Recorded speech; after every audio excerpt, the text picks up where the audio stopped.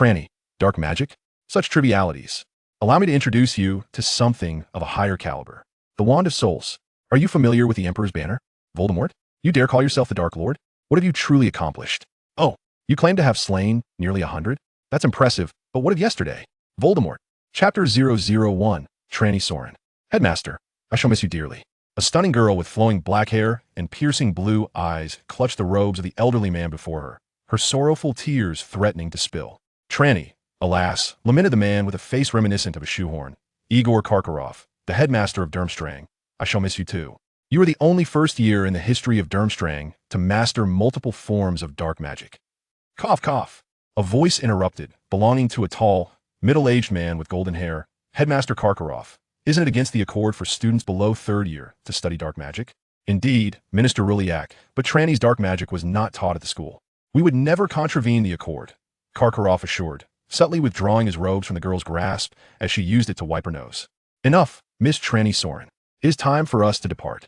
The golden-haired man remarked, casting an odd expression at the girl. This place is no longer suitable for you. What? Okay. Through her sobs, the girl bid a heartfelt farewell to Karkaroff before boarding a horse-drawn carriage that was conspicuously devoid of any horses. Despite the apparent emptiness, the carriage soared into the air after a brief acceleration. In that fleeting moment of ascension, the girl's tears ceased abruptly, and aside from her reddened eyes, she appeared unperturbed, stating, Uncle Fernandy, thank you for coming to fetch me once more. Fernandy Ruliak, the deputy director of the International Exchange Division of the Swedish Ministry of Magic, gazed at the girl with a look of bemusement. Tranny, I did not anticipate our reunion would happen so soon, but, alas, it seems you can no longer remain at Durmstrang.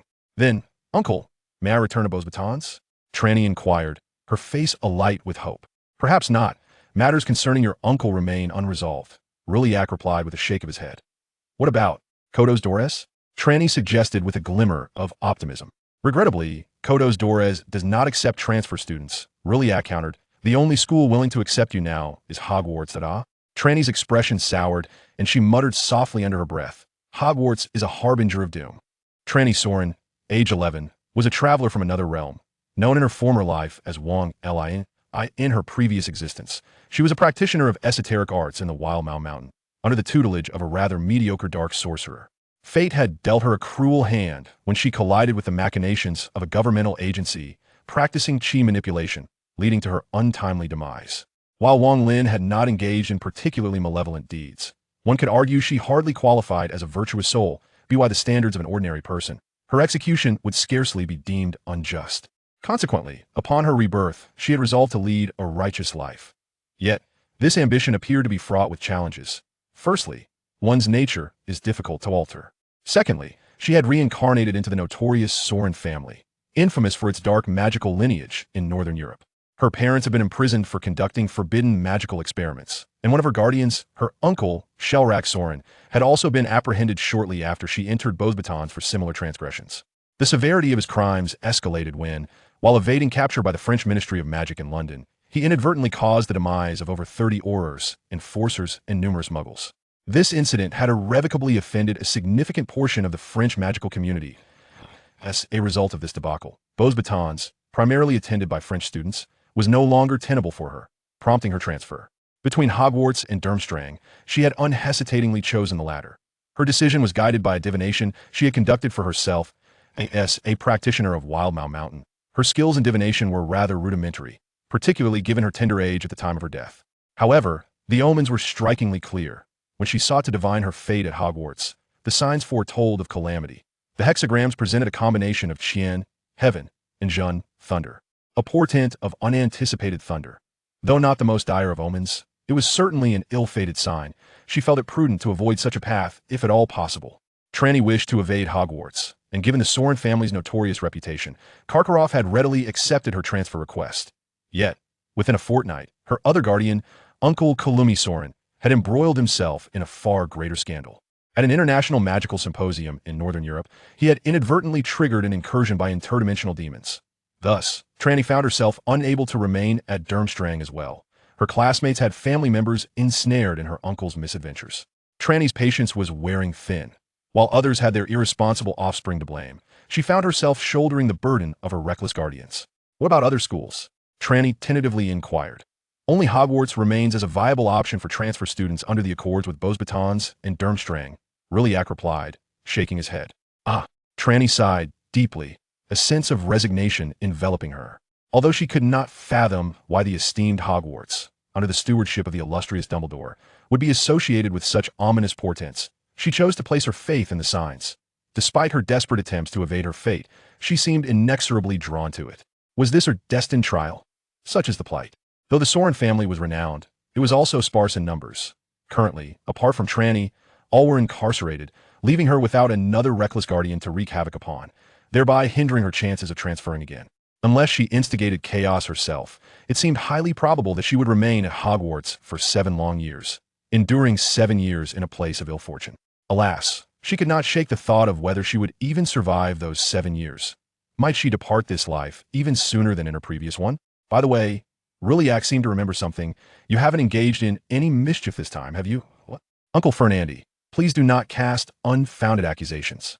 The incident with Beauxbatons Fire Finch has nothing to do with me. Trelawney replied, her face a mask of sincerity. At the same time, she subtly tightened the robes around her, for beneath it lay a dark red sweater dada. But let it be said, a sweater woven from the feathers of a fire elemental creature is truly warm. In a frigid realm like Durmstrang, such an item is invaluable. Let us hope so, Rilliac remarked with a shake of his head. Indeed, Trelawney nodded earnestly, then quietly crushed a piece of crystal in her hand. At the same time, within the grand hall of Durmstrang dada, Sorin has finally left. Our days of bliss have arrived. A group of robust Durmstrang boys were, at that moment, as exuberant as a cadre of children weighing 180 pounds. To our joyous days, cheers! The boys exclaimed in unison, raising their goblets. Just then, a burst of fireworks erupted above the hall. Duh. Who is so extravagant? They even know to set off fireworks for celebration? One boy joyfully remarked. But in the next instant, their expressions shifted dramatically. A foul stench, indescribable in its repugnance, enveloped the entire hall. It's the bearing skunk smoke, that scoundrel Sorin. Quick, let's get out. One boy shouted, attempting to rush for the door. But to their dismay, they discovered that the doors of the hall had been mysteriously shut. The heavy doors proved nearly impossible to open, and chaos ensued within the hall, filled with cries for help. Although Trelawney Sorin was no longer present at Durmstrang, her legend would forever resonate through its halls. Chapter 002, The Air Disaster. Rilliac was oblivious to the current state of Durmstrang. The journey was not short, and he and Trelawney engaged in casual conversation. Miss Sorin, I must remind you that the use of dark magic is restricted at Hogwarts, Rilliac cautioned, which differs significantly from our practices at Durmstrang. What? Trelawney's eyes brightened. As a member of the Sorin family, how can I attend a school that restricts the use of dark magic? Uncle Fernandy, could you arrange for me to go somewhere else? I'm afraid you only have Hogwarts as an option at present, so it would be wise to adhere to their regulations. Rilliac shook his head. Is that so? Trelawney's eyes darted about.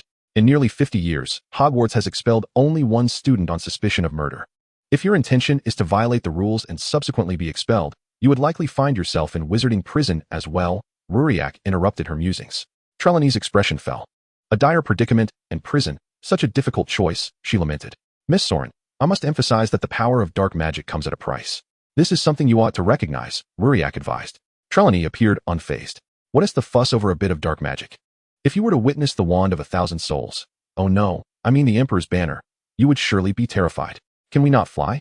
I've never been on an airplane. Trelawney shifted the topic. Despite the nightmare's astonishing speed, flying from Scandinavia to Britain would still take quite some time.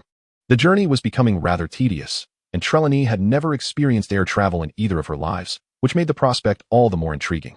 Air travel can be somewhat complicated across borders. It is said that the Muggles in Europe have some plans in motion, which, if realized, could make things considerably easier. Rilliac remarked casually. Trelawney understood that he was referring to the European Union.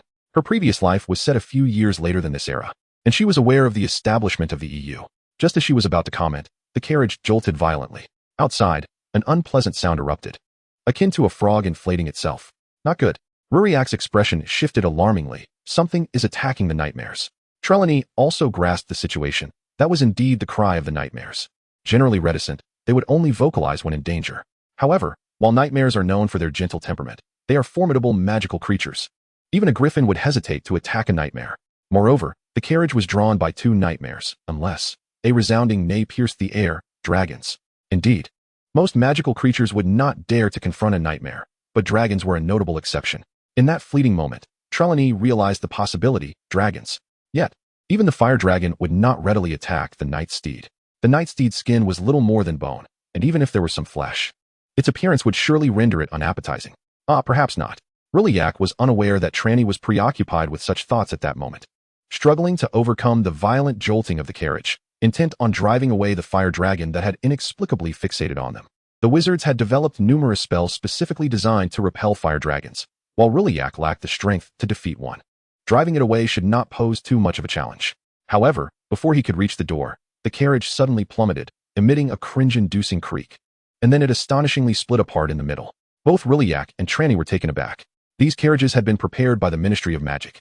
Not to mention their robust materials, the enchantments placed upon them rendered them extraordinarily resilient. How could they be so easily damaged? Miss Soren, Rilliak called out anxiously, positioned near the door while Tranny was on the opposite side. Tranny, however, did not appear particularly alarmed. Her attention was directed outside.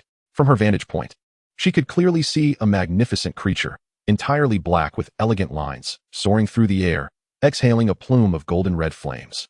Within the fire, two indistinct figures struggled and screeched, and then the harness of the carriage was destroyed by the flames, allowing the two figures to burst forth, their outlines fading as the flames dissipated. The Black Dragon of the Heshidalai Islands. As one of Europe's oldest wizarding families, the Soren family, despite their current precarious situation, with all but Tranny imprisoned in various wizarding jails across Europe, still possessed ample resources. They held shares in several of Europe's dragon training and breeding grounds.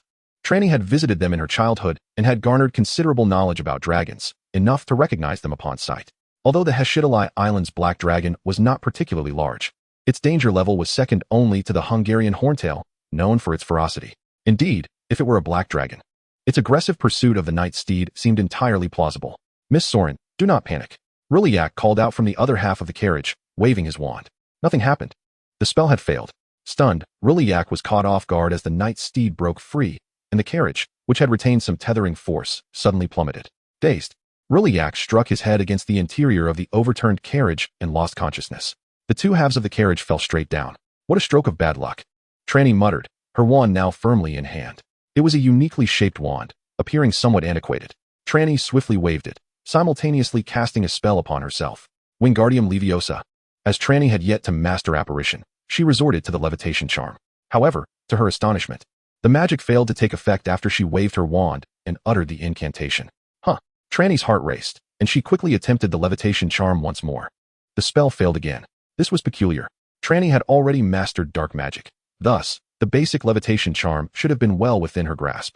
There was no way she could make consecutive mistakes. Adding to her unease was the prior failure of Rilliak's spell. Something was amiss. As the carriage plummeted rapidly, Rilliak remained unconscious on the opposite side.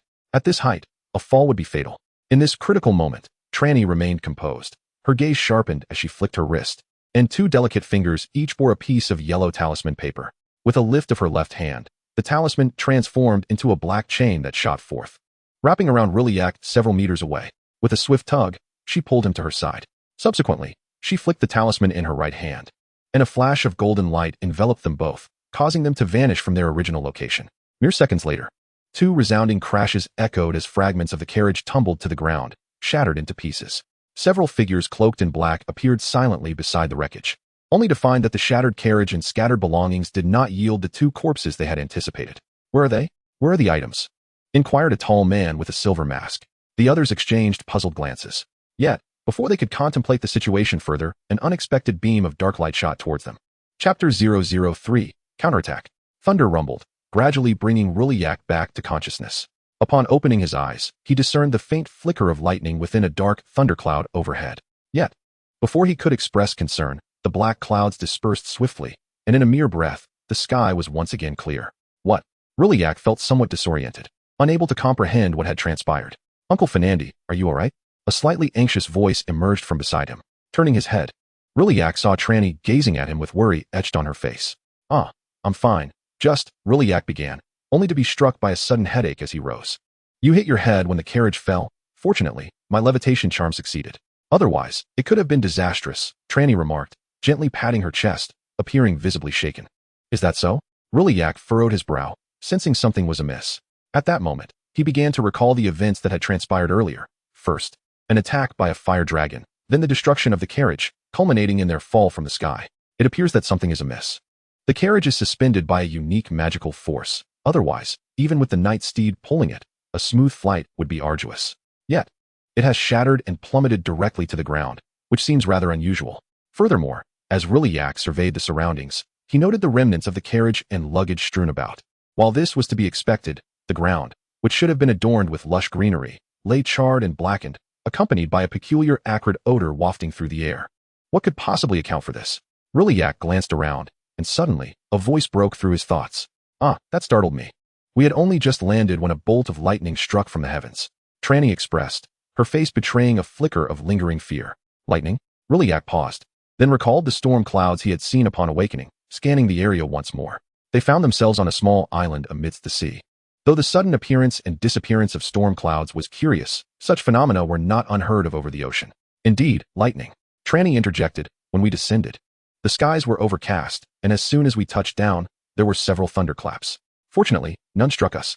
The weather at sea is indeed capricious, Rilliak mused. Though he was uncertain, as a wizard, he was no meteorologist, and he did not possess the expertise to judge the reasonableness of such weather. However, Trelawney seemed to have no reason to deceive him, and he had indeed witnessed the storm clouds. Perhaps the carriage had been damaged by dragon fire? That theory appeared plausible. Nodding in agreement, he began to inspect the shattered remnants of the carriage and the scattered belongings. The situation was far from ideal, but thankfully, they were unharmed. Yes, it is indeed fortunate that we are safe. Trelawney sighed in relief upon noticing that Rilliak did not dwell on the peculiarities surrounding them. Yet, a wave of frustration washed over her. From the moment of the accident to Rilliak's awakening, scarcely 3 minutes had passed. Yet, within that brief interval, she had expended over a dozen talismans. Initially, she had summoned the black spirit rope talisman to draw Rilliak, and the subsequent golden escape talisman had caused her significant distress. Upon landing, she had discovered several figures cloaked in black. As soon as the magic had faltered, Trelawney sensed something was amiss and without hesitation activated her sole remaining golden escape talisman. Upon realizing that someone was indeed meddling, she launched a decisive ambush. Trelawney struck with formidable dark magic, but she quickly realized that her adversaries possessed an unexpectedly high level of skill. If she relied solely on magic, it would be futile. Therefore, she resolutely invoked another talisman. The thunderclaps heard by Rilliak and the storm clouds he observed were the manifestations of the 5 thunder talismans. Mount Mao, known for its talismanic practices, had bestowed upon Trelawney the innate talent for such arts, despite her past as a mere wild practitioner. Thus, she ventured down the path of a talisman master. Both talisman masters and artifact smiths rely heavily on innate gifts and resources. However, when a talisman master or an artifact smith possesses both talent and ample resources, along with thorough preparation, they become formidable adversaries. Trelawney, in both her past and present lives, possessed the talent of a talisman master. Yet, in her previous existence, she struggled due to a lack of resources, resorting to dark arts for compensation, which ultimately led to her downfall. In this life, as the sole heir of the esteemed Soren family in Europe, she found herself endowed with abundant resources, carrying an array of advanced talismans. The moment the group of wizards encountered Trelawney, they instantly recognized her prowess. However, confident in their own strength and with ulterior motives, they refrained from launching a lethal attack, thereby granting her the opportunity to demonstrate her abilities. With 6 5-thunder talismans and 3 gathering thunder talismans unleashed simultaneously, the wizards had no chance to escape, swiftly reduced to mere wisps of smoke. Trelawney then felt within her robe's pocket a card that had fallen from the strongest wizard, who wore a silver mask and had managed to withstand 2 of the 5 thunder talismans. The tempest created by the combined talismans reduced everything, human, clothing, and wands, to ashes. Yet this card remained unscathed, surely a valuable item. However, before Trelawney could examine it, Rilliak was roused from his reverie by the sound of thunder. "Have you arrived early?" A tall, stern-looking lady scrutinized Trelawney and Rilliak in Hogsmeade, the magical village. It was Minerva McGonagall. Trelawney recognized her as one of the leading figures in the field of transfiguration within the Wizarding World and the deputy headmistress of Hogwarts School of Witchcraft and Wizardry. The accident they had experienced occurred at the southern tip of the British Shetland Islands. Now well within British territory, Rilliak had opted to use apparition to bring Trelawney along. Although it was against regulations and caused her some discomfort, it was undeniably swifter than the night bus. "We encountered a fire dragon attack," Rilliak explained candidly. "A fire dragon attack?" Professor McGonagall raised her eyebrows slightly, taken aback. However, considering the presence of 3 species of fire dragons surrounding Britain, along with Rilliak's status, she accepted his explanation. "As long as you are unharmed, let us proceed to meet the headmaster," Professor McGonagall declared. She held no particular fondness for the Soren family, But since it was Dumbledore's decision to accept Trelawney into Hogwarts, she chose to extend her support. Under McGonagall's guidance, the trio entered the castle and arrived at the headmaster's office. Upon meeting the illustrious Dumbledore for the first time, Trelawney's attention was captivated by a magnificent bird at the entrance. It was a stunning crimson creature, resembling a phoenix. Trelawney found herself momentarily uncertain. Fire dragons were not uncommon. She had recently encountered one. However, the phoenix was an entirely different matter. Until today, she had never even heard of anyone sighting a phoenix. Yet, before her stood one. Indeed, Miss Soren, that is a phoenix, my dear friend Fox. A gentle voice chimed in beside her. Dumbledore had already exchanged pleasantries with Rilliac and was now gazing at her with a warm smile, delighted to welcome an exceptional young wizard to Hogwarts. Yet, Trelawney furrowed her brow slightly, her already dark eyes deepening into an abyss of contemplation. Legilimency? Chapter 004, Hogwarts. Legilimency? Trelawney narrowed her eyes, her dark gaze becoming even more profound, reminiscent of an unfathomable pool. Oh, Professor McGonagall raised an eyebrow slightly, secretly impressed by the sophistication of the mental occlusion technique. A method capable of influencing one's appearance through mental barriers was quite rare. Although most of Hogwarts faculty possessed such skills, they were renowned throughout the wizarding world for their exceptional prowess. Trelawney, however, paid little heed to McGonagall's reaction and instead focused intently on Dumbledore. Initially, she suspected that Dumbledore had employed legilimency against her, only to soon realize something was amiss. Her own mental occlusion was highly advanced, even without active engagement. It provided considerable protection against prying eyes. While it surely would not suffice against a wizard of Dumbledore's caliber, it should have provided some semblance of awareness. Yet, just moments ago, she had felt nothing at all. Do not be alarmed, Miss Soren, Dumbledore said, his silver hair and half-moon spectacles framing a kindly visage. I have not employed any form of consciousness-probing magic upon you. My observations stemmed merely from a slight association and conjecture regarding your actions. I apologize for my misunderstanding. Professor Dumbledore, Trelawney replied, feigning a demeanor of compliance. Do not concern yourself. Dumbledore gently shook his head. Would you care for a drink? I have some splendid red tea. Although a flicker of curiosity arose within her regarding the nature of Dumbledore's splendid tea, Trelawney graciously declined. One must not take such politeness too seriously, especially after Professor McGonagall had unhesitatingly refused. Dumbledore appeared accustomed to such rejections. With a mere gesture, the teapot and cups in the corner began to move of their own accord, brewing a cup of red tea for him. Then, before Trelawney's wide eyes, he produced 5 cubes of sugar. Ah, this is surprising.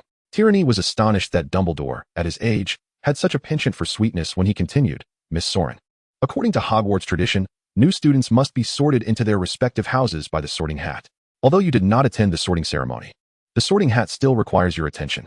With a gesture towards a dusty, pointed hat resting on a nearby table, the speaker continued. Trelawney frowned at the sight. While she may be a dark sorceress, she certainly did not consider herself a dirty one. Though my appearance may be unkempt, my purpose is of great significance. Do not judge me by my exterior, for my essence far exceeds it. Just as Trelawney's expression reflected her discontent, the hat unexpectedly began to sing.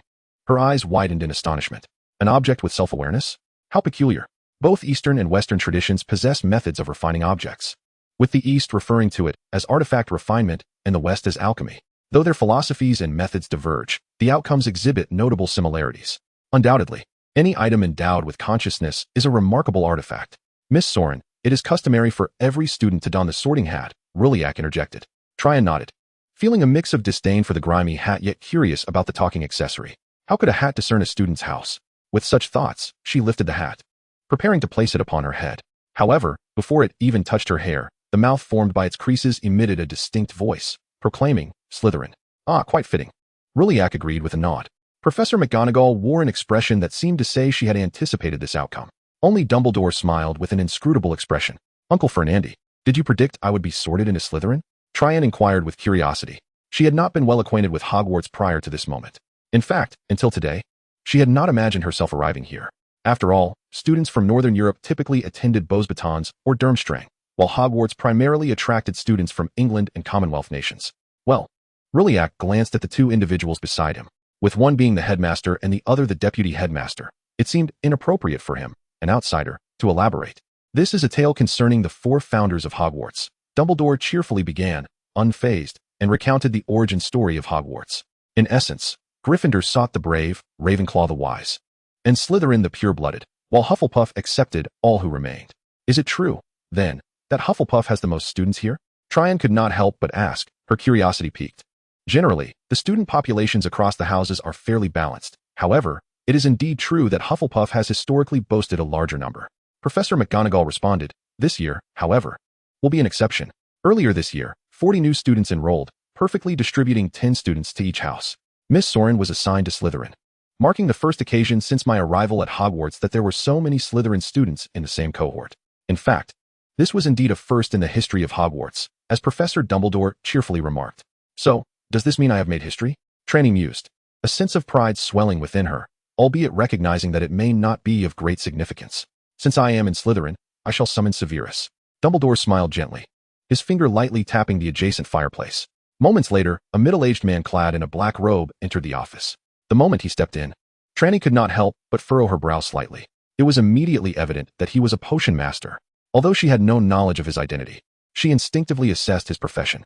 His hair, unkempt and greasy from days without washing, and his robe, stained in various places despite being black, bore a peculiar amalgamation of odors from strange potions. He reminded her strikingly of her uncle. Indeed, her uncle, Soren, was a potion master as well, holding the title of master. Yet, this esteemed figure in the realm of potions was perpetually disheveled. In contrast, her uncle who studied interdimensional demons maintained a much cleaner appearance. "Headmaster, you summoned me?" the man inquired upon entering, nodding in acknowledgement to Professor McGonagall beside him. "Yes, Severus. Slytherin has gained another new student," Dumbledore replied, his expression perpetually cheerful. "Miss Soren, this is Professor Severus Snape, the head of Slytherin House. He shall be your head of house henceforth." "Soren?" Snape directed his gaze at Trelawney, their eyes locking, each pair as profound as an ancient well. "What is your relation to Soren?" Before Trelawney could respond, Snape interjected with his question. "He is my uncle," Trelawney answered. "It is a pleasure to meet you, Professor Snape." "I see." A not-so-pleasant smile crept across Snape's gaunt face. "It is a pleasure to meet you too, Miss Soren." Chapter 005. The Traditions of Slytherin. "The traditions of Slytherin?" Trelawney inquired, skepticism evident on her face. She glanced at the pale-faced boy with platinum blonde hair opposite her, and then at Headmaster Snape beside her. "Indeed, there are traditions," Snape replied, his countenance stern, with a slight nod. Shortly thereafter, Snape escorted Trelawney to the Great Hall for dinner and then to the common room. When Snape inquired about Soren, Trelawney sensed an unfriendly undertone in his smile. However, he did not express further, leading her to question if she had misread the situation. Indeed, there are still some tricks up one's sleeve. As soon as they entered the common lounge, Snape summoned all the first-year students to introduce them to Trelawney. Then, a boy who introduced himself as Draco Malfoy suddenly stepped forward, declaring his intention to adhere to tradition. This so-called tradition dictated that every cohort of Slytherin students must have a head student, a title that was determined not by academic performance, but by dueling prowess.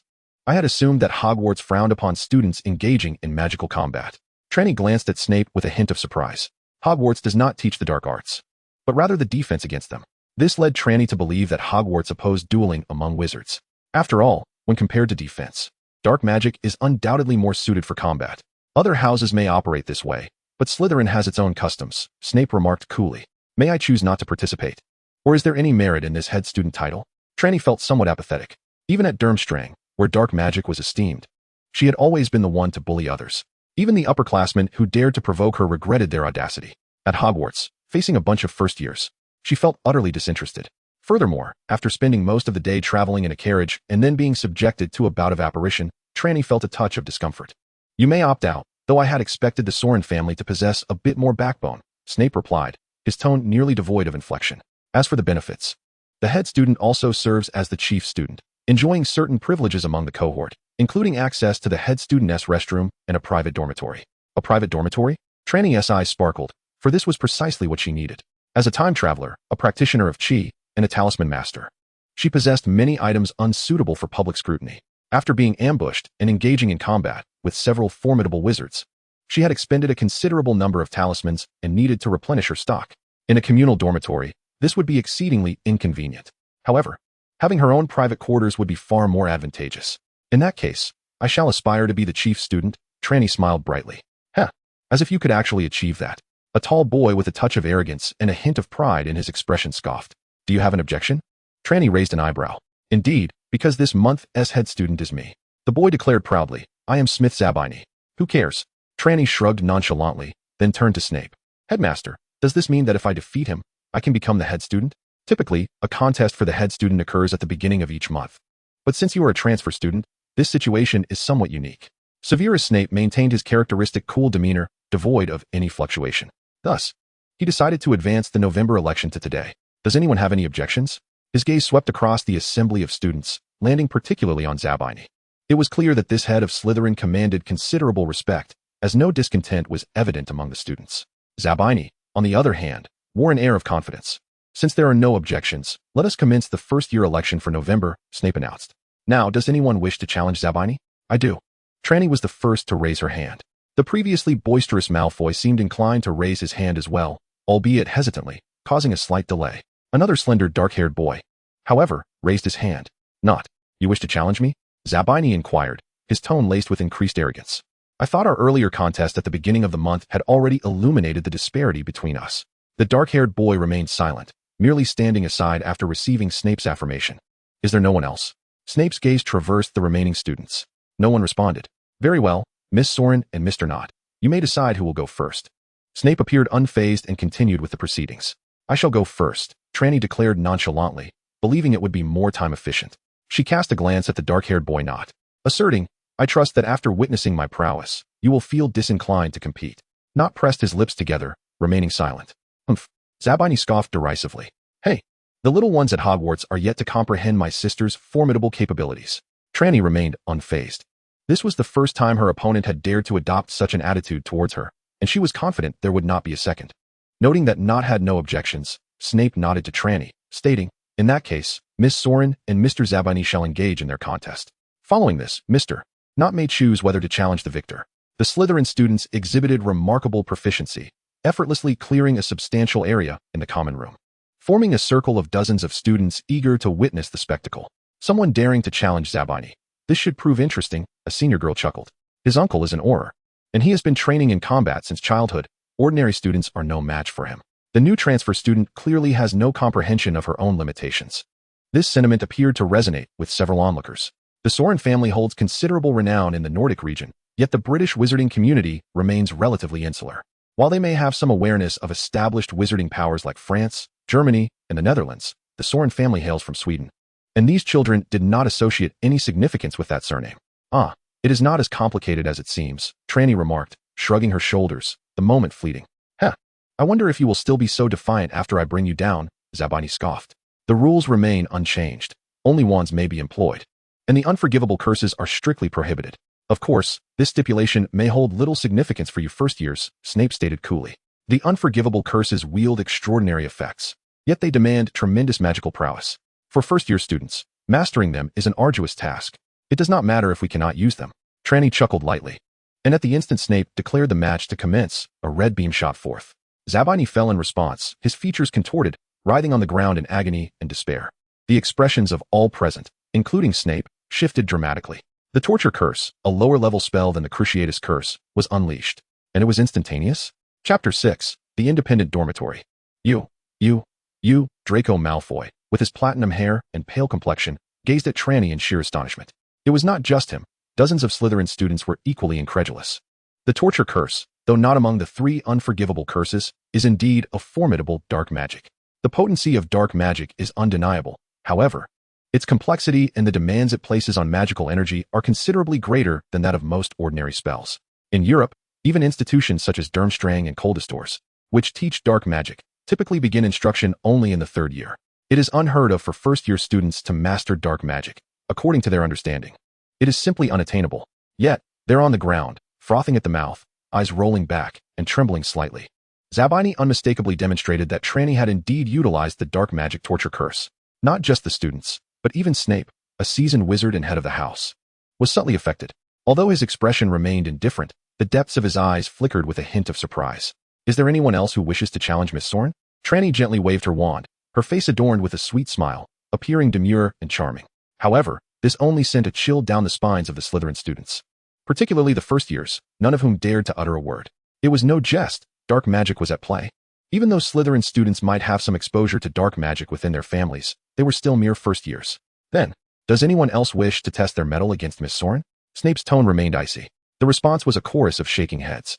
The magic they currently commanded was limited to the most basic stunning spell, with perhaps a binding spell as a slight enhancement, and little else.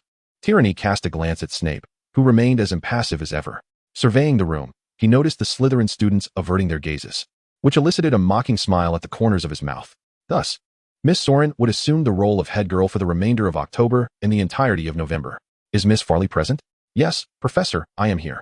A tall girl stepped forward. She was strikingly beautiful, exuding a somewhat frosty demeanor, yet her movements carried a distinctive grace. Trelawney pondered for a moment, settling on an abstract descriptor. Quite proper, both upright and dignified. This sentiment did not sit well with her. Miss Farley, it is your responsibility to escort Miss Soren to her private dormitory and briefly inform her of the rules. I have no desire to see Slytherin lose points due to her. The house has secured the House Cup for 2 consecutive years. Should they continue this streak, it would mark a remarkable 7 victories. Snape addressed the girl who had stepped forward. Very well, I understand, Professor. The tall girl named Farley nodded and approached Trelawney. Her gaze held a blend of inquiry and curiosity. Greetings, I am Gemma Farley, a 6th year and head girl, much like yourself, though there are distinctions. As she spoke, Gemma tapped a beautiful silver badge adorning her chest. The head girl for 5th year is an official title bestowed by the house, one for each gender, without any end-of-month competition. Hello, Senior Farley. I am Soren, Trelawney Soren. Trelawney, intrigued, inquired. So, are you the most formidable 6th year? One could say so, Farley replied, raising an eyebrow. Trelawney's eyes swept through the crowd, spotting several other students with badges, particularly on the faces of 3 boys. Unfortunately, she did not observe any signs of discontent, which left her somewhat disappointed. In her past life as a nefarious figure, while not excessively wicked, she had been unjustly persecuted by the authorities. Deep down, she was unafraid of trouble, even relishing it. In this life, as a member of the Soren family and influenced by her fellow kin, she was equally enthusiastic about seeking amusement. During her brief month at Beauxbatons and under a month at Durmstrang, she had already stirred quite the commotion. Particularly at Durmstrang, she had left chaos in her wake. Although Hogwarts omens appeared dire, Trelawney would merely refrain from instigating trouble herself, yet she held a keen interest in stirring the pot and observing the ensuing spectacle. Her earlier remarks were intended to provoke the 6th year male head boy into action, challenging this seemingly serious senior to a contest of sorts. It remains uncertain whether this esteemed senior, Farley, possesses genuine talent or if other factors are at play. She confidently acknowledges her status as the strongest in the 6th grade, while the male class leader refrains from stepping forward. Trelawney feels a deep sense of disappointment. Unbeknownst to her, Farley remains oblivious to Trelawney's sentiments. After all, Trelawney's appearance is remarkably deceptive.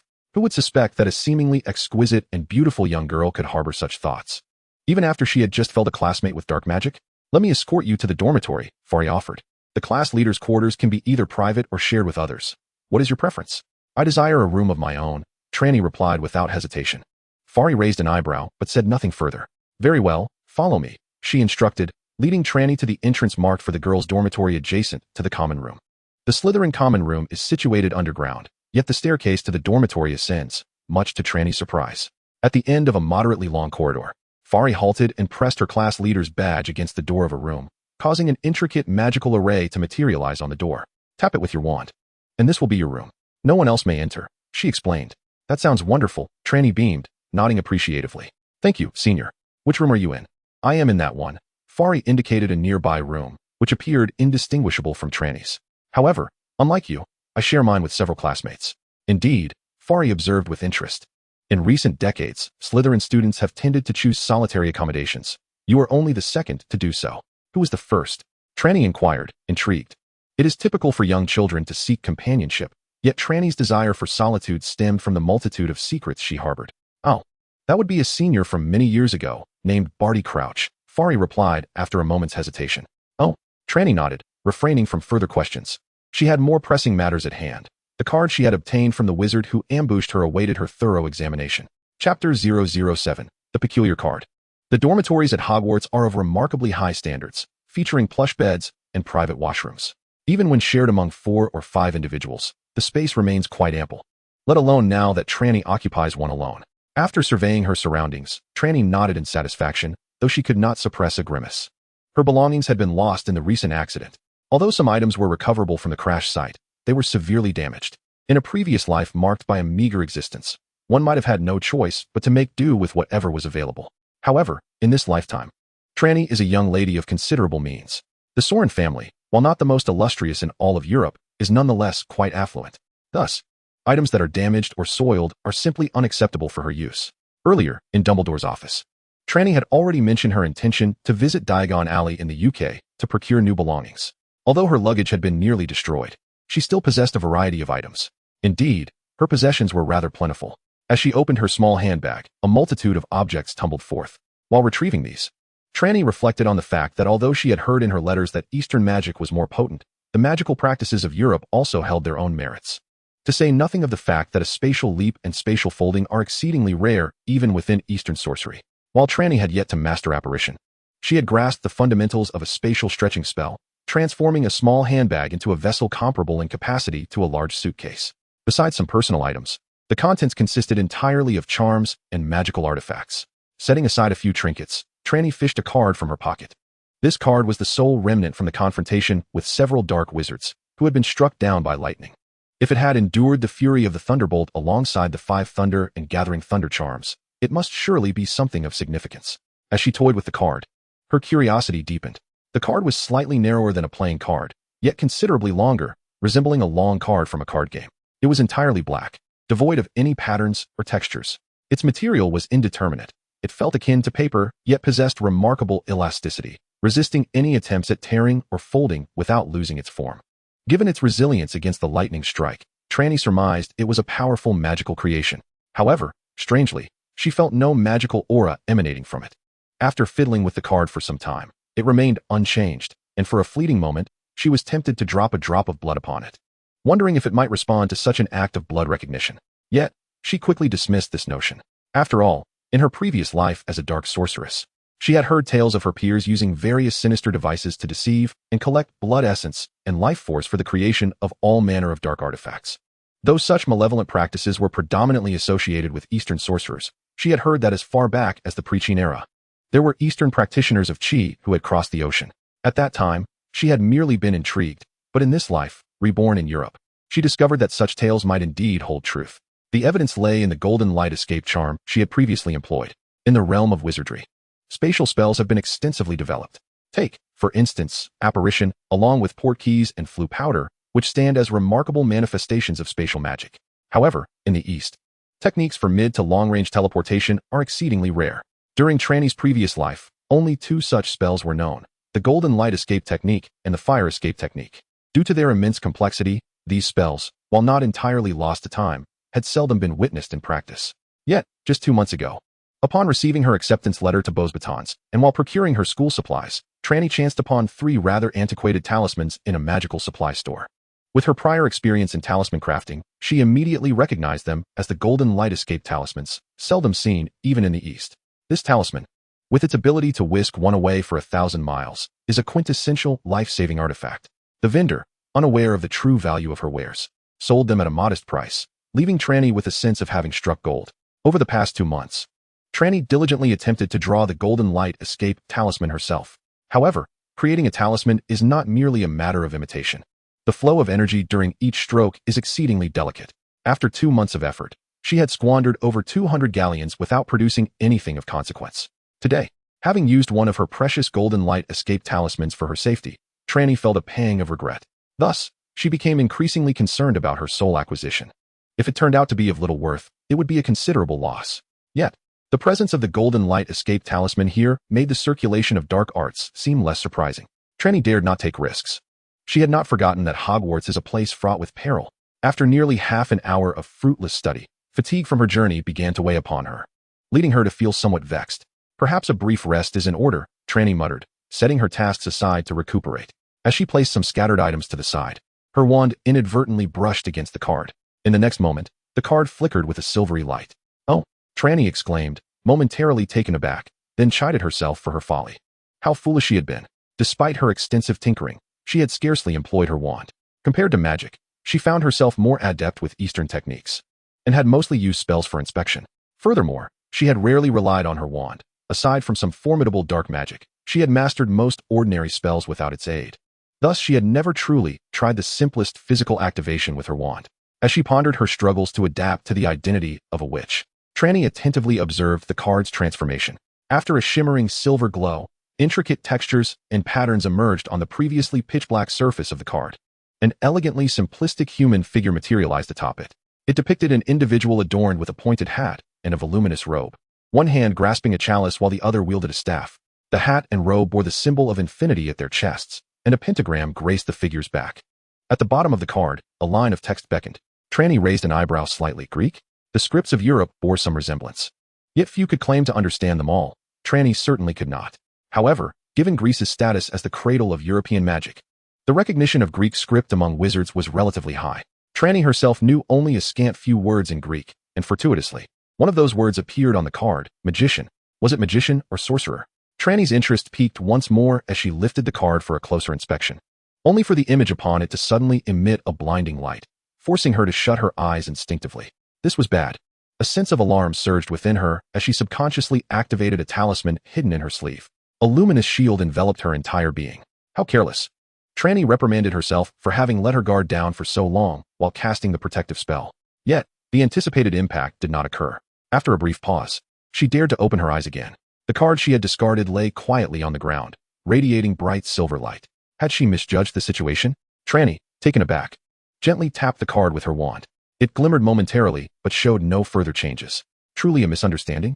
Cautiously, she picked up the card once more, and still, nothing extraordinary transpired. Sighing in relief, Trelawney scrutinized the card again. The shimmering textures danced, particularly the pentagram behind the magician, pulsating with light. After a couple of seconds of concentration, the pentagram illuminated once more. This time, Trelawney did not release it, but waited. The radiance intensified, eventually enveloping the entire dormitory. Trelawney narrowed her eyes, eager to witness what would unfold next. The light vanished without warning, just as suddenly as it had appeared. To her astonishment, Trelawney found herself standing within a colossal stone structure. It was an immense hemispherical edifice, with a radius exceeding 30 meters, its highest dome obscured in darkness far above. Trelawney lowered her head, and noticed the ground was adorned with intricate patterns. Magical runes? Uncertainty washed over her. With a foundation in mystical arts from her past life and the abundant resources of the Soren family, her proficiency in magic was remarkable, far surpassing her peers and even some adult wizards. A careless misstep could lead to her triumph over them. However, this strength was confined to practical application. In terms of magical theory, she merely exceeded the level of lower-grade students, falling short of even advanced students who had undergone systematic studies like Niven, let alone the erudite adult wizards. In any case, these runes were entirely unfamiliar to her. Where was this place? Trelawney was puzzled and attempted to take a step, but as soon as she moved, the surrounding scene disintegrated, and she found herself back in her dormitory once more. Trelawney was bewildered, utterly unaware of what had transpired. Picking up the card in her hand, she noticed that the silver radiance had faded. Although it had not returned to its previous pitch-black state, the patterns on it were devoid of light, leaving only a silver outline. After some fiddling, Trelawney grasped the situation. By infusing the card with a modicum of magical energy or chi, she could activate its luminescence. Then, after a brief exchange of glances, she could enter the space she had just experienced. However, it appeared that within that realm, aside from moving her eyes, any other action would extricate her from that dimension. Thus, this card served as a key. Yet what purpose did this key or that space serve? What did those runes signify? Trelawney was enveloped in confusion. Nevertheless, the initial novelty had waned, and the fatigue that had previously set in surged anew. Coupled with the moderate yet not insignificant magical energy required to activate the card, Trelawney felt her eyelids growing heavier. Alas, she could no longer resist. Sleep beckoned. With this thought, Trelawney tucked the card into her small satchel and succumbed to slumber. The following morning, Trelawney awoke early, feeling invigorated. Upon entering the common room, she found it eerily empty. She had arrived at Hogwarts on a Thursday, and today was Friday, a day typically reserved for classes. Yet, it remained unclear whether Snape had intentionally withheld her timetable or simply forgotten to inform her about the day's lessons. Consequently, while others attended their classes, she found herself alone in the common room. What does this mean? Am I free to roam today? Just then, a soft sound echoed, and a figure materialized beside Trelawney. Turning her head, she beheld a house elf standing next to her. This peculiar artifact is nearly ubiquitous among the esteemed families of wizards, and the Soren family is no exception. Encountering it at Hogwarts, Trelawney was not particularly surprised. Miss Soren, good day. You may call me Ruka. Headmaster Snape has instructed me to await your arrival and then escort you to Diagon Alley for your necessary purchases for Hogwarts, the house elf respectfully announced. Trelawney nodded. This arrangement had been mentioned the previous day, albeit without the finer details. She had anticipated being accompanied by a professor, yet was instead met by a house elf. However, upon reflection, it was quite reasonable, for Trelawney was not entirely unacquainted with the wizarding world. Very well, let us proceed, Trelawney affirmed with a nod. Of course, Miss Soren. However, may I inquire if you would like to have breakfast first? Unbeknownst to her, Trelawney realized that she was indeed feeling somewhat peckish. Hogwarts offered a dining service? This revelation took her by surprise, and when the little elf asked what she would like to eat, Trelawney casually ordered 2 items. Remarkably, the elf actually procured them. This was certainly far more accommodating than Beauxbatons and Durmstrang. Trelawney silently applauded Hogwarts for this aspect. After breakfast, Trelawney followed the elf beyond the confines of the school, arriving in Hogsmeade, and then utilized Floo powder to travel to the renowned Diagon Alley. Many countries boast similar wizarding streets, yet Diagon Alley is among the most famous. Upon confirming her arrival in Britain, Trelawney had felt a sense of anticipation. However, upon arrival, she was met with considerable disappointment. The entrance to Diagon Alley, said to be marked by the illustrious leaky cauldron, was permeated with an acrid stench. The patrons within appeared largely disheveled. In the Middle Ages, innocent girls were often condemned as witches and met their demise by fire. Why were they deemed witches? Because they valued cleanliness. Thus, one would presume that wizards should also cherish hygiene. Yet, what could explain the state of these older gentlemen? Trelawney found herself grimacing, unable to contain her disdain. Oh, this young lady must be a foreign friend, the pub owner suddenly inquired as Trelawney prepared to enter Diagon Alley under Ruka's guidance. Trelawney was taken aback. While her features did possess a hint of Nordic characteristics, the diverse population across England was vast. As for her accent, though the Soren family hails from Sweden, where Swedish and Danish are predominantly spoken, English is universally understood. Trelawney felt no issue with her accent. Indeed, judging by your reaction, an Englishwoman of noble lineage would exhibit a more refined demeanor, eschewing such gestures as eye-rolling or grimacing. The bar owner chuckled with a sinister gleam in his eyes as he regarded Trelawney, his tone laden with an unmistakable air of superiority. Elegant. Trelawney discerned the mocking inflection in his voice and responded with a sardonic smile, dismissing the notion. After all, they were all pirates at heart. Who was in a position to look down upon whom? Upon hearing her words, the gathering of elderly wizards in the bar shifted their gazes, their expressions turning decidedly unfriendly. Chapter 009, Diagon Alley. European nations, to varying extents, possess a historical connection to piracy. This is particularly true for countries such as England, France, Spain, and the Netherlands. While this fact is well known, its verbal acknowledgement often breeds discontent. Many of the older wizards at the Broken Cauldron rose from their seats, casting malevolent glances at Trelawney. Though few among them had truly lived through the era of rampant piracy, many had elders who had. Trelawney, however, remained unfazed, dismissing the group of decrepit old men. They were all talk and no action. Had they possessed any real prowess, they would not have allowed a certain Voldemort to wreak havoc across England over a decade ago. Miss Soren, gentlemen, please, let us avoid conflict, the little elf named Ruka implored, clearly distressed. Tasked with escorting Trelawney on her shopping expedition, any trouble that befell her would equate to a failure of Professor Snape's orders. A failure to fulfill a master's command was a source of shame for an elf. Do not stoop to the level of a mere girl. The bar owner sneered coldly. Soren, is it? I shall remember that. Another elder wizard fixed his gaze on Trelawney, his eyes brimming with malice. Then you ought to remember well, for at your age, you may soon succumb to senility. Trelawney remained unfazed, turning to Ruka with a cheerful demeanor. Let us hurry and finish our shopping. I still need to return to Hogwarts for lunch. Ruka nodded eagerly and led Trelawney through the bar, enduring the hostile stares of the elder wizards until they reached the back courtyard. After lightly tapping on the wall several times, a passage materialized before Trelawney. Having lost her previous textbooks in an accident, compounded by the differences in written language leading to discrepancies in pagination, she decided to purchase new ones. As money was not an issue for her. Once Ruka had guided Trelawney through the necessary shops according to her shopping list, he tentatively inquired, Miss Soren, would you care to acquire a pet? Hogwarts permits students to bring one non-magical creature. What is the point of a non-magical creature? Trelawney replied, a touch of disinterest in her voice. This rule applies across all 3 houses. Then, would you consider obtaining an owl? It could assist with correspondence to family and friends.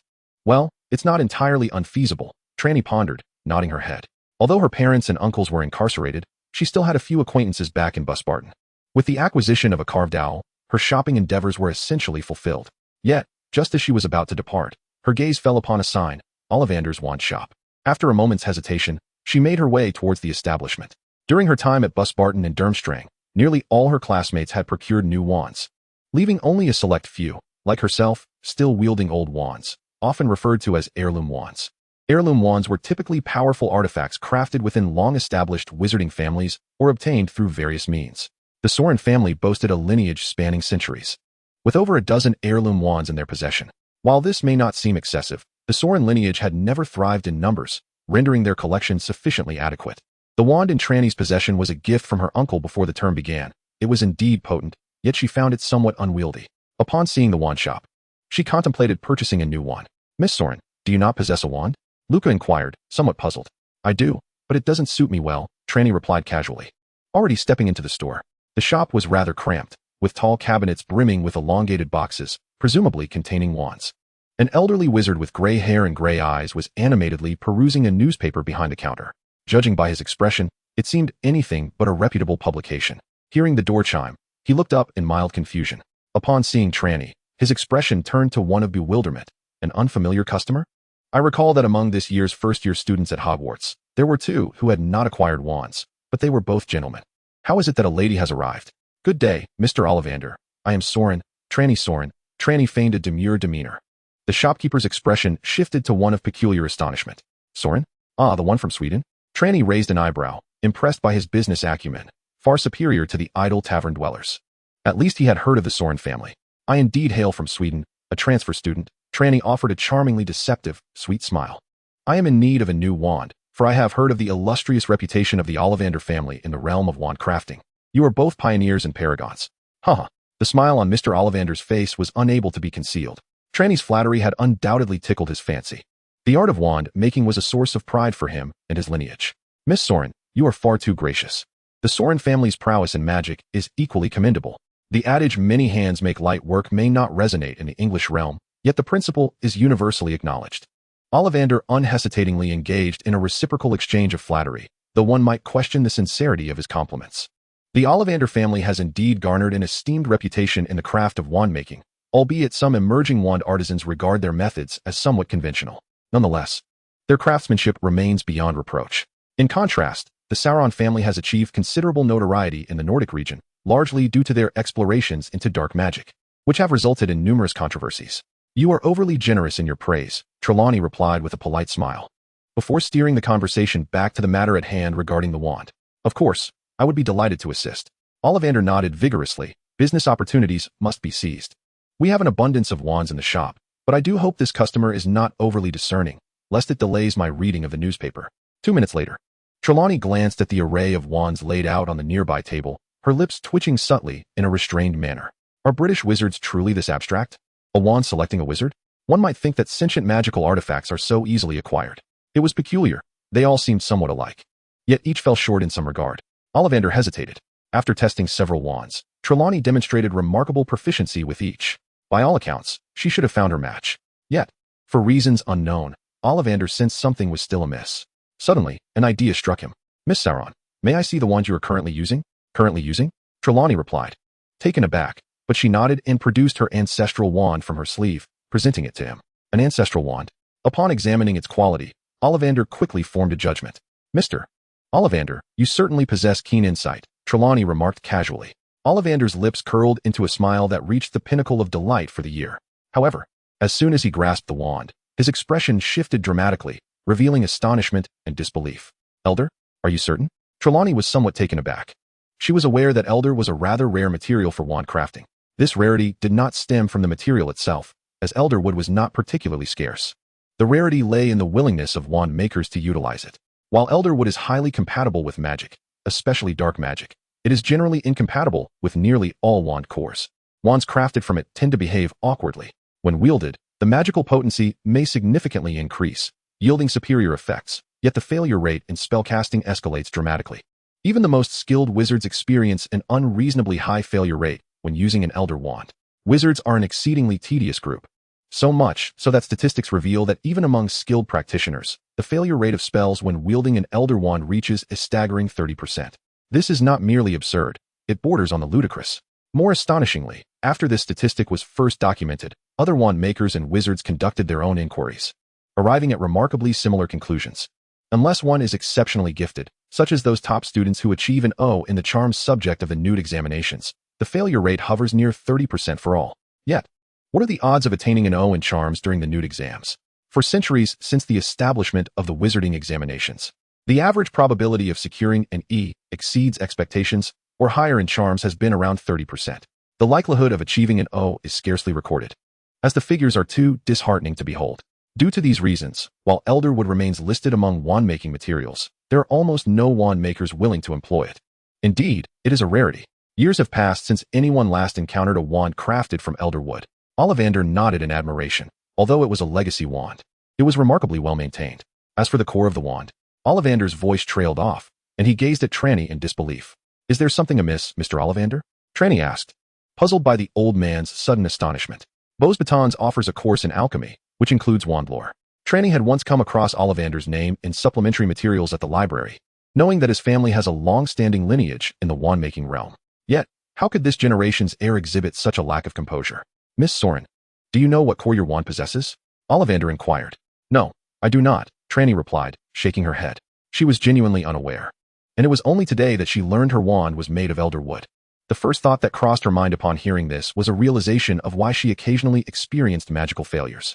She considered her grasp of magic to be quite proficient, as evidenced by her ability to perform spells without a wand or incantation, though not simultaneously without both. However, when using her wand, she still encountered occasional failures. Previously, she had not thought much of it, but now it seemed likely that the issue lay with the wand itself. I see. In that case, have you encountered any difficulties in casting spells, Miss Soren? Ollivander continued to probe. Not particularly, which is why I came to exchange it, Trelawney responded candidly. Just not particularly? Ollivander's expression revealed some inner conflict. After a moment's hesitation, he extended another wand toward her. If you don't mind, may I ask you to try this wand? Trelawney raised an eyebrow, perplexed yet intrigued. Nevertheless, she accepted the wand. With a gentle flick of her left hand, she uttered an incantation. The water in the nearby cup, enchanted by her magic, floated out and coalesced in her right palm into a crystalline ice flower. Such remarkable control over magic.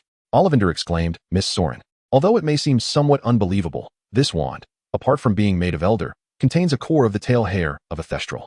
Tail hair of a thestral? One can craft wands from that. Trelawney pondered, having only attended Beauxbatons for a mere month during her first year. Her knowledge was quite limited, knowing only about elder. Indeed, it is possible.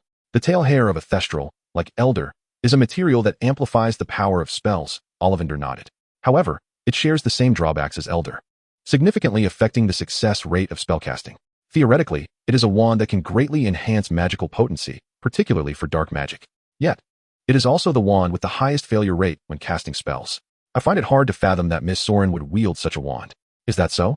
Trelawney found it rather amusing.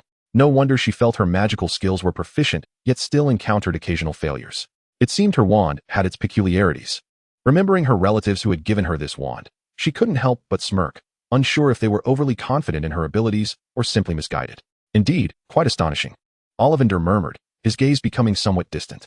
Trelawney noticed his change in demeanor. Mr. Ollivander, do you have any other concerns? Ah, yes, perhaps, he replied, appearing hesitant, as if on the verge of revealing something. Mr. Ollivander? Trelawney furrowed her brow, puzzled by his reaction. It is this, Miss Soren. Ollivander carefully considered his words. I am uncertain if you have heard of the Elder Wand. The Elder Wand? Trelawney blinked and then shook her head. Yes. It is not surprising that you have not heard of it. This tale is more widely known in the British Isles, Ollivander acknowledged. In that case, let me summarize. There once existed a legendary wand, unparalleled in its might. The one who wielded it was invincible in battle. However, each of its masters met an untimely demise. According to legend, it was a wand bestowed upon mankind by Death himself. That sounds rather far-fetched, Trelawney chuckled. She had indeed never encountered such a story. Given the Soren family's traditions, no one had narrated tales to her in her childhood. Thus, even widely circulated stories might remain unknown to her. Far-fetched? Perhaps. Ollivander nodded, affirming the existence of the wand. Oh, Trelawney raised an eyebrow, suddenly struck by a thought, her expression becoming peculiar. You cannot possibly mean. Indeed, he replied. That wand is said to be a fusion of elder wood and the hair of a thestral. Ollivander nodded gravely, his gaze towards Trelawney laden with complexity. The last known appearance of this wand, it is rumored, was in the hands of the dark wizard Grindelwald. As far as I am aware, the Soren family has always been a staunch supporter of Grindelwald. Chapter 11, Seeking Trouble. I had suspected as much. Many who emerge from Durmstrang delve into dark magic and forbidden arts. Why, then, does my family face such disdain? So that is the crux of the matter. On her way back to Hogwarts, Trelawney mused. She had been oblivious to the fact that the Soren family once stood proudly in Europe, their influence extending to the New World as fervent adherents of the dark wizard Grindelwald, particularly her grandfather, who was a direct follower of Grindelwald, and her uncles, aunts, and parents, who openly admired him. Thus, much of Europe, especially in the north, regarded the Soren family with a discerning eye. No wonder that upon her transfer to Durmstrang, the students there scrutinized her with such disdain. This led her to cause quite a ruckus at Durmstrang. The root of the issue lay here. The misfortunes of the Soren family were, in truth, not surprising. Their actions warranted imprisonment. However, the duration of their sentence was somewhat lengthy. Trelawney had previously thought it was merely due to their significant influence, but now she understood it was indeed because of Grindelwald. Trelawney was acutely aware that even now, many regions in northern Europe harbored deep-seated fear and aversion towards Grindelwald. As for the wand in her possession, although she had once harbored fantasies about it, Ollivander's meticulous examination confirmed that it was not the legendary Elder Wand. The myth of the Elder Wand has persisted for at least a millennium, possibly tracing back to the earliest epics of wand lore. In contrast, this wand, while also an heirloom, could not be more than 2 centuries old, Ollivander had remarked. Trelawney had no reason to doubt the words of this esteemed master of wand craftsmanship. Under Luca's guidance, Trelawney returned to Hogwarts. Miss Soren, I shall take my leave now. Luca bowed and vanished. The magic of the house elf was indeed convenient, enabling the use of disapparition even here, Trelawney contemplated. The 3 great magical academies of Europe are all protected by barriers, preventing direct access through any form of spatial leap. Previously, Rouliac accompanied Trelawney, who could only first arrive at Hogsmeade and then, under the guidance of Professor McGonagall, enter Hogwarts. However, house elves possess the ability to apparate within the school. Does this not constitute a flaw? Pondering this, Trelawney entered through the grand doors. Ascending the staircase, she arrived at the great hall, where lunch was being served. She took a seat at the Slytherin long table and began her meal. Perhaps due to the torment curse she had employed the previous night, the Slytherin students cast furtive glances her way. The students from other houses appeared oblivious to her presence, as she had donned the Slytherin robes. In a gathering of over 100 students, it was unlikely anyone knew everyone else. Thus her presence went unnoticed. Throughout her meal, no one uttered a word to her, and the 2 seats beside her remained unoccupied. Trelawney, however, was unperturbed. She had experienced similar isolation during her time at Durmstrang, where she had been quite severely ostracized. Back then, she was unaware of the reasons, but now she understood. Reflecting upon this, Trelawney felt a twinge of remorse for the parting gift she had left them. Perhaps it was a tad excessive. This fleeting sentiment of regret, though it lasted less than a second, soon dissipated. At that moment, a presence approached her silently from behind. Trelawney's lips twitched slightly. Without turning, she knew it was her head of house, Severus Snape. The unmistakable, pungent aroma of potions confirmed there could be no other. Indeed, before she could turn, a cold voice emanated from behind her. Miss Trelawney, please begin attending classes with the other students starting next Monday. Here is your timetable. He extended a piece of parchment towards her. Thank you, Professor, Trelawney replied, glancing at the schedule. It seemed manageable. The classes were not overly congested. The only issue was her uncertainty regarding the locations of these classrooms. Yet, that was a minor concern. She could simply follow her peers. As Trelawney contemplated the differences between this curriculum and those at Beauxbatons and Durmstrang, Snape spoke again. There will be a Halloween feast this evening, so dinner will be served later. Ah, yes, thank you for the reminder, Professor. Trelawney nodded in appreciation. Snape offered no response, turning to sweep away in his black robes. Headmaster, won't your aloofness earn you a reprimand from your wife? Trelawney mused as she watched his retreating figure, only to reconsider. The potent scent of potions surrounding him likely indicated he was without a spouse. It is indeed understandable why she wore such a sour expression all day long. Trelawney mused to herself, rising from her seat to wander about. While digesting her meal, she also sought to familiarize herself with the architectural intricacies of Hogwarts Castle. After meandering for a short while, she found herself at a loss for words. One could only wonder what the designers and builders of this castle were thinking, for the staircases and narrow corridors within could shift and change at will. Consequently, while routes certainly existed, they were rendered almost non-existent within the castle's labyrinthine confines. You might think a particular path would lead you to your destination, only to arrive and discover, to your dismay, that the route had vanished. What a ridiculous predicament! Trelawney muttered under her breath. Suddenly, her eyelid twitched slightly. As she rounded a corner, she perceived a fleeting shadow at the far end of the corridor she had just traversed.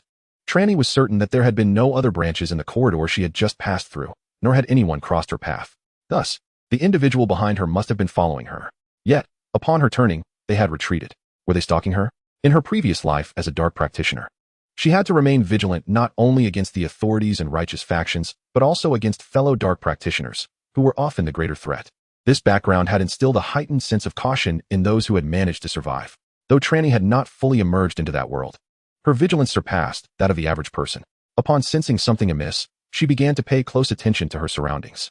Sure enough, as she turned again, she spotted the figures trailing her. They were 2 boys with red hair, adorned in robes embellished with crimson accents, indicating they were students from Gryffindor. The house, symbolized by the lion. After passing through yet another corridor, Trelawney confirmed that the 2 Gryffindor boys were indeed stealthily following her. How intriguing! She chose not to look back, feigning ignorance, while a subtle smile crept upon her lips. On her very first day at Hogwarts, she had already stumbled upon something fascinating. Were they adversaries of her uncle, or perhaps her father's foes? Or did they simply harbor disdain for the Sauron family? It mattered little. Trelawney's hand, concealed beneath her robe, quietly grasped her wand, waiting patiently for the actions of her pursuers. Fancy a game, do you? How delightful. Chapter 12, The Gryffindor Twins. Trelawney sauntered leisurely down the corridor when suddenly, her foot found nothing but air, and she fell into a swamp. Indeed, a swamp.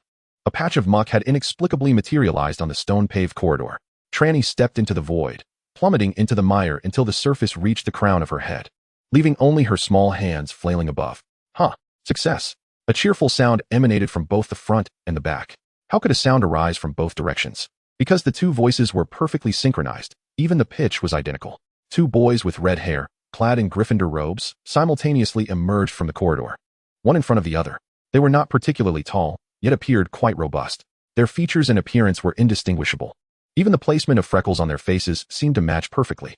The two approached the edge of the swamp, observing the flailing hand of Trelawney above, and were overwhelmed with joy. "George, this Slytherin fool seems rather unfamiliar, doesn't he?" one of the boys remarked. "Indeed, Fred. It's quite peculiar that he's wandering about all alone," the other boy replied. "Nonetheless, isn't it splendid? Our moving swamp has never been tested, and now it appears to be working remarkably well," Fred exclaimed, chuckling at the sight of the hand struggling to grasp the edge of the swamp, yet failing to find purchase. "Yes, indeed. But is it perhaps a bit too deep?" George said uncertainly. "I recall our design was supposed to be less than 5 feet. "Oh, you two are quite thoughtful," a sudden feminine voice chimed in from the side. Before Fred and George could react, a force abruptly pulled them together. Initially standing on opposite sides of the swamp, they found themselves lifted above it, only to plummet into the murky depths. The small hand that had previously danced within the swamp had vanished long ago. As Fred and George fell into the swamp, they instinctively began to struggle. However, the swamp, which had a diameter of about 1 meter, suddenly constricted, narrowing just enough to trap the two boys in between. They collided face to face, their chests pressing together, and instinctively turned their heads to avoid an awkward closeness, only to find their arms wrapped around each other's backs, ensnared in the muck. This position rendered them incapable of exerting any force. "Use magic," Fred urged. Both boys brandished their wands, almost in unison. Just then, 2 beams of red light shot forth simultaneously, striking precisely at their wand-holding hands. The wands flew high into the air, landing against the adjacent wall. As a stone pillar on the wall shimmered, a figure detached itself from above. It was Trelawney, who had previously fallen into the swamp. Trelawney materialized, catching both wands in her outstretched hand, and with a curious tilt of her head, gazed at the 2 red-haired boys, now entangled and struggling within the transformed mud pit. A triumphant smile gracing her lips. Gentlemen, enjoying yourselves, are we?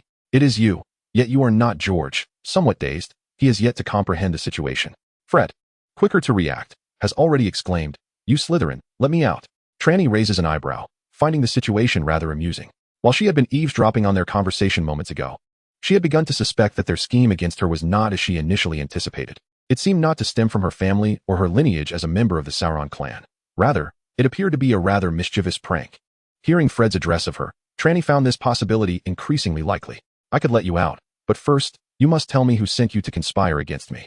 Though she had her suspicions, Trelawney inquired nonetheless. "Who sent us?" "No one commands us," George declared loudly. However, it seemed that in his fervor, he inadvertently bumped into Fred, who let out a muffled groan, his expression suddenly turning grim. George appeared to notice Fred's sudden change, his face paling as he asked, "Fred, are you all right?" Fred, however, contorted his face in extreme agony. "Quick, let us out. I think I hit something sensitive on Fred," George exclaimed in a panic. Trelawney smirked, yet had no intention of releasing the two. "You hurry up. You don't understand. We boys," George began, but Trelawney merely waved her hand dismissively. "Enough. That charade has no effect on me. If you are to feign pain, at least work up a bead of sweat. Merely grimacing is far too contrived. However, I must admit, you two are quite in sync. One changes expression, and the other immediately comprehends. Or do you often employ such tricks to deceive?" Upon hearing this, both Fred and George froze. The panic on George's face and the pain etched on Fred's disappeared, replaced by sheer incredulity. "How did you?" Fred instinctively began to ask, but recalling her earlier remark about sweating when in pain, he found himself at a loss for words. Yet, could one truly notice such subtle details in this moment? Trelawney, of course, did not possess the ability to perceive every nuance. But having honed her mental barriers to such an extent that they could influence the external realm, she wielded a soul power far beyond the ordinary. This endowed her with a capacity to sense significant emotional fluctuations.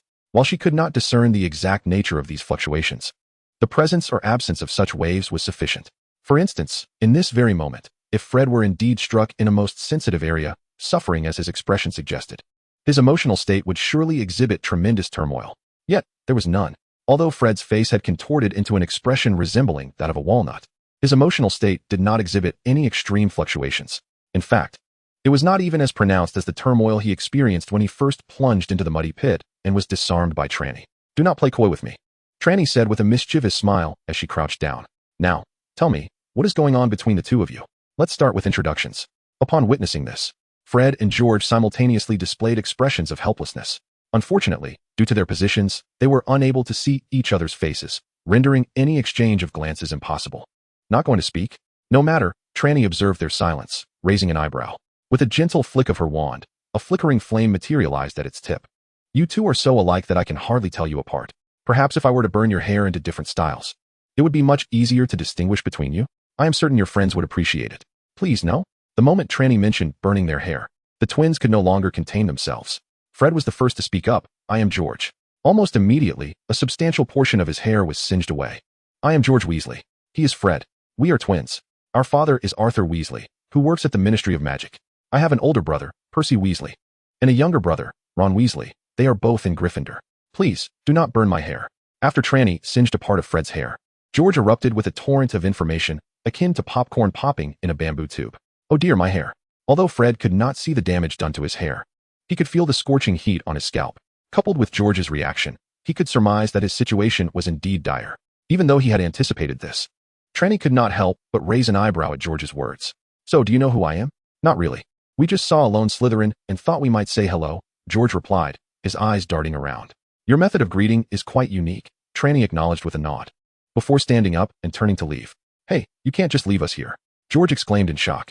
"I have told you everything, but I never promised to let you out," Trelawney retorted, walking away without looking back, disregarding their protests entirely. After making a considerable circuit, Trelawney felt she had gathered sufficient information. While it was difficult to say she had memorized the location and paths of every classroom, she could at least manage to navigate if someone mentioned a place. For the time being, that was adequate. The following days were the weekend, and a couple more rounds of exploration should suffice. With this thought in mind, Trelawney prepared to head back to her dormitory. As she passed by the lavatory on the lower level, a faint sound of sobbing reached her ears. "Is someone weeping?" Trelawney was taken aback, glancing towards the adjacent girls' restroom. The proximity to the common rooms of Slytherin and Hufflepuff left her wondering which house the distressed student belonged to. Initially inclined to disregard it, a fleeting thought of her role as a prefect made her hesitate, prompting her to step inside. Approaching a stall, the sobbing became more distinct. Trelawney knocked on the door. "You needn't mind me. Let me be for a moment," came a voice laced with tears. "Crying alone is rather dull. If something is troubling you, sharing it might lighten the mood," Trelawney replied. The weeping abruptly halted. Trelawney smacked her lips, sensing she might have misspoken, yet she made no effort to amend her words. "I'll open the door, otherwise I shall force it," she warned. A rustling sound emanated from within, and moments later, the door creaked open.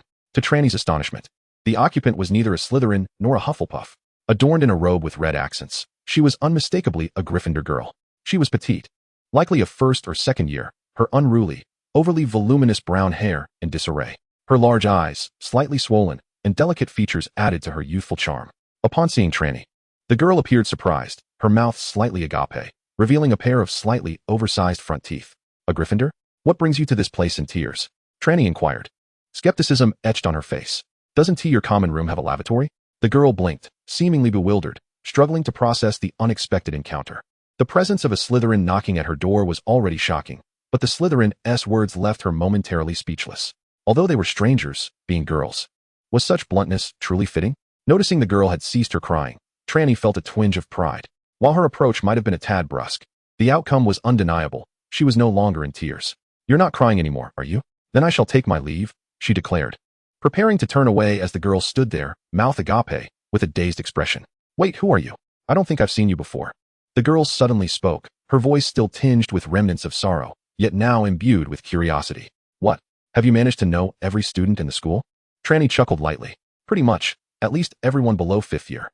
I noticed your hesitation, so you're likely no older than 3rd year, right?" This revelation piqued Trelawney's interest further. Although the other party attended 3 different schools, they managed to become acquainted with nearly everyone in a single institution within just 2 months, which is quite impressive, at least for Trelawney. Even in the relatively well-off surroundings of Busbaton, she only knows about half of her year group, primarily a few girls from her dormitory. It is somewhat awkward to note that the girls in her dorm seem to have suffered the most due to their families, as orchestrated by their uncles and aunts. This friendship has rather unceremoniously capsized. Really? Do you know who the sixth-year male prefect is? Trelawney inquired. The sixth-year male prefect of Slytherin? That would be Marcus Flint. Who is also the captain of the Slytherin Quidditch team, Hermione replied. The Quidditch team? You have a Quidditch team at Hogwarts as well? Trelawney asked instinctively. Yet, upon asking, she realized her folly. Britain is the heart of Quidditch, the nation with the largest league. Although the recent World Cup performances have been rather dismal, it does not diminish the fervor of the sport domestically.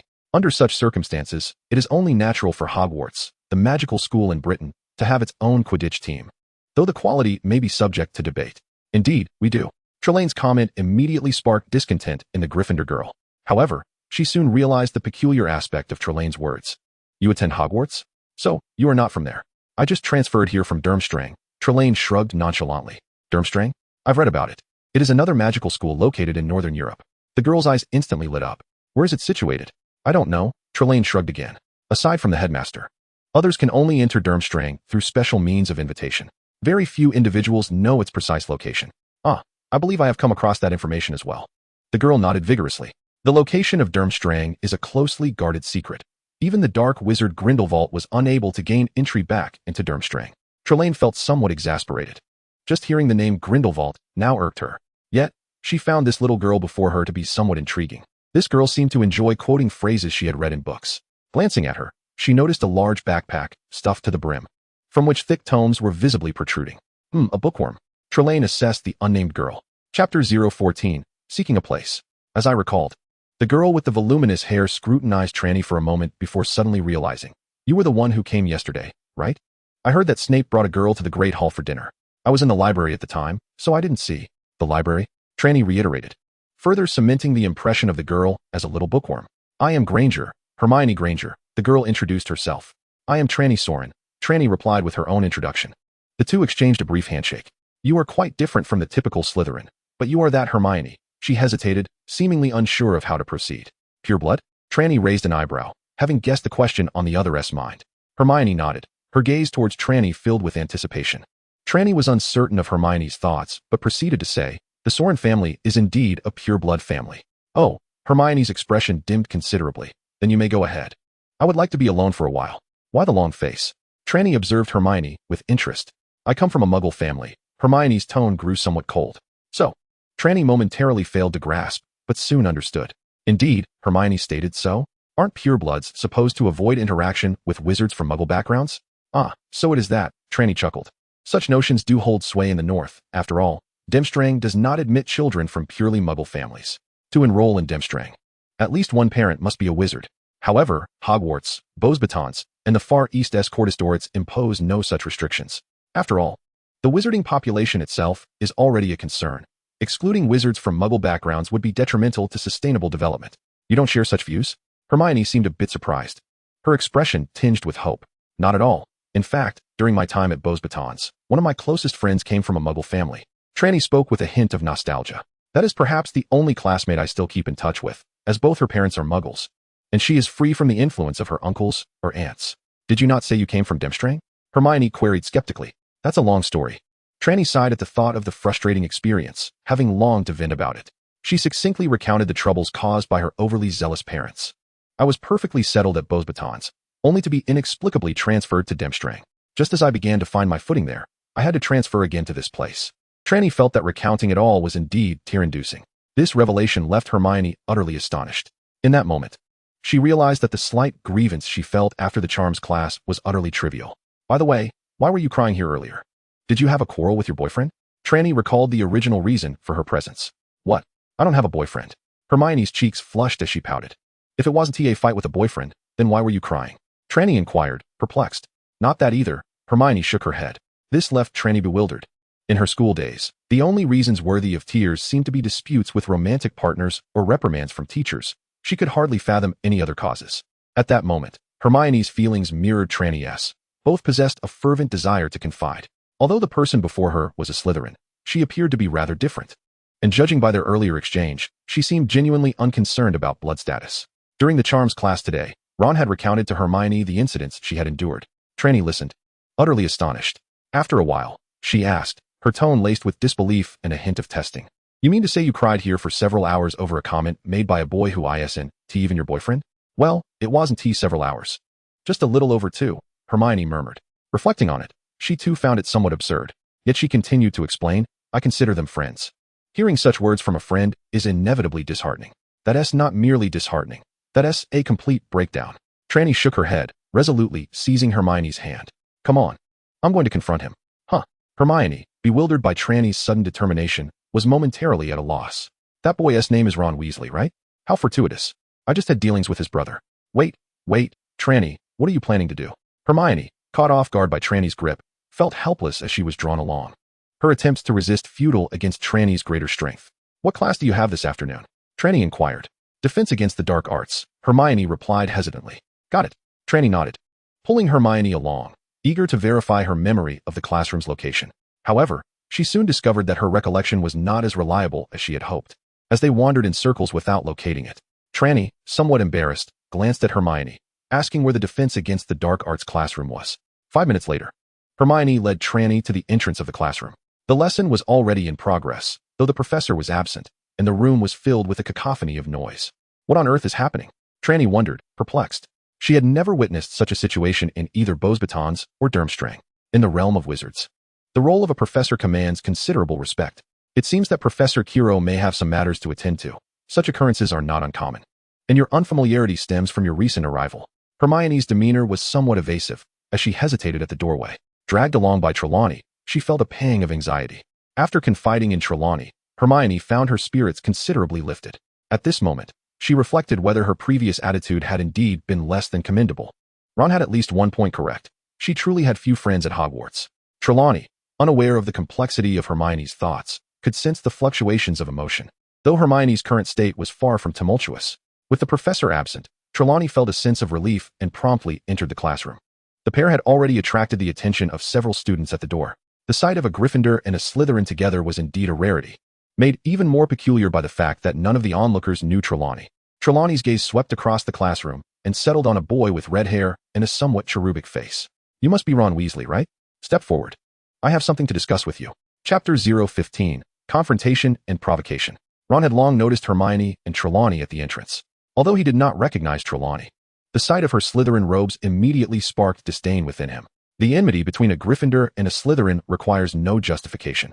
How could Hermione be associating with a Slytherin? Upon witnessing the scene, he immediately turned to his close friend Harry and voiced his astonishment.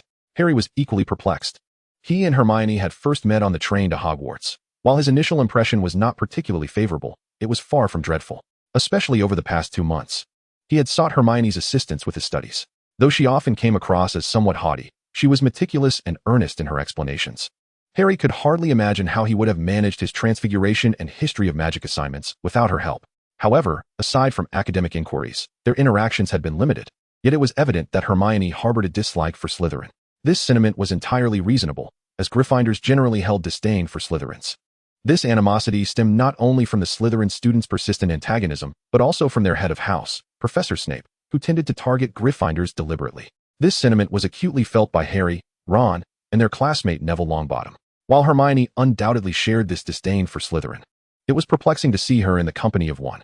Yet this particular Slytherin Harry's gaze involuntarily fell upon the girl standing beside Hermione at the door.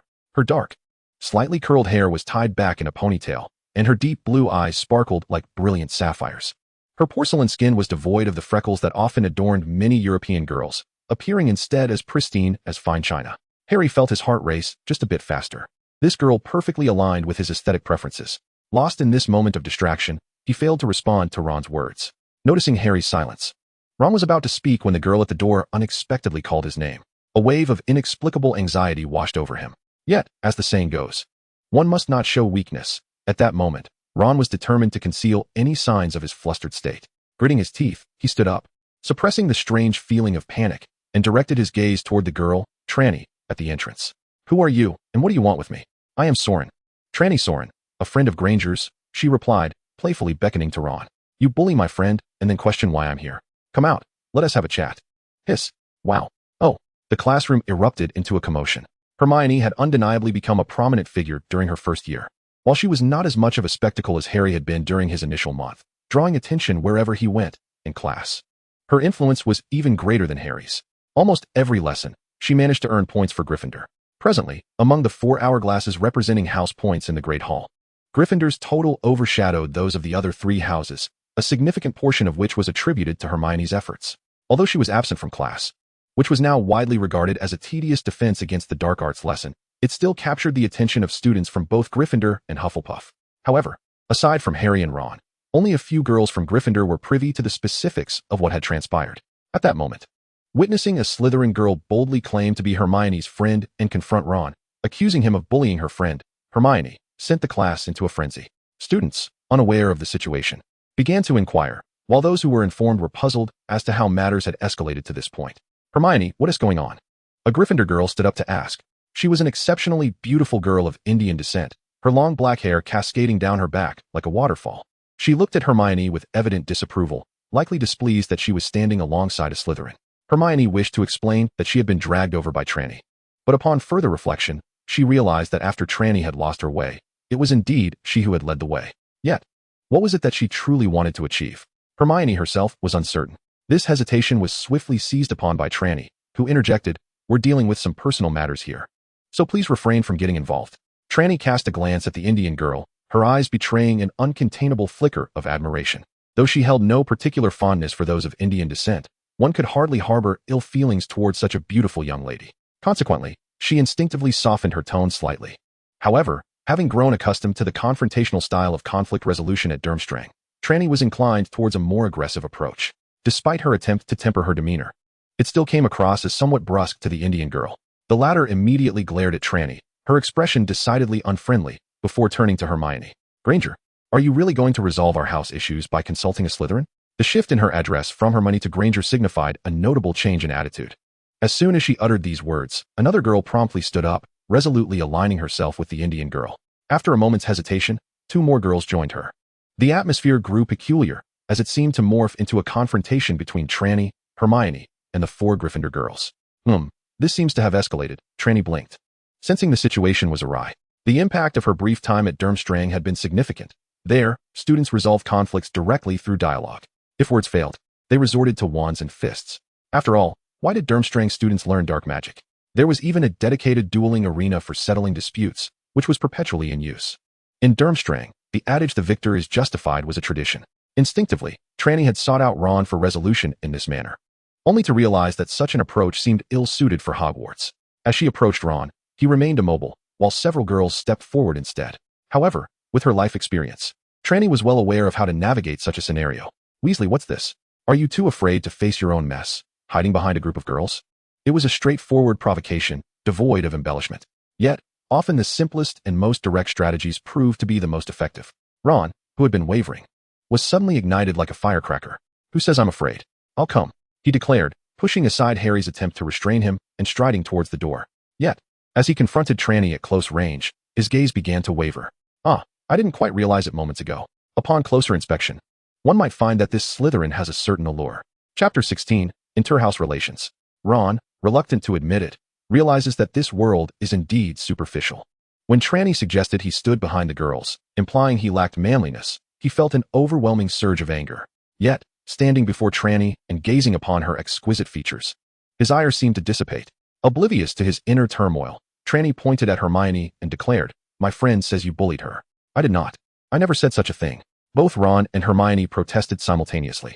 Ron certainly did not believe he had bullied Hermione. The notion of harassing a female classmate was utterly unacceptable. If it were true, he would be unable to hold his head high at school, and he would likely face his parents' wrath at home.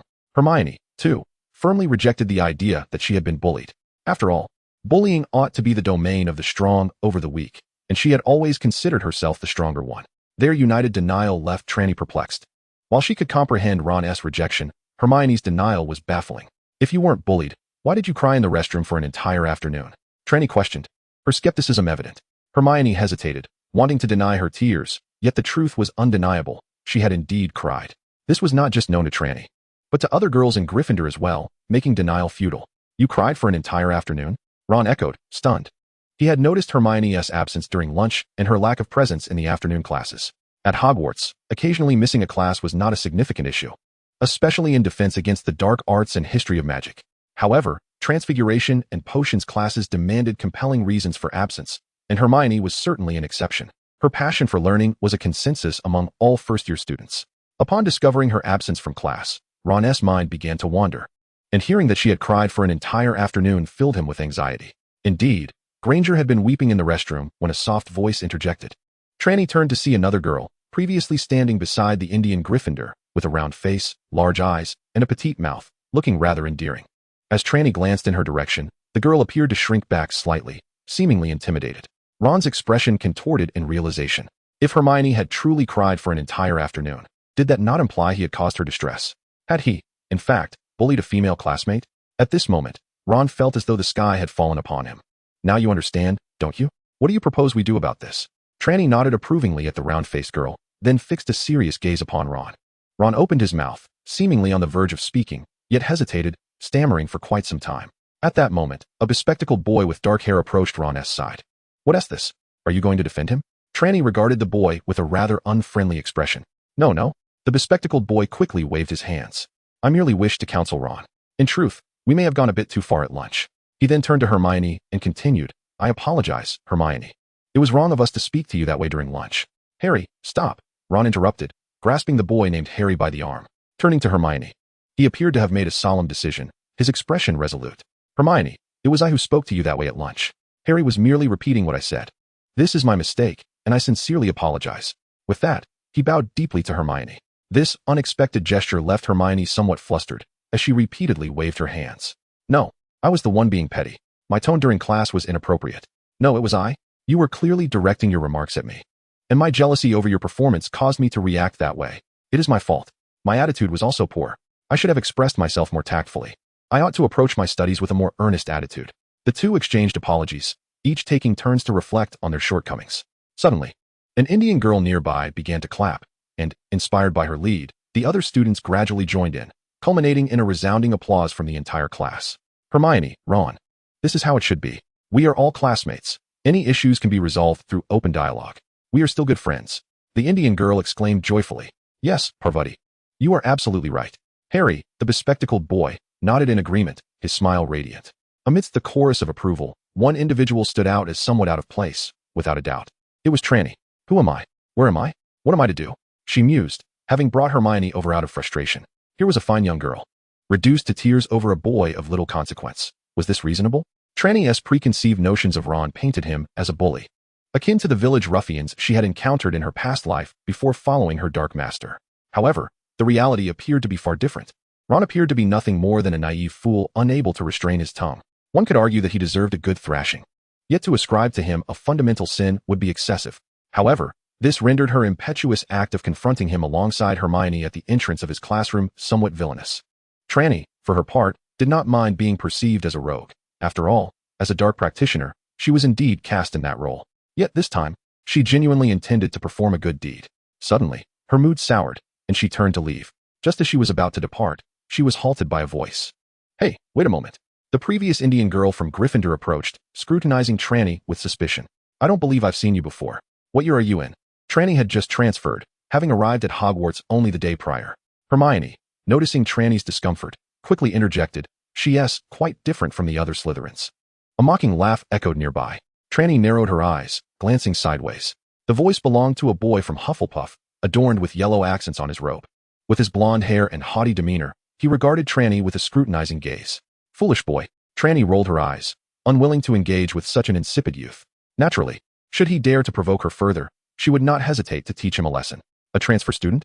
Quite unfortunate that she ended up in Slytherin, Ron muttered softly. Unable to resist stealing another glance at Trelawney, she pressed her lips together, remaining silent, having gained a new understanding of the dynamics at Hogwarts. The relations among the four houses appeared to be rather strained. Chapter 17, The Great Enterprise of Mischief. Trelawney had already held a poor impression of Hogwarts. Given its ominous reputation, this impression was now further diminished.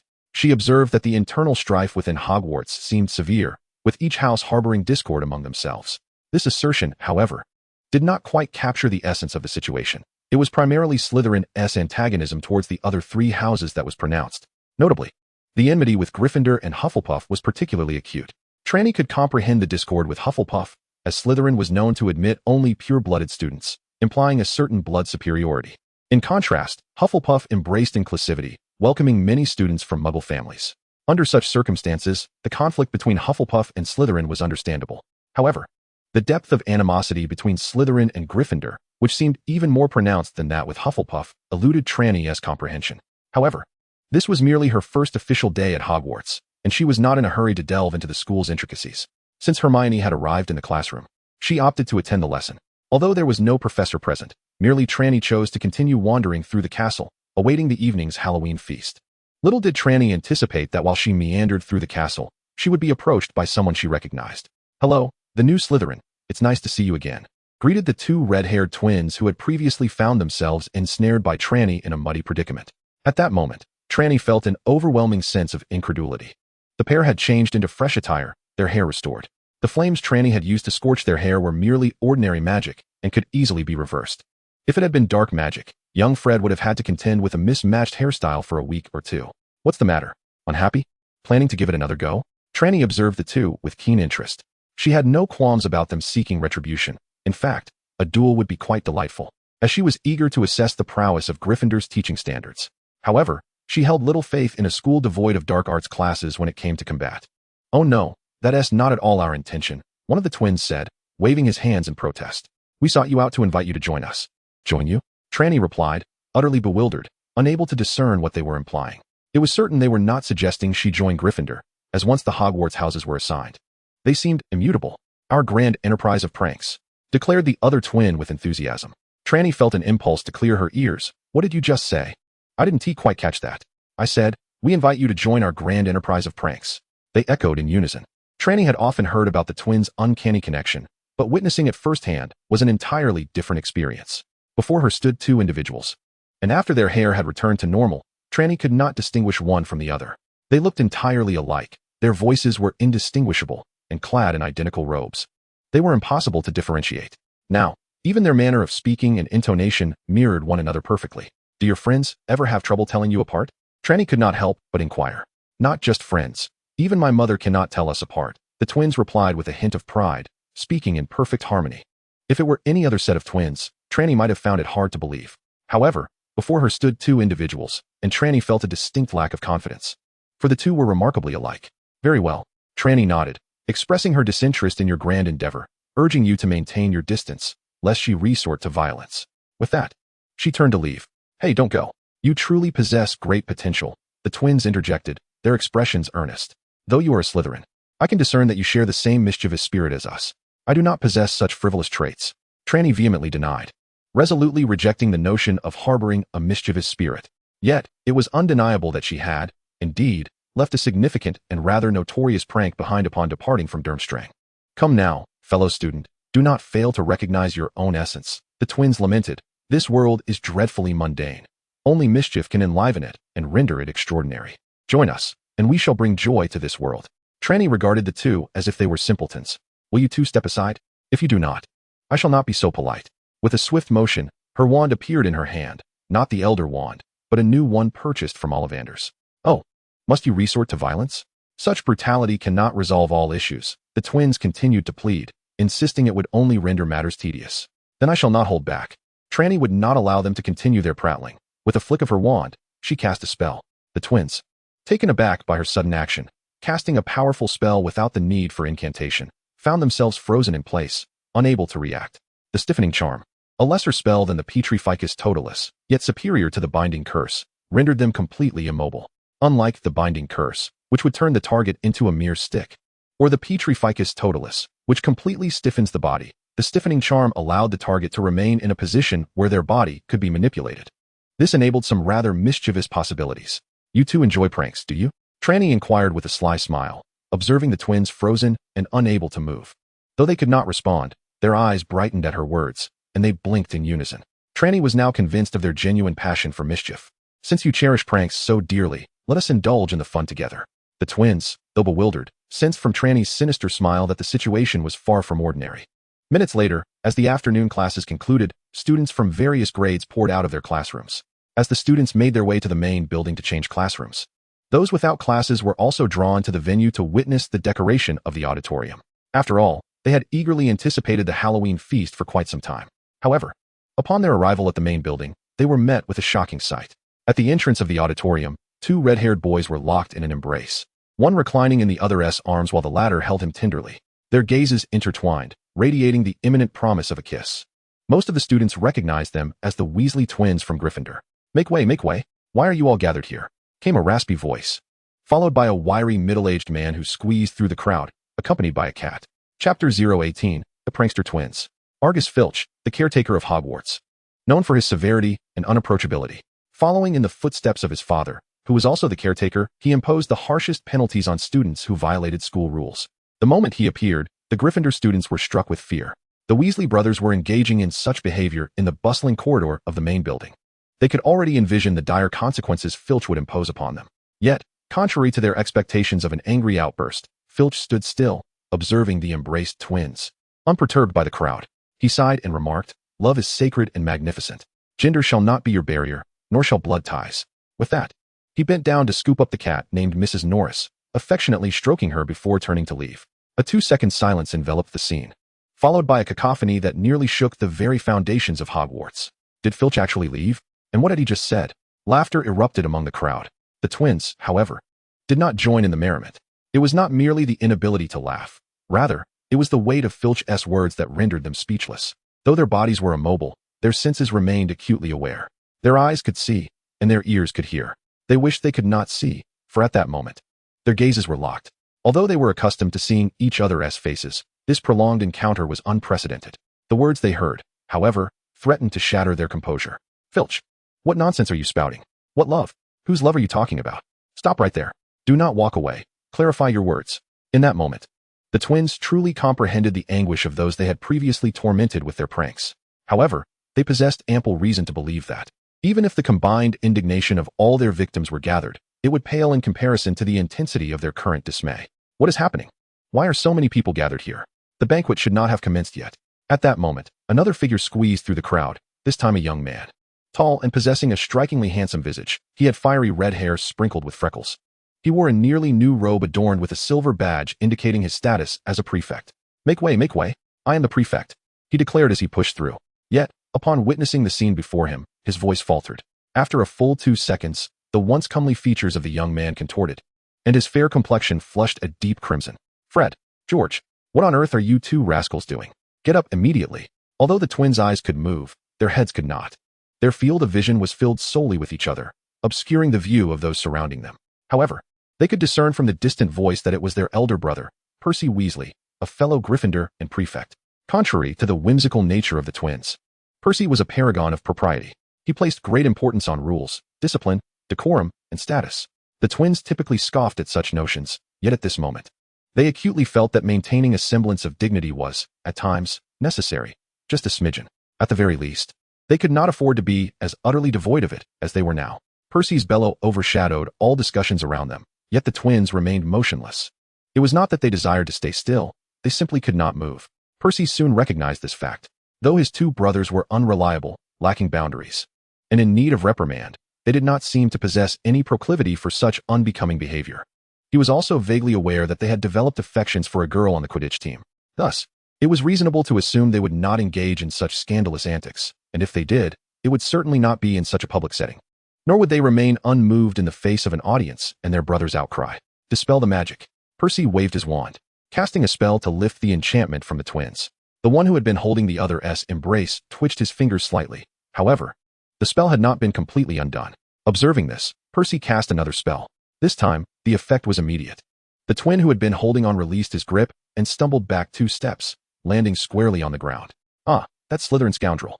The twin who had just freed himself exclaimed the words that had been pent up in his heart for over 10 minutes, while the other twin found himself in dire straits. He had been cradled, but, as soon as the other let go, he plummeted to the ground.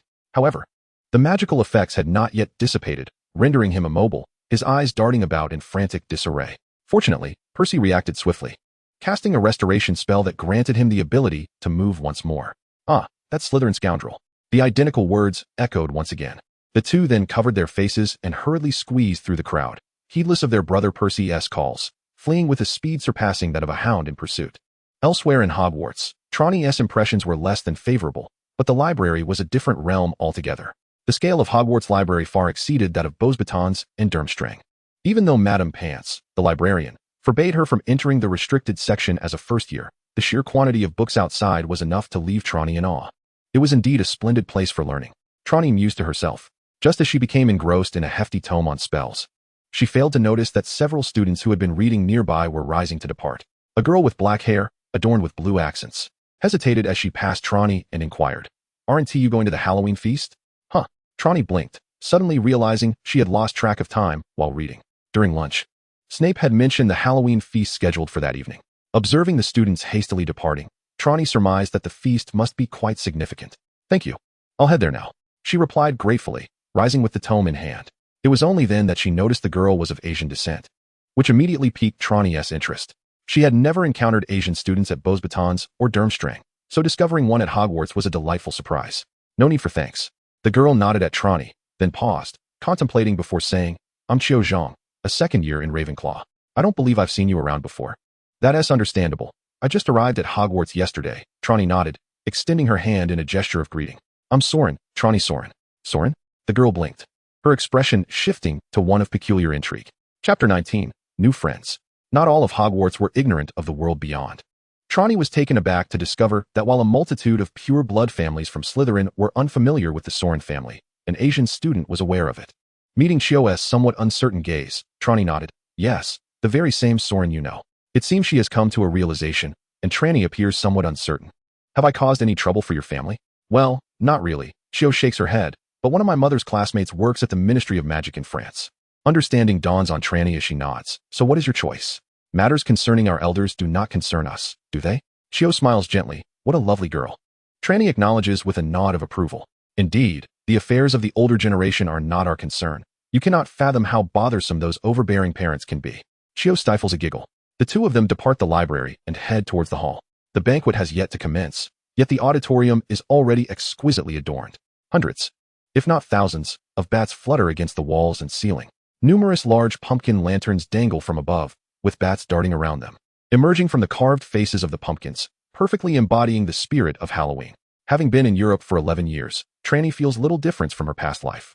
Gradually, she has come to embrace Western festivities. However, the Nordic wizarding families, unlike their English counterparts, engage with Muggles only sparingly. Although Trelawney attended a primary school among Muggles, she scarcely interacted with her classmates outside of lessons. She lacks experience with festivities. The Soren family is comprised of research enthusiasts, and it's a miracle if her uncles remember to provide her with food. Celebrations are simply not on their radar. Furthermore, at both Beauxbatons and Durmstrang, she had never experienced any celebrations. This is her first genuine encounter with a wizarding holiday, and she feels a tinge of anticipation. Judging by the hall's decorations, Trelawney finds it rather delightful. "I'll head over to our section first." Qiu smiles at Trelawney before returning to the Ravenclaw table. Trelawney dislikes this custom. Wondering why the houses at Hogwarts maintain such strained relationships, it is no wonder that they are kept apart for every activity. Yet she distinctly remembers reading about the founders of Hogwarts in history books. The four founders were once close friends, united in their bond to establish a school of magic. How did it come to this? While pondering this, Trelawney approaches the Slytherin table. Just as she takes her seat, a boy leans in. He is a tall, slender lad, appearing quite handsome with his golden brown hair and deep brown eyes, though he seems somewhat awkward at the moment. "Is there something you need?" Trelawney inquires, curious about his intentions. "I am Higgs, Terence Higgs," the boy introduces himself. "Oh, and then?" Trelawney nodded, feeling no need for self-introduction. After all, Severus had already introduced her to all the Slytherin students the previous night. Even if someone happened to be absent, they should still be aware of the newcomer among them. "So, did you know Autumn before?" Higgs inquired cautiously. "Autumn?" Trelawney's lips curled into a smile as she understood the young man's implication. He was referring to the Autumn who had come with him. Well, the lad certainly has an eye for beauty, Trelawney thought, finding Autumn quite attractive, gentle, and easy to get along with. Moreover, despite being a Nordic by birth, she naturally held a preference for those of Eastern descent, which made her predisposed to favor the Chinese Autumn. Shaking her head, Trelawney replied honestly, "I just met her today. In the library." "I see." Terence nodded, his expression tinged with regret. Nevertheless, he thanked her and seated himself a little further away. Two spots beside Trelawney became vacant once more, with no one on either side. Trelawney was indifferent to this. Once the fruits and desserts appeared before the meal, she indulged herself with delight. Listening to the discussions around her, it seemed there would be a program. That sounded promising. While Trelawney savored her fruit and awaited the entertainment, a faint, enchanting fragrance wafted from the side. Turning her head, she noticed a beautiful girl sitting beside her. The girl possessed strikingly blue eyes reminiscent of the Aegean Sea, with flowing golden curls and flawless, pale skin devoid of blemishes. Her high-bridged nose and petite mouth marked her as a true beauty. Noticing Tranny's gaze, the girl smiled softly. "Hello, I am Greengrass, Daphne Greengrass." "Greengrass?" Tranny squinted slightly, recognizing it as one of the 28 pure-blood families of Britain. "Oh." Daphne looked at Tranny with mild surprise. "I thought you were not well acquainted with British society." "Indeed, not extensively," Tranny chuckled, "but I am aware of the Greengrass family. Britain boasts 28 pure-blood families, some thriving while others have seen better days. The Malfoy family, which had once been discreet but now stands at the forefront of British wizardry, is a testament to this. There are also the Gunter and Black families, once formidable across Europe, now facing decline or extinction. The Greengrass family, however, remains one of the few that was powerful in the past and continues to wield influence, at least not at the brink of losing their legacy." "How fortunate indeed," Tranny remarked. Daphne smiled and nodded, acknowledging their new status as classmates, and expressed her eagerness for mutual guidance. Although Tranny was indifferent to the presence of others in her playtime, she welcomed Daphne's overture of kindness. Thus, Tranny found her first companion. However, despite Daphne's company, no one else approached them, and in fact, there was now an empty space beside Daphne. It seemed that her social connections were not particularly strong, Tranny remarked playfully. "Well, you are not entirely mistaken," Daphne replied, smiling and unperturbed by Tranny's teasing. "I generally prefer solitude." Tranny, intrigued, looked at Daphne with curiosity, suggesting, "Then why did you seek me out?" Clearly, Daphne was quite astute, quickly grasping Tranny's implication, and shot her a pointed glare. "Isn't it rather dull to be alone? Besides," Daphne added with a sly grin, "I find the Soren family quite fascinating." Upon hearing this, Tranny felt a slight itch on her back. Does your family have any relatives working in the French Ministry of Magic?" Tranny's suspicion was not unfounded. The pure-blood families were limited in number, and to maintain their bloodline, intermarriage was common. In Britain, there were only 28 families, several of which had dwindled to just a few members. Thus, seeking foreign pure-blood families was a typical practice. It was entirely plausible for Daphne's mother to have classmates at the French Ministry of Magic, and for Daphne to have relatives associated with it. Daphne stifled a giggle. "Well, they aren't exactly close relatives," she admitted. "I am simply intrigued by the Soren family, one of the 3 most renowned dark magic families in Europe." Tranny was aware of the reputation of the 3 great dark magic families, though references to them had diminished following the International Wizarding Federation's advocacy for reduced use of dark magic. Yet, nearly a century ago, discussions about these families were quite prevalent. The Black family from Britain, the Helix family from France, and the Soren family from Sweden were all noted for their deep studies in dark magic. "Oh, what do you feel when you see them?" Tranny inquired with a smile. "Seeing is believing," Daphne asserted earnestly. "To master dark magic in the first year is quite rare. Even at Durmstrang, don't you think?" "Hey, according to Kakarov, I'm the only one since the school's inception," Tranny chuckled. Despite having left Durmstrang in tears, she harbored little respect for Kakarov. He might appear formidable, yet in reality, he was quite timid. The rather superficial and insipid evaluation of the headmaster by Tranny left Daphne somewhat speechless. However, she was unfamiliar with Kakarov, so she refrained from further comment. Instead, she shifted the conversation, inquiring, "Were the Weasley twins you're doing?" This was, in fact, the true purpose of her visit to Tranny. She had witnessed the twins' captivating display in the main hall, which was nothing short of eye-popping. Typically, the twins were the ones playing pranks on others. But this time they had become the subjects of a trick, which brought a sense of vindication, especially to the younger students, particularly the first years. "Well, those 2 fools invited me to join their prankster group, so I thought I'd let them experience what it feels like to be pranked," Tranny chuckled mischievously. Although she hadn't seen the subsequent reactions to the twins' display, she could surmise the general response. "Aren't you afraid of their retaliation?" Daphne asked curiously. "Retaliation?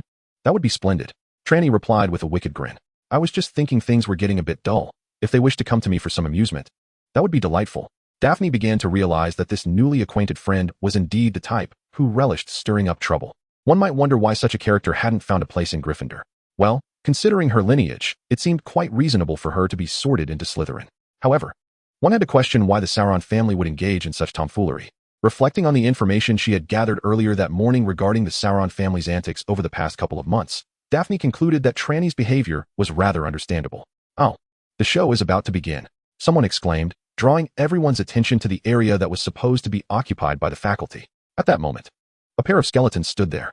"Wow," Daphne gasped, her eyes sparkling with excitement. Tranny, somewhat taken aback, had perceived Daphne as the epitome of grace and poise through their brief exchanges. She wondered how Daphne could be so astonished by mere skeletons.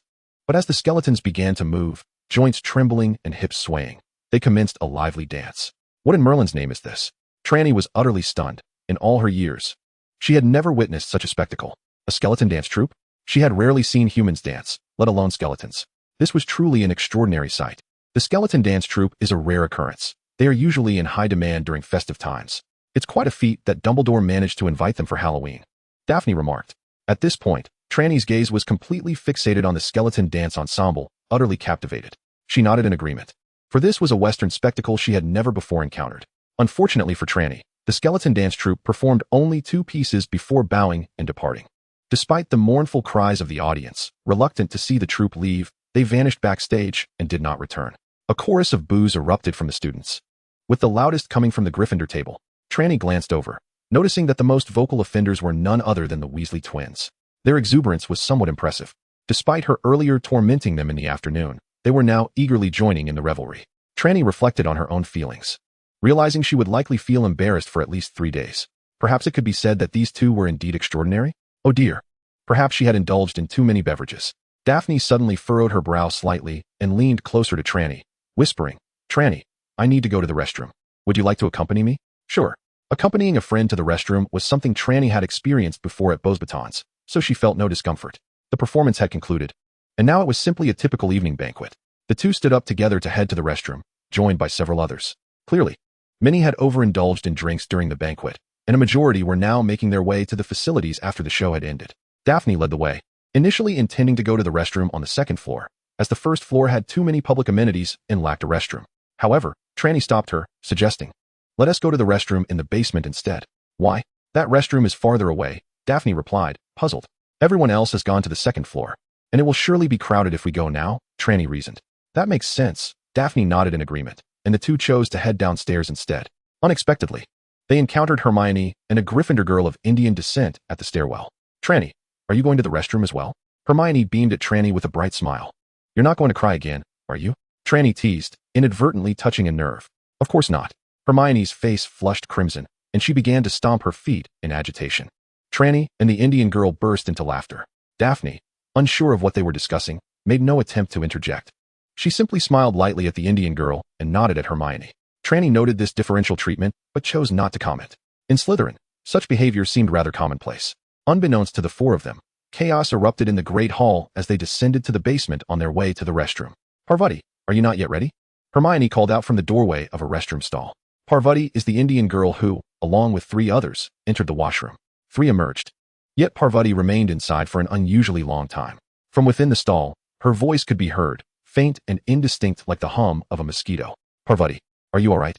Hermione inquired, her concern growing. She had never been particularly close to the other Gryffindor girls, but due to the events surrounding Tranny today, she had formed a slight bond with Parvati. She genuinely cared for this new acquaintance she had known for nearly 2 months. "Could you open the door?" "No, I can't," Parvati replied, her voice trembling, already tinged with the hint of tears. Hermione and Daphne exchanged puzzled glances, but Tranny sighed, reaching into her pocket to retrieve a packet of sanitary napkins, which she then slid under the stall door. "Wow!" came a joyful exclamation from Parvati within. Tranny, what was that?" Daphne asked, bewildered. The pureblood families in Britain seldom interacted with Muggles, and the Greengrass family was a quintessential example. There were many Muggle items she did not recognize. However, Hermione recognized what it was, casting a peculiar glance at Tranny. A rustling sound emerged from the stall, followed by the sound of flushing, and moments later, the door swung open, revealing a blushing Parvati. The young girl was exceptionally beautiful, her features even more delicate than the already lovely Daphne. With a rosy complexion, she appeared irresistibly charming. "Tranny, thank you," Parvati said, her eyes filled with gratitude for Tranny. Even though she had not seen who had passed her the items, she had overheard Daphne's words. "No need to thank me. We're classmates," Tranny replied nonchalantly. The topic felt somewhat awkward, especially since Hermione and Daphne had never experienced such a thing themselves, leaving them at a loss for words as the 4 prepared to exit together. However, as soon as they stepped outside, they all frowned in unison. A foul stench assaulted their senses. "What on earth is that smell?" Hermione exclaimed, covering her nose and stepping back. The washrooms at Hogwarts were maintained by house elves daily and were quite clean. While they might not possess the fragrance of a luxurious hotel restroom, they were at least free of foul odors. Yet this noxious stench was unlike anything Tranny had encountered, even in her past life in a latrine. A loud roar suddenly echoed from the side, and Tranny had already turned her gaze in that direction, where the stench emanated. A grotesque, enormous creature stood there, an anthropoid beast nearly 5 meters tall, with a disproportionately small head atop a stocky body. Its oversized, bumpy feet were unsettling, and it wielded a large, spiked club. A troll? Tranny recognized it. and naturally, the other three did as well. Daphne's eyes widened, frozen in place, unable to move. Parvati and Hermione fared slightly better, but their responses were still quite limited. Hermione stammered as she attempted to speak, her voice escaping her lips in a manner reminiscent of a deflating balloon. Trelawney recognized the creature before them, a common yet perilous humanoid beast known as a troll. With a minuscule brain capacity, it was remarkably dim-witted, yet correspondingly powerful. Its thick skin rendered most spells ineffective, and its dulled pain receptors meant that even when struck, it would not lose its will to fight. Rather, it would become more ferocious. It was peculiar. Hogwarts was supposed to be protected by a dark magic barrier, and such a creature should not have been able to enter. Trelawney pondered aloud, gazing at the troll before her. Hermione opened her mouth, intending to say something, but her trembling teeth betrayed her, preventing her from uttering a single coherent sentence. The troll had already detected them the moment Trelawney and her friends emerged. Now, observing the four diminutive figures, it stomped toward them with heavy steps, raising a massive wooden club to strike. "Ah!" Parvati exclaimed, grasping Hermione with one hand and Daphne with the other, retreating into the restroom. It was not that she did not want to pull Trelawney along. In fact, the hand she extended toward Daphne had initially aimed to grab Trelawney. However, she found herself grasping at air as Trelawney had stepped forward. Unable to pull Trelawney back, she could only retreat with Daphne, watching as Trelawney advanced toward the troll. "Although I have no idea how you got in here," Trelawney declared, her wand flicking with determination. With a resounding thud, the troll was sent flying several meters away, crashing to the ground. "Interesting," Trelawney mused, raising an eyebrow as she observed the troll struggling to rise. She had employed a stunning spell without holding back, expecting it would incapacitate the beast. Yet, despite the force of the spell, it did not trigger the intended effect. The creature's magical resistance was indeed formidable. Trelawney was taken aback. While she was aware of the troll's high magical resistance, she had not anticipated it to be this substantial. However, this presented an intriguing challenge. Trelawney smirked, her expression shifting to one of cold intensity as a series of complex incantations flowed from her lips. With each word spoken and wand movement, a dark beam coalesced into a geometric pattern, resolutely flying toward the troll. With its limited intellect, the troll could not comprehend the significance of the geometric figure. Rising once more, it lumbered toward Trelawney, emitting an enraged roar. The recent enchantment failed to incapacitate the creature. However, the forceful impact inflicted considerable pain upon it, igniting an intense fury within. The colossal form of the giant barreled straight through the geometric shape formed by the dark beam of light. The shape pierced through its body, seemingly devoid of any effect. At that moment, Hermione and her companions peered curiously from the restroom doorway, having halted their actions in disbelief when Trelawney had sent the giant flying with a stunning spell. Hermione and Parvati, unaware of Trelawney's formidable prowess, were utterly astonished. Even Daphne, who had witnessed Trelawney wield dark magic the previous night, had not anticipated her ability to confront the giant head-on. However, upon observing that Trelawney's magic had proven ineffective, concern began to wash over the trio, especially after realizing the dark beam's apparent lack of effect. At that instant, Trelawney turned to face them, and Hermione, alarmed, wished to caution her against looking back. Yet, Trelawney merely smiled brightly, closing her eyes. The ensuing spectacle promised to be somewhat gruesome, perhaps unsuitable for younger audiences. The three were momentarily taken aback, but in the next heartbeat, they grasped the meaning behind Trelawney's words. The once advancing giant's body suddenly disintegrated, transforming into dozens of flesh chunks that rained down, blood splattering across the corridor. It seemed they were too late to react, and Trelawney's expression reflected a hint of regret. Hermione and her companions stood in stunned silence. Chapter 022, Inquiry. Death Severance. The darkened upper-tier spell of the Severing Charm. Among the known magics, it is one of the most potent spells for severing, possessing additional destructive effects against magical entities with resistance and enchanted objects. Even the scales of a fire dragon would not offer significantly greater resilience against this spell than ordinary leather. Yet, despite its extraordinary destructive capacity, this black magic is seldom employed in practical combat by wizards. This is not due to its difficulty. Trelawney, with her current understanding of magical theory and power, is merely at the level of an above-average student, lacking the prowess of a typical adult wizard. The dark magic she can wield is certainly not beyond reach. The reason for its rarity lies in its glaring shortcomings, and there are multiple. Firstly, it is slow. The beam of the Death Severance spell travels at a languid pace, slightly quicker than an average person's brisk walk. Any child with normal mobility could easily outrun it. Secondly, it is fixed. Once the dark beam takes shape, its trajectory cannot be altered, allowing it to be projected in only a singular direction. Even a limping individual, as long as they can swiftly evade the coverage of the black line, can remain unscathed. These two factors render this particular magic virtually useless in the midst of battle. However, it does find occasional application in certain specialized tasks, such as slicing through resilient, magically resistant materials. Yet today, this seemingly ineffective spell proved remarkably effective in the hands of Trelawney. Although the black light was somewhat conspicuous, it did not exude an aura of imminent danger. At least, with the ogre's brain capacity comparable to that of a walnut, it was utterly incapable of perceiving the spell's terrifying potential. It charged forward, completely oblivious, and fell victim to the magic. The geometric pattern formed by the black light mercilessly cleaved its body into fragments. Trelawney felt no particular emotion. She had encountered far more grotesque sights in her previous life. During her time with that sinister soul master, she had come across a sorceress who engaged in far more thrilling and unsettling practices. Trelawney was unfazed, but the three young girls accompanying her were not as composed. The trio stared at the mangled remains of the ogre, momentarily stunned. Hermione was the first to react, violently retching, producing a cacophony of sounds. Almost simultaneously, Daphne and Parvati followed suit, expelling the remnants of their evening meal. Hermione, having vomited slightly less than the others, likely due to having skipped a meal earlier in the day to hide and weep in this very spot. Just then, a flurry of footsteps approached from a distance. A tall, slender figure emerged from the opposite end of the corridor. Trelawney instantly recognized it as Professor Minerva McGonagall, the first professor she had encountered upon arriving at Hogwarts. Professor McGonagall, seemingly drawn by the commotion, had come from the same direction as the ogre. However, upon turning the corner, she abruptly halted, her previously anxious expression morphing into one of peculiar astonishment. Trelawney, with her keen eyesight, clearly observed a convulsive motion in McGonagall's throat.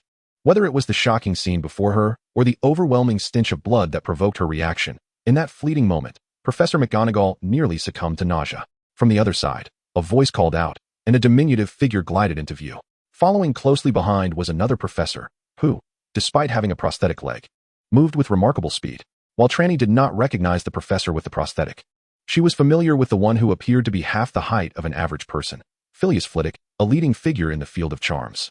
During her time in Buspton, Trelawney had proofread many annotations in the tome on spells, and in today's Wizarding World, she is regarded as an eminent authority in the field of enchantments. However, at this moment, this distinguished expert appeared utterly dazed. Upon witnessing the scene before her, she hesitated, slowly descending from the air, only to be seized by a wave of retching. In contrast, another professor who accompanied her exhibited a greater degree of composure, merely furrowing his brow in concern. What on earth is happening here? Trelawney's gaze fell upon Professor McGonagall and her companions, who naturally recognized their presence. Professor McGonagall seemed to be suppressing both physiological and psychological discomfort as she stepped over a pool of blood and dismembered flesh to reach Trelawney and the other three. Ms. Soren, Ms. Gringotts, Ms. Granger, and Ms. Pettil, can any of you elucidate the situation? Although McGonagall addressed all four, her focus was solely on Trelawney. This was quite reasonable.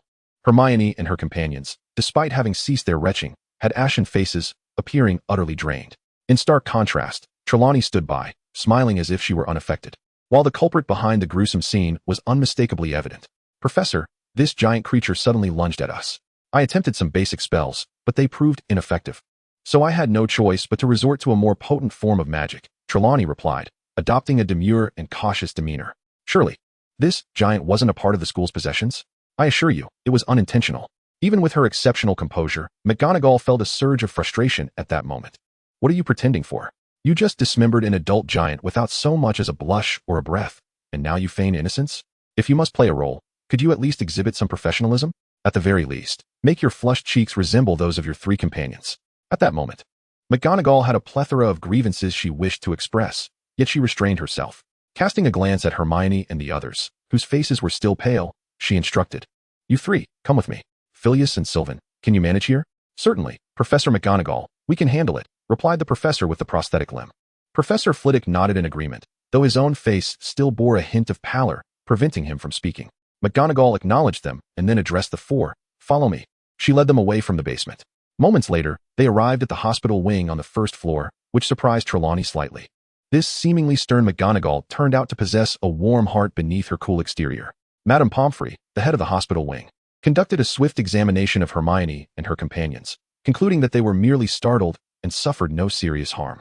After administering some calming potions, the countenance of the three young ladies visibly improved. "Now, I must inquire, why were you all found in the basement at that moment?" Professor McGonagall gazed intensely at the quartet, yet all four, including Trelawney, wore expressions of bewilderment. "What else could we be doing in the restroom?" "Naturally, we were there to answer nature's call." Chapter 023, The Disheartened Potter. "Trelawney, did you truly employ dark magic?" Hermione could not suppress her curiosity once McGonagall departed. What does it matter? Trelawney replied nonchalantly. Dark magic is dark magic, albeit a rather feeble form of it. Yet it remains dark magic, nonetheless. Trelawney's words failed to satisfy Hermione. In truth, it was not just Hermione. Parvati and Daphne also regarded Trelawney with unease. Even Daphne, who, despite her Slytherin heritage, was not averse to dark magic and believed she would inevitably study it, felt a sense of shock from what she had witnessed that day. The gruesome sight of dismembered bodies and pools of blood was too much to bear. No more thinking about it. The thought alone made her stomach churn. Daphne shook her head, striving to expel those horrific images from her mind. The three young girls were left overnight in the infirmary by Madame Pomfrey, although they were unharmed. Their pallor was indeed rather alarming. Trelawney, the instigator, lingered for a while before returning to her dormitory. Upon her arrival, she learned of the events that had transpired. The defense against the dark arts professor had rushed into the great hall to announce a troll had invaded, then collapsed to the ground. What did this signify? Was it not an indication of the professor's incompetence? Indeed, trolls are perilous magical creatures, but this is a concern primarily for young witches and wizards or those lacking in skill, such as those who fail their OWL examinations in spells and transfiguration. An adult wizard should at least be capable of defending against a troll. Furthermore, as a professor at Hogwarts, one should have achieved at least 3 outstanding grades in their newts to qualify for their position. How could a mere troll instill such terror? Trelawney found the entire scenario dubious, perhaps even suspicious. Could it be that the students had miscommunicated the details? Trelawney was uncertain, for she had gleaned this information from discussions among her peers in the common room. Suppressing her doubts, Trelawney returned to her dormitory and resumed her study of the card she had acquired the previous day. During the day, she had entertained certain thoughts regarding the card, and now seemed the perfect opportunity to experiment. Regrettably, her attempts to activate the card's magic once more led her back to the same hall, and none of her previous hypotheses proved effective. After Trelawney had spent half the night toiling away, exhausted from the depletion of her magical energy, she still found herself yielding no results. Frustrated, she pondered the nature of this perplexing object. Patience had never been her virtue. With her extraordinary talent from her previous life, she could have easily embarked on a legitimate cultivation path, rendering the pursuit of dark arts unnecessary. Discontentedly, she stowed the card back into her pouch and, after meditating for a while in her room, succumbed to slumber. The following day was Saturday. Having gone to bed early, Trelawney also rose with the dawn. After a moment of hesitation, she decided to visit the infirmary. Hermione and Daphne were her first friends at Hogwarts, currently resting in the medical wing, and it was only fitting that she pay them a visit. However, upon her arrival, she discovered that Daphne had already departed. Both she and Parvati hailed from wizarding families, having been exposed to such matters from a young age, thus possessing a slightly stronger resilience. Parvati, it turned out, was recovering quite well, appearing noticeably better than Hermione. Hermione had not eaten much the previous day. She had skipped lunch and had a meager dinner. Following a bout of nausea and vomiting, her intake had been minimal. Consequently, she exhibited a slight fever. Though not severe, her condition was evidently worse than Parvati's. Yet, what piqued Trelawney's interest was the presence of 2 additional individuals in the infirmary. "Hello, I am Harry Potter," the boy with black hair and glasses said, visibly excited yet somewhat awkward upon noticing Trelawney. Hello," Trelawney nodded in response. She felt a certain fondness for this boy, and the reason was simple. He was quite handsome. With delicate features and an endearing demeanor, his striking emerald eyes were particularly captivating. Trelawney had always had a penchant for aesthetics, and while she did not equate good looks with goodness, encountering an attractive face certainly brightened her mood. Harry Potter met that criteria, elevating her spirits. In contrast, the boy beside him, Ron Weasley, who was also introducing himself, did not quite evoke the same level of interest. Nevertheless, Trelawney maintained a neutral expression, merely nodding back in greeting. She overlooked the evident nervousness of the 2 boys, their breaths slightly quickened. Harry was somewhat taken aback by Trelawney's reaction. Yesterday, her aloofness could have been attributed to her preoccupation with searching for Ron to assist Hermione, but today, he had made a conscious effort to emphasize his name during introductions. In recent months, the wizarding community has been filled with excitement and eagerness at the mere mention of his name, with many yearning to glimpse the scar upon his forehead. However, Trelawney appeared to be rather indifferent to him. During the past few months, particularly in that initial month at Hogwarts, Harry exhibited a strong aversion to the fame and the troubles it brought. Yet deep within, having been largely overlooked and often disliked since childhood, he secretly relished the attention he was finally receiving. It was, however, somewhat disheartening for young Harry to be completely disregarded by Trelawney. In contrast, Ron was unfazed by such neglect. Being overlooked was a familiarity he had grown accustomed to since his youth. Having spent the last 2 months in Harry's company, he had become even more desensitized to it. Trelawney's indifference was not born from a lack of awareness regarding Harry's legendary past. Rather, she was simply uninformed. While she wasn't entirely oblivious, stories from the Voldemort era circulated in both Beauxbatons and Durmstrang. The details were often overshadowed by the fact that Voldemort had primarily operated within the confines of Britain, leaving little impact elsewhere, especially in Northern Europe. Although Trelawney had heard of Harry, she had not paid it much heed. Were he to reveal himself as the boy who lived, she would surely be enlightened. Yet, when he merely introduced himself as Harry Potter, she genuinely could not recall. Interestingly, the Weasley family held a greater notoriety in her eyes. Trelawney was more concerned with another matter. Upon her arrival, she noticed Harry and Ron animatedly discussing something with Hermione and Parvati, the atmosphere vibrant with excitement. However, as she approached, their lively conversation abruptly ceased, and there was no inclination to resume. What could possibly warrant such secrecy? Chapter 024, Secrets of Hogwarts. What were you discussing just now? Trelawney inquired, fully aware that their sudden silence was an indication of their desire to keep her uninformed. Yet, the more they seemed to wish to conceal it, the more her curiosity was piqued. She possessed a rebellious streak within her. Harry and Ron hesitated momentarily. Why the reluctance? Trelawney feigned displeasure, pouting and adopting an exaggeratedly sulky expression as she gazed at Hermione and Parvati. I thought we were friends, yet you want to share anything with me? In her past and present lives, aside from her dedication to the mastery of magic, Trelawney had invested considerable effort into the art of performance. In her previous life, she had deceived numerous individuals, acquiring ample resources for her cultivation, which led to her rapid advancement and skill. Otherwise, one would not have attracted the attention of the authorities. Throughout her life at Beauxbaton and Durmstrang, she has successfully deceived many. For instance, Mrs. Maxim, the headmistress of Beauxbaton, has always believed that Trelawney is a victim of her parents, a pitiful child. Similarly, Kakarov, the headmaster of Durmstrang, perceives Trelawney as a good girl despite her penchant for fighting, mischief, dabbling in dark magic, and bullying her peers. Do not inquire further. Life is but a play, reliant on one's acting prowess. Upon witnessing this display, Hermione and Parvati indeed showed signs of remorse, and even Harry and Ron exhibited expressions of discomfort. Well, Trelawney, we do not wish to conceal anything from you. It's just that, Hermione, who still bore a somewhat pallid complexion, hesitated before continuing. This matter is somewhat difficult for us to articulate. It concerns Snape, our headmaster. Trelawney's interest was piqued, urging them to elaborate. Seeing Trelawney's insistence, Hermione lowered her voice and divulged, Snape has sustained an injury to his leg. Trelawney blinked, perplexed by the meaning behind this revelation. Observing her confusion, Ron eagerly interjected. There exists a secret within Hogwarts, concealed within the corridor on the left side of the 4th floor. Well, a secret. Initially, Ron seemed inclined to say more. But upon receiving a sharp glance from Parvati, he restrained himself, merely stating that there was a secret. What is this all about? Trelawney pouted, frustrated by the incomplete narrative.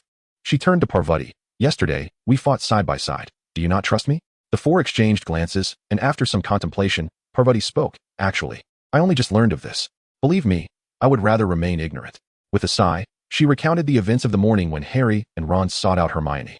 Both had been hesitant, caught between their desire to speak and their reservations. Children of Gryffindor possess abundant courage alongside an insatiable curiosity. Parvati epitomizes this trait, her curiosity boundless. Thus, she probed for details, much like Trelawney was doing now. As the most beautiful girl in their year, Parvati furrowed her brow, leaving no young boy impervious to her charm. Consequently, Harry and Ron, without much resistance, revealed all they knew. Given that Harry, Ron, and Hermione could not conceal secrets from Parvati, it was inevitable that they would be unable to do so from Trelawney either. Upon hearing Parvati express a desire to remain uninformed, Trelawney's curiosity intensified. Employing a tactic of persuasion, she swiftly gleaned the so-called secret from Harry and the others.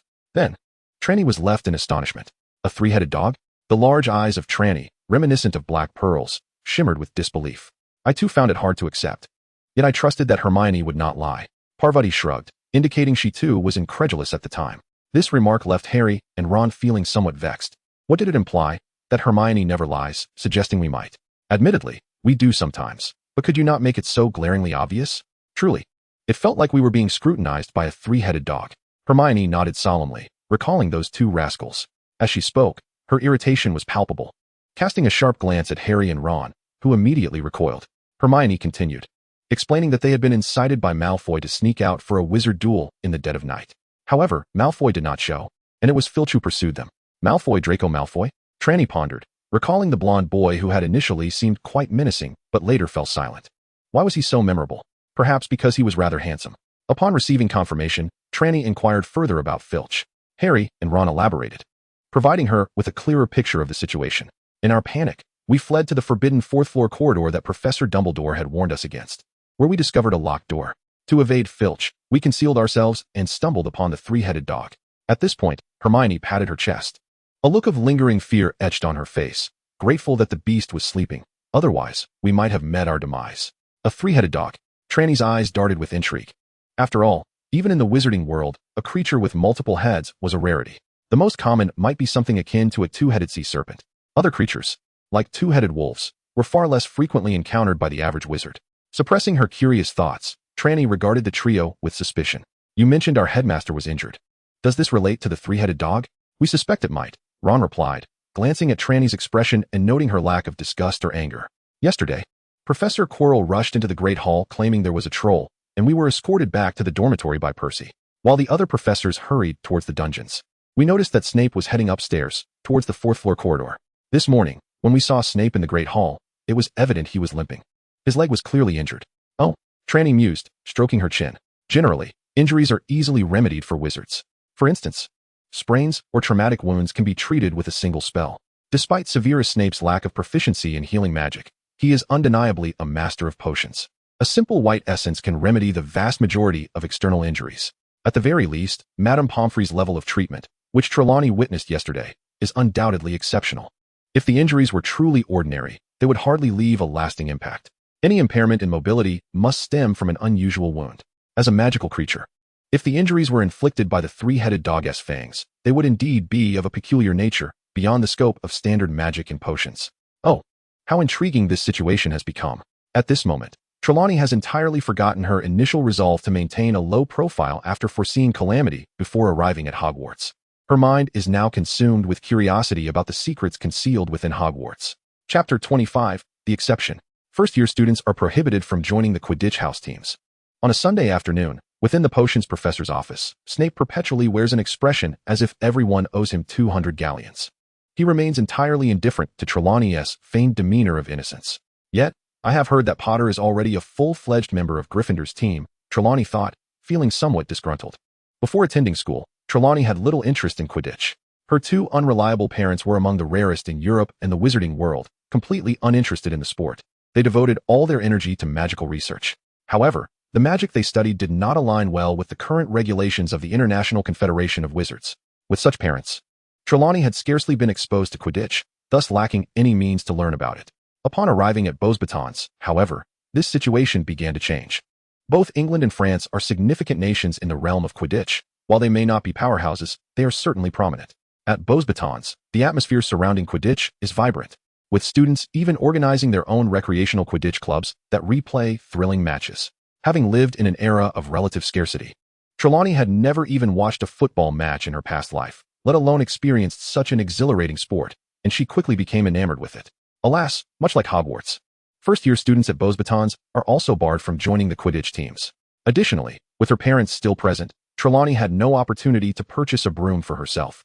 Thus, she could only touch a broom during flying lessons. With flying classes occurring only once a week, her appetite for the sport remained unsatisfied. Later, at Durmstrang, the situation improved slightly. Unlike Beauxbatons, which primarily admits French students, Durmstrang, having a strict policy of accepting only pure-blood students, has a broader recruitment scope due to its relatively smaller student body. Certain nations place extraordinary emphasis on Quidditch, such as Serbia and Bulgaria, where it is not uncommon for children to grow up riding broomsticks. During her time at Durmstrang, Trelawney encountered a third-year student from Bulgaria, whose prodigious talent for Quidditch was nothing short of remarkable, despite being only in the third year.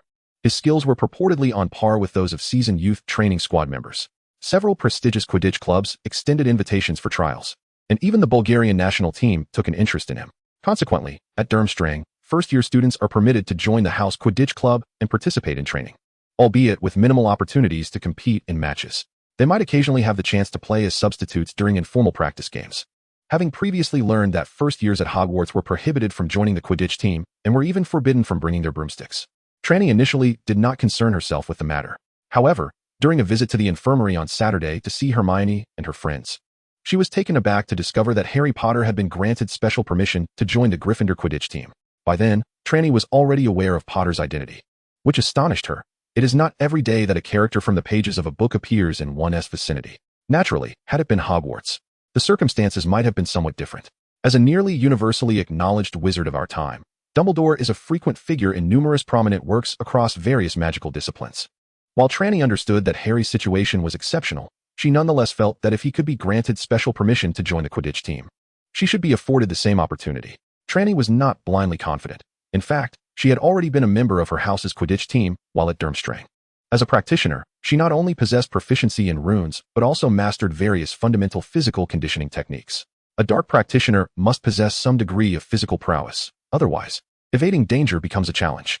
Trelawney had managed to survive until she caught the attention of the authorities, and while her abilities in this regard may not have been extraordinary, they certainly did not bring disgrace upon her fellow dark practitioners. Ultimately, whether in Quidditch or any other sport, the essence lies in the mastery of one's body. Trelawney's control over her physique far exceeded that of the average person, and thus her command of a broom in the air was naturally superior to that of her peers. During her time at Durmstrang, aside from that Bulgarian boy, she held no one in high regard. Well, whether one can match another's prowess is one matter. Whether one respects them is quite another. Upon hearing Trelawney mention Potter's name, Snape's inscrutable gaze lifted. There was no hint of emotional fluctuation in his demeanor. After appraising Trelawney with a thorough glance, he continued in his characteristic cold tone. Potter was granted special permission to join the Quidditch team by Professor McGonagall due to his exceptional performance in flying class. Professor McGonagall serves as the head of the division. And you, too, hold the title of headmaster, do you not? Given that Professor McGonagall can grant special permissions, it stands to reason that you might also possess the authority to do so, would it not? Trelawney flashed a bright smile, revealing her pearly whites.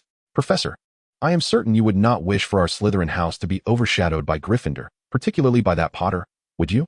Unbeknownst to Trelawney, her words struck a chord with Snape, whose expression momentarily wavered. She distinctly noted a slight twitch of his eyelid, a fleeting moment that did not escape her keen observation. I admire your confidence. I shall grant you an opportunity. Though your expression may have shifted for but a moment, your voice remains as frigid as ice. I will allow you to join the Slytherin Quidditch team, though your ability to participate in matches will ultimately depend on your own merit. As he spoke, he retrieved a note from his drawer, elegantly inscribing a message upon it. Take this to Flint and inform him it is my directive. Thank you, Professor. Trelawney exclaimed joyfully as she accepted the note, bowing slightly before departing Snape's office with an air of elation. She was aware of Flint, having inquired about him during her initial encounter with Hermione. He was the sixth-year head boy and also the captain of the Quidditch team. However, locating him proved to be a challenge. With Hogwarts possessing only one Quidditch pitch, all four houses had to schedule their practice times. Sunday afternoons were reserved by Ravenclaw, leaving Slytherin players without a training session. This made finding him somewhat troublesome, especially since Trelawney was unfamiliar with Flint's appearance. Yet, this did not daunt her. Upon returning to the common room, she approached an upperclassman. Do you know where Marcus Flint might be? The boy, initially engrossed in conversation with his peers, was taken aback by the interruption. However, upon recognizing Trelawney, his demeanor shifted slightly. Nearly 2 days had passed since Trelawney had vanquished the troll with dark magic. And while Daphne was not one to gossip, the news had undoubtedly spread throughout Slytherin. In this house, strength dictated status, though the boy was a year her senior. At that moment, he felt considerably diminished. I will not stoop to argue with a young girl, he thought to himself before responding. He is likely in the library. Gemma is there with him. Chapter 026, A Bet. Gemma, you are truly brilliant. I could not have conceived such a solution. In the library, the tall and robust sixth-year Slytherin head boy, Marcus Flint, gazed in awe at Gemma Farley, who stood beside him. The two other girls nearby rolled their eyes in disbelief, thinking to themselves how unimaginably low Marcus's tactics were. What kind of flattery could possibly win Gemma's favor? Indeed, Gemma's tone was icy. Flint, these matters were all addressed by the professor in class. If you merely pay attention, you will surely comprehend. Yet, Marcus interjected with a sheepish grin. I find the professor's explanations lack the clarity you possess. Gemma frowned slightly, about to retort, when a dark-haired girl approached. Senior Flint, pursuing a girl cannot be done in your manner. One must exhibit their charm to attract her. This behavior of yours is akin to that of a sycophant, and it will ultimately leave you with nothing. Trelawney offered her earnest counsel to Flint. The onlookers were left in stunned silence. What audacity was this?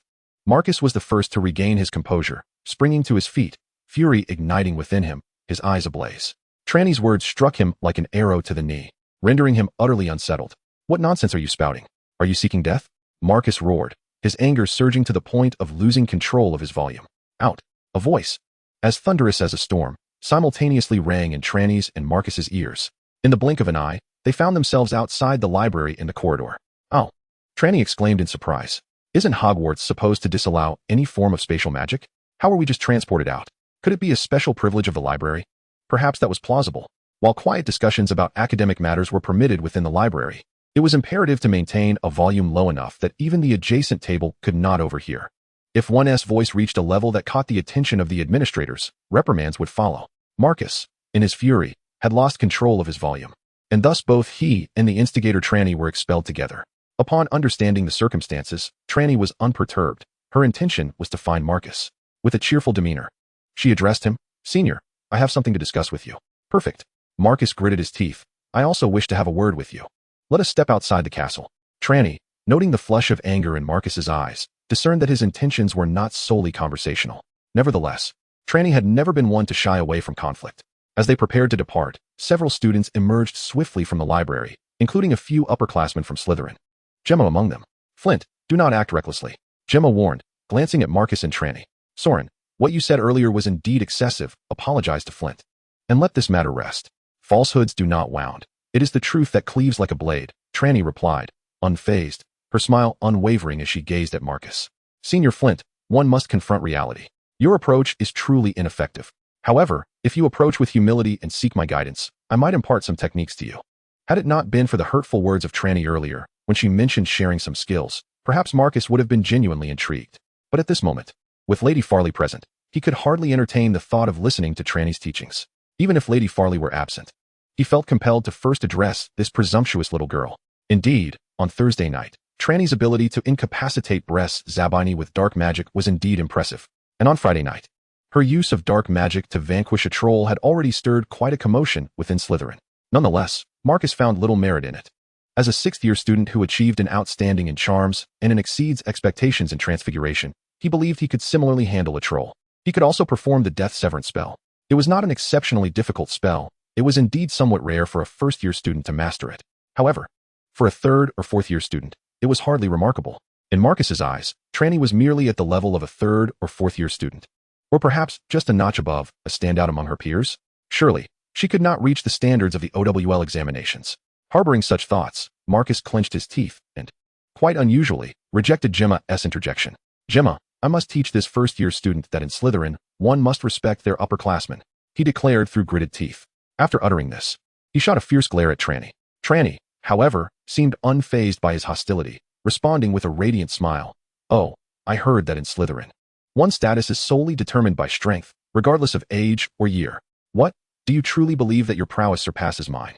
Marcus sneered, finding the little girl increasingly irksome.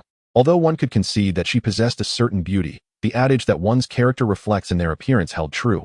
A girl so vexing, regardless of her features, appeared repugnant. Is it truly impossible? Trelawney maintained her sweet demeanor, yet her words caused the others around them to frown slightly. Marcus's face, often darkened from practicing Quidditch, grew even darker at that moment. He felt his authority had been challenged. As a sixth-year student, the head of his year, and the captain of the Slytherin Quidditch team, Marcus's prowess was among the finest in his year. One could even assert, without any hesitation, that he was the most formidable among the sixth-year boys of Slytherin. Even compared to the seventh-year prefect, Marcus believed he was hardly inferior. Yet now, he found himself provoked by a first-year student. This could not be tolerated. Marcus felt he could not allow this affront to stand. Marcus discovered that in moments of silence, people can genuinely smile. What audacity for a first-grade girl. "Let us go to the dueling grounds," Marcus said through clenched teeth. "Whoever loses must stand at the hall entrance during dinner and declare for an hour that they are worthless." "Do you dare? What is the point of shouting such nonsense?" Trelawney replied, shaking her head. "If I win, I want to be the captain of the Quidditch team." As she spoke, she handed over a note authorized by Snape, stating that the headmaster had specially approved her joining the Quidditch team. "However, merely joining does not meet my aspirations. If I join, I must be the leader." Marcus took a glance at the note, confirmed it was indeed Snape's handwriting, and nodded without hesitation. "All right, if you win, the captaincy is yours. But if you lose, then whatever you say goes." Trelawney continued to beam. Chapter 27, Psychological Warfare. Outside the castle, near the Forbidden Forest, the dueling grounds were bustling. Winter had just begun, and the weather was pleasantly mild, drawing a number of students to bask in the sun and frolic about. Initially, they paid little attention to Trelawney and her companions. However, when they noticed the group finding an unoccupied spot, standing opposite each other, and drawing their wands, the onlookers realized something was amiss. A wizard duel? At Hogwarts and throughout the entirety of Britain, wizard duels were an exceedingly rare occurrence. Most students had only read about them in their history of magic textbooks. Actual combat had not been witnessed in many years. The prospect of a duel instantly captivated the spectators, but upon recognizing the duelists, their enthusiasm waned. One of them was well known, Marcus Flint, a 6th-year Slytherin prefect, regarded by many as the most proficient in magical combat among his peers. Although his academic performance did not rival that of Gemma Farley, many believed he excelled in battle. His opponent, by contrast, appeared to be a younger student, likely a 1st or 2nd year. A match between a lower-year student and the most formidable 6th-year student seemed utterly one-sided. Perhaps it was merely a demonstration match? Upperclassmen occasionally guided younger students in combat techniques, a practice known as a demonstration duel. Such events were typically devoid of significance. Only a handful of Gryffindor and Slytherin students recognized Trelawney, aware that this seemingly demure first-year transfer student was, in fact, quite formidable. Remember our wager? As Marcus surveyed the gathering crowd, he reiterated the terms of the wager between the two. If I lose, the position of Quidditch captain will be yours. If you lose, you must stand at the entrance of the Great Hall and declare for an hour that you are worthless. No problem, Trelawney replied with a sweet smile. In her previous life, she possessed an ordinary appearance and relied solely on her charming words to navigate through life.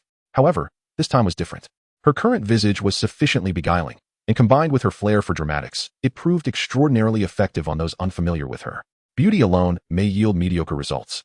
Yet when paired with strength and skillful performance, it becomes a formidable force. The surrounding students were easily deceived by Trelawney's allure. Flint, have you no shame? How can you duel a first-year student? A boy, engrossed in a tender moment with his girlfriend on the grassy grounds, mocked. Crumb, if you're dissatisfied, we can settle this later. Marcus glared fiercely at the boy. Unfazed, the boy retorted, I cannot defeat you. But that does not prevent me from looking down on you for bullying a first-year. Trelawney glanced curiously at the boy, intrigued by how he could assert such righteous indignation while openly admitting his inability to compete. Nevertheless, she smiled at him and said, Thank you, senior. But I don't perceive Marcus as bullying me. In fact, I worry he might feel that I am the one imposing on him. Upon hearing this, some students who intended to defend Trelawney displayed expressions of disbelief. While they disapproved of Marcus's treatment of first years, they were equally perturbed by the audacity of a first-year student to act so confidently. Gideon, let it be. This first year seems quite self-assured, remarked another boy, chuckling at the unfolding scene.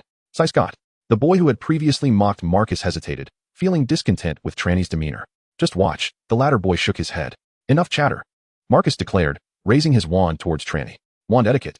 He then positioned his wand upright before him. Understanding his intent, Trelawney mirrored his actions. The two then turned away from each other, stepping back 3 paces before pivoting to face one another. In the next moment, Marcus unleashed a spell with a flick of his wand, the disarming charm, a frequently employed and easily executed spell in duels. Observing this, Trelawney chuckled lightly, flicking her wand without uttering an incantation. At the precise moment Marcus's spell approached, she deftly waved her wand, resulting in a collision between her wand and the red light of his magic. The crowd gasped at the astonishing scene. The disarming charm was supposed to possess an inherent mechanism to forcefully disarm the opponent's wand. Trelawney astonishingly clashed her wand against the spell of disarmament. To add to the surprise, at the very moment the wand made contact with the crimson light representing the disarmament curse, that radiant beam was utterly shattered. How could this be possible? A majority of the students present, including Marcus, gasped in unison. Senior Flint, is that all you can muster? Trelawney toyed with the wand in her hand. In recent days, including the night of the Halloween feast when she faced that gigantic creature, she had been wielding her newly acquired wand. Although Ollivander had expressed dissatisfaction with selling her this wand, believing that wands choose their wizards, Trelawney wielded it with remarkable proficiency, encountering no obstacles. Nonetheless, according to Ollivander's perspective, there lacked a certain harmonious connection, an intuitive bond. Trelawney was unfamiliar with the concept of such a connection. It was beyond her experience.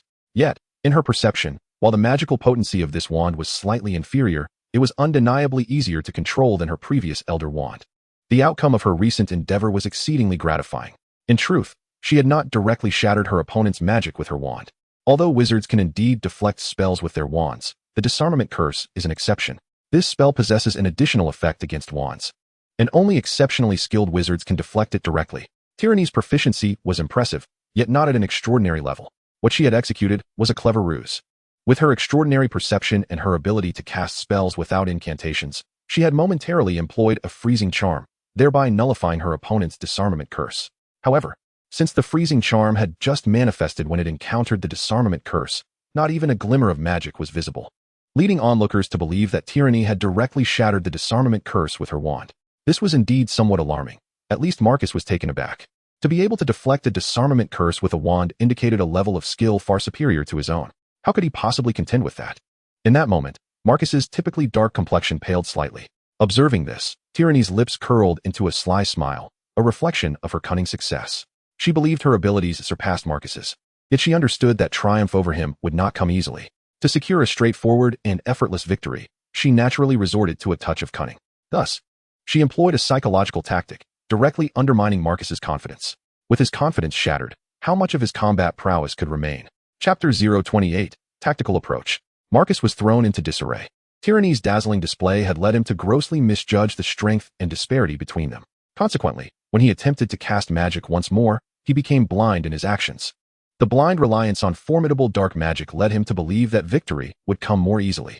As Marcus brandished his wand once more, incanting a spell, his expression morphed into one of ferocious malevolence.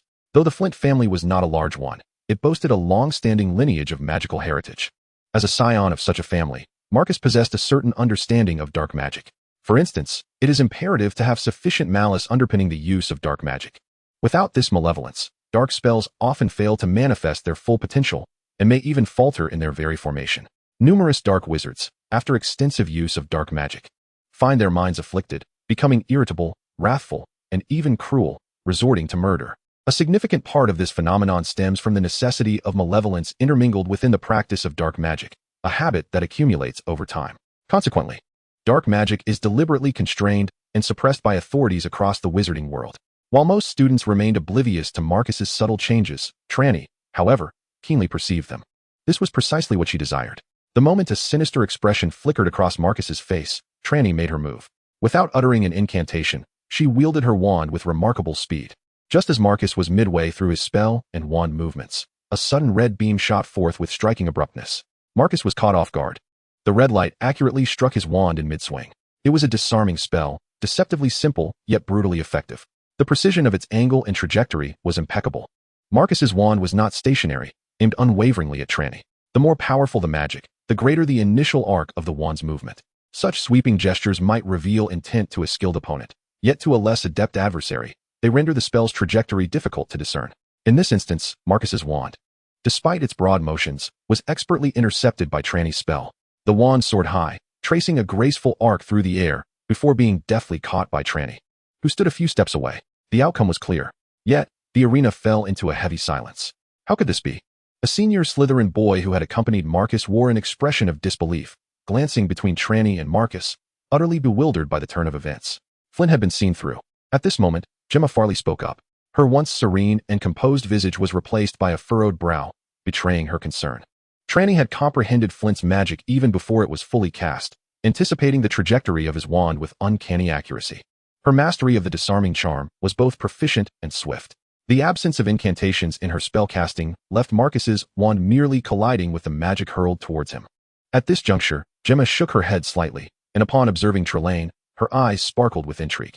Although Gemma was perceived as composed, dignified, and graceful within the school, consistently addressing various student conflicts with fairness and sound reasoning, her reputation among the heads of the four houses was unparalleled.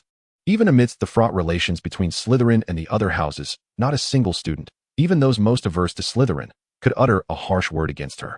What few knew, however, was that the seemingly poised Gemma harbored a passion for dueling. Yet, she was not intrigued by the trivial duels akin to children's play between the younger students. Rather, she was captivated by the annual Wizarding Duel Championship hosted by the International Confederation of Wizards. Although the prominence of this championship had waned in recent decades due to restrictions on dark magic, overshadowed by Quidditch and other events, Gemma's enthusiasm remained unwavering throughout the years. Each year, she made it a point to attend the dueling championship in person, and if unable, she would request her elders to record the event magically for her to watch repeatedly. Despite rarely showcasing her skills at school, Gemma Farley was arguably among the most formidable in magical combat. In fact, there were few who could rival her. To win her favor, Marcus had sought her out for a friendly duel. Neither resorted to dark magic, and in a restrained exchange, Gemma effortlessly handled Marcus. Even in their 5th year, during a private spar, she had bested a 7th-year prefect. On the night Trelawney first arrived and stirred trouble, she questioned why Marcus did not respond to the claim that Farley was the strongest in their year. This was partly due to Marcus's infatuation with Gemma, as he would not undermine his idol, and partly because he genuinely felt inadequate facing her. Even the 2 7th-year prefects felt uncertain when pitted against Gemma. Among the few present, Gemma was one of the first to discern Trelawney's initial tactics. She recognized that Trelawney had not directly used her wand to cast the disarming charm, but rather employed the spell Stupefy cleverly. She quickly grasped Trelawney's intentions. In terms of practical execution, Trelawney's strategy and implementation were nothing short of impeccable. Perhaps the plan was not overly complex or ingenious, yet it sufficed against Flint. In the realm of skilled wizarding duels, triumph did not always hinge upon the potency of one's spells. Particularly in recent years, the presence of dark magic in dueling championships had diminished significantly. Astute competitors often relied heavily on tactical prowess, although many wizards who venerate powerful magic often lament their failures. A saying has circulated among the circles that those who play with tactics possess impure hearts. However, Gemma greatly admires this blend of strategy and strength in combat. Flint bears no resentment for his loss. After summarizing the duel, Gemma cast a lingering glance at Trelawney before turning to leave. The two Slytherin girls who accompanied her promptly followed suit, albeit devoid of Gemma's perceptiveness, remaining astonished by Trelawney's prowess. As for Marcus, he felt utterly numbed. Had he truly lost? To think he had succumbed without even conjuring a second spell, his wand confiscated in the blink of an eye.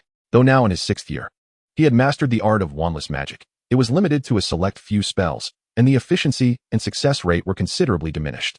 Furthermore, he had grossly underestimated his opponent's formidable strength. Any attempt to salvage the situation would likely exacerbate his humiliation. The sight of Gemma departing only intensified his sense of despair. I have lost. The position of Quidditch captain is now yours. Marcus felt as though his heart were bleeding, yet he gritted his teeth and spoke. Trelawney smiled brightly and nodded. Oh, little Marcus, do not be disheartened. There are benefits to aligning with me. Little Marcus? What sort of ridiculous nickname is that? Marcus thought to himself, feeling bemused. Yet, after his recent defeat, he found himself at a loss for words. Accepting the wand that Trelawney offered, he muttered, let us go. I will introduce you to the other Quidditch team members and announce this matter. You did not lose the captaincy without any complications, did you? What if the others are dissatisfied? Trelawney inquired, playfully walking alongside Marcus. She appeared exceedingly innocent, as if she had not just disarmed him with a single spell. It is not out of the realm of possibility, but the Slytherin tradition dictates that might makes right. If they are discontent, you simply need to subdue them. Indeed, your reasoning holds some merit, Trelawney acknowledged, accustomed to the philosophy that strength dictates truth. In her previous life among dark practitioners, the principle was clear, the mightier prevailed. Those who resisted were swiftly dealt with. In this lifetime at Beauxbatons, things were relatively manageable, yet at Durmstrang, the atmosphere was much the same. Reports indicated that the northern school of Cordostritz displayed a similar dynamic. Trelawney thrived comfortably at Durmstrang, reluctant to depart, perhaps due to the familiarity of such a prevailing ethos. Upon arriving at Hogwarts, she harbored some concerns about her adaptability. After all, Dumbledore is regarded by many as a venerable and esteemed elder, possessing both moral integrity and artistic talent. However, when it comes to someone like Trelawney, she does not particularly favor this kind of atmosphere. Yet, upon arrival, she discovered that matters were not as they appeared. In Slytherin, might often dictates right. Trelawney expressed her fondness for this prevailing attitude. Marcus, well acquainted with his team members, navigated the vast castle with ease, locating 7 of the 9 selected players. 3 of them were directly extracted from their dormitory by Marcus, while 2 were found in an empty classroom, engrossed in a game of exploding snap. The remaining 2 were engaged in romantic pursuits with girls within the castle. However, feeling thwarted by Trelawney, Marcus, in a foul mood, disregarded their tender moments and simply whisked them away. The other 2 were with Professor Sprout's herbology group, tending to flowers, and could not be reached. Marcus, with a stern expression, addressed the 9 bewildered Quidditch players, who were at a loss for the situation. We'll discuss the other 2 later. But let me introduce you first, he said, gesturing towards Trelawney, who stood aside with an innocent smile, exuding a harmless demeanor. Trelawney Soren. Some of you may have seen her, while others may not. But worry not, you will become quite familiar with her, as she is to be our Quidditch team captain henceforth. What? The 7 boys, all of whom Marcus had gathered, were momentarily taken aback. Casting bewildered glances between Marcus and Trelawney, after a long pause, one ventured to inquire, so, Captain Marcus, is this the headmaster's directive? In Slytherin, there exist 2 cardinal rules. The principle of might ranks second. The foremost rule is that one must heed the words of Headmaster Snape.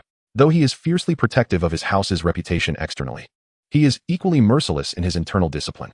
The players exchanged glances between Marcus and Trelawney, struggling to fathom the possibility of Trelawney seizing the captaincy through force, ultimately concluding that it must indeed be a command from the headmaster. Despite their discontent, they were bound to obey the headmaster's orders. However, it remained uncertain whether they might conspire to create difficulties for their newly appointed captain in private. No, this is a Slytherin tradition, Marcus stated coldly. What?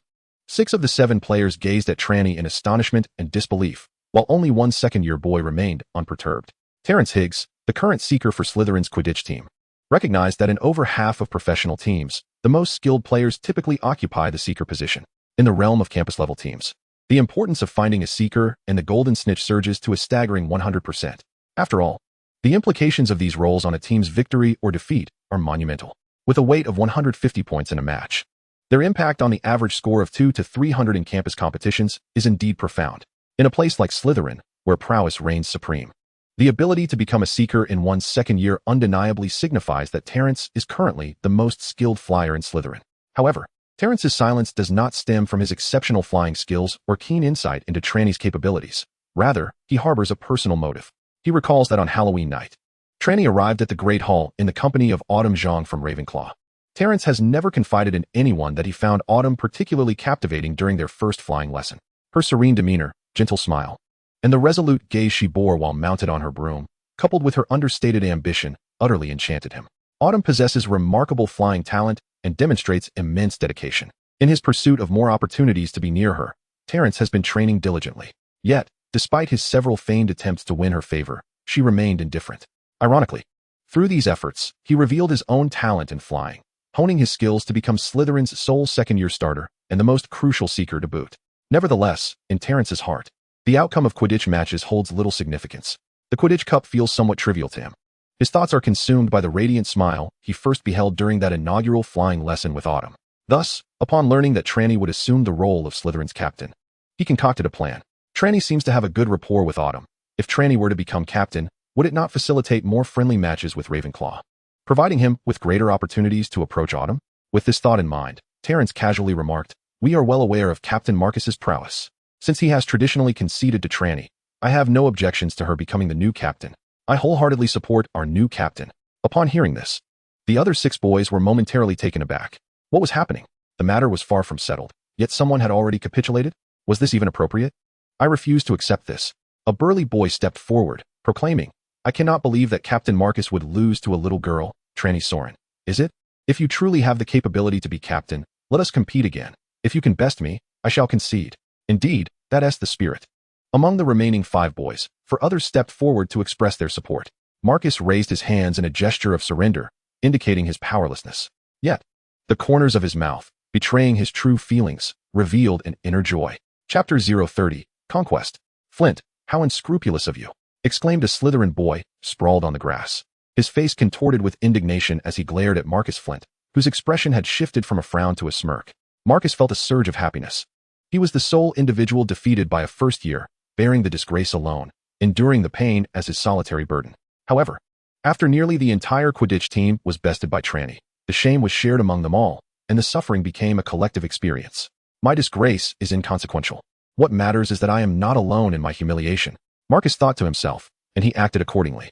His ambiguous remarks led others to misinterpret Trelawney's abilities, believing she had employed some cunning strategy to triumph over him. Yet, when they stepped up to challenge her, they quickly discovered their own inadequacy.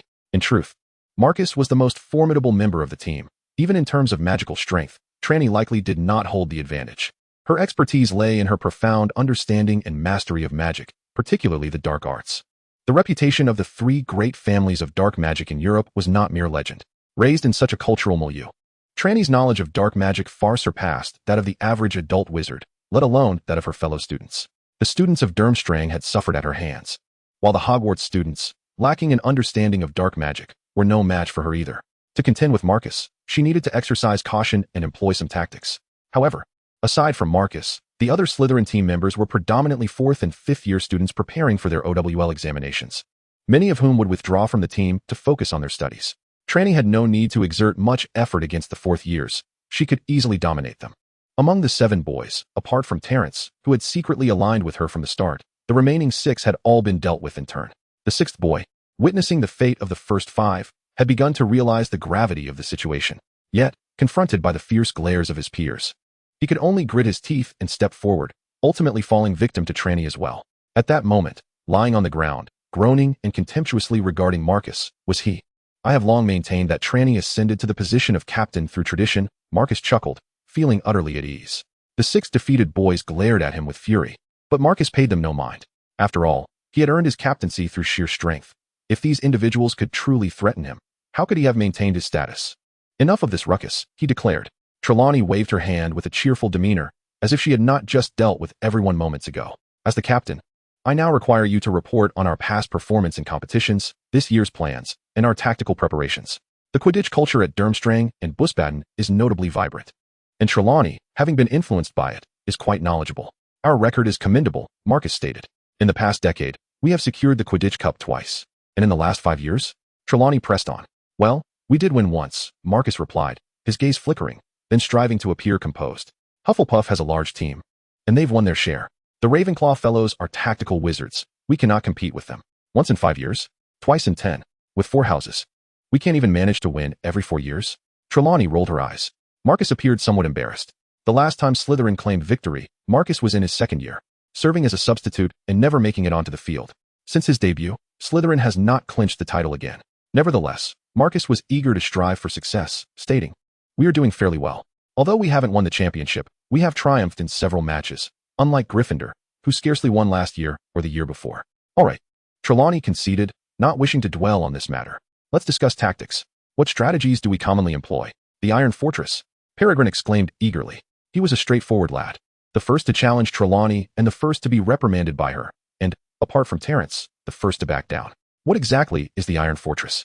Trelawney inquired with a genuine desire to learn. However, after receiving an explanation, Trelawney was left somewhat bewildered.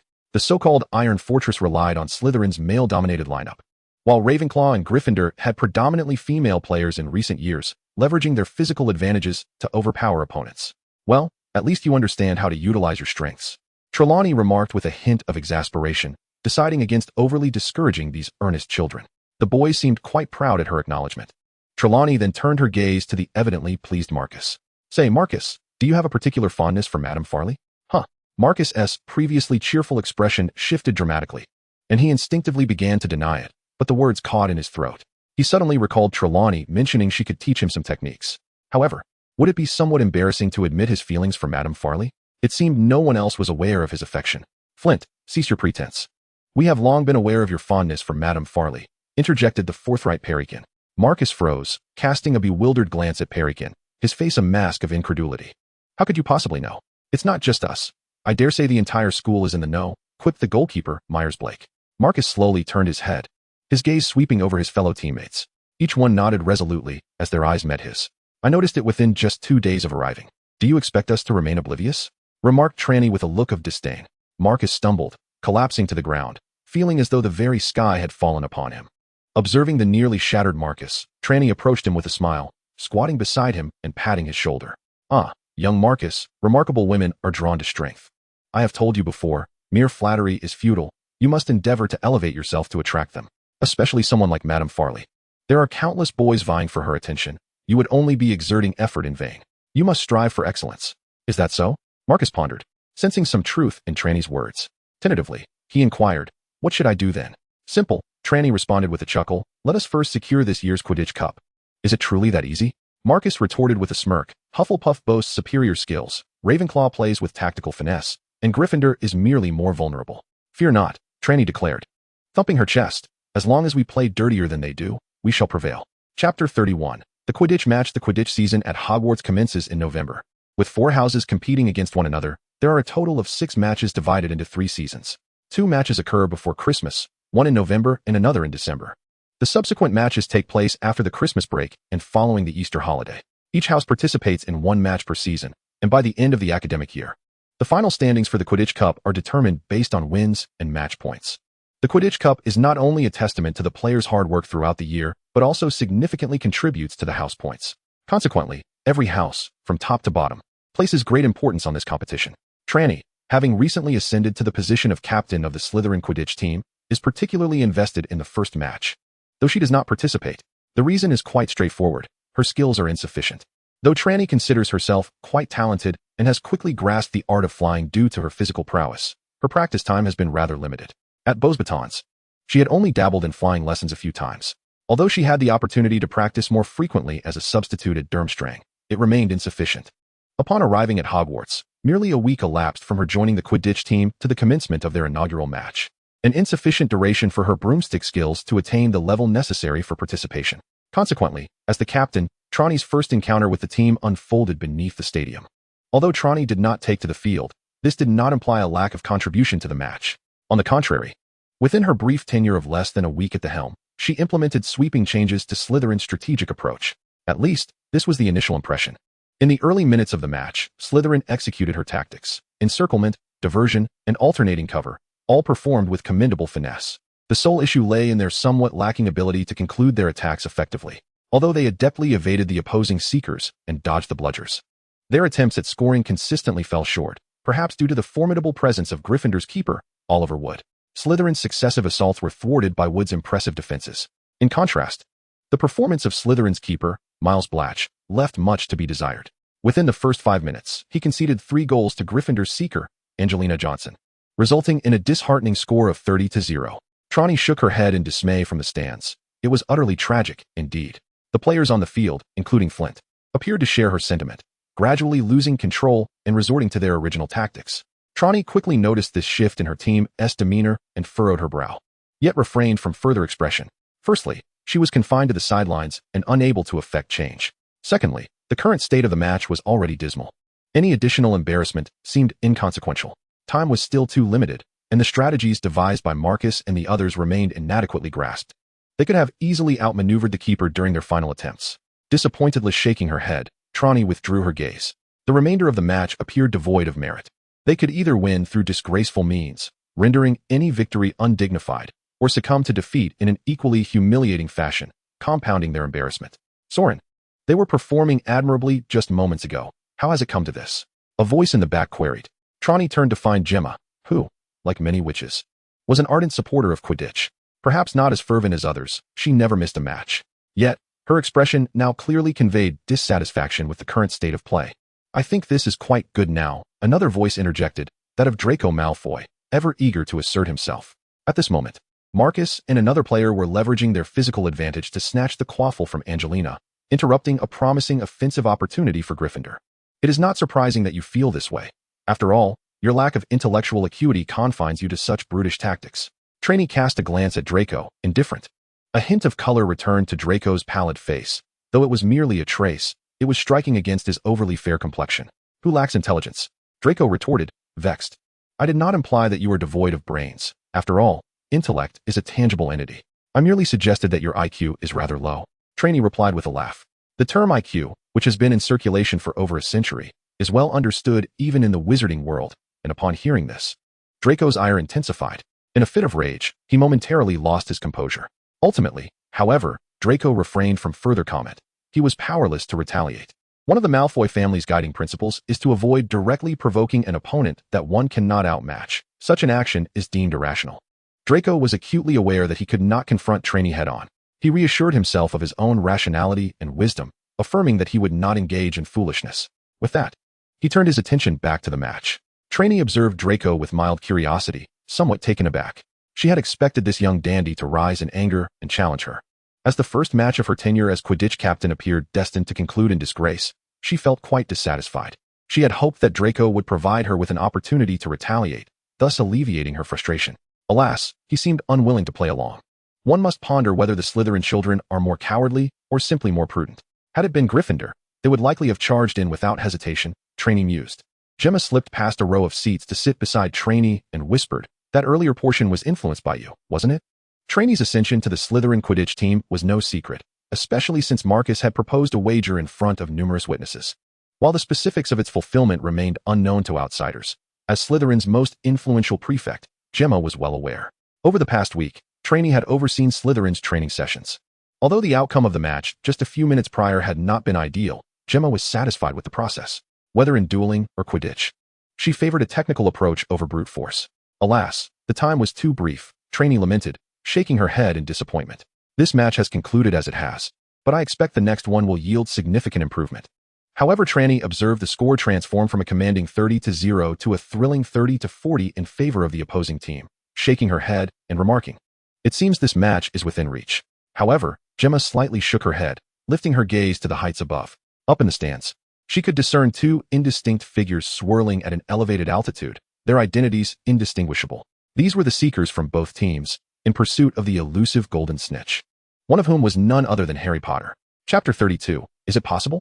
Gemma was the type who relished the experience of the game. yet did not overly concern herself with the outcome. Consequently, when the match devolved into a rough-and-tumble brawl, her interest waned, and she engaged in a casual conversation with Trelawney. In contrast, Daphne, seated beside Trelawney, was more invested in the game's result. Upon witnessing Slytherin's shift to a defensive formation, her face lit up with a joyful smile. Potter actually took to the field. I thought Gryffindor was employing a ruse, Trelawney remarked, retracting her gaze from the seekers high above, her tone laced with surprise. A ruse?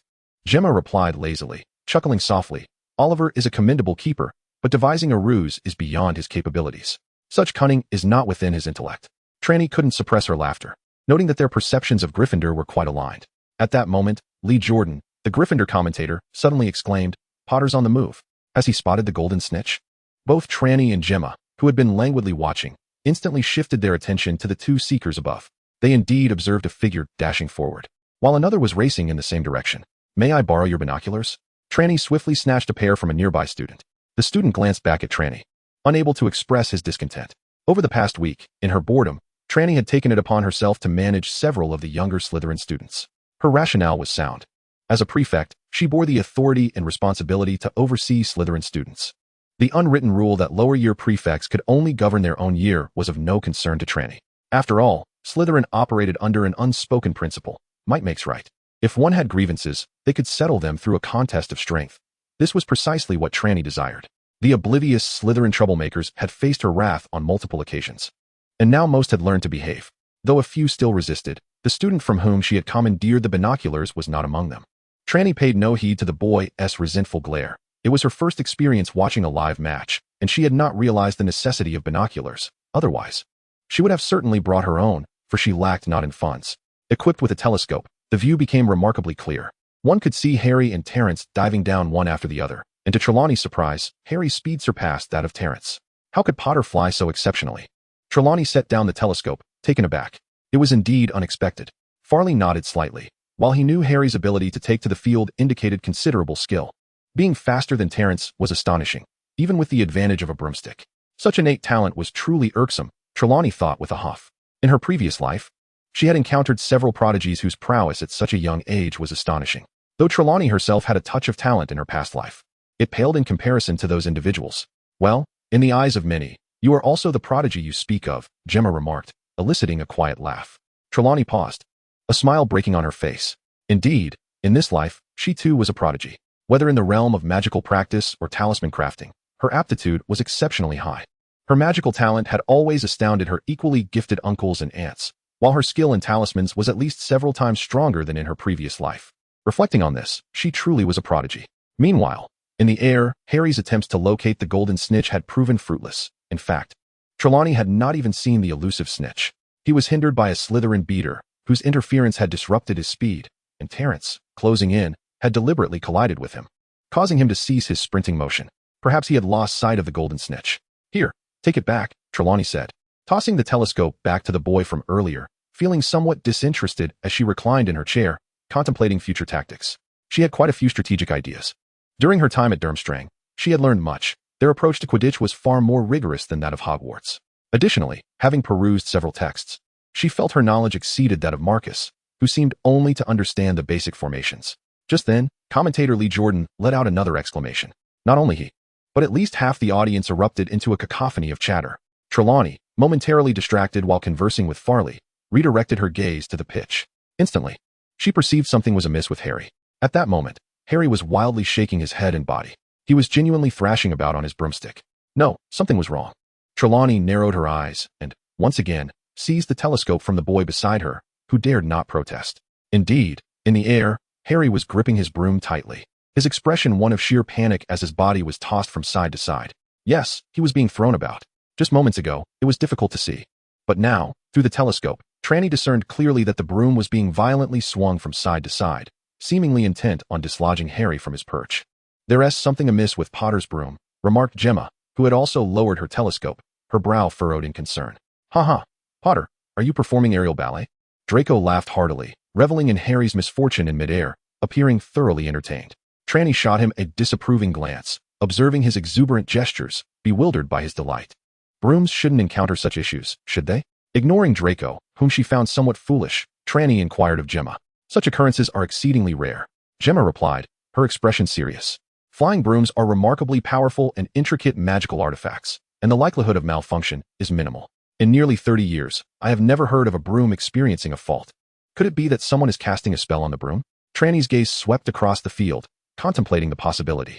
As a member of the Soren family, she was aware of several dark magics capable of influencing high-level magical artifacts. However, whether it could be effectively applied to a flying broom remained uncertain, as her ancestors had never conducted practical experiments. It's quite difficult. Gemma shook her head again. The flying broom possesses high magical resistance. Affecting it would require not only an exceptionally skilled spell, but also a highly proficient wizard. How skilled would that be? Trelawney frowned slightly. Well, it would likely require a wizard of our headmaster's caliber, Gemma mused. Oh, Professor Snape? Trelawney blinked, realizing that this possibility was indeed plausible. During the past week, their potions classes had been conducted with Gryffindor, and Trelawney was certain that her headmaster harbored a genuine disdain for Harry. Yet could it really be so? Trelawney found it unlikely, yet she raised her telescope once more to gaze toward the staff area. Chapter 033, Suspicion of the Professor. Trelawney lowered the telescope, her expression twitching slightly. Involuntarily, she had glanced toward the staff audience, and there she spotted her headmaster. It was inevitable. Firstly, the staff area was rather sparse, and secondly, her headmaster did stand out quite distinctly. While many wizards still donned traditional robes, an increasing number favored vibrant colors. Even Professor McGonagall, typically stern and reticent, was adorned in a rich green robe. Black attire had once been quite fashionable decades ago, yet now, few chose to wear it. Only her headmaster remained in such garb. Spotting her headmaster at first glance, she immediately noticed him fixated on the sky, his lips moving incessantly. This is undoubtedly a sign of incantation in progress. Trelawney quickly conjured several curses in her mind. Could it really be the headmaster? Surely not. Was it truly necessary to go to such lengths for a mere inter-school competition? Cursing the seeker of the opposing team? There was no evident disadvantage on their side. Trelawney's initial instinct was that Snape was casting a spell on Harry to secure victory. However, she soon felt that something was amiss. Raising her binoculars once more, she scrutinized Snape's expression. The typically inscrutable face of Snape was now vividly expressive. Anger and anxiety were etched upon his features. If Snape were indeed casting a malevolent spell on Harry, his demeanor should not reflect such turmoil. Trelawney recalled Snape's icy demeanor during potions class towards Harry and the other Gryffindor students, believing that his expression should align with that archetype. Yet, this countenance did not fit the character at all. Or perhaps, Trelawney pondered, her head spinning, her headmaster was not casting a curse, but rather, countering one? If that were the case, who could possibly be the caster? With this thought, her gaze began to sweep over the faculty stand. First, there was Quirrell, seated behind Snape, an impossibility. This incompetent fool could hardly manage a curse. Cursing a flying broom? Did he even merit such a notion? Trelawney had attended 2 defense against the dark arts classes, and 2 words sufficed to describe Professor Quirrell: inept. Not sparing him even a second's glance, Trelawney shifted her focus to others. Yet, all the professors, while intently watching Harry, bore expressions of concern. Moreover, it was evident that their lips were not forming any incantations. Such curses could not be cast without verbalization. The only exception was Professor McGonagall, the head of Gryffindor, who was situated in the stands, covering her mouth with her hand. Looking thoroughly anxious, Trelawney felt there was absolutely no chance, no matter how minuscule, that Professor McGonagall would cast a curse on Harry. But if not a professor, could it be a student? Trelawney deemed this probability nearly non-existent.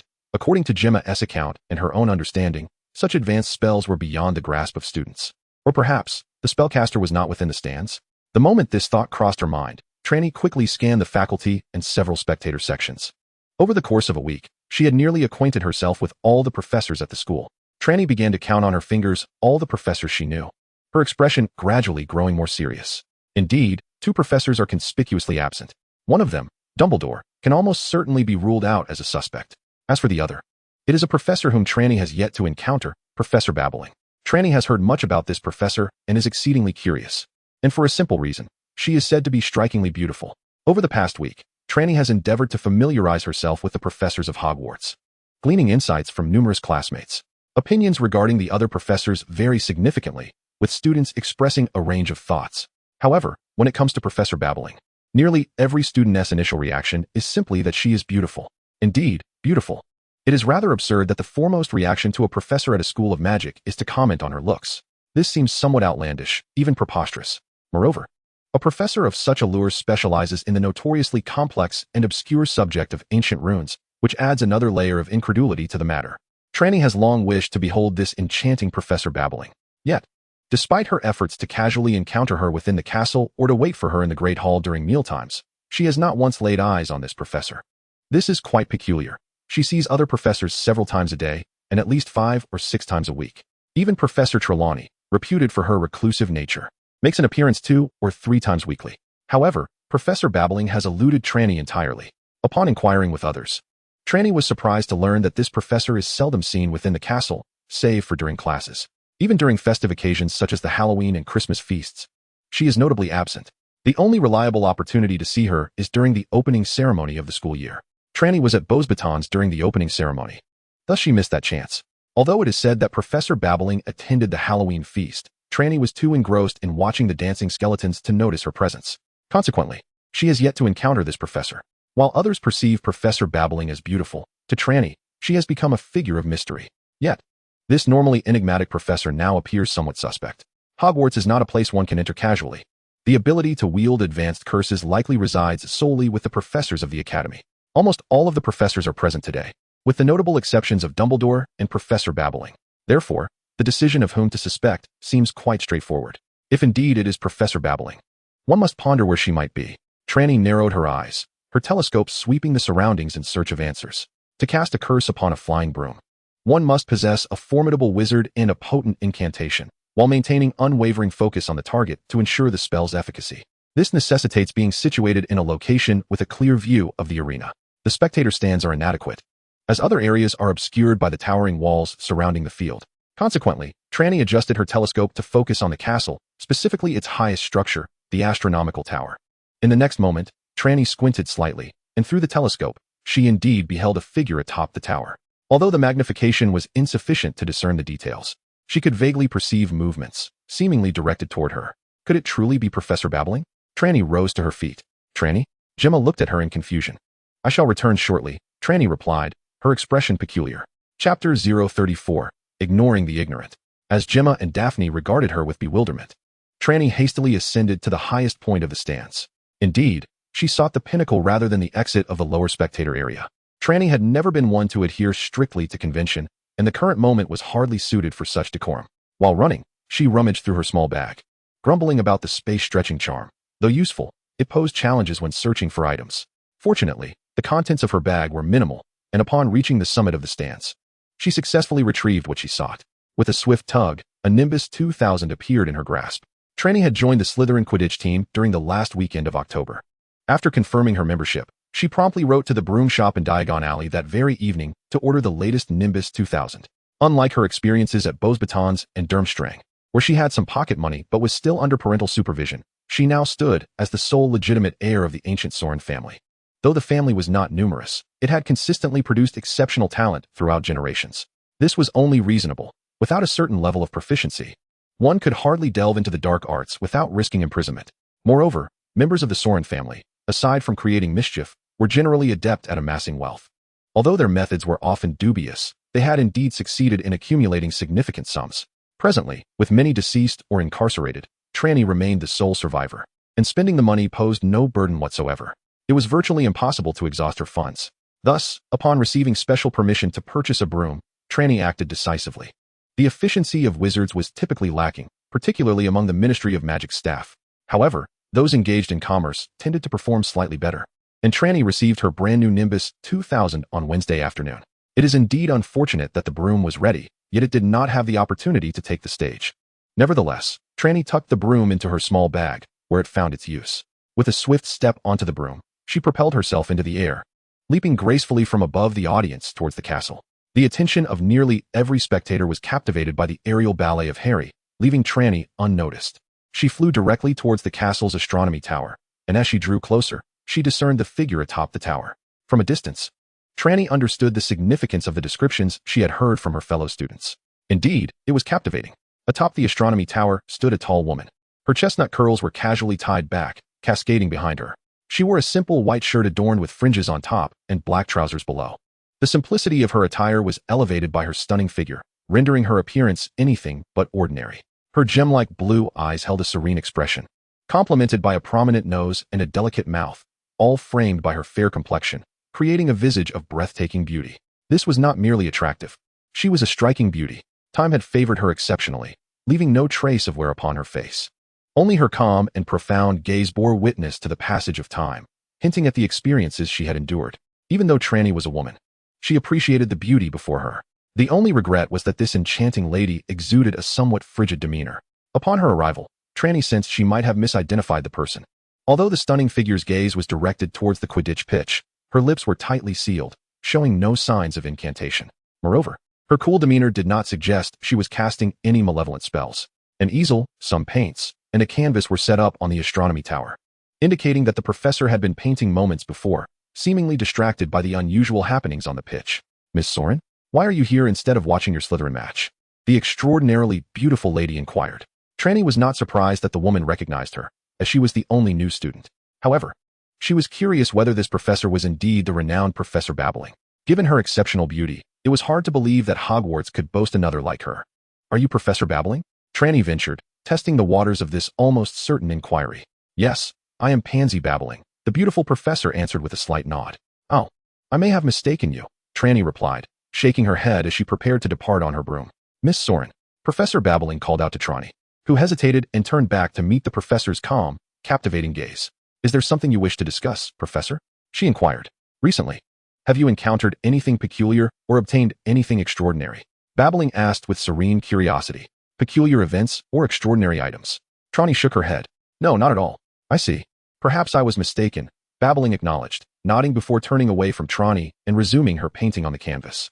It was then that Trelawney noticed the artwork depicted a scene from the Quidditch pitch, which seemed to portray a vantage point far above her own perspective, capturing even Harry and Terence soaring in the air at the edges of the canvas. The professor exhibited an unusual demeanor. As for the peculiar item, did that card qualify? Trelawney felt a surge of caution. However, she was now fairly certain that the one casting spells was not this professor.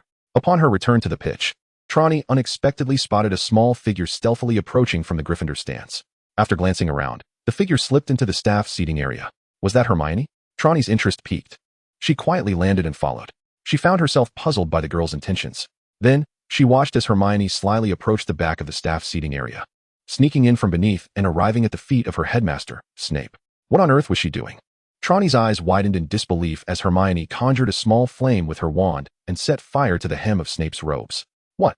Trelawney was at a loss for words. In her mind, Hermione was typically a well-behaved, obedient, and sensible student who would never dream of breaking school rules.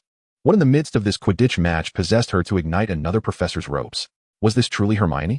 Or was someone else disguised under the effects of the polyjuice potion?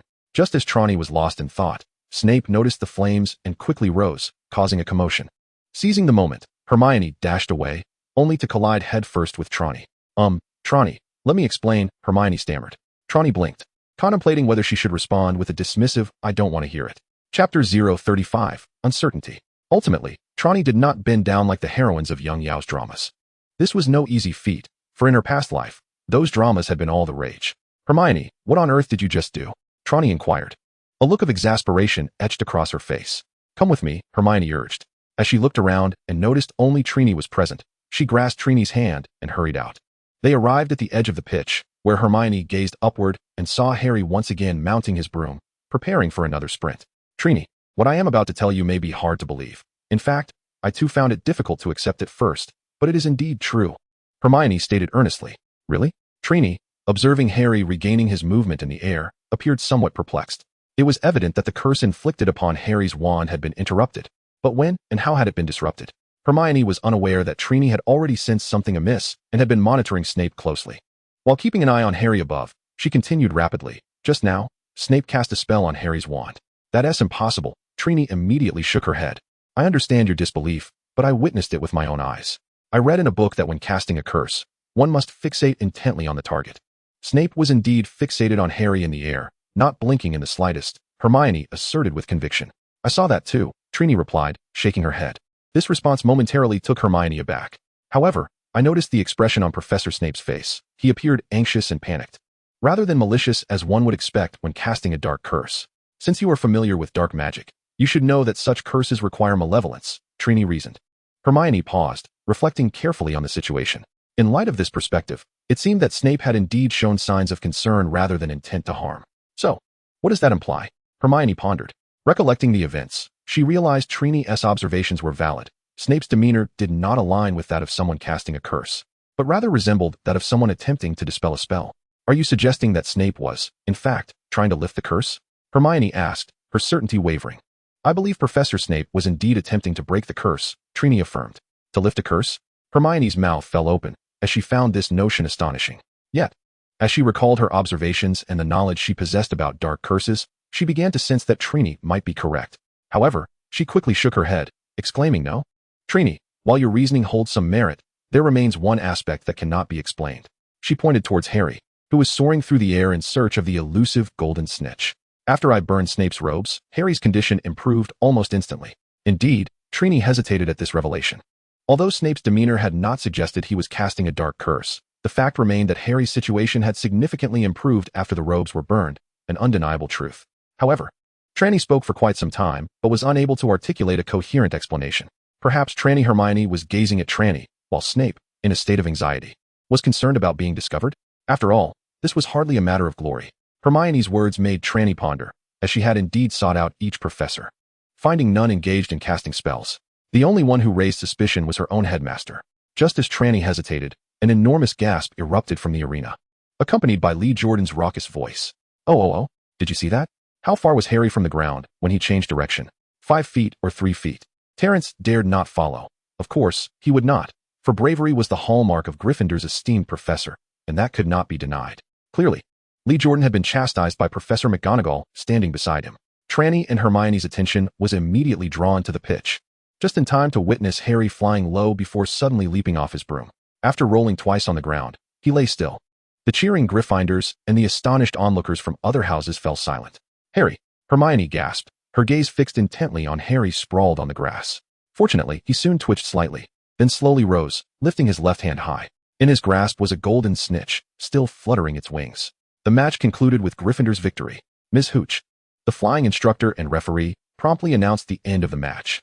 Although the score had already reached 90-50, with Slytherin leading significantly, the 150 points from the golden snitch dramatically altered the course of the game, resulting in a resounding victory for Gryffindor. Could it truly be Headmaster Snape? Trelawney did not gaze at the crowd surrounding Harry, but instead turned her attention to Professor Snape in the stands.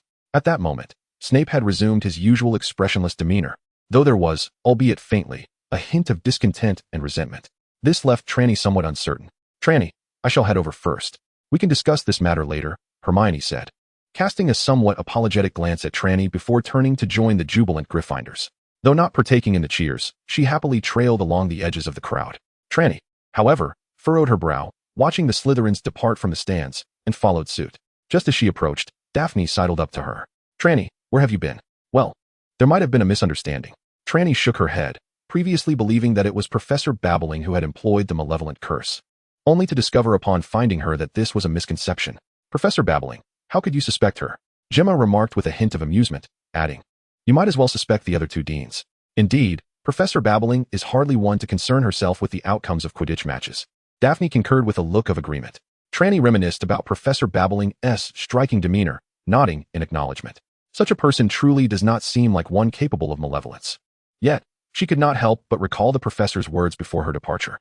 Did this professor possess some knowledge? Not only about that peculiar card, but also regarding the unidentified group of formidable wizards who had attacked her that day. Perhaps, there might be an opportunity to engage this professor in conversation. Chapter 036, Nicklame.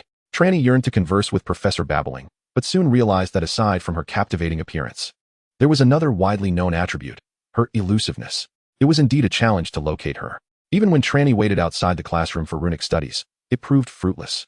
The moment class ended, Professor Babbling vanished without a trace. Trelawney inquired of Gemma what one should do if they wished to ask a question. Gemma, who happened to be enrolled in runic studies, explained with a hint of resignation. Typically, questions arising in runic studies are directed to Professors McGonagall and Flitwick. One is an expert in transfiguration, while the other specializes in charms.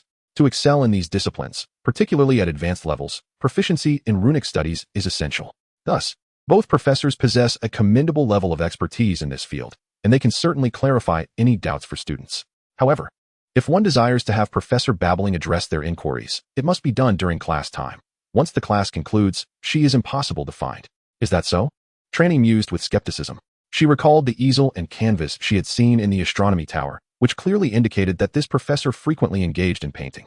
Might she often be found in the astronomy tower?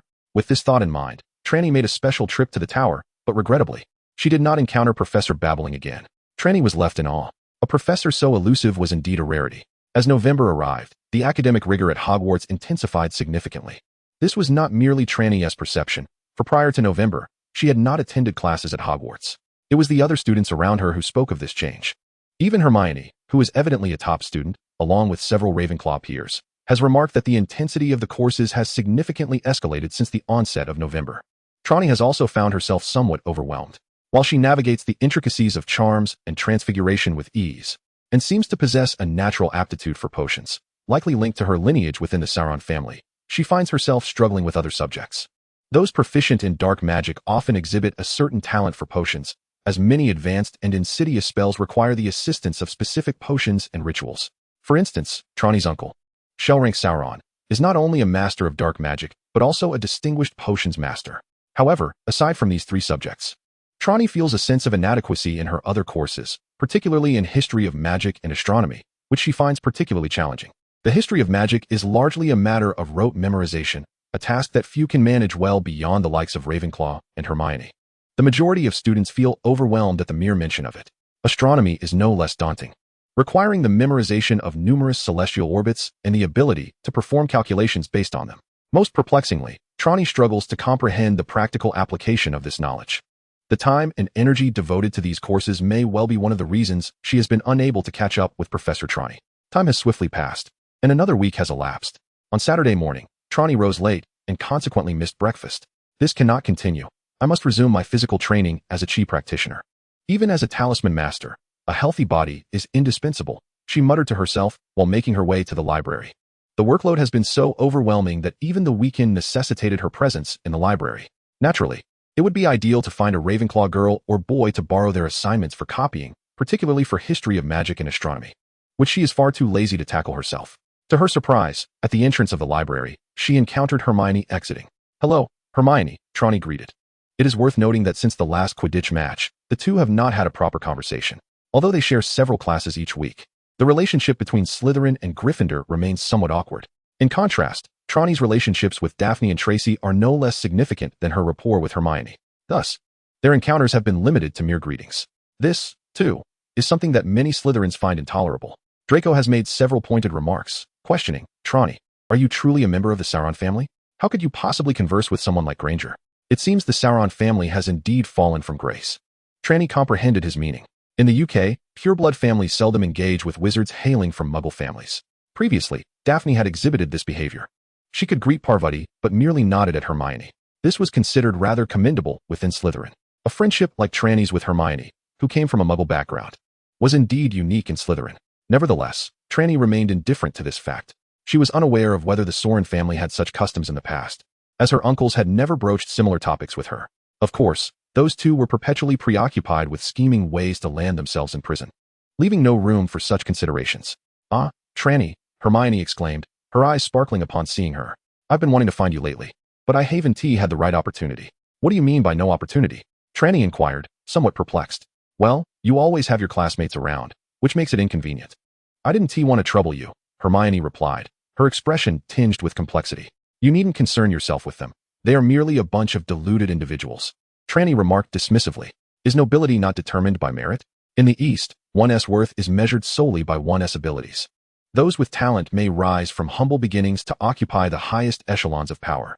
Conversely, those lacking merit, regardless of their noble lineage or illustrious family history, merely constitute a larger crowd at the time of their downfall."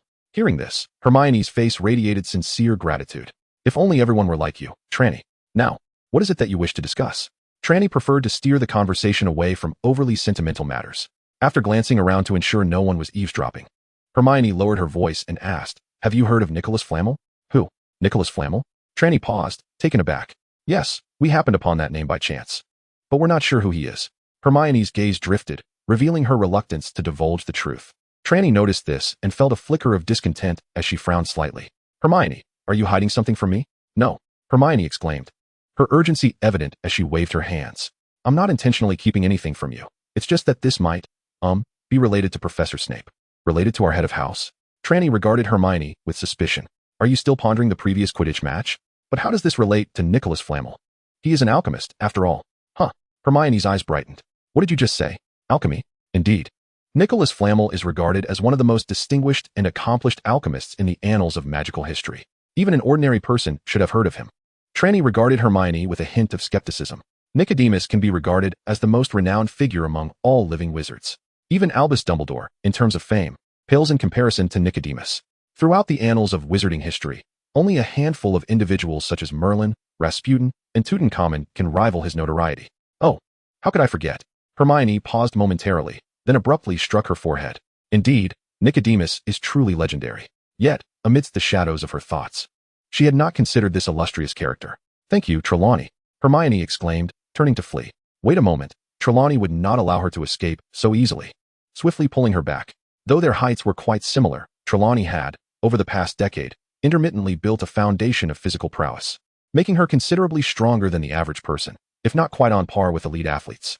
Grasping Hermione with one hand was akin to lifting a mere chick. As Hermione was drawn back, her eyes darted around in confusion. I say, Hermione, is it fair that I share my knowledge with you while you tell me nothing in return? Are we not friends? Trelawney feigned annoyance. In truth, Trelawney did not place much weight on the friendship aspect. After all, even among kin and mentors, self-interest often breeds rivalry, let alone among friends.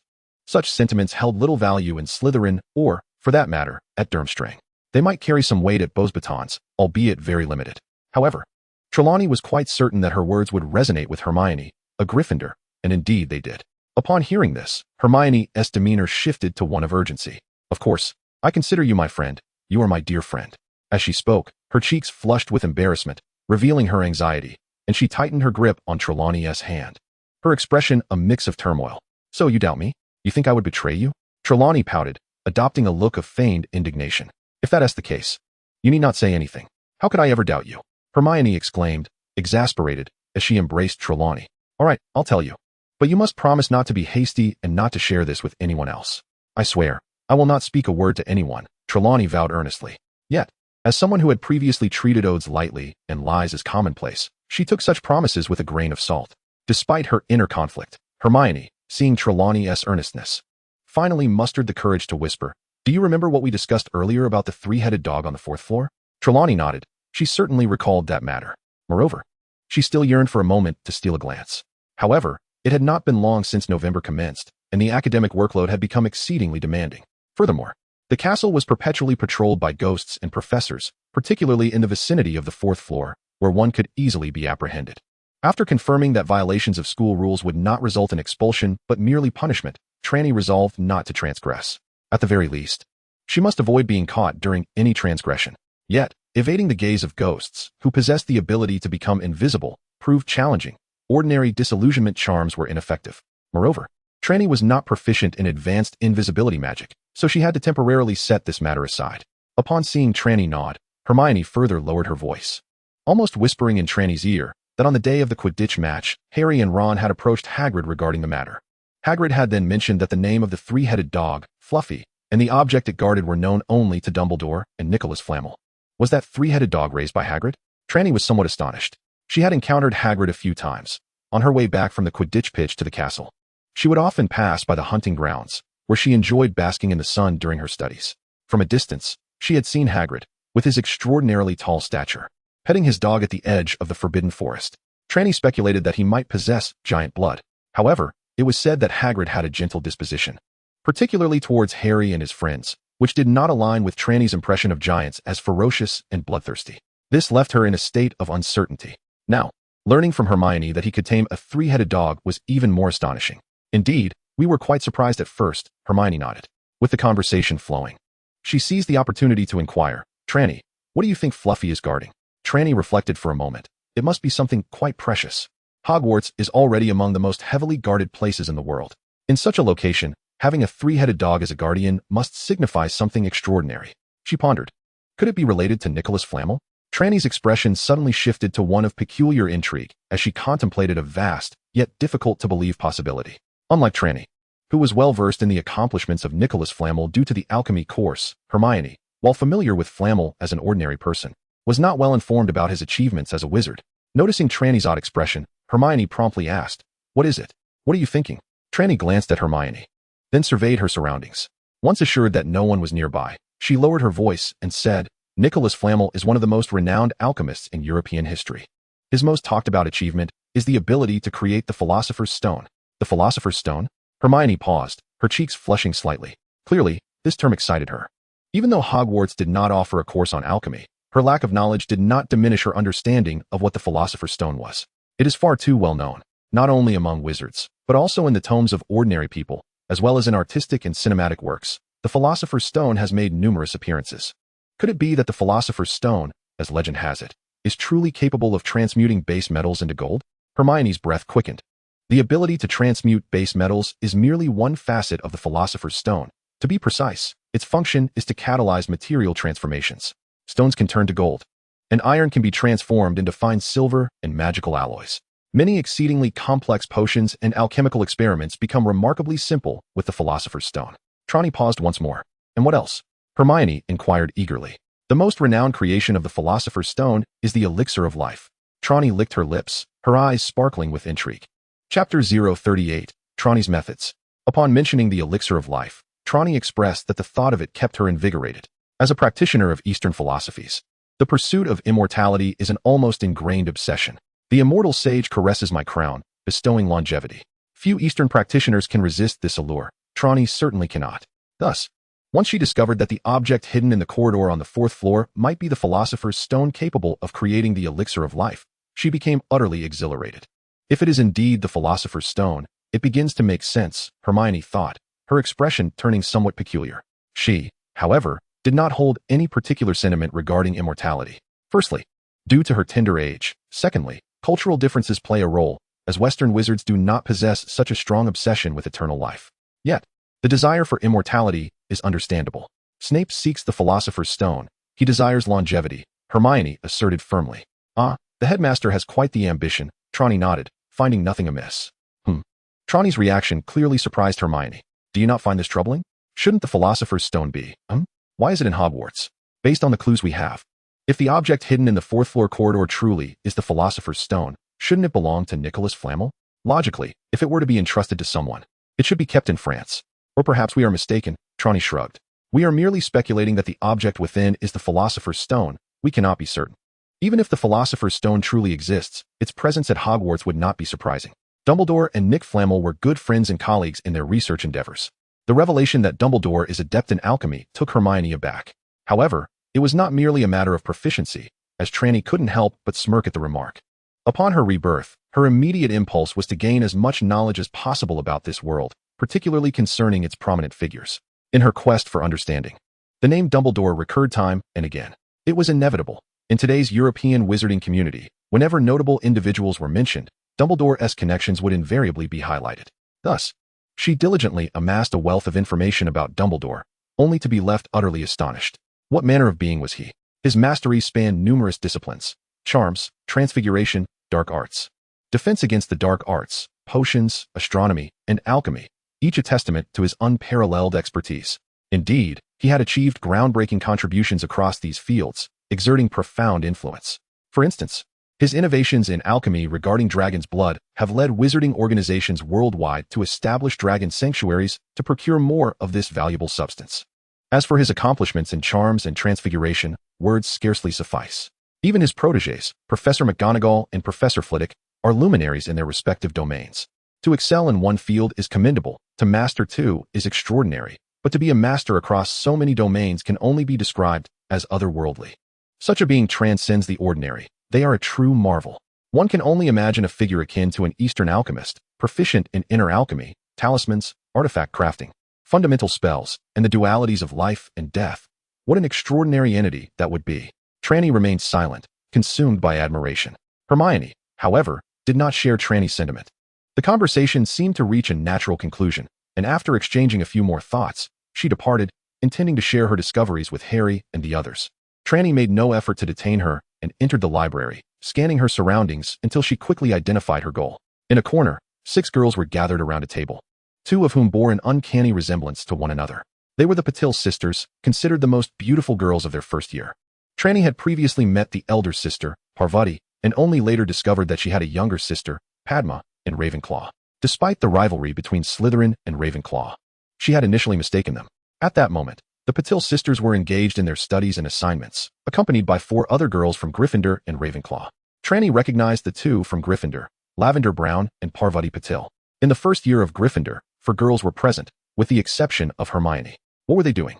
They sought assistance from the Ravenclaw girls regarding their assignments. Trelawney, too, found herself in a similar predicament. She maintained amicable relations with the first-year girls, a trait that set her apart from the other Slytherins. Among Slytherin, only Daphne had a somewhat cordial relationship with students from other houses. Due to the circumstances involving Parvati and Hermione, Trelawney had forged a good rapport with the Gryffindor girls. Additionally, her connection with Parvati and Padma allowed her to cultivate a decent relationship with Ravenclaw as well. Consequently, Trelawney found herself on friendly terms with girls from 2 houses, while her ties with Hufflepuff were neither particularly strong nor weak. Do not inquire. Her popularity spoke for itself, or at least, that was Trelawney's belief. Upon seeing Trelawney approach, Parvati greeted her with a radiant smile, gesturing for her sister to make space for Trelawney. The library tables were quite expansive, although designed to accommodate 6 chairs. They could comfortably seat 10. Yet, Trelawney waved her hand dismissively, opting not to join them.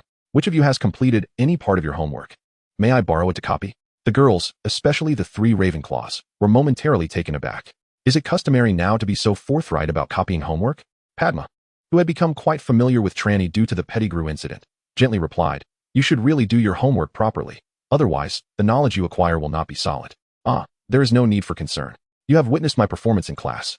The truly important aspects of wizardry, the magical elements, I have mastered quite well. As for the rest, they may not serve me much in the future, Trelawney retorted, a statement that left her peers somewhat speechless. Indeed, in class, whether it be charms, transfiguration, or potions, Trelawney's practical skills were exemplary. As for subjects like history of magic or astronomy, if one did not intend to pursue a career in those fields, their utility seemed rather limited. However, Padma remained hesitant. Come on, Padma, please help me out. I beg you. Trelawney was adept at coaxing her friends. She embraced Padma from behind, rubbing her cheek against Padma's petite face. I promise to reward you with a kiss. Padma had never encountered such a tactic before. Her face flushed crimson as she forcefully pushed Trelawney away while reluctantly handing over her homework. All right, here you go. A short distance away, several boys who had been observing this exchange were left speechless. Harry, Ron, who had just entered from outside, whispered, What do you think would happen if I tried that? You'd get killed, Harry asserted emphatically. I think so too, Ron nodded in agreement. Chapter 39, A Nightly Stroll Through the Castle. Trelawney's attitude towards assignments was one of avoidance. She preferred to forego them entirely, particularly in subjects like history of magic and astronomy, which she deemed utterly useless. Consequently, with the assistance of Padma and Lily Moon, 2 diligent students from Ravenclaw, her assignments were completed with little intellectual rigor. However, she remained indifferent, for she had far more pressing matters to attend to. If the legendary philosopher's stone truly lay hidden at the end of the 4th floor corridor, she was determined to acquire it by any means necessary. Although her current proficiency in potions and alchemy rendered the stone unnecessary, that did not diminish her fervor to possess it. The very notion of the elixir of life sent thrills of excitement coursing through her veins. Thus, she resolved to hastily finish her assignments and devise a plan to access the 4th floor corridor. Yet, the 3-headed dog posed a significant obstacle. As she copied her homework, she muttered to herself in contemplation. While the beast was merely a low-magic subspecies of the hellhound, its formidable magical resistance rendered most wizards powerless in its presence. Even though Trelawney felt confident in her abilities, she understood the necessity of gauging her own limits. Later that night, having completed the majority of her assignments, Trelawney stealthily slipped out of her dormitory. Although the authority of a first-year prefect was quite limited, having her own dormitory was a privilege that suited her perfectly. Over the past fortnight, she had engaged in numerous clandestine activities within her quarters. She had drawn over a dozen talismans, replenishing those she had expended during a prior ambush. Except for the 1 golden talisman. That particular item had been a fortunate acquisition, and despite having purchased 3, the ravages of time had left them severely damaged. Only 1 remained usable, and she had already employed it. The more she pondered, the more exasperated she became. If only I could discover the identities of those who attacked me, I would transform you all into vengeful spirits and consign you to the flames. Trelawney had contemplated this more than once. Nonetheless, given her current capabilities, she was still a ways off from mastering the art of spirit creation. Nor did she fully comprehend the manipulation of fire. With her collection of talismans, Trelawney felt emboldened. Moreover, in light of the peculiar circumstances at Hogwarts, she had meticulously crafted 3 exorcism talismans. These charms were employed to banish malevolent spirits. Some unfortunate souls, having stirred up spirits in the land of the dead, found themselves haunted at home, disrupting their family's peace. In such instances, a worthy and skilled priest would provide an exorcism talisman. Though this charm lacked the power to annihilate malevolent entities, it could instill a profound discomfort in them, compelling them to retreat. This particular spell was not difficult to create. She had simply never found it necessary until arriving at Hogwarts, where the abundance of ghosts proved quite troublesome. Thus, she had finally put her skills to use. This artifact is not as effective against phantoms as it is against the elusive, yet it suffices for its purpose. After exiting her dormitory and stepping into the common room, she found it eerily vacant. According to Padma, in Ravenclaw, diligent students could be found studying here before midnight. The absence of students past 12 is not merely due to their efforts waning, but rather because nighttime is a crucial period for transforming short-term memories into long-term knowledge. Staying up late is decidedly detrimental to the effective assimilation of knowledge. Trelawney, however, was indifferent to this notion, believing she did not possess a vast amount of knowledge to master. At present, her mind was solely occupied with the Philosopher's Stone. Upon leaving the common room, she waved her wand gently, and her form twisted into a nebulous mist. This was the disillusionment charm, a lesser spell akin to invisibility. It could mimic the surrounding environment, achieving an invisible effect, allowing one to elude the notice of most individuals under casual observation. In the dimly lit corridors of Hogwarts at night, this spell bore little distinction from true invisibility. Trelawney did not know the invisibility charm, not because the Sauron family lacked the means to learn it, but rather because she initially deemed it unnecessary. She had casually grasped the disillusionment charm as a mere pastime. Now, however, it posed a bit of a dilemma. Neither Hogwarts, nor Durmstrang, nor Beauxbatons would ever document the invisibility charm or similar magics. Do not inquire. The rationale is to prevent students from mischief. One can only imagine the chaos Gryffindors, known for their mischievousness, could unleash if they mastered such spells. Clutching a talisman, ready to employ it at the slightest encounter with a ghost, Trelawney cautiously made her way toward the fourth-floor corridor. Hogwarts enforces a curfew at 10:30, and even students engaged in study or homework in the library must return to the common room by this hour. Remaining outside past 11 would result in punishment and a deduction of points from their house.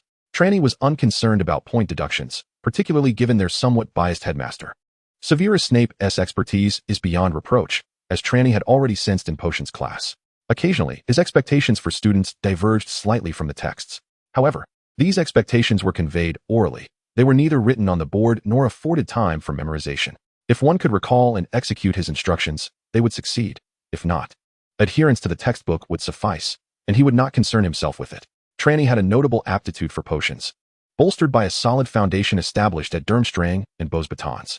She was among the few who could keep pace with Snape's lectures. Thus, on several occasions, she brewed potions strictly according to Snape's specifications. While differing significantly from the textbook requirements, both the efficacy and the execution of the process surpassed expectations. This left Trelawney somewhat astonished. It is worth noting that the first-year curricula at Europe's 3 major academies utilize remarkably similar textbooks, albeit in different languages. The field of potion making is particularly characterized by various translations of works by the same author in the same edition. These long-standing texts, honed through centuries of scholarly research, have reached an impressive level of refinement, especially in lower-tier recipes. Yet, in such circumstances, Snape managed to implement subtle modifications that rendered the potions easier to brew, often with superior results, a feat that is nothing short of remarkable. However, when juxtaposed with his exceptional potion-making skills, Snape's character leaves much to be desired. His acerbic tongue, harsh demeanor towards students, and glaring bias render him exceedingly unjust. To put it more strictly, one might question his professional ethics. His evident favoritism towards Slytherin starkly contrasts with his stringent treatment of other houses, particularly Gryffindor. Nevertheless, as a beneficiary of this bias, Trelawney mused that it could certainly be taken a step further. With such a partial headmaster, the Slytherin scores were undoubtedly secure. Harboring these thoughts, Trelawney traversed the corridor on the 4th floor without encountering a single professor or ghost, a stroke of luck indeed. Delighted, she reached for the heavy wooden door. With a click, the door remained closed. Oh, it's locked. Useless, Alohomora. Trelawney gently waved her wand, and the thick wooden door emitted a series of clicks as the large lock unfastened. Trelawney felt a twinge of surprise. She had merely attempted a basic unlocking charm, fully prepared to follow up with several advanced spells if necessary. To her astonishment, the door opened. Standing at the threshold, Trelawney found herself momentarily at a loss. After all, this was a door guarding the Philosopher's Stone, an artifact capable of driving half the wizarding world into madness, secured by none other than Hogwarts, one of the premier institutions in the wizarding realm. Were you to tell her that the first line of defense was merely a basic unlocking charm? Trelawney found this rather absurd. Yet, despite her thoughts, she pushed open the wooden door. Contrary to her expectations, the thick wooden door, while heavy, emitted no creaks. Then, Trelawney beheld the three-headed dog she had long anticipated, far larger than she had envisioned. Lying in the room was a three-headed dog, its immense form even surpassing that of an Asian elephant. The three colossal heads resembled massive water tanks. At that moment, the creature lay sprawled on the ground, each head exhaling rhythmic breaths, seemingly in a deep slumber. Beneath its feet, a wooden trapdoor was faintly visible, almost entirely compressed under the weight of the beast. To open it, one would have to shift the dog's enormous body. Not to mention whether Trelawney's petite limbs could even move such a creature. Even if she could, it would undoubtedly rouse this formidable entity. Most magic spells were ineffective against the three-headed dog, as its fur could repel the vast majority of magical influences. It appeared to be quite a predicament. After a moment's hesitation, Trelawney resolved to give it a try. As the saying goes, since she was here, she might as well proceed. With a gentle flick of her wand, devoid of incantation, she released a silent surge of magic that enveloped the three-headed dog. There was no response. I knew it, Trelawney thought, shaking her head slightly. The levitation spell was indeed futile against the creature. However, this was not insurmountable. Trelawney's gaze shifted to the trapdoor beneath the dog, and she waved her wand once more. As she did, the trapdoor gradually lifted, despite the weight of a dog as large as an elephant pressing down upon it. Success! A subtle smile curved her lips, a self-congratulatory nod to her cleverness. Yet, before she could raise the trapdoor to a height sufficient for her escape, an unexpected turn of events transpired. The closest head to the trapdoor paused momentarily in its snoring, then slowly opened its eyes. The other two heads continued to snore thunderously, but this one seemed to sense something amiss and gradually opened its eyes. This is bad. Trelawney felt an immediate sense of foreboding. Indeed, in the next instant, the previously unfocused gaze of the three-headed dog sharpened, fixating intently on Trelawney. A thunderous roar erupted from that head. Almost simultaneously, the other two heads opened their eyes, each unleashing a roar in succession. Trelawney felt as though she had been struck in the forehead by a heavy club, momentarily dazed. Dizziness enveloped her, her vision blurred with golden stars, her body stiffening involuntarily. With the wisdom gained from 2 lifetimes, she instantly recognized what she was experiencing, the effect of intimidation.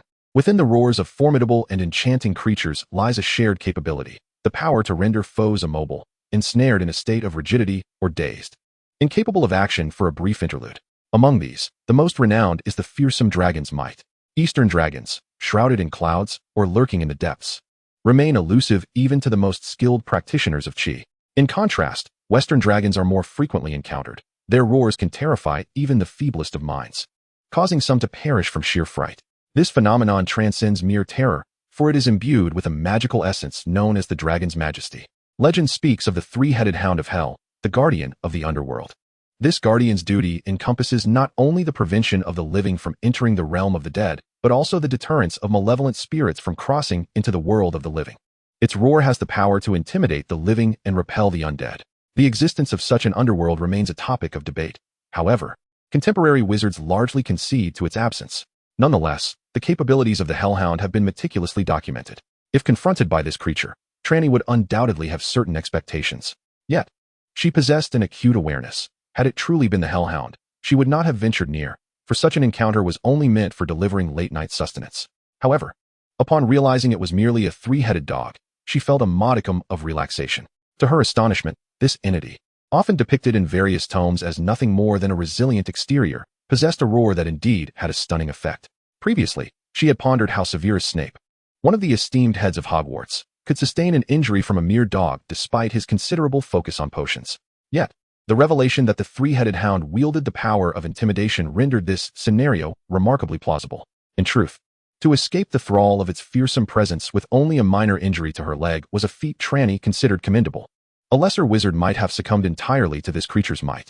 At that moment, under the influence of its intimidating aura, her body became temporarily paralyzed. And as the three-headed hound unleashed its roar, it lunged toward Trelawney with alarming speed. The ferocity of its roar paled in comparison to that of the Hellhound. Yet even a wizard, caught unawares, could find themselves dazed for several seconds. Given the proximity between Trelawney and the beast, its massive jaws could close in less than a heartbeat. Trelawney watched, wide-eyed, as the hound's gaping maw, dripping with saliva, lunged towards her. A resounding crack echoed, accompanied by the sound of something shattering, not flesh, but rather the air itself as the three-headed hound snapped its jaws shut in vain. Trelawney had already positioned herself outside the door, swiftly slamming it shut behind her with a forceful motion. Between a solitary figure and a dog, a faint glimmer of golden light slowly dissipated. The immense roar was astonishingly muffled by the heavy wooden door. Phew, that was close. Trelawney wiped her forehead, feeling the beads of sweat beginning to form at her temples. Lowering her head, she pulled a red string from her collar, upon which a triangular piece of yellow paper was gradually turning black, eventually turning to ashes and vanishing into the air. The dog possesses some remarkable qualities. Trelawney muttered to herself. Who is there? A chilling voice echoed from a distance, accompanied by a beam of light that illuminated the area. Trelawney squinted, stepping back as her figure blurred and slipped into the shadows, hastily retreating. Moments later, Severus Snape, clad in a black robe, stood at the doorway. Listening to the growls of the three-headed dog within, his brow furrowed in concentration. Chapter 041. Can the affairs of practitioners be called theft? Snape stood before the door, his gaze penetrating as he listened to the roars within. Reveal yourself. He flicked his wand with urgency, casting a revealing charm that expanded outward. Ordinarily, such a charm was not intended for broad application, designed for limited scope. Otherwise, the invisibility charm would lose its significance. Yet Snape's revealing charm defied convention, enveloping the entire corridor within a radius of several dozen meters, demonstrating how this ancient and refined magic had been further enhanced in his hands. However, it was futile. The magic cloaked the entire corridor, yet no form appeared. Trelawney had long since fled. Some fools, after committing an offense, cannot resist the urge to return to the scene of the crime, and such fools are often caught immediately. Trelawney was clearly not among them, fleeing resolutely without a single glance back. Upon returning to her dormitory, however, she found herself in a quandary. The three-headed dog was far more formidable than she had anticipated. Had it not been for the protective charm, even without transforming into a wretched creature, she would have surely faced the wrath of the beast. That would have placed her in the same unfortunate predicament as her hapless headmaster. Despite having only limped around the castle for 2 days, Snape had already become the subject of ridicule for 2 weeks. There was little to be done. His reputation was simply poor. But to expect Trelawney to abandon her pursuit would be wishful thinking. After all, it was the Philosopher's Stone. She needed to devise a strategy to contend with that monstrous dog. What might be an effective approach against the three-headed beast? Trelawney fell deep into contemplation. On Sunday morning, Trelawney rose unusually early, circling the castle twice. Her runs were not merely exercises. She employed a special breathing technique known as delusional to regulate her breath. Through this method, she could enhance her physical skills across the board. Yet this breathing technique was quite challenging, even though Trelawney had practiced it for many years in her past life. Mastering it once more in this life proved to be arduous. Stumbling into the hall, Trelawney nearly gasped for breath as she awkwardly made her way to breakfast. Before heading to the library, of course, she had no intention of doing her homework first thing in the morning. She was not that type of person. Even if she were to consider completing her assignments, it would only be after Padma and the others arrived, so she could borrow their insights. Her early visit to the library was driven by a desire to research magical creatures, specifically the three-headed dog. Hogwarts offered care of magical creatures as an elective in the 3rd year, thereby necessitating the presence of a professor. Trelawney had encountered this professor on the day he used the killing curse to slay a troll, alongside Professor Flitwick, showing little reaction to the scattered remains. Sylvanus Kettleburn was his name. Trelawney vividly remembered that he was missing a leg, replaced by a wooden prosthesis. This piqued her curiosity. In the Wizarding World, unless a disability was the result of dark magic, most could be remedied through spells or potions. Why did this professor appear so unfortunate? Upon learning of his antics, she found herself genuinely impressed. Even amidst the chaos at Durmstrang, Trelawney always had a purpose or goal. This professor, however, seemed to seek amusement for its own sake. While Trelawney's mischief often involved troubling others, this professor found himself frequently in the infirmary due to his own folly. There was even a humorous anecdote circulating at Hogwarts that Professor Kettleburn had attempted to resign multiple times, yet never left the school, fearing that his meager savings would be insufficient to cover medical expenses should he continue to injure himself. This might not merely be a jest. Logically, with a professor of magical creatures, one could directly inquire about the three-headed dog. Even as a first year, Trelawney would not be met with disdain for asking questions, barring inquiries directed at Snape. However, this raised a concern regarding whether the professors at the school were aware of the Philosopher's Stone. Based on available information, it seemed Hagrid was in the know. If Snape was attempting to breach the three-headed dog's defenses, he too must possess knowledge. Thus, the likelihood that Hogwarts professors were informed was relatively high. Consequently, if Trelawney approached them regarding the three-headed dog, it could arouse suspicion, troublesome indeed. Muttering to herself, Trelawney began her search for books on magical creatures in the library. Although the required reading, Where to Find Magical Creatures, introduced numerous magical beings, the three-headed dog was notably absent. Otherwise, her quest would not be so complicated. Sir Newt's writings were quite remarkable. Had he documented the three-headed dog, he would surely have noted its habits. With a hefty tome on magical creatures in hand, Trelawney settled into a corner of the library to peruse its contents. The text mentions the three-headed dog quite frequently, detailing various methods to confront it. However, From Trelawney's perspective, these suggestions lack practical applicability. The book uniformly documents the formidable magical resistance of the three-headed dog, indicating that the vast majority of spells, including dark magic, struggle to achieve the desired effects. Additionally, its robust physique renders physical approaches scarcely effective.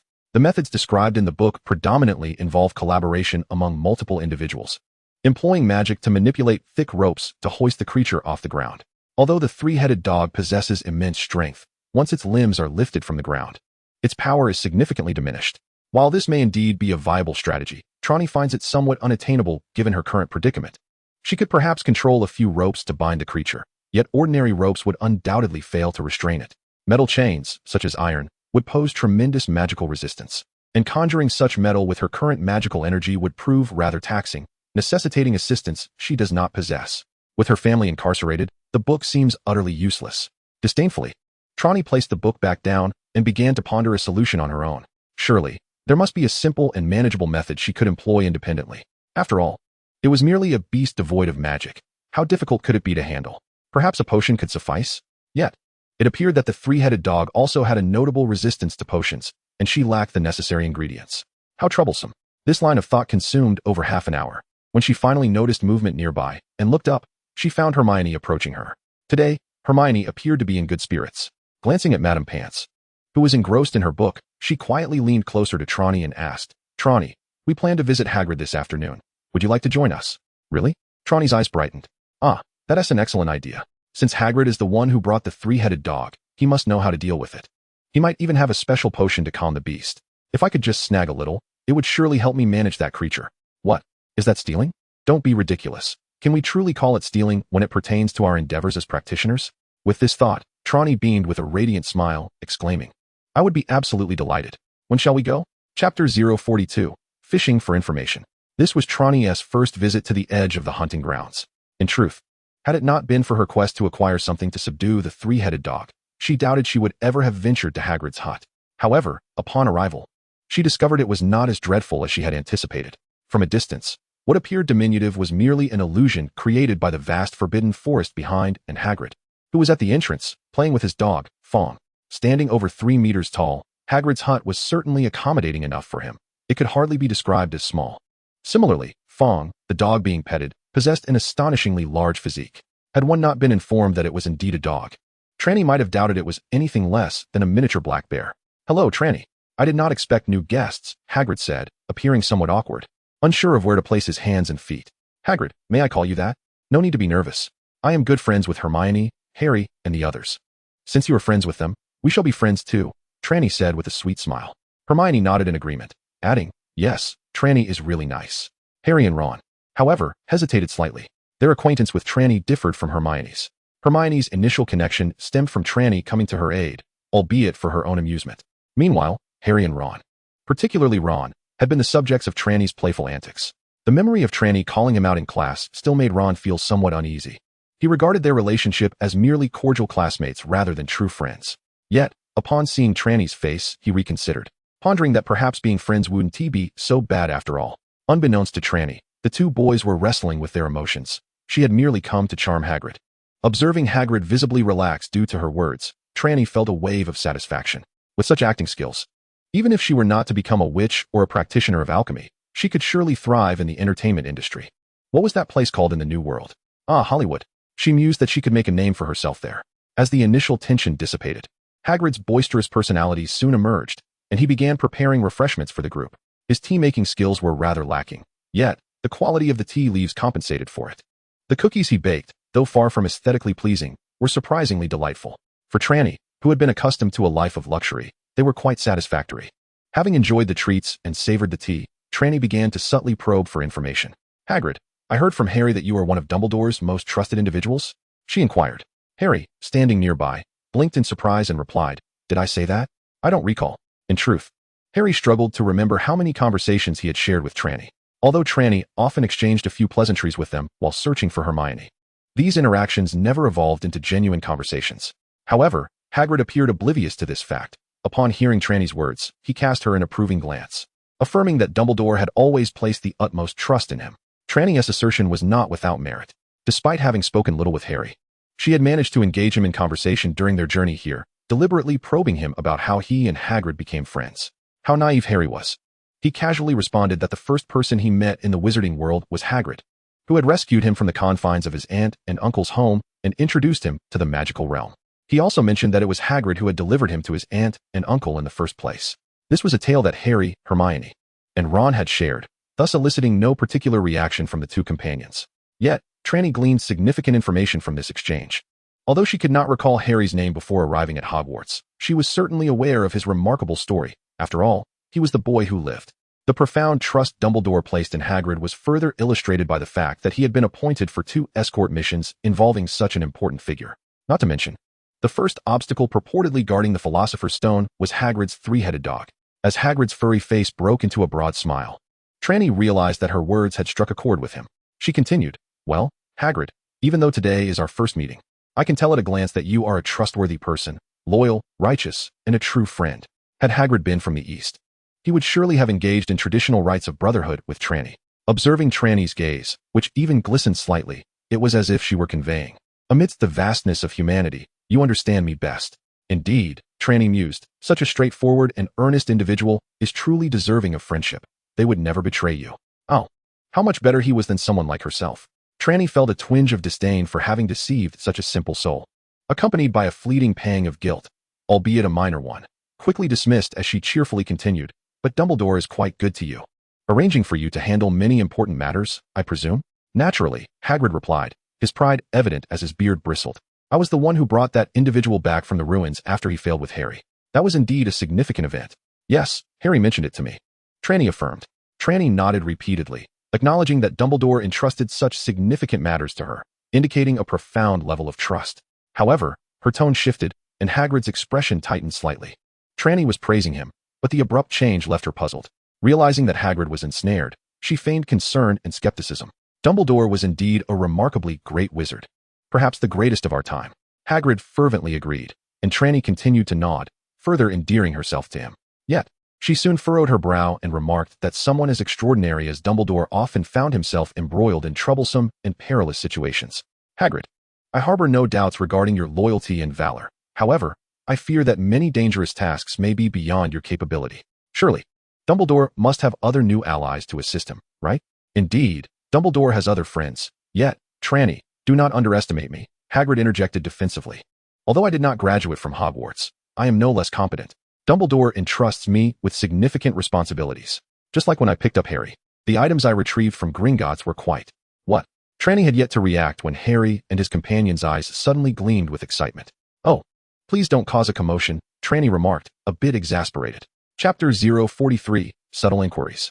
Trelawney mentally berated her inept companions. They had already deduced what secrets Hogwarts was harboring and recognized the origins of those items. So why the theatrics? This was clearly raising Hagrid's suspicions. Indeed, Hagrid's sunny demeanor turned serious in an instant.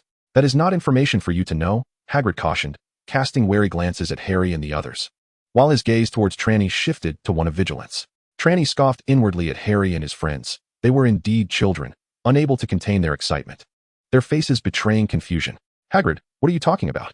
Oh, is it a secret related to Dumbledore? You must be careful. Secrets cannot be carelessly divulged, and it would not be beneficial for us to know."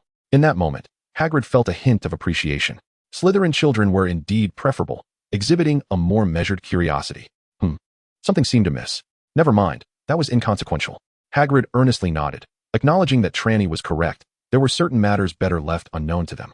Harry and Ron pouted in protest, clearly displeased, while Hermione furrowed her brow, deep in thought.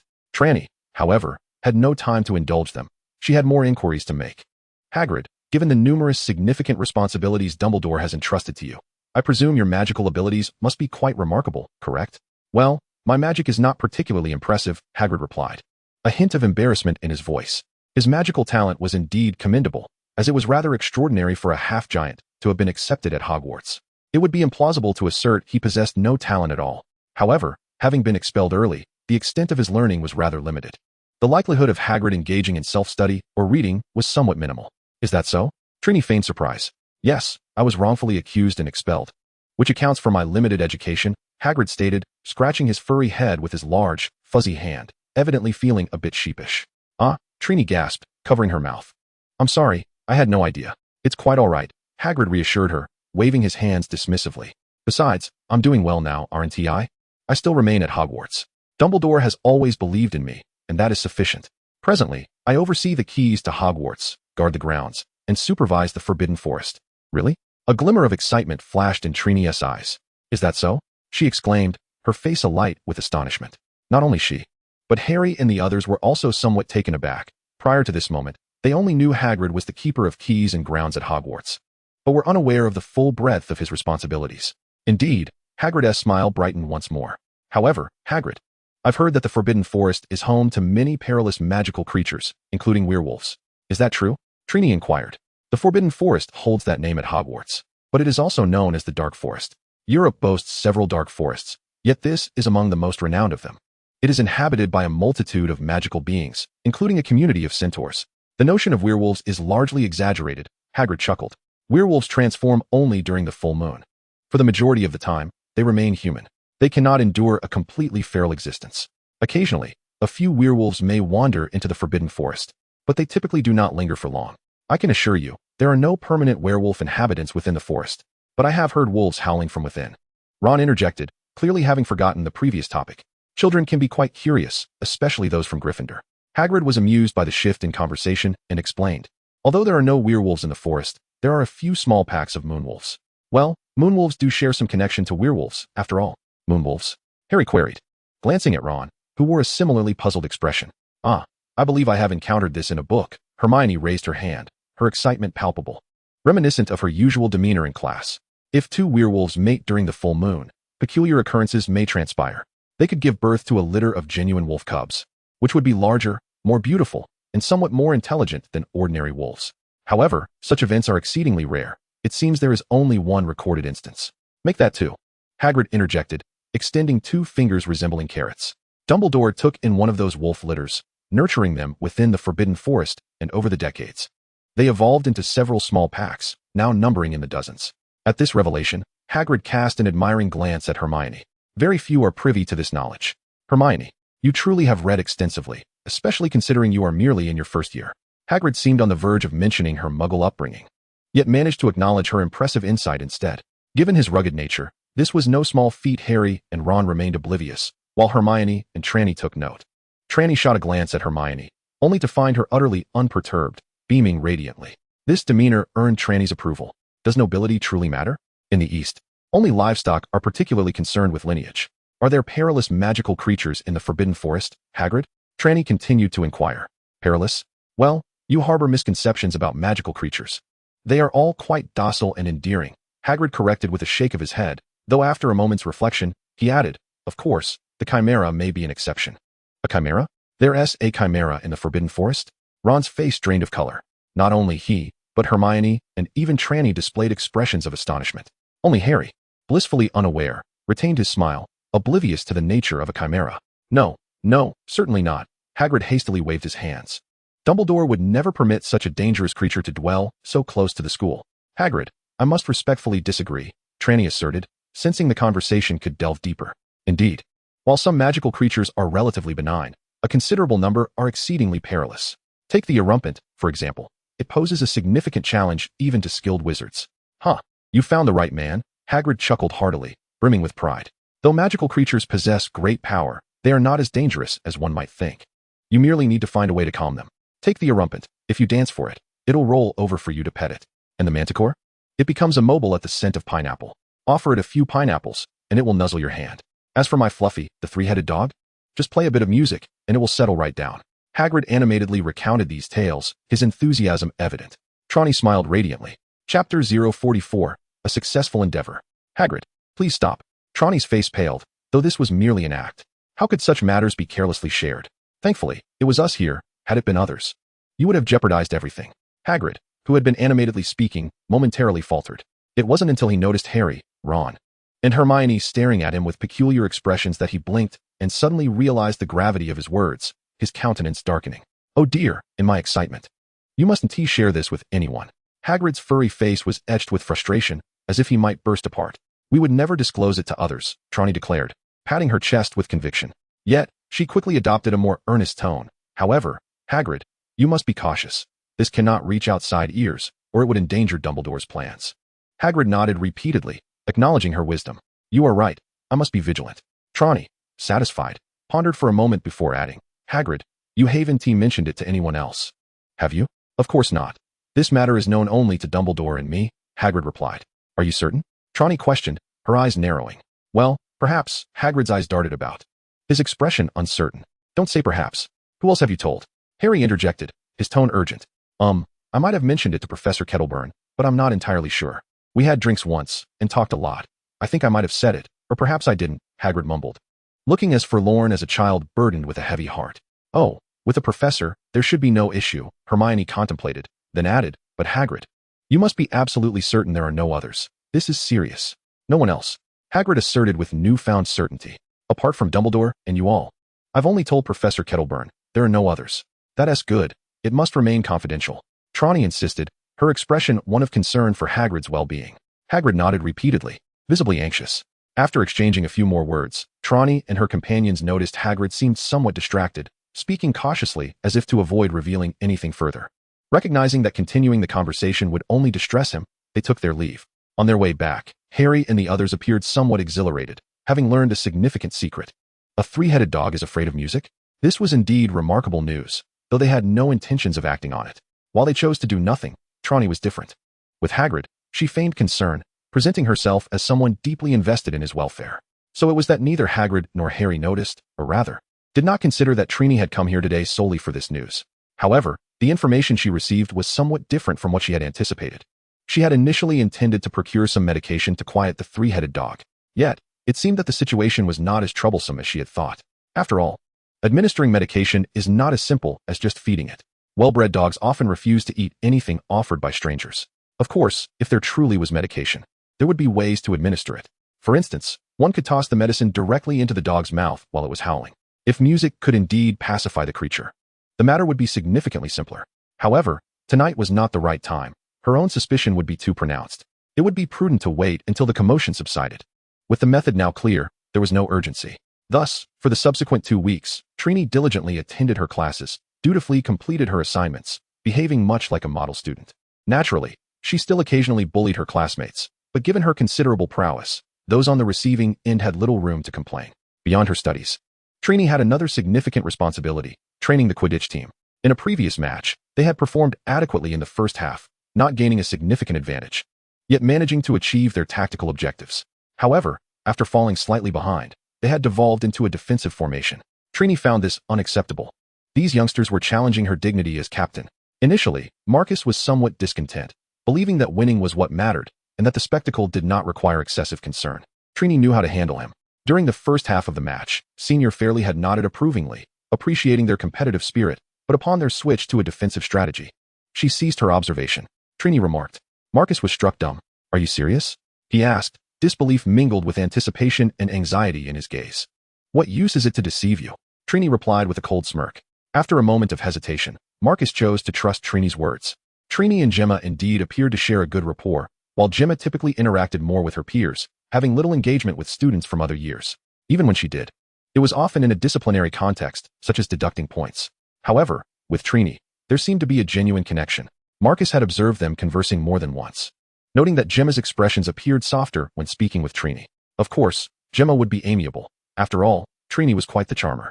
The skill of speaking aptly to both people and spirits had already been mastered in a past life. This talent had merely lacked opportunities for application. But it had not been forsaken. When Trelawney sought to wield it, her proficiency remained intact.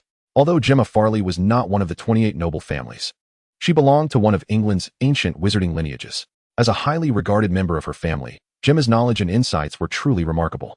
In contrast, Trelawney hailed from the long-established pureblood family, Soren, but her unreliable guardian was preoccupied with the study of dark magic, neglecting her education and development.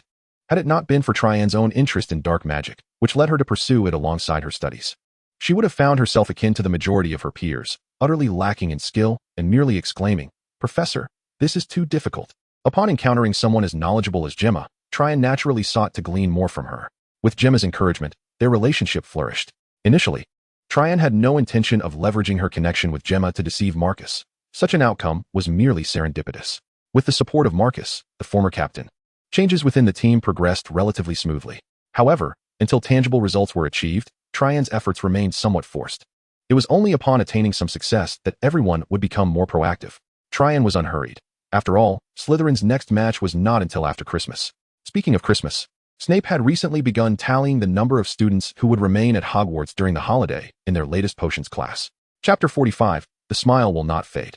Oh, we meet again. Trelawney gazed incredulously at the two identical red-haired figures before her, who were grinning widely and blocking her path, their voices harmonizing in unison. Haven't you two had enough of trouble? Trelawney thought, somewhat exasperated. The Weasley twins were among the first acquaintances she had made upon arriving at Hogwarts, even preceding her friendship with Hermione. Yet, their initial interactions could hardly be described as amicable. During their first encounter, the twins attempted to ensnare Trelawney in a prank, only to be outsmarted and trapped in a bog. On their second meeting, they believed Trelawney possessed a mischievous spirit and sought to recruit her into their prankster gang. Trelawney, however, held no such whimsical inclinations, at least, that was her belief. Thus, she declined without hesitation, and while the two jesters were preoccupied, she played a clever trick on them. Consequently, the Weasley brothers remained subdued for 2 weeks. Not only did they refrain from seeking Trelawney's company during that time, but according to rumors she had heard, their pranks over those 2 weeks were far fewer than their usual morning antics. Certainly, this was also connected to a Quidditch match that took place during this period. The twins, although fervent in their penchant for mischief, held an equally profound affection for Quidditch. More importantly, it was rumored that if they did not train adequately, they might indeed face the wrath of their senior, Wood. However, this state of affairs did not persist for long. In late November, the twins' exuberance resurfaced, and they once again began to indulge in their pranks around the school. Yet, perhaps due to the indelible impression left by Trelawney, they initially refrained from provoking her further. Just when Trelawney believed she could remain undisturbed and focus on her studies, the two jesters approached her once more during the weekend at the beginning of December. That morning, the match between Hufflepuff and Ravenclaw had just concluded. It was a contest that rivaled the intensity of a battle between third-tier professional players. The term third-tier is not meant to belittle. It must be noted that even players still in training camps exhibit skills far superior to those of most students. Of course, there are exceptions. For example, during his time at Durmstrang, there was a Bulgarian student who, despite being only in his 3rd year, was regarded as possessing skills comparable to or even exceeding those of an average second-tier player. Hogwarts has yet to showcase such prodigies. At least none have demonstrated such talent at present. The average skill level of the 4 school teams would struggle against a novice who had undergone merely 3 months of training in a professional camp. Under these circumstances, both teams showcased exceptional athletic prowess, delivering a match that could easily be likened to that of third-tier professionals, much to the delight and astonishment of all spectators present. The chasers, beaters, and keepers from both sides exhibited remarkable skill, with a relentless tug-of-war unfolding on both offense and defense. A match exceeding 30 minutes is a rarity at the student level, and within that time, each side executed over 30 attacks, alternating between offensive and defensive play every minute. Both teams scored several goals, with the point difference never exceeding 20. In the realm of student competition, this was an exhilarating spectacle. Yet, such a balanced contest inevitably meant that once concluded, the final score would reflect a considerable margin. When the Ravenclaw Seeker narrowly captured the Golden Snitch just ahead of the Hufflepuff Seeker, securing victory for Ravenclaw, the crowd erupted in applause. Although Hufflepuff experienced disappointment and defeat, they displayed commendable sportsmanship, applauding the thrilling match. After the game, Madam Hawk praised both teams highly, declaring it a contest that surpassed standards in technique and style. Trelawney concurred with Madam Hawk's sentiments. Having witnessed the match, she felt uplifted and in high spirits. Upon returning to the castle, she unexpectedly encountered the Weasley twins, who had come in search of her. "Oh, Soren, must you be so aggressive?" One of the twins chuckled, his face beaming. "I genuinely believe we would harmonize splendidly. Although what you did to us previously was, shall we say, a tad difficult to accept." "Particularly difficult," the other nodded in agreement. "But doesn't this precisely indicate that we are kindred spirits?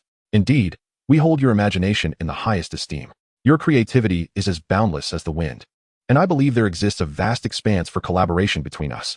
The twins spoke seamlessly, each complimenting the other, and if one were to close their eyes, it would be impossible to discern the distinct voices of the two. At that moment, Trelawney found herself somewhat speechless. "Are you two truly lacking in common sense?" "Absolutely not," they replied in unison. "Our mother took us to St. Mungo's for an examination when we were 7.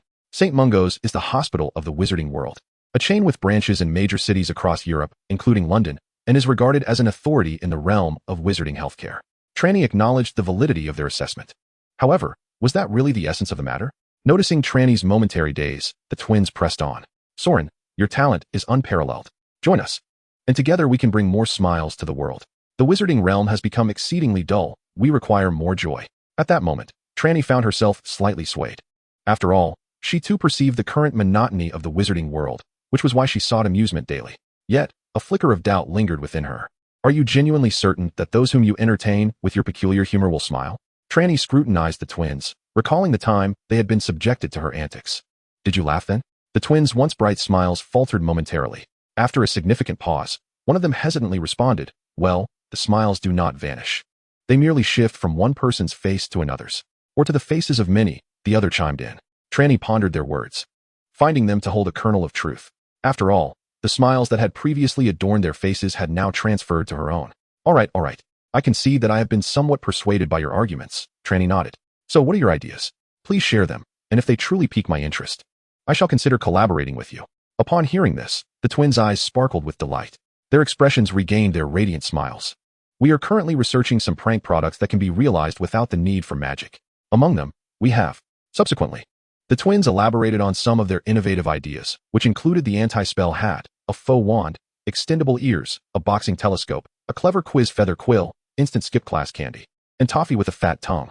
However, only the latter two had entered the realm of practical experimentation, while the former concepts remained mere notions. Nonetheless, Trelawney's eyes sparkled with excitement. Observing the twins, their expressions shifted. Could these be two wizard inventors? In Chapter 046, titled Angel Investor, Trelawney mused that her penchant for mischief was not inherent, but rather a pursuit of amusement, although she found it difficult to articulate the distinction. Yet, she was certain a difference existed. Her collaboration with the twins did not stem from an endorsement of their philosophies, but rather from her admiration for their creativity, which she perceived as profitable. Despite the affluence of the Soren family, idly consuming wealth was not an option. As a practitioner, she understood the paramount importance of resources.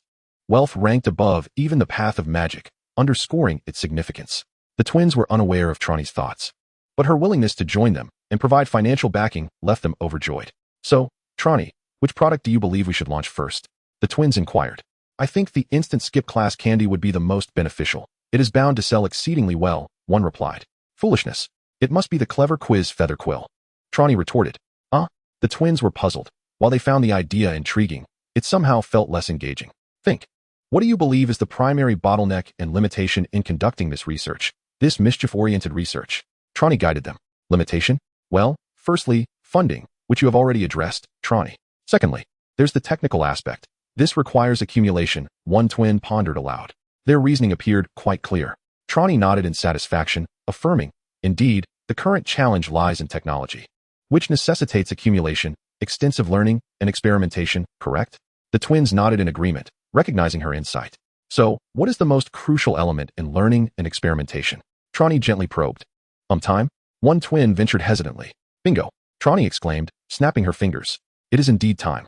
You require more time to learn and experiment. However, classes consume a significant portion of that time, which is unavoidable, as classroom learning is the most efficient. Yet, assignments, particularly those devoid of purpose, can waste an inordinate amount of time. Are you suggesting? The twins' eyes lit up, grasping Trelawney's implication.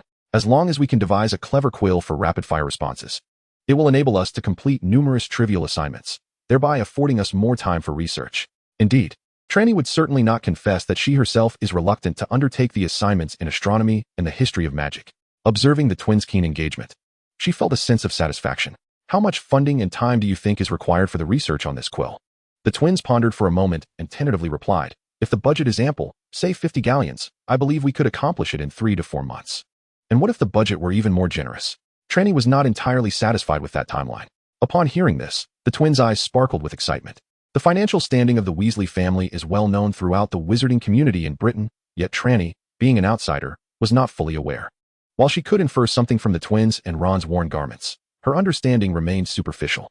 The twins, however, were acutely aware that they had never possessed more than a single galleon at any given time. The 50 galleons they were proposing were, in fact, a considerable stretch for them. They were hopeful that even if Trelawney were to have the amount, 25 galleons would suffice for their research. Yet, Trelawney inquired about an even more substantial budget. If there were 100 galleons, the twins grew bolder, realizing that Trelawney seemed to possess more wealth than they had anticipated, allowing them to possibly reduce the timeline to 2 months. Unfortunately, the information available in Britain was rather outdated, leaving them unaware of the circumstances surrounding the Soren family in distant Sweden, including the vast resources currently at Trelawney's disposal. At present, Trelawney's worth exceeded 100 million, rendering a few hundred galleons insignificant. Research funding should not be measured with a miserly hand. With a graceful wave of her hand, Trelawney declared, "Wait a moment. I shall sign you a check for 1,000 galleons to begin with. This quill must be expedited." 1,000 galleons? The twins were momentarily stunned. Could such a quantity of galleons even be expressed in thousands? They had never encountered such a figure in their lives. Each year, they accompanied their family to the vault at the start of the school year, where galleons were nearly non-existent, replaced instead by silver sickles and bronze nuts. However, over the past few years, even those had dwindled. Their father's income at the Ministry of Magic was considerable, yet the reality of the phrase, "No young lad feasts off his father," resonated palpably, especially with 4, soon to be 5, children in school. Indeed, 1,000 galleons. "Shortly, I will have an owl deliver the check to you." Trelawney waved her hand dismissively and turned to leave, leaving the twins standing rooted to the spot, as if carved from wood. This time, it was not the enchantment of Trelawney. She felt a delightful thrill at the thought of a term she had once heard, angel investor. These are the magnates who provide funding to nascent companies. While she may not yet be a magnate, she had undoubtedly just made her first angel investment. Returning to the common room with a buoyant spirit, she unexpectedly encountered Draco and Pansy, who had just emerged. Trelawney found the two children rather amusing. At merely 11 years of age, they were already indulging in romance so openly. Was that truly appropriate?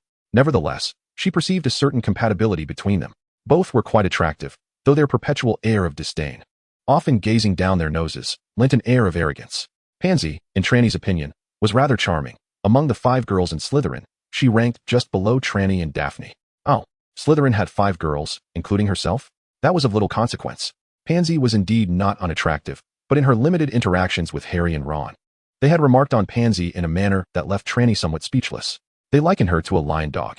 Was that even a suitable descriptor for a young girl? Upon noticing the two, Trelawney saw that they had also spotted her. Their reactions were synchronized. They both stiffened their necks and raised their chins, even emitting a collective huff that rivaled the Weasley twins. "Are you two in perfect harmony?" Trelawney quipped with a hint of amusement. Upon hearing this, Draco remained largely unresponsive, while Pansy blushed deeply, her expression softening, and her gaze towards Trelawney became significantly more amicable. Trelawney perceived it clearly. There was mutual affection between the two. That much was certain. However, Draco, being a young boy, naturally exhibited a certain degree of naivete. In contrast, Pansy, as a girl, was relatively mature and possessed more complex thoughts. How delightful! Trelawney had found yet another source of amusement. Chapter 047, The Harbinger of Amusement, the Great Benefactor. As a purveyor of fun, Trelawney was perpetually in search of entertainment. As for the ominous predictions that had suggested her arrival at Hogwarts would be fraught with peril, she had long since cast such thoughts to the winds. There was no helping it. Hogwarts now felt exceedingly comfortable to her. With the increasing restrictions on dark magic in Britain over the past few years, disturbances from dark wizards had become virtually unheard of. The mainstream newspaper, the Daily Prophet, reported on various events that could be deemed malicious, but the worst of them were merely tales of a wizard who had indulged in drink, amusing muggles in the process. Although the circumstances may be rather harsh, they pale in comparison to the nefarious rituals of the Nordic regions, where demons are summoned and animated corpses are created through dark magic, wreaking havoc on entire city blocks. In contrast, this environment is remarkably tranquil. Indeed, the Sorin family has played a pivotal role in maintaining this peace. Within the confines of Hogwarts, life is considerably more serene than at Durmstrang. There, students akin to the twins are often found scheming in the shadows, not for jest, but rather for malicious intent. A prime example of this is that every few years, students have perished in internal conflicts at Durmstrang. Conversely, the last student death at Hogwarts occurred 50 years ago, and it remains uncertain whether it was even caused by a student. In such a comfortable setting, it is inevitable that Trelawney might grow complacent. "Pansy, what troubles you?" Draco inquired, noticing Pansy's unusual demeanor. "Your face seems flushed. Are you unwell?" Recently, the school had experienced 2 snowfalls, resulting in a significant drop in temperature, and many younger students had caught colds. Wizards are generally resilient to illness. At least, minor ailments seldom affect them. The presence of magical power enhances the body's resistance to various maladies. However, first and second year students possess limited magical ability, rendering this resilience less apparent. Observing Pansy's suddenly reddened face and recalling a feverish roommate in the dormitory, Draco expressed his concern and even reached out to check her forehead. Pansy felt a twinge of anxiety as she noticed Draco's approaching hand. Trelawney's eyes sparkled with mischief. This was an opportunity for amusement. "Your inquiry is rather unclear," Trelawney remarked earnestly. What seems to be amiss?" Draco replied, perplexed. "Isn't this how it's done everywhere? Checking the forehead to measure temperature? Sometimes hands are not sensitive enough, When the temperature is marginally elevated, it can be hard to discern a low-grade fever. Trelawney continued with a serious expression. Draco did indeed care for Pansy. Their families had been close for years, and they had known each other since childhood, making them akin to childhood sweethearts. Taking Trelawney's words at face value, he casually asked, "Then what should be done?" "Use your forehead to check," Trelawney exclaimed, her expression conveying disbelief. "If your hand cannot discern the temperature, simply use your forehead. If your forehead feels warm, then you undoubtedly have a fever." "Is that so?" Draco queried, somewhat skeptical. "Absolutely," Trelawney affirmed confidently. "Come on, give it a try. What if Pansy truly has a low fever?" Draco remained uncertain, observing Pansy, who showed no intention of refuting his actions. He leaned in, pressing his forehead against hers, and noted a hint of warmth radiating from her. Pansy was completely taken aback. She never anticipated that Trelawney would coax Draco into such an intimate gesture. Although they had known each other since childhood and could be considered childhood friends, they rarely held hands. The sensation of their foreheads touching allowed her to feel Draco's breath, an experience she had never encountered before. When Draco leaned closer, she froze. And when their foreheads truly connected, her heart raced beyond 100 beats per minute. Her cheeks flushed with heat, her ears and neck blushing crimson. If this wasn't tea warmth, then something was amiss. "Feeling warm, are we? Why not take Pansy back to the common room to rest? You should take care of her." "Shouldn't you? How do you expect her to care for you otherwise? Have you forgotten your gratitude? Surely you can manage to serve her tea, wash some fruit, or cover her with a blanket." Trelawney's words flowed smoothly. Draco appeared momentarily bewildered. He genuinely cared for Pansy and found no fault in Trelawney's assertions. Nodding earnestly as he supported Pansy. "Pansy, since you're feeling unwell, shall we not go out today?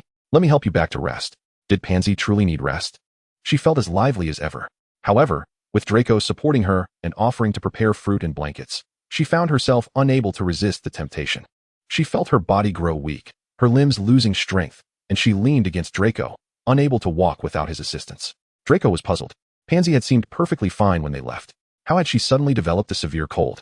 Yet, the warmth he felt from her forehead was undeniable, and even now, as he supported her, he could sense the heat emanating from her. Pansy was indeed running a fever. Thus, he guided her back to the common room, settling her by the fireplace on the sofa, covering her with a blanket, and showering her with concern. Trelawney noticed Pansy glancing at her multiple times, casting grateful looks in her direction. "I am truly a benevolent soul," Trelawney mused, unable to suppress the smile tugging at the corners of her mouth. After indulging in this delightful scene, she sought out others to entertain.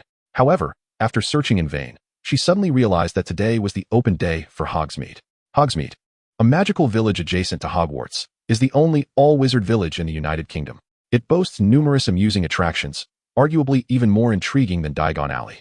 Despite its continuous accessibility and proximity to Hogwarts, students find it challenging to visit due to the school's closed educational system. Typically, students are not permitted to venture outside, and visits are only allowed during designated times for those in their third year and above. Today, in addition to being the day of the second Quidditch match, it is also Hogsmeade's open day. Consequently, many students, having watched the match, hurried directly to Hogsmeade. Trelawney had passed by Hogsmeade 3 times, the first with Rilliak, and the latter 2 with the house elf Ruka on errands to Diagon Alley. Yet, these were merely fleeting encounters, lacking any genuine exploration. Perhaps a little stroll would be nice, Trelawney mused. As for the restriction on younger students visiting Hogsmeade, she dismissed such regulations, feeling they held no sway over her. Chapter 048. Innocent and Understanding Twins, Trelawney. Trelawney fancied herself a maverick, contemplating bypassing the guards at the entrance and heading straight to Hogsmeade. Unfortunately, this ambition was thwarted. The barriers surrounding Hogwarts prevented her escape, leaving only a single opening available. Nevertheless, Trelawney devised 2 potential strategies. Firstly, she considered diving across the Black Lake, although the barrier extended underwater for several meters. With a bit of ingenuity, she believed she could swim past it. Secondly, she contemplated traversing the Forbidden Forest. While there too existed a barrier to contain the creatures within, Hogwarts professors occasionally entered to gather herbs and acquire fragments from magical beasts. Hagrid, too, occasionally ventured in to assess the situation, leaving a small gap. Over the past month, Trelawney had conducted her research and identified this gap behind Hagrid's hut, neither large nor small. However, the route through the Forbidden Forest was convoluted, and getting lost was a real risk, not to mention the potential encounters with other magical creatures. Who knows what lurks within the dark woods? If she were to come across a crumplehorn snorkack, that would be one thing, but a venomous tentacula or a blast-ended scrut could spell disaster. Thus, Trelawney made her choice. She would cross the Black Lake. It is said that first-year students traditionally travel to Hogwarts by boat across the lake, and she intended to reclaim this lost tradition for herself. Trelawney reassured herself with this justification. as Trelawney arrived at the edge of the Black Lake. She was preparing to ascertain her direction and contemplate the shortest route when she spotted the Weasley twins, who had recently become her angel investors, meandering back from the opposite side of the lake. Upon their sighting of Trelawney, their eyes instantly sparkled with excitement. "Oh, Trelawney, what brings you here?" one of the twins inquired. "Just taking a stroll," Trelawney replied, though she refrained from revealing her intention to sneak away. Instead, she countered their question. "What brings you two here instead of diligently studying quills?" "We're here to gather materials," the twins explained, simultaneously raising a small net bag in their hands. Trelawney's eyes widened with intrigue as she beheld the vibrant array of colors within the bag, which contained 2 small pouches of gemstones. However, upon closer inspection, she wrinkled her nose in disdain. Although the gemstones were indeed colorful and of considerable size, their quality left much to be desired. The hues, luster, and purity were all rather subpar. Even the finest among them would struggle to grace a display case. Trelawney's disappointment was palpable, and the twins noticed her expression immediately. One of them offered an explanation. "Oh, Trelawney, don't be deceived by the lack of quality. These gemstones are entirely sufficient for use as magical materials. Most magical experiments do not require high-quality stones. Only individuals like you ladies assess gemstones purely from an aesthetic perspective." This observation held a kernel of truth. Although Trelawney had only spent a month at Beauxbatons, she had acquired some fundamental knowledge about alchemy. In the realm of alchemy, gemstones were often indispensable, prompting alchemists to synthesize the stones they required. Many unscrupulous alchemists exchanged their synthesized gemstones for currency in the Muggle world. Although Muggle coins could not be utilized in the wizarding realm, Gringotts offered a special exchange service for Muggle-born students, albeit with certain limitations. Nevertheless, the allure of experiences in the Muggle world far surpassed those in the wizarding realm. This was not the Middle Ages, nor the Dark Ages. The Muggle world was now rife with innovations that were far more extravagant than those of wizards. Bringing her thoughts back to the present, Trelawney gazed curiously at the twins' 2 small pouches of gemstones. "Where did you acquire these? Is there a gemstone mine near Hogwarts?" "Oh, a gemstone mine is likely non-existent. At least, we have never discovered one. These gemstones were harvested from fire crabs. It wasn't an easy task, but for the sake of our noble endeavors, we willingly undertook it. We would never waste even a single canute of yours." The twins, as per their usual custom, spoke in unison, their words flowing seamlessly together, with their breaths even more elongated due to their duality. However, unlike them, Padma and Parvati seemed devoid of such an ability. Trelawney found this amusing. "All right then." She waved her hand dismissively. "You may proceed with your research. But there is no need to be so frugal. We are not lacking in funds at present. Once your research bears fruit, we will be even more affluent, so feel free to spend liberally." The twins paused momentarily, a wave of inexplicable emotion washing over them. Throughout their lives, they had been admonished to save a little here and there, to make do with less, and to always be cautious with money. The notion of not needing to pinch pennies was entirely foreign to them. How could they not be moved by such words? As if to further their surprise, Trelawney casually continued, "The 1,000 galleons I'm giving you is not merely for research expenses. It also covers your daily living costs. Education should never be compromised, nor should research. I perceive a distinct chasm between science and magic, so I shall phrase it differently. Your pursuit of research should not come at the expense of your quality of life. Standards of living must be elevated. While simplicity is a virtue, given our circumstances, there is no need to endure hardship unnecessarily. We may not claim to be flush with cash, but we are certainly not in want of this amount." Though Trelawney was a practitioner of dark arts, she was still recognized by the officials. After all, she was born under a red banner and raised in the gentle embrace of spring. She could, perhaps, emulate the exploitative tendencies of capitalists, but for now, it was unnecessary. The twins were so touched they were nearly in tears. After Hagrid, they had found 2 more individuals with whom they could form a bond like Trelawney's. Alas, Westerners might not grasp the significance of this connection. "We truly found the right person," they exclaimed. Not only did Trelawney possess talent and brilliance, but she was also wealthy. These 2 naive young witches were being swayed by Trelawney's display of golden galleons. "Hey, Trelawney, while you're here, what are you looking for?" the twins asked, patting their chests confidently. "We know this academy inside and out. Even beyond the school, we are well acquainted with Hogsmeade." Trelawney raised an eyebrow in skepticism. "Today is the first open Hogsmeade visit of the year, correct? As third years, this should be your first allowed visit." The twins exchanged a glance and nodded emphatically. By all accounts, this was indeed true. Yet, circumstances often held unexpected twists. Back in our first year, when we first arrived at Hogwarts, we were still quite innocent and naive. "Stop rambling. Let us get serious." Trelawney rolled her eyes. During her visit with Hagrid alongside Harry and the others, she had heard Hagrid mention these 2 characters while pointing at Ron. They can venture into the Forbidden Forest daily from the 1st grade, if they are innocent and naive. Trelawney is the epitome of being well-behaved and understanding. Chapter 049, the Marauder's map. Let us get to the point. Trelawney, uninterested in the twins' incessant chatter, cut straight to the chase. The twins recoiled slightly. They felt somewhat intimidated by Trelawney now. This was not merely due to the intimate gaze Trelawney had shared with them in a crowd, but also because she now held the purse strings. One of them fished out a stack of parchment from his robe. What is this? Trelawney wondered, as the parchment appeared quite old, suggesting it had been around for some time. Remarkable items, truly remarkable items, the twins explained. Developed by several of our predecessors, these are magical artifacts belonging to Hogwarts. The other twin had already drawn his wand and lightly tapped the parchment, his expression serious yet betraying an undeniable glimmer of amusement in his eyes. I solemnly swear that I am up to no good. In an instant, fine lines of ink emerged on the parchment, radiating from the point of contact like a spider's web, quickly covering the entire surface and forming intricate patterns. At the top of the parchment, there was elegant green script. The moon-faced, the worm's tail, the big foot, and the pointed fork extend their assistance to the creators of magical pranks. Below it lay a clearly defined map. Trelawney stared at it for a while, suddenly struck with realization. This is a map of Hogwarts? It's not just a simple map of Hogwarts. Look closely. The twins proclaimed with pride. Trelawney leaned in, scrutinizing the details, and soon discovered the marvel within. On the map, tiny black dots inscribed with names moved about, accompanied by even smaller footprints. Trelawney quickly marked the edge of the black lake on the map, identifying both her position and that of the twins. Are these all people? Trelawney inquired, a mix of excitement and uncertainty filling her. If her suspicions were correct, this would be an extraordinarily powerful magical artifact.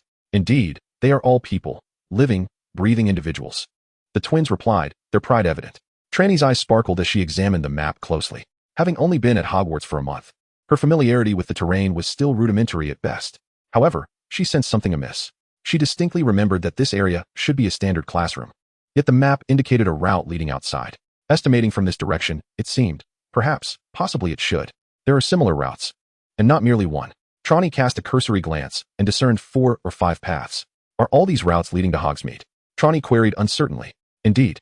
The twins affirmed with a nod, then pointed to one of the lines on the map. There are a total of 7 secret passages to Hogsmeade, 4 of which are known to Filch, but these 3. They traced 2 more lines, we believe remain a secret to others. You may choose whichever you prefer. Just ensure to verify it with the map, and that no one else is around when you traverse these passages. Cool. Trelawney could not suppress a distinctly unladylike whistle. However, the twins paid no heed. In their eyes, Trelawney was a girl with a mischievous spirit, and such behavior was entirely reasonable. Sharp, aren't we? Trelawney flipped through the parchment, discovering the intricately layered layouts of the various floors. Each level, each classroom was meticulously detailed. Remarkably, many locations requiring a password even bore the incantations on them. For instance, Honeyduke's Mint Milkshake. Trelawney pointed to the inscription at the entrance of Dumbledore's office. Dumbledore is always like this. His passwords are invariably related to sweets. The twins remarked with a shrug. Trelawney recalled her first visit to Dumbledore's office, reminiscing about that cup of tea he had sweetened with 6 lumps of sugar, and nodded, feeling a wave of nostalgia. However, this sentiment lingered for scarcely a second before Trelawney redirected her curiosity. Where did you acquire this? It can't possibly be your own creation, can it? Not that I doubt your abilities, but if you possess such prowess, you wouldn't need my collaboration. Well, this is certainly not of our making, the twins replied, unfazed by Trelawney's dismissive tone. In our first year, we were caught by Filch and taken to his office. Trelawney smirked. Who was it that just claimed innocence? The twins, oblivious to her thoughts, continued. Then he stepped out for a moment, and we took the opportunity to explore our surroundings. You mean to say you rummaged through his belongings? She interjected. And we discovered this item among his possessions. It must have been confiscated from a former student. Moonface, Wormtail, Big Foot, Sharp Fork, good people, ancestors, sages. How grateful we are to them. Noble individuals, tirelessly working to aid the new generation of rule-breaking students. All right, Trelawney interrupted, waving her hand to halt their lyrical reverie. This thing can be concealed after use, right? How does one go about it? Oh, it's simple. Just give it a tap with your wand and utter mischief managed. As she spoke, she demonstrated, and the patterns on the parchment vanished, transforming back into an ordinary piece of aged lambskin. Excellent. Trelawney nodded repeatedly, then gazed at the two with a hint of playful curiosity. Such a precious item. Are you truly willing to part with it? To say there is no reluctance would be a lie. However, we have retained most of the information, and its practical use has diminished considerably. Most importantly, we wish to dedicate more time to our research, thus we find it less necessary. Therefore, let it be you who unlocks its greater potential. Why do I feel an odd sense of passing down a legacy? Trelawney took the map, blinking in mild bewilderment. Yet, she quickly dismissed this fanciful thought. All right, I shall take my leave. Is there anything you wish for me to bring back? The twins pondered for a moment and mentioned several delicacies from Honeydukes, hoping Trelawney would procure a few. Trelawney nodded in agreement, and after bidding farewell, the twins returned to the castle. Once assured that no one was around, she opened the map once more, following the instructions of a hidden passage, and successfully exited the castle. The barrier posed no hindrance at all. Delightful. The other end of the passage led her beneath a large tree behind a shop. The stone slab could only be pushed open from below, as it was sealed from above. Trelawney frowned slightly, concerned about how she would manage upon her return. Chapter 050, The Haunted House. What manner of decor is this with 3 brooms? Is it intended for little girls? Oh, it seems the patrons within are either little girls or the boys accompanying them. Well, that is fine then. Trelawney strolled through the streets of Hogsmeade, glancing around with keen interest. She wore a black veil, so she was not worried about encountering anyone who might recognize her. However, aside from Zonko's joke shop, nothing else on the main street seemed to capture her attention. Ultimately, her gaze settled upon the door of a bar with an abstract design. This establishment seemed utterly incongruous with Hogsmeade, its entrance adorned with an enormous boar's head. This boar's head was so substantial that, had it been alive, it would have weighed at least 700 or 800 pounds. Perhaps it was a magical creature, like a T-bow? Trelawney was not entirely certain. The bar's name was equally intriguing, the Hog's Head. Was the proprietor also a boar? She felt compelled to venture inside, but upon glancing through the door, she quickly reconsidered. Through the window, she spotted Professor Flitwick and Professor Kettleburn. If she were to enter, her cover would surely be blown. Trelawney shook her head, abandoning the notion of exploring what appeared to be a den of dubious gatherings, and began to meander through the village. Soon, Trelawney discovered numerous intriguing places. Firstly, there was a post office in Hogsmeade that handled cross-border services. Trelawney pondered whether she should write a letter to her only roommate from Beauxbatons with whom her relationship had not yet soured. Then, she stumbled upon a potion shop, which offered a plethora of potions of varying degrees. After inquiring about the prices, she was nearly driven to expletives. The costs were exorbitant, excessively so. Although still a first year, Trelawney possessed a certain aptitude for potion making, and thus had a fair understanding of the subject. She was acutely aware of the disparity between the cost and pricing of potions, which differed by several multiples. While she did not expect potions to be sold at mere material cost, given the inherent risk of failure in potion making and the significant investment required to train potion masters, she found the profit margins to be utterly outrageous. The prospect of entering the potion business herself even crossed her mind. Regrettably, despite her promising talent, she could not compare to genuine prodigies, such as her uncle or Professor Snape. Mastering the craft of potion making necessitated extensive study and practice. With a sigh of regret, Trelawney shook her head at the thought. After wandering around Hogsmeade, she purchased several confections from Honeydukes before preparing to return. The recent snowfall blanketed the village, making it momentarily difficult for Trelawney to locate the marked passageway on her map that would lead back to the castle. It seemed that once outside the castle, the map was rendered ineffective, presenting her with a slight inconvenience. She resolved to be more cautious next time, ensuring she had mapped out her escape routes beforehand. Trelawney felt she had grown too complacent. In her past life, if she had a scheme, rather, an activity, she would have certainly ensured a safe retreat. The past few years had been too comfortable, and her awareness in this regard had waned. As she continued her meandering, she found herself in a secluded area. Upon raising her gaze, Trelawney was momentarily taken aback. This was the outskirts of Hogsmeade, enclosed by a fence taller than a person, encircling a dilapidated area reminiscent of the haunted houses she had encountered in her past life. Trelawney was, of course, unafraid of ghosts. Not only was she accustomed to the specters at Hogwarts, but in her previous life, she had wielded talismans that could easily subdue most malevolent spirits.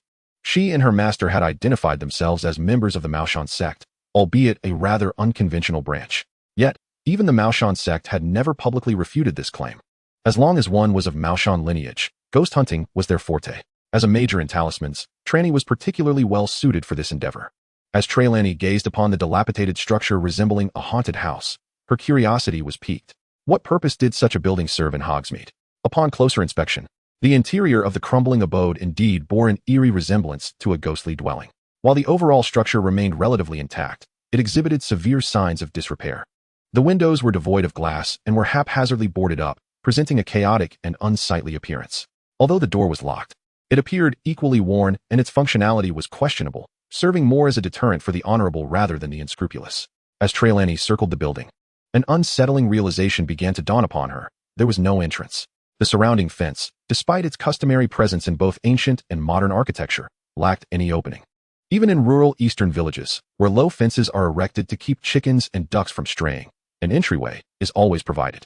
Yet here, the towering fence surrounding the haunted house had no such passage. This was quite illogical. Did the inhabitants of the house not require a way to traverse the fence? Or perhaps they preferred to scale it? Or was it that they had no intention of allowing anything from within to escape? An array of thoughts surged through Trelawney's mind, and her curiosity intensified. Curiosity may have killed the cat, but Trelawney, unlike a feline, was undeterred by such moral quandaries. Faced with such an intriguing situation, she was compelled to venture inside. With a nimble leap, Trelawney vaulted over the fence. Moral constraints concerning trespassing held no sway over her. Upon entering the yard and standing before the dilapidated door, Trelawney attempted to open it. To her surprise, it was remarkably sturdy. The door, which appeared to be in utter disrepair, did not budge, and it was securely locked. Trelawney cast the unlocking charm, but a more amusing twist unfolded. The spell proved ineffective. How curious, she mused, that this ramshackle door was more secure than the protections around the Philosopher's Stone at Hogwarts. However, the ineffectiveness of the Alohomora charm did not imply that Trelawney was without options. She possessed knowledge of advanced unlocking spells, and if those two failed, she bore no qualms about forcibly entering. Fortunately, such drastic measures were unnecessary. After attempting a more powerful incantation, the door creaked open from within. As Trelawney stepped into the room, a frown creased her brow. It was warm. The interior was warmer than the outside, which seemed reasonable at first glance, but in actuality, it was anything but. Those who have spent time in the southern regions are well aware that during winter, the interiors of houses can often be even colder than the outdoors. To find warmth, one must at least light a brazier. The weather in Britain is similarly frigid. Without a fireplace or some form of heating, it is unbearable to remain indoors during the winter months. Yet now, in this seemingly abandoned place, there is an unmistakable warmth that exceeds that of the outside. Trelawney narrowed her eyes slightly as her wand materialized quietly in her hand, while her other hand clutched a talisman. Chapter 051, The Haunted House. Having just been reborn, Trelawney was quite cautious, particularly since her previous life ended in capture by the authorities due to her transgressions, leading to her resurrection. However, the relatively tranquil existence of the European wizarding community post-rebirth had emboldened her considerably. For instance, upon discovering this clearly unsettling haunted house, her initial instinct was not to flee, but rather to investigate the nature of the situation. With her wand firmly grasped in one hand and the spell talisman in the other, Trelawney stepped into the haunted house with narrowed eyes. The condition inside appeared even worse than the exterior. It was evident that this had once been a cozy dwelling, adorned with floral wallpaper. Yet now, these wallpapers were not only severely faded, but also marred by numerous signs of damage. Upon closer inspection, Trelawney noted that these marks were peculiar, seemingly made by some creature-esque claws.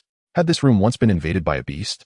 No, she shook her head. If that were the case, a silent infiltration would have been expected, with an attack initiated only upon detecting the presence of others, accompanied by bloodshed. At the very least, any such assault would have left a more discernible trace. However, the scratches on the walls appeared more like expressions of frustration, scattered haphazardly without any accompanying bloodstains. Trelawney was well acquainted with blood. Even after many years, she could recognize it regardless of any changes in hue. Yet within this room, there was a conspicuous absence of any blood. These claw marks did not resemble the remnants of a struggle. This was indeed perplexing. As she ventured further inside, Trelawney maintained a heightened sense of focus. The room featured a carpet, which, though still in a dilapidated state, significantly muffled her footsteps. The house was not particularly large. Unlike many residences in the wizarding world that appeared more spacious internally than externally, this modest abode was consistent in its proportions. Upon entering the first floor, there was a corridor. To one side lay a dining area equipped with a kitchen and a storage room, while the other side housed a bathroom and an additional small room. All the doors stood ajar, and the dust indicated that they had not been used in quite some time.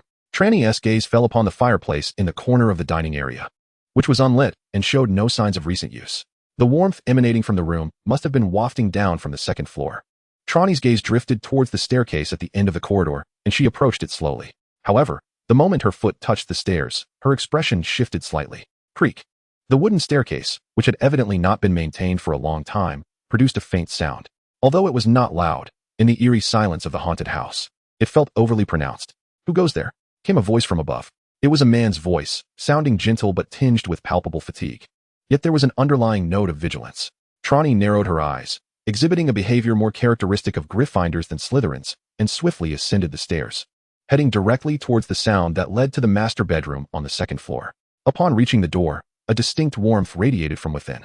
The room contained a small fireplace, considerably smaller than the one in the dining room on the first floor, yet it was alight. It was curious that no smoke emerged from the chimney when viewed from outside. A man clad in a gray coat stood by a large bed, seemingly preparing to descend. He appeared gaunt, perhaps in his 40s, but his deep-set, dim eyes and grizzled hair made him appear older than his years. He held a wand in his hand, though he did not raise it. Upon noticing Trelawney at the doorway, he appeared momentarily taken aback. "Are you a student from Hogwarts? Who are you? And what are you doing here?" Trelawney had already raised her wand, aimed at the unidentified man.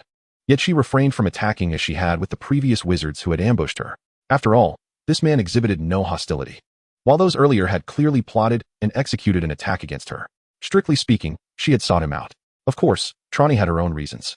Who knew if the person inhabiting this house, resembling a haunted abode, was a charlatan?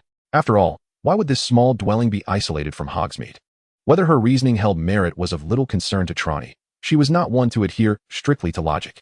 "Don't be alarmed, child," the man said, not raising his wand, but instead spreading his hands in a non-defensive gesture. "My name is Remus Lupin, a passerby, temporarily residing here." "Passerby?" Trelawney narrowed her eyes slightly, her gaze swiftly scanning the room. Indeed, in one corner, she spotted a large suitcase bearing the name L.J. Lupin. She relaxed her vigilance just a fraction. The fact that he had divulged his real name suggested a strong likelihood of benign intent. Of course, one could not entirely dismiss the possibility of unusual circumstances. For instance, although that box belongs to Lupin, it is not the individual before us, but rather the person who eliminated him. Moreover, while Lupin is indeed this individual's name, he candidly seeks to lower his guard, intending to eliminate himself, for a deceased person shall never divulge information, despite the comforts of life having dulled Trelawney's vigilance considerably. Her past experiences as a dark practitioner enable her to conceive of far graver possibilities. Indeed, a mere passerby, Lupin nodded, acknowledging his limited resources. Thus he could only temporarily reside in this desolate abode. He nodded again, a smile gracing his lips, yet the fatigue in his eyes became increasingly evident. "Ah, I see. My apologies for my presumptuousness," Trelawney replied, nodding as she set down her wand. Though her other hand still clutched the talisman, her wariness not entirely abated. No worries. "It is not unusual for the young to be curious," Lupin remarked, observing Trelawney, his gaze sweeping over the green and serpent patterns adorning her robe. "However, such behavior is, in my recollection, somewhat rare for a Slytherin student." "Oh," Trelawney chuckled lightly. "You seem quite knowledgeable about Hogwarts." Indeed, a nostalgic glimmer crossed Lupin's face. "I too am an alumnus of Hogwarts, though I belong to Gryffindor. Many of my friends were quite reckless." As he mentioned his friends, a fleeting smile played at the corners of his mouth, and his eyes momentarily brightened, only to quickly dim again. Trelawney did not pay much heed to his subtle expressions, but sensed a profound emotional shift within him. Uncertain of the cause, she narrowed her eyes slightly. "Oh, how peculiar.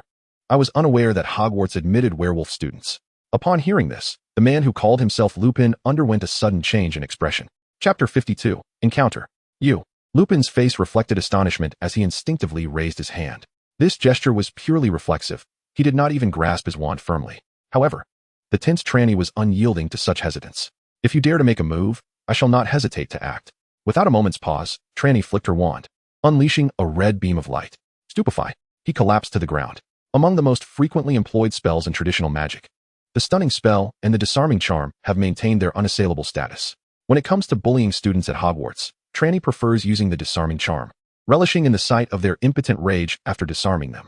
Yet outside, when contending with adult wizards, she favors the stunning spell. An adult wizard, bereft of a wand, may have their combat prowess significantly diminished, but it does not vanish entirely. In contrast, a stunned wizard, regardless of their skill, is akin to fish on a chopping block.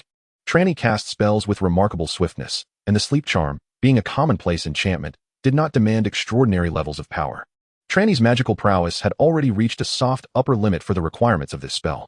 Although possessing greater magical strength could indeed enhance the spell's potency and efficacy, Trelawney was already capable of fully manifesting its effects, as long as the target was a wizard and not a giant or a fire dragon. She was confident that the charm would succeed. However, that confidence shattered before her eyes. As Lupin observed her magic approaching, he did not even need to wield his wand. With a flick of his gray coat, he deflected the spell. With a resounding crack, the magic struck the fabric and then dissipated. Trelawney was momentarily taken aback. What was happening? She had never witnessed such a phenomenon. Yet almost immediately, she grasped the underlying principle. The opponent had managed to block her magic with his coat, which should not normally be feasible. If clothing could shield against spells, wizards would have long since given up their pursuits. Typically, when a garment is struck, the spell would still transfer its effects to the wizard. However, the opponent's execution was nothing short of extraordinary. With a deft shake and a pull, the coat blocked the spell while simultaneously retracting. By the time the magic's effects were triggered, the coat had already left the area of effect, leaving only a fraction of the magical explosion to tear a corner of Lupin's coat apart. Nevertheless, neither the force of the initial impact nor the subsequent enchanting effect of sleep had been realized upon him. Such a maneuver was indeed possible in theory, yet akin to the notion that anyone could master martial arts if they simply tried. One truly understands the difficulty only upon attempting it. While astonished by this revelation, Trelawney did not falter in her actions. The ability to counter the sleep charm in such a manner indicated not only a high level of skill, but also an intimate familiarity with the spell itself. Given the opponent's remarkable practical experience, it was only logical that their command of magic would be exceptionally refined. Thus, with conventional spells rendered ineffective or futile, Trelawney's eyes gleamed with a fierce determination.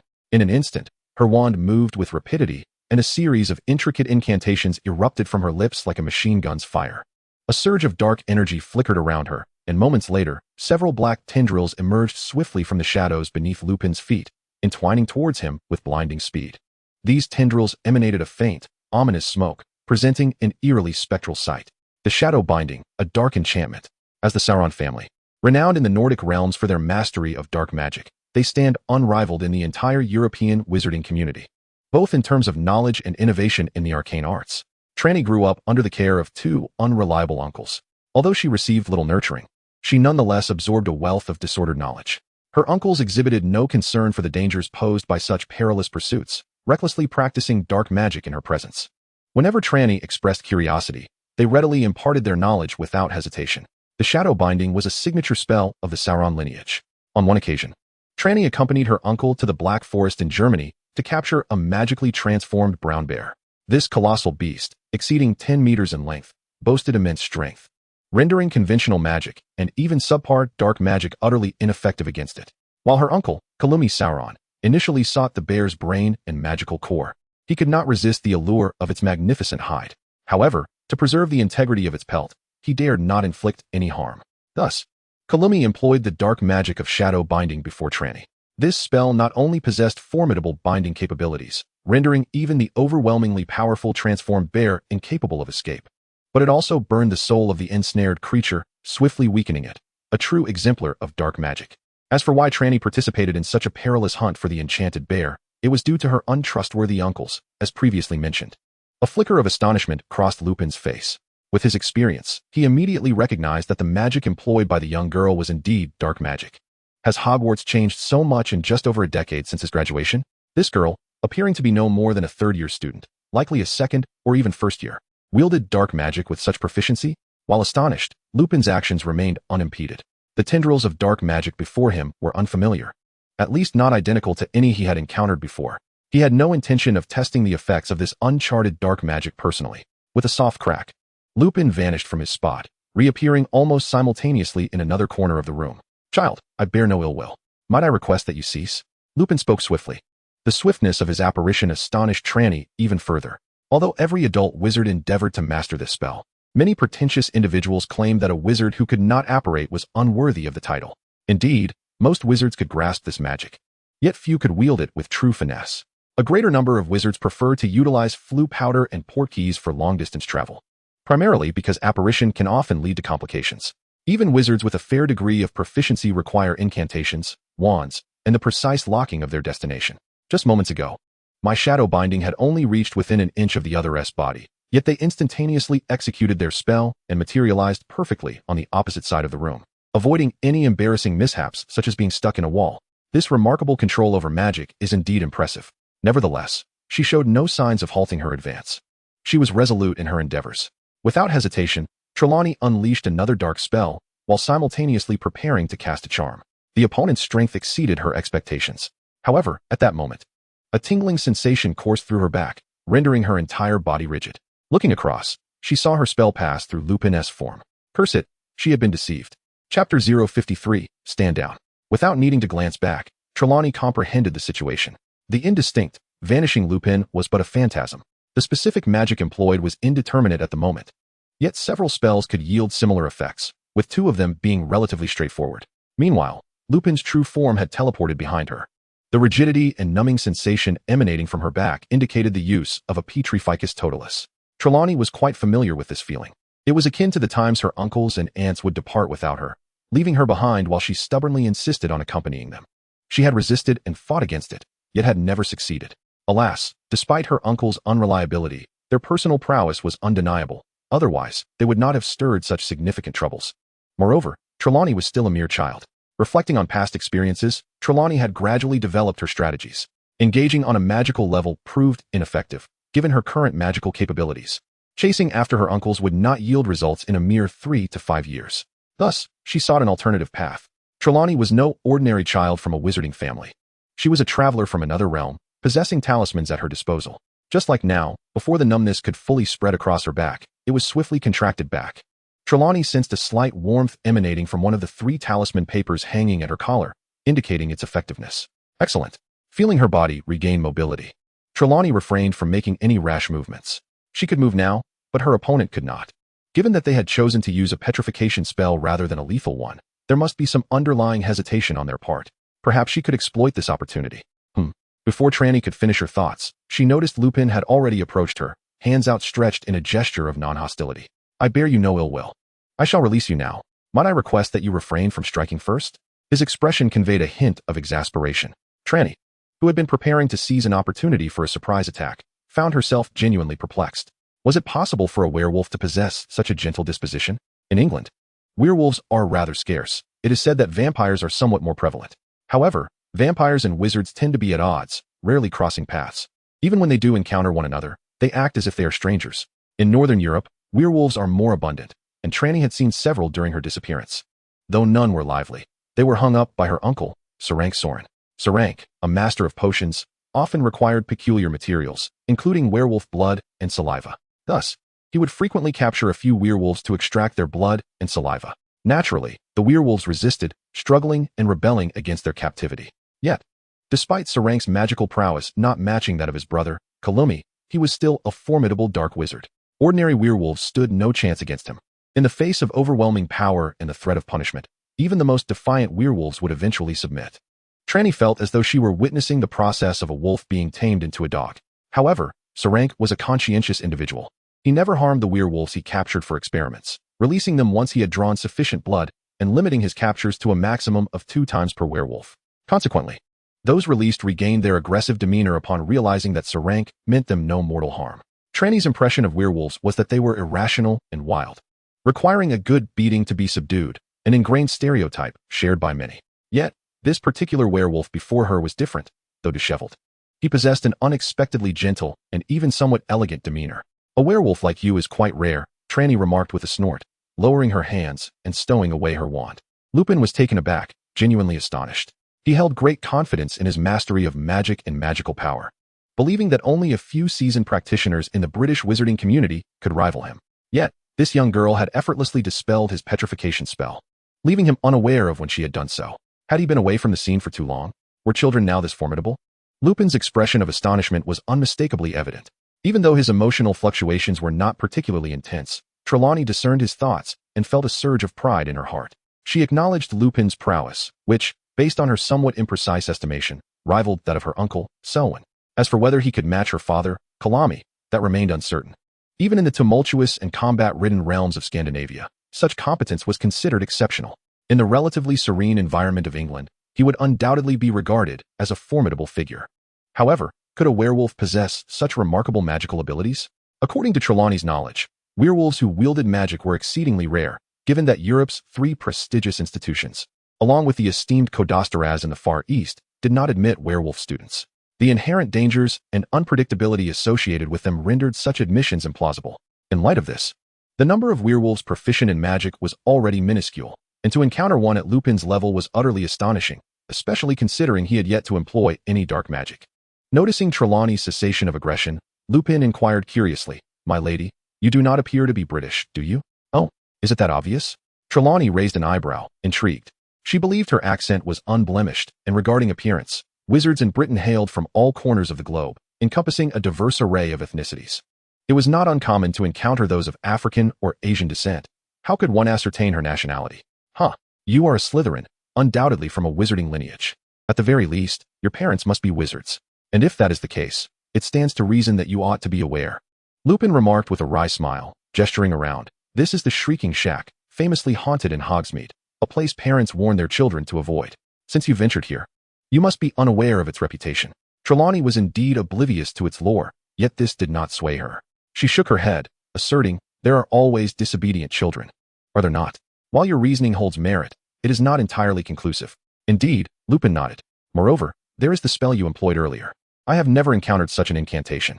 Not to boast, but over the years, I have traversed the murky underbelly of British wizardry and have seen various dark sorcerers and their malevolent magics. I should be familiar with all local dark arts, yet. Lupin left the thought unspoken, but his implication was clear. Trelawney nodded in acknowledgement. Indeed, my surname is Soren, hailing from Sweden. Soren? Lupin paused, his expression shifting to one of bemusement. Chapter 054, Alliances. Though the Soren family was renowned, or perhaps infamous, in Northern Europe, their notoriety was not widely acknowledged in Britain. Students of Slytherin were all from magical families and, as such, should possess a certain familiarity with the wizarding world. Yet, even so, the children of various wizarding families, including Draco, appeared utterly unfamiliar with the Soren family. To her surprise, this werewolf wizard exhibited a particular reaction upon hearing the name of the Soren family. Are you familiar with the Soren family? Trelawney inquired with palpable interest. I know a bit. Some years ago, I had a few exchanges with Lord Shekland Soren. Lupin replied with a smile. You know my uncle? Trelawney expressed a hint of astonishment, as she believed her uncle had predominantly been active in Northern Europe and had seldom visited England. Well, I suppose I do know him. We engaged in trade for a time. He provided me with a potion, and I supplied him with some materials. Unfortunately, it seems Lord Shekland encountered some complications. Lupin said with a trace of resignation. What kind of complications? He was imprisoned, wasn't he? No need for subtlety. Ha. Trelawney laughed heartily, displaying no negative emotions regarding her uncle's incarceration. Ah, is that so? Lupin felt somewhat bewildered by Trelawney's response. This was the first time he had encountered such a polite, even serene werewolf. You don't appear to be the sort who engages in potion dealings. Let me guess, the trade with my unfortunate uncle must have involved wolfsbane, correct? Your insights suggest you are not an ordinary first year, Lupin inquired curiously. I'm in my first year, Trelawney replied candidly. She had discerned that this werewolf was genuinely gentle, even somewhat tender-hearted, and thus felt no need to conceal her thoughts. First year? Lupin gazed at Trelawney in astonishment, scrutinizing her with a mixture of disbelief and intrigue. His emotions were beyond mere surprise. He and his friends had been deemed exceptionally talented, yet even they had been blissfully inept during their first year. What then? Was this extraordinary first-year girl? Though Lupin had completely overpowered her in their brief encounter, he was acutely aware of his own prowess, which was considered top-tier in the wizarding realm. Even with his elevated standards, Trelawney seemed to match the capabilities of an average adult wizard. Perhaps there was a discrepancy in raw magical power, but her mastery and application of magic were undoubtedly sufficient. And now, he was to believe this was a mere first-year child? Well, I might be a touch precocious, Trelawney nodded, showing no particular reaction. Lupin was left speechless. Was this merely a touch of precocity? However, he chose not to dwell on the topic, nodding as he said, Indeed, I did trade for wolfsbane with Lord Shekland. It is quite useful and important for me. Alas, since his troubles began, I have lacked a stable means to acquire it. Lupin sighed at this point.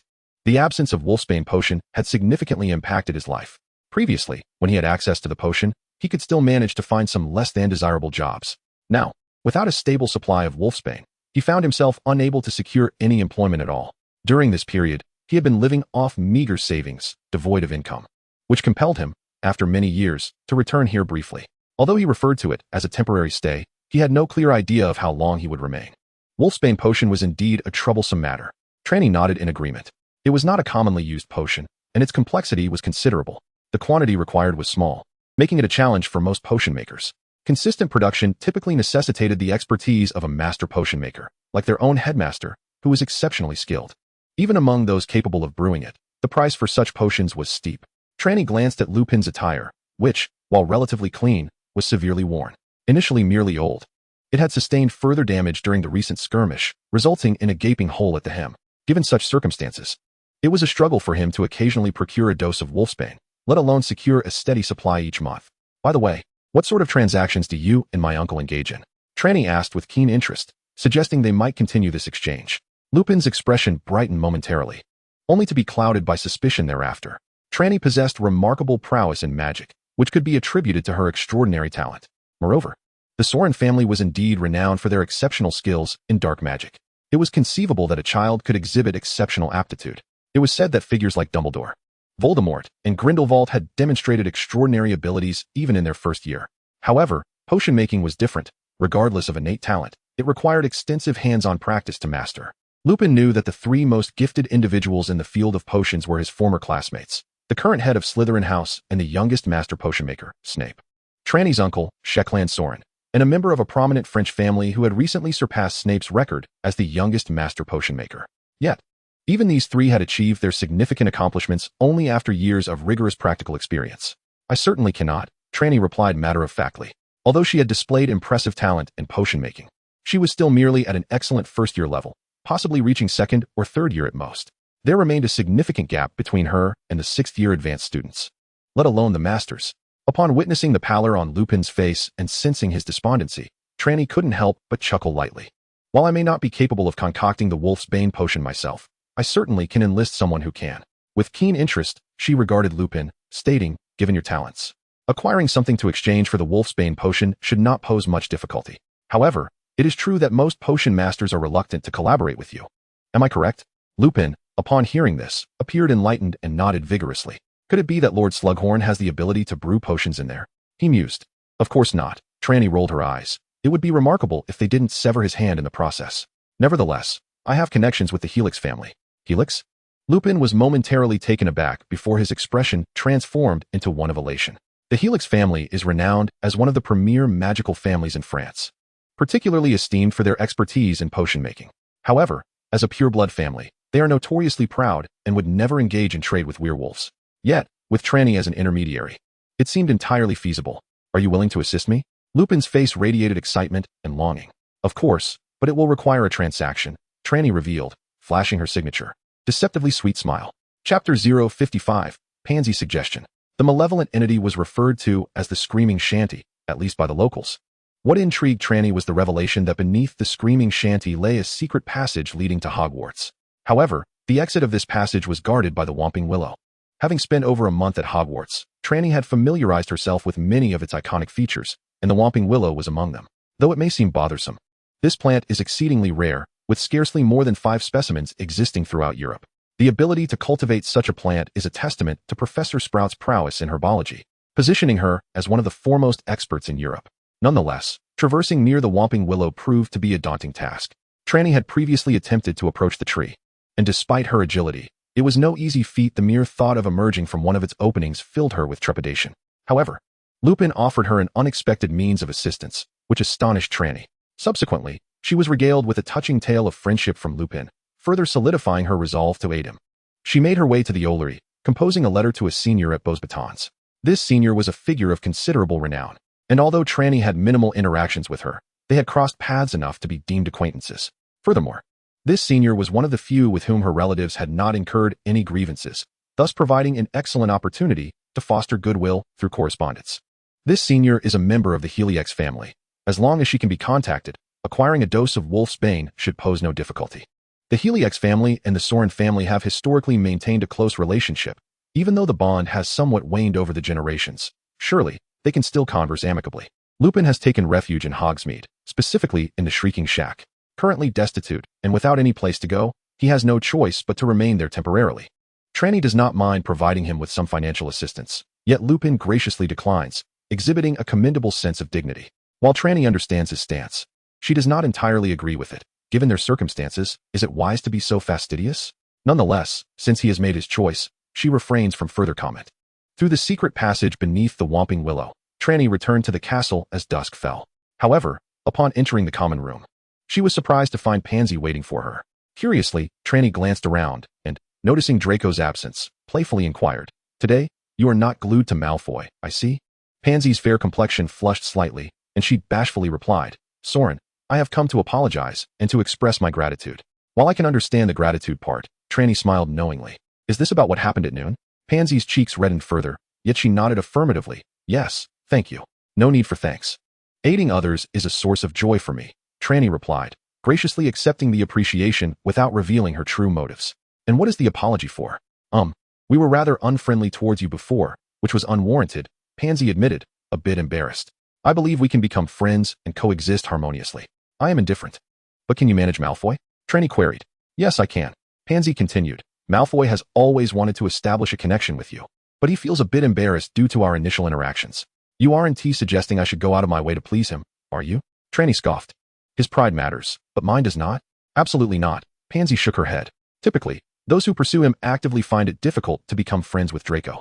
"Oh." Trelawney regarded Pansy with skepticism, as she perceived Pansy to be the one who had eagerly approached Draco. Really?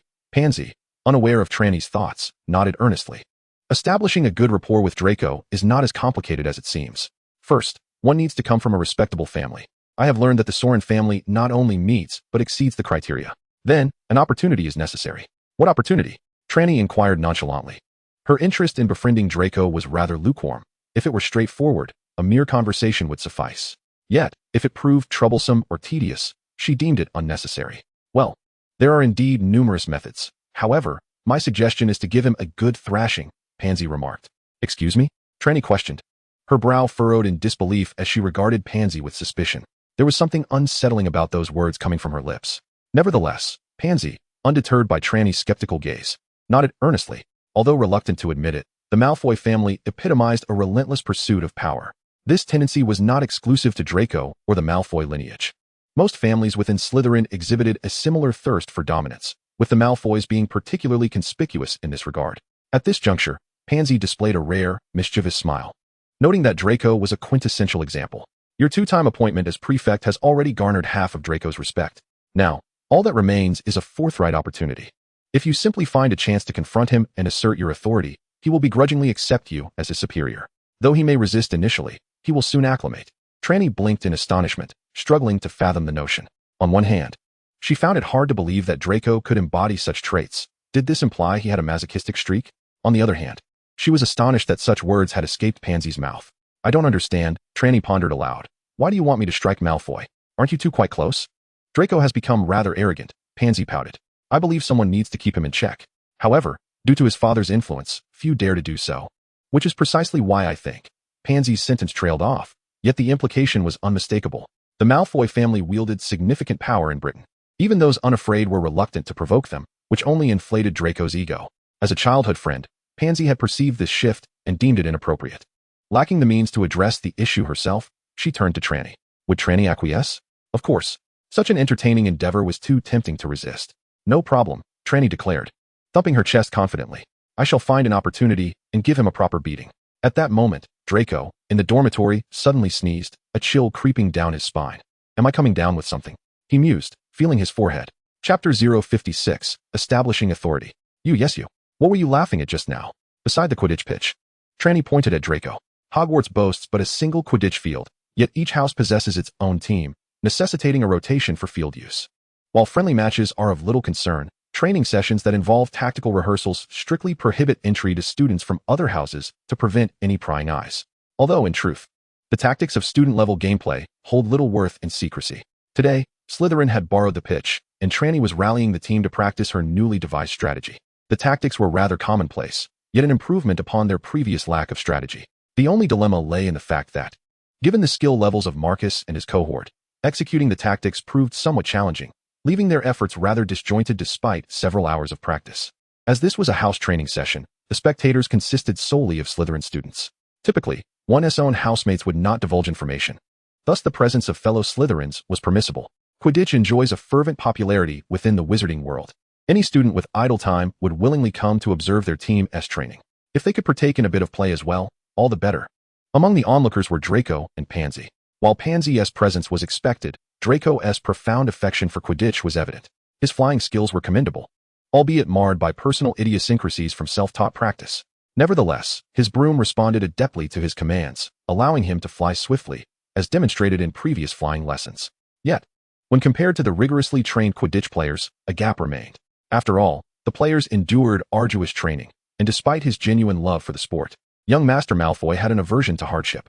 Initially, watching his teammates train and execute tactics filled Draco with enthusiasm, but this excitement gradually waned into disinterest. Many shared this sentiment, leading to a shift towards casual conversations amidst the training. The vastness of the Quidditch pitch ensured that chatter from the stands would not disrupt the practicing players. Draco and Pansy were engaged in discussions about their plans for the Christmas holiday. Joyous topics inevitably elicited smiles. However, they were soon called out by Trelawney. At first, Draco did not realize Trelawney was addressing him, overwhelmed by the laughter of those around him. This was not a place where a casual glance would incite conflict. Unlike the far-off northeastern regions, it was only when Trelawney approached him with a stern countenance that Draco comprehended her intent. What do you want? He stammered, feeling a tinge of apprehension in her presence. It was early December, and just a few days prior. Slytherin had conducted its customary election for prefects among the fifth-year students and below. The other three grades engaged in a lively exchange of spells, each demonstrating their own unique techniques. Regardless of gender, there was a palpable yearning for the position of prefect. After all, overseeing others is undeniably more comfortable than being under someone else's authority. Furthermore, although the lower-year prefects of Slytherin lacked jurisdiction over other houses, they still commanded considerable respect and privileges within their own. However, while the minds of students from the other years were embroiled in chaotic thoughts, and the headmaster, Severus Snape, was compelled to prepare healing potions for unforeseen circumstances, the first-year students exhibited a remarkable tranquility, with only one duel taking place. Blaise Zabini challenged Trelawney. It must be said that while Zabini may not be particularly endearing, his determination is commendable. After suffering a severe defeat at Trelawney's hands, he spent the entire month of November in near seclusion, practicing magic in a classroom. Witnesses reported seeing him hone his skills in ordinary spells, powerful incantations, and even dark magic. A month later, Blaise's progress was evident to all. He opened the duel with 2 rapid-fire spells. Although he still refrained from employing dark magic, a feat that is inherently challenging for a first-year student. The only exception had been the transfer student, Trelawney. Yet, in this encounter, Trelawney also abstained from dark magic, resulting in a battle that spanned 2 rounds. Compared to the previous encounter where Blaise was defeated in a single exchange, his improvement was indeed substantial. Following this, no other first-year dared to challenge Trelawney again. Slytherin has never been home to reckless individuals. Those prone to impulsive decisions generally found themselves sorted into Gryffindor. Draco, too, aspired to become a prefect. However, at present, he could hardly best Zabini, let alone the formidable Trelawney. Consequently, during this period, Draco adopted a more subdued demeanor in Trelawney's presence. Unexpectedly, he found himself approached by her instead. Pansy, standing nearby, was momentarily taken aback, exchanging glances with Trelawney. Their large, expressive eyes conveyed an unspoken understanding. Pansy seemed to ask, "Is she truly this direct?" While Trelawney's response suggested, simple and straightforward, yet effective. They both nodded in silent agreement. Unaware of the impending confrontation he was about to face, Draco foolishly attempted to explain, "I wasn't mocking you. We were discussing our own matters." Even in his attempts at clarification, the young master maintained a proud posture. It can only be said that he was utterly oblivious to what awaited him. Did he dare to argue further? With a fierce glare, Trelawney delivered a swift kick in his direction. The adage "strike not the face" is, in truth, a fallacy. In the heat of conflict, numerous areas on the visage present themselves as prime targets, such as the nose or the eyes. A well-placed punch to the nose can render even the most stalwart warrior incapacitated in an instant. The effectiveness of a blow to the eyes requires no further elaboration.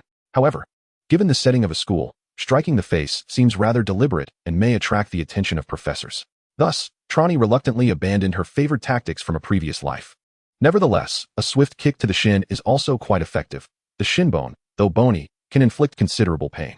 Draco, once proudly displaying his fair complexion, now turned pale, even taking on a bluish hue, as he crouched in agony, clutching his leg. "You scoundrel, what are you doing?" he exclaimed. Do you dare insult me?" Trelawney rolled her eyes and seized Draco by his collar, delivering a knee strike. Draco nearly rolled his eyes in disbelief. But this sequence of events made them realize that Trelawney was genuinely intent on striking him. Was she truly resorting to her fists? At the first blow, Draco was taken aback, yet by the second, the realization dawned upon him. She was not employing magic. Crabbe, Goyle, you imbeciles, come quickly. Draco, though in pain, felt a rush of excitement. She wasn't using magic. They had 4 on their side, 3 of whom were boys. This time, they would surely assert their dominance. Chapter 57. The strategy. Draco mused, "How foolish I am, truly. I have always perceived powerful wizards as formidable due to their magic, never considering that some wizards might wield their fists with equal prowess." Before Trelawney's arrival at Hogwarts, Draco had, in fact, established himself as a dominant force in his first year, not through exceptional magic, but rather through his lineage. While his background held little sway over most students, particularly the 2 he despised, Potter and the Weasley, some acknowledged it, namely Crabbe and Goyle, his stalwart allies. Their strength, albeit physical, proved significant, even if their magical abilities were lackluster. In a contest of magic, based on past performances, Draco believed that even with the assistance of his 2 stout companions, they would falter. Yet, in a battle of strength and fists, Draco brimmed with confidence. Why wouldn't he? He was a boy, and she was merely a girl. Though she stood nearly as tall as he, she lacked the stature of Crabbe and Goyle. Surely, their bulk could overwhelm her. Draco entertained such thoughts, only to face an unfortunate turn of events. In less than 30 seconds, Crabbe and Goyle both collapsed, groaning. The most outrageous part was that after taking down the 2, Trelawney turned her attention to herself, delivering a flurry of powerful strikes. Are you convinced? Trelawney felt a slight warmth coursing through her body, invigorated and refreshed. It had been a while since she had used her fists. The last time was back at Durmstrang. There had been a burly upperclassman who, unable to match Trelawney in magic, attempted a brutish charge for close combat. Trelawney then let him experience the profound depth of Chinese martial arts. Though her repertoire of punches and kicks was not entirely authentic, merely ornamental, it was more than sufficient to deal with ordinary individuals. Despite her seemingly average stature, she had been honing her physique over the past few years, balancing her training with leisure. Her physical attributes far surpassed those of her peers, and even an adult male might not possess greater strength than she. And what of these three little fellows? Unconvinced, Draco thought to himself, yet verbally he questioned, will my father hear about this? So, are you unconvinced? Trelawney nodded and unleashed another 2 kicks. All right, I concede. Draco gritted his teeth. Yet that doesn't seem like acceptance, does it? You may say so, but in your heart, you remain unconvinced. Trelawney shook her head and delivered 2 more kicks. I concede. I truly concede. Draco's voice trembled, almost on the verge of tears. Trelawney was careful in her strikes, ensuring not to inflict serious harm, yet they were undeniably painful. Having been pampered throughout his life, Draco had never endured such tribulation. It was evident that he was not entirely sincere in his acceptance. Trelawney continued to shake her head, unfaltering in her approach. Eventually, Draco could no longer hold back and began to sob. Wah, I concede. I truly concede. Please, no more. I promise I won't laugh during training again. What a good child. At that moment, Trelawney felt a twinge of guilt. Draco genuinely believed that his laughter during the team's training had led to his punishment. With a silent glance, Trelawney communicated with Pansy, who had been wide-eyed and terrified since Trelawney's initial strike. This was, of course, an act. It must be acknowledged that even at a young age, girls possess a remarkable talent for performance. Trelawney was no exception, nor was Pansy. Pansy's expression of shock was utterly devoid of any signs of pretense. Now, worthy of an award for best performance, Pansy stepped forward, positioning herself between Draco and Trelawney. Trelawney, stop. Draco has already submitted. What more do you desire? What, do you wish to take his place? Trelawney rolled her eyes, her expression turning menacing. Pansy trembled slightly, though it was feigned. Despite the circumstances diverging from their prior discussions, both the process and outcome had been meticulously planned. I cannot allow you to strike Draco again. Pansy, embodying the guise of a resolute little flower, shielded Draco, who was profoundly moved at that moment. Pansy, you must flee. This wretch is a cruel monster. Draco gritted his teeth in frustration. Oh, you dare to insult me? Trelawney glared fiercely, poised to bypass Pansy and lash out at Draco. Instantly, Draco flinched. Draco, cease your words. Pansy stepped forward, positioning herself between Trelawney and Draco. If you must strike, direct your blows at me. Do not harm Draco any further. Just as Draco had managed to hold back his tears moments prior, they now brimmed anew, not from indignation, but from heartfelt emotion. Are you willing to take his punishment? Trelawney glared at Pansy with ferocity. Indeed, Pansy replied, her voice quivering yet her stance unwavering before Draco. At that moment, a hand rested upon her shoulder. It was Draco, who had mustered the strength to rise. Trelawney, you shall not lay a hand on Pansy. Whatever grievances you harbor, direct them at me. From Trelawney's perspective, Pansy's lips involuntarily curled upward, though she hastily suppressed the smile. Nevertheless, Trelawney noted it with interest. Ah, Draco. It seems you are about to be thoroughly outmaneuvered by Pansy. While the current scenario diverged slightly from expectations, the outcome appeared even more favorable. Trelawney regarded Draco, then Pansy, and surprisingly tempered her earlier aggression, nodding approvingly. Malfoy, I did not anticipate you to possess such fortitude. Draco was bewildered. What did this mean?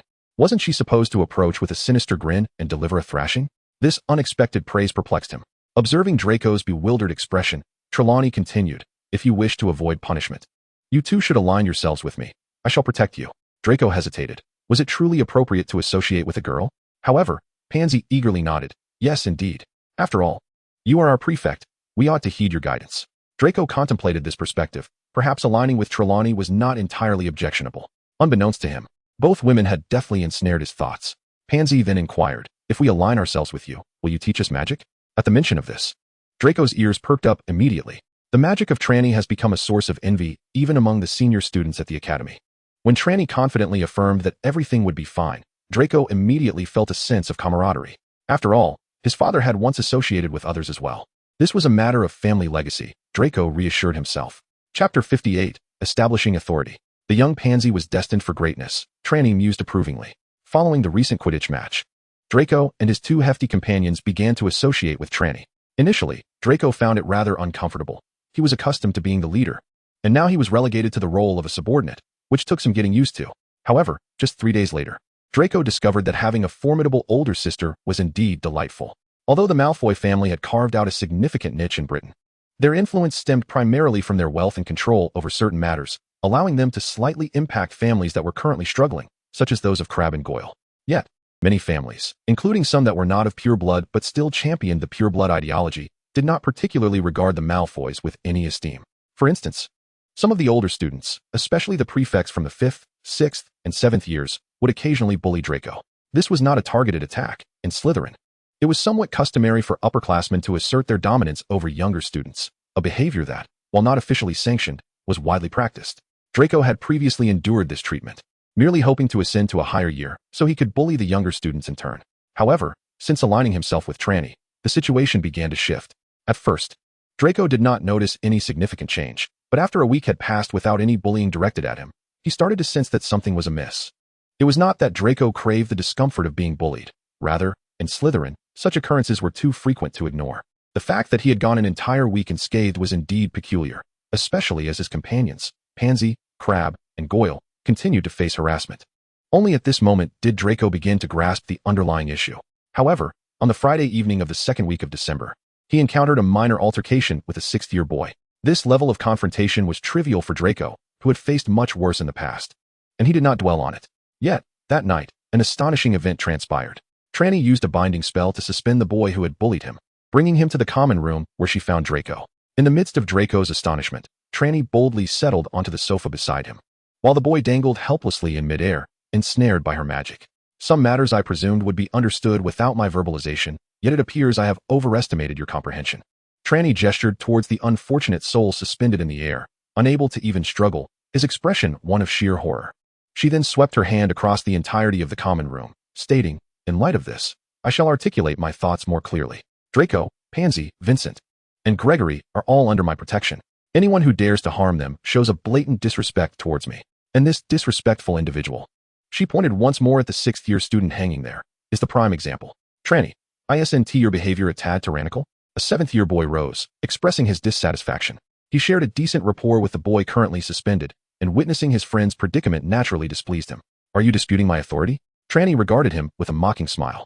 "I've heard tales of how arrogant transfer students can be, but I never imagined it would manifest in such a manner." The boy nodded. "If that is the case, I shall teach you a lesson about the dignity of upperclassmen." This prompts a discussion about Trelawney's role as the captain of the Slytherin Quidditch team. While the team was aware, it had yet to be widely publicized, leaving many in ignorance of Trelawney's newfound position. After all, the Quidditch team adhered to Slytherin traditions, where strength dictated status. Marcus, though a 6th year, was still a prefect, and his prowess was not significantly inferior to many 7th years. Trelawney's ability to dominate him should have been evident to the other upperclassmen. However, due to the absence of 7th-year Quidditch players and the fact that this particular boy was not particularly invested in team practices, he remained oblivious. Thus, the first ever confrontation between 1st-year and 7th-year students at Hogwarts was set to unfold within the Slytherin common room. I know you dabble in dark magic. However, I must inform you, I am not akin to those 1st-year novices. I too possess a mastery of the dark arts. Mastery? Why is the sky so dark? Trelawney chuckled.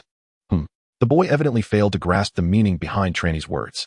"Because there are cows flying in the sky," Pansy interjected, having spent several days with Trelawney. "Why are there cows flying in the sky?" Trelawney was pleased with Pansy's witty retort. "Because Will is blowing on the ground," Pansy smirked. The two girls shared a hearty laugh, while the boy named Will across from them wore a grim expression. All right, enough." The boy, his face darkened with irritation, pointed at Trelawney.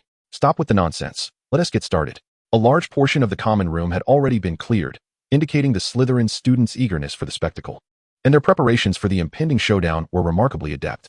However, Trelawney still felt a lingering sense of inadequacy. If only her two business partners, the Weasley twins, were here, they would have undoubtedly prepared some sunflower seeds and peanuts by now.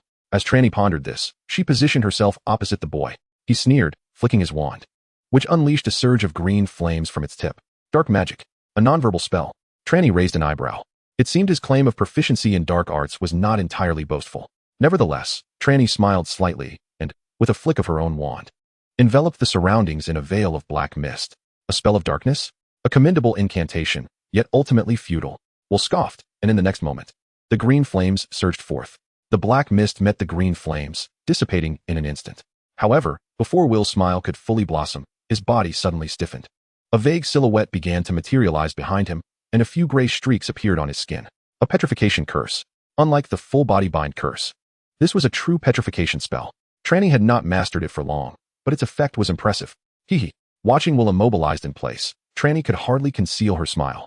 This maneuver was something she had recently learned from Lupin. First, she deceived her opponent into misjudging her position, then struck from behind.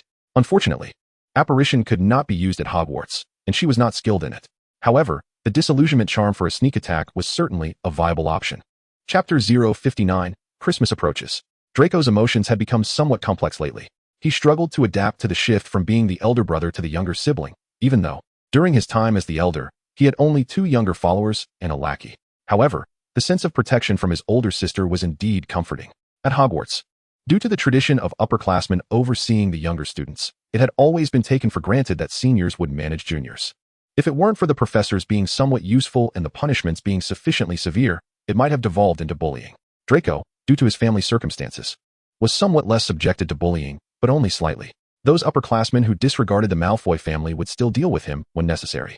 Draco had grown accustomed to this, having been aware of such dynamics even before arriving at Hogwarts. However, after Trelawney had given him a good thrashing, things changed. Now, he had someone to protect him. Since Trelawney had suspended the 6th grade student who bullied him in the common room, and similarly dealt with the 7th grade student who stood up for him, the situation in Slytherin, although still rife with bullying of younger students, had at least improved in Draco's case. No one dared to bully him anymore. The shift from being tormented by many to being targeted by just one was difficult to assess, yet it seemed somewhat preferable. Draco was not truly a masochist, and he certainly did not long for the days of being tormented by a multitude. Initially, he found it hard to call Trelawney by name, but in recent days, addressing him as senior had become less daunting. Unfortunately, due to his status as a foreigner, Trelawney did not seem to grasp the boundaries between the houses very well, forming friendships with several Gryffindor girls, including the one Draco particularly disliked, Hermione Granger. If only Trelawney could serve as a formidable ally. Draco believed he could effectively deal with the embarrassment inflicted by Potter and the little Weasley. As December approached its midpoint, Christmas was less than 2 weeks away. During a potions class, while Snape had stepped into his office to retrieve something, the classroom was left with only Slytherin and Gryffindor students concocting potions. Today's potion was simple and posed no danger. Even with a prominent figure like Seamus Finnegan in the class, Snape felt reassured enough to leave the classroom.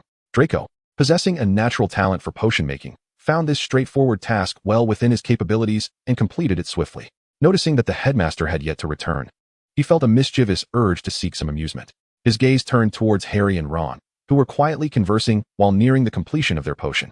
A sly idea crossed his mind. Heard someone ISNT going home for Christmas? TSK, what a neglected wild child. This comment was, of course, directed at Harry and Ron. Previously, during class, the heads of the 4 houses had compiled lists of students remaining at school over the Christmas break, and both Harry and Ron were on that list.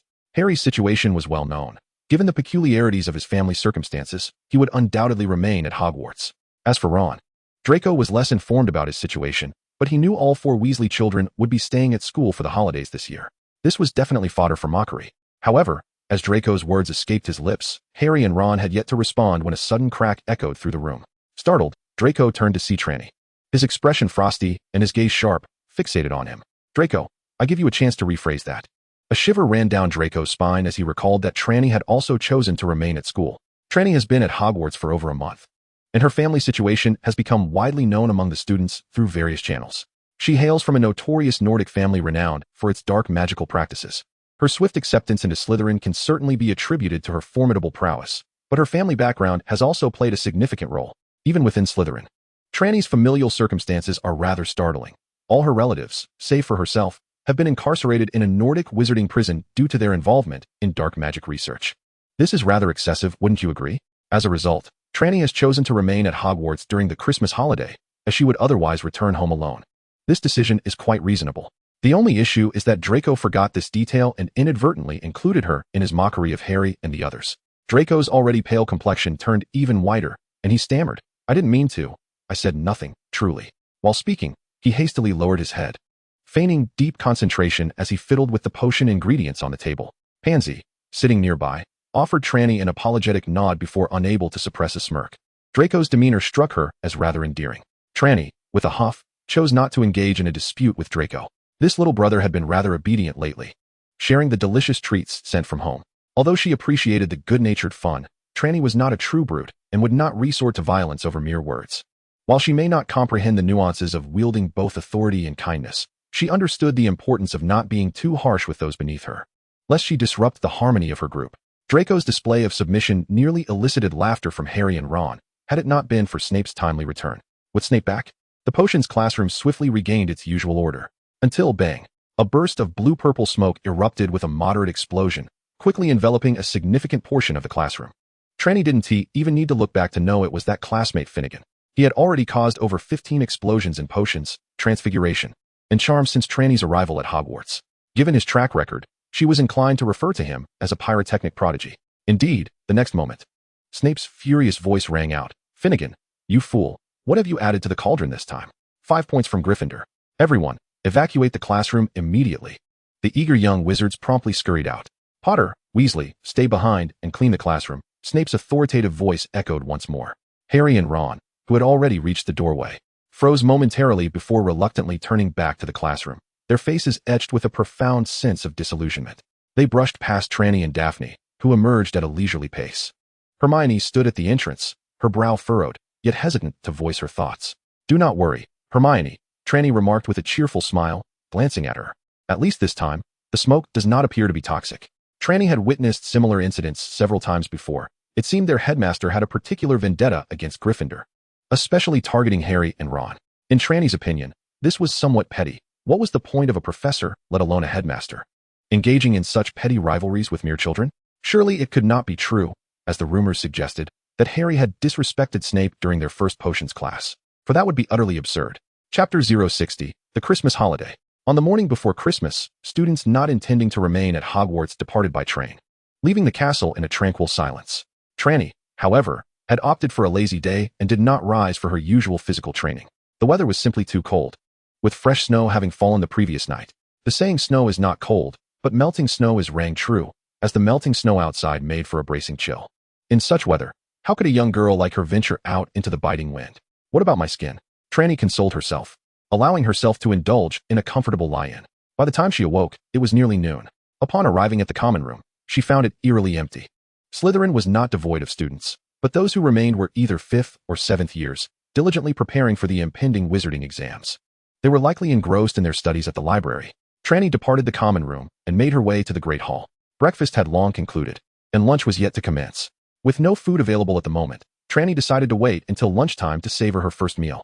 She was uncertain whether the kitchens at Hogwarts were managed by house elves, unlike those at Beauxbatons and Durmstrang, as she had not taken the time to inquire. This arrangement allowed for a remarkably accommodating dining experience. After expressing her desire for some Eastern culinary delights, the dishes that appeared before her were predominantly of Eastern origin, which greatly pleased Trelawney. Consequently, she had gained a bit of weight over the past month, but she bore no anxiety over her figure. A little extra weight was simply a sign of health. To her mild surprise, she encountered Harry and Ron in the great hall. "Hi, Trelawney." Harry greeted her with a friendly wave. Ron glanced at her as well, though he was not as forthcoming in his salutation. "What brings you here?" Trelawney inquired with a smile, settling down beside the two. Typically, students from various colleges sit separately, but today the total number of students in the castle might not exceed 20, rendering such divisions inconsequential.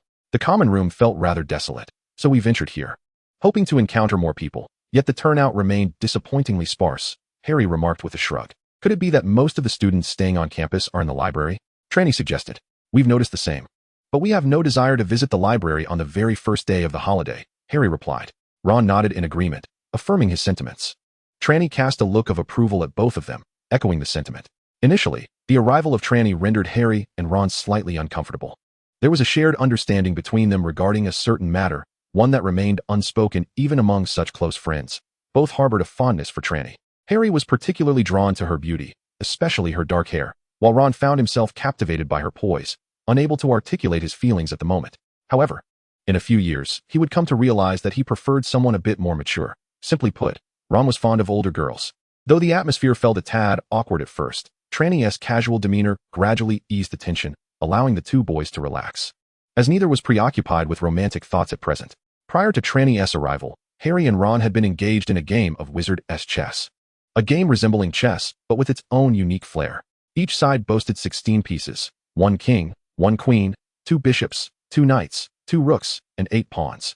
What set this game apart was the fact that the pieces could move autonomously and possess their own thoughts. If one found themselves unable to command a piece, they could only resort to using another. To excel in this game, players typically relied on a set of pieces they had grown accustomed to over time. Due to the game's inherent violence, where pieces would wield weapons to strike their adversaries, it was common for them to be shattered in the heat of battle, necessitating a special repair spell. While this spell was not particularly difficult, mastering it to a high degree proved to be a challenge. Consequently, it was not uncommon to witness pieces on the board unexpectedly shattering mid-game. According to the game's rules, a shattered piece was deemed automatically dead and required removal from the board. This often led to a situation where a wizard, previously in a position of advantage, would suddenly find their piece obliterated, leading to a swift reversal of fortune. The school's attitude towards wizard's chess was one of tacit approval and mild encouragement.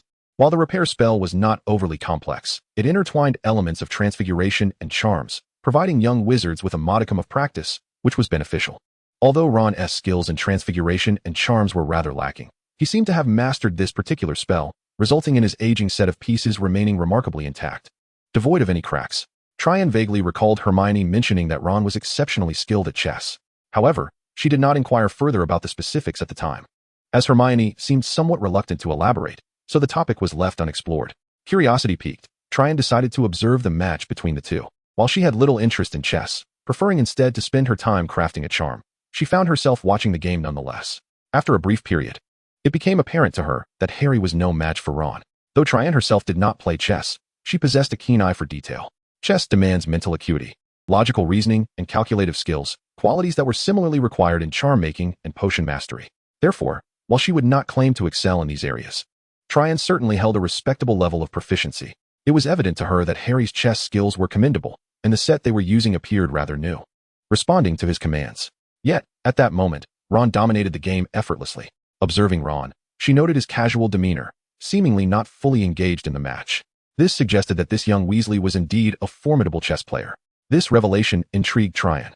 Having been at Hogwarts for over a month and attending several classes alongside Gryffindor, she had garnered some insight into Ron. His performance in nearly all subjects was rather lackluster, particularly in transfiguration, charms, and history of magic, where he notably struggled. Trelawney could empathize with the latter, as she too found history of magic challenging. Staying awake during class was her utmost limit. However, Ron's deficiencies in transfiguration and charms were particularly telling.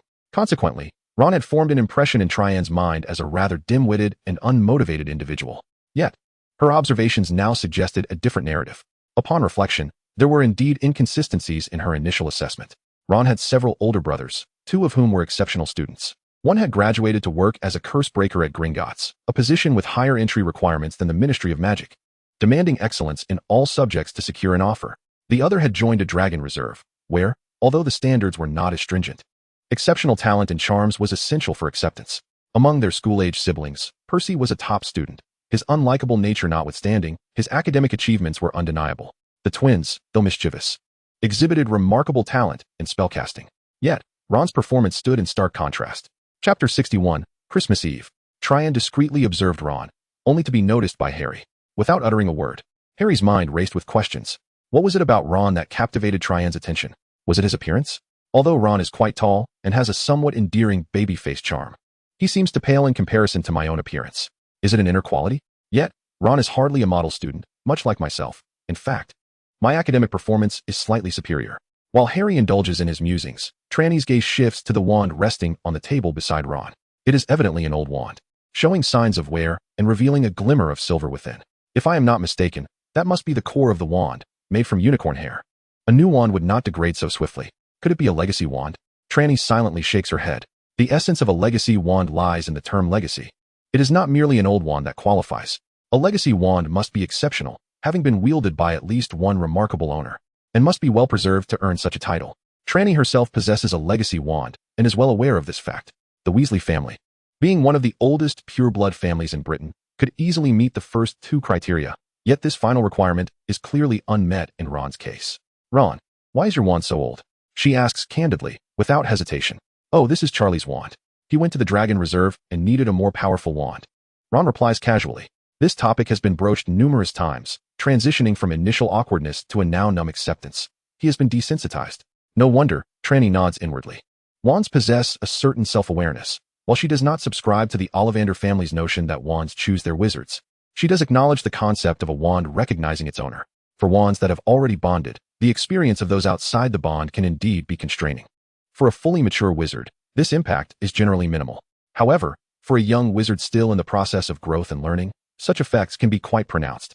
Trelawney realizes why the Weasley children exhibit remarkable talents, yet Ron seems to falter. Raising children is not akin to painting, where one could simply run out of ink mid-stroke. It is highly probable that this wand has been a limitation for Ron, compounded by another observation. Trelawney notices Ron's attire. Due to the holiday, he is not wearing his Hogwarts robes, but rather his own clothes. Although they fit well, they are quite worn, likely handed down from his older brothers. In a child's formative years, where vanity often reigns supreme, the presence of such old belongings must surely affect one's spirits. Shaking her head, Trelawney averted her gaze. Feeling a twinge of sympathy for the unassuming friend who often faded into the background due to the radiant presence of Harry. Perhaps, she mused, she could extend a modicum of assistance? After all, the individual in question was the younger brother of her partners, Fred and George, and she might be able to lend a hand. Conveniently, the Christmas season had arrived. Trelawney, is that you? A cheerful voice echoed from the entrance of the hall. Just as Trelawney recalled the twins, they appeared at the doorway, accompanied by Harry and Ron, suggesting a snowball fight. Well, that could work. Harry was also somewhat reluctant to continue their chess match. After all, one could hardly maintain enthusiasm when consistently losing. Initially, Harry thought he might unexpectedly secure a victory. Yet upon realizing that Ron, even while distracted and conversing, still effortlessly bested him, he relinquished that notion. Had it not been for the explosive cards and a few other games that both of them found tedious, Harry would have abandoned the chess game long ago. Though venturing outside to engage in a snowball fight seemed somewhat abstract to Harry in such frigid weather, it was still preferable to an unending chess defeat. Ron nodded in agreement. While he enjoyed chess, playing against someone significantly less skilled lacked appeal. Among Gryffindor, only a handful could avoid being classified as inept, with Percy being one such individual, although he declined to play with Ron. A few others were upperclassmen who were currently absent from school, although Harry was a good friend. Playing a game with him was not particularly exciting. No way, it's too cold. Trelawney resolutely shook her head like a rattling drum. As a beautiful young lady, how could she possibly join a bunch of raucous children in a snowball fight? The damp and chilly winds of the Scottish Highlands were harsh on the skin. Don't be like that, Trelawney. George and I have discovered a fascinating spell that automatically creates snowballs. Perfectly round ones, mind you. It'll be quite amusing. One of the twins, likely Fred, exclaimed. Trelawney remained steadfast in her disinterest, while Harry and Ron were intrigued and prepared to join in. Trelawney smirked coldly. When you find yourselves pelted with magically crafted snowballs, I hope your enthusiasm remains unchanged. The twins led Harry and Ron off for their snowball skirmish, while Trelawney made her way to the Orrery. The large snowy owl she had purchased now seemed to command the space, occupying the most central position. In contrast, Harry's snowy owl, Hedwig, could only rest in a more peripheral spot. Upon noticing Trelawney's arrival, the owl joyfully spread its wings. Trelawney admired the owl-raising techniques employed here, pondering how they managed to instill a sense of ownership in the creatures. Ever since Trelawney acquired the majestic owl, she has seldom tasked it with delivering messages. Although the salesperson suggested initially allowing the creature to reside in her dormitory for a few days to foster a bond, Trelawney's solitary quarters facilitated this process, albeit for a brief period. Remarkably, within those few days, this formidable raptor grew notably affectionate towards her. Extracting a generous piece of jerky from her pocket, she broke off a small morsel to offer the magnificent creature. Once it had finished, it playfully nuzzled Trelawney's fingers with its beak for a moment before she retrieved a thick envelope. I haven't asked you to work until now, but this time I need you to exert yourself a little, Trelawney remarked, stroking the owl's head. Upon seeing the substantial letter, the owl displayed no signs of the dismay and reluctance typically exhibited by the horses at work. Rather, it appeared quite exhilarated, flapping its wings and eagerly extending a claw, eager to assist. As Trelawney observed the owl silently departing with the letter, she tightened her clothing and prepared to descend. However, upon raising her gaze, she unexpectedly spotted a graceful figure atop the nearby astronomy tower. Could it be Professor Babbling? Trelawney squinted, scrutinizing the figure closely, and confirmed it was indeed Babbling. With her tall stature, chestnut hair, and the easel accompanying her, she appeared unchanged except for the addition of a heavy robe. Yet, was it not rather peculiar for her to be painting in such frigid weather? Such an elusive presence, Trelawney muttered to herself. Currently, she was alone in the tower. Moments ago, she had seen Professor Babbling in the Orrery, but now there was no trace of her. Were it not for the lingering hint of a floral fragrance in the air, Trelawney might have doubted her own senses. Did she leave just as I arrived? Trelawney pondered. Though the biting cold breeze in the tower led her to suspect the former was more plausible. It was exceedingly cold. Returning to the Great Hall, it was already lunchtime. Most students who had been studying in the library had come to eat. Harry, Ron, and the Weasley twins were present, the twins animated and brimming with joy. Harry and Ron appeared slightly less exuberant. Although their spirits seemed high, they occasionally grimaced. Trelawney could easily deduce that the two had suffered a minor setback during a snowball fight with their older brother. At that moment, a tall girl entered from outside and took a seat at the Ravenclaw table. Trelawney was somewhat astonished. She recognized the girl as Penelope Clearwater, the fifth-year prefect of Ravenclaw. A rather attractive young woman, she also bore the distinguished title of Academic Achiever. Just as the standing of Slytherin is determined by sheer force, the status of Ravenclaw is dictated by academic achievements. As the head girl, Penelope undoubtedly stands as the top-performing Ravenclaw girl in her 5th year. It is noteworthy, however, that the highest-achieving boy in the 5th year is not the male head of Ravenclaw, but rather Percy from Gryffindor. Interestingly, over the course of a decade, it is generally observed that the top students in each year are predominantly from Ravenclaw, regardless of gender, claiming at least 6 out of 10 years. The other 3 houses combined managed to seize only a handful of years, often just 1. Yet, the year that Trelawney arrived at Hogwarts presented a different scenario. Currently, among the 7 years, Ravenclaw faces more than one challenge. In the 7th year, Ravenclaw maintains its stronghold without issue. However, in the 6th year, the highest-achieving girl is Gemma Farley from Slytherin. While Penelope excels among the 5th-year girls, the top boy is Percy. The 4th year poses no problems. But the 3rd year brings unexpected twists. The top boy in the 3rd year is a Hufflepuff named Diggory. It is quite rare for Hufflepuff to engage in such competition. Ravenclaw reclaimed its title in the 2nd year, yet in the 1st year, it appears that the distinction of the highest-achieving girl is held by Hermione from Gryffindor. This is indeed a rather unusual occurrence for Ravenclaw. As Trelawney's gaze swept across the Ravenclaw table, apart from Penelope, there were only 2 boys present. Trelawney did not know their names, but recognized they were both 7th-year students. The number of Ravenclaw students choosing to remain at school this year is notably low, likely due to the confidence of those preparing for their OWLS. Unless there are pressing family matters to attend to, most students opt to return home. Conversely, this year, Slytherin and Hufflepuff have a slightly higher number of students choosing to stay, primarily in preparation for the upcoming exams. Penelope is the only Ravenclaw from the 5th year remaining at school. It is uncertain why she has chosen to stay. Could it be due to family issues? As Trelawney pondered this, she suddenly felt a strong surge of joy enter her awareness. Who is so unexpectedly jubilant? Even when the twins received their angel investment, they weren't this exuberant. Unable to quell her curiosity, Trelawney glanced towards the entrance, only to be surprised by the stern visage of Percy entering from outside.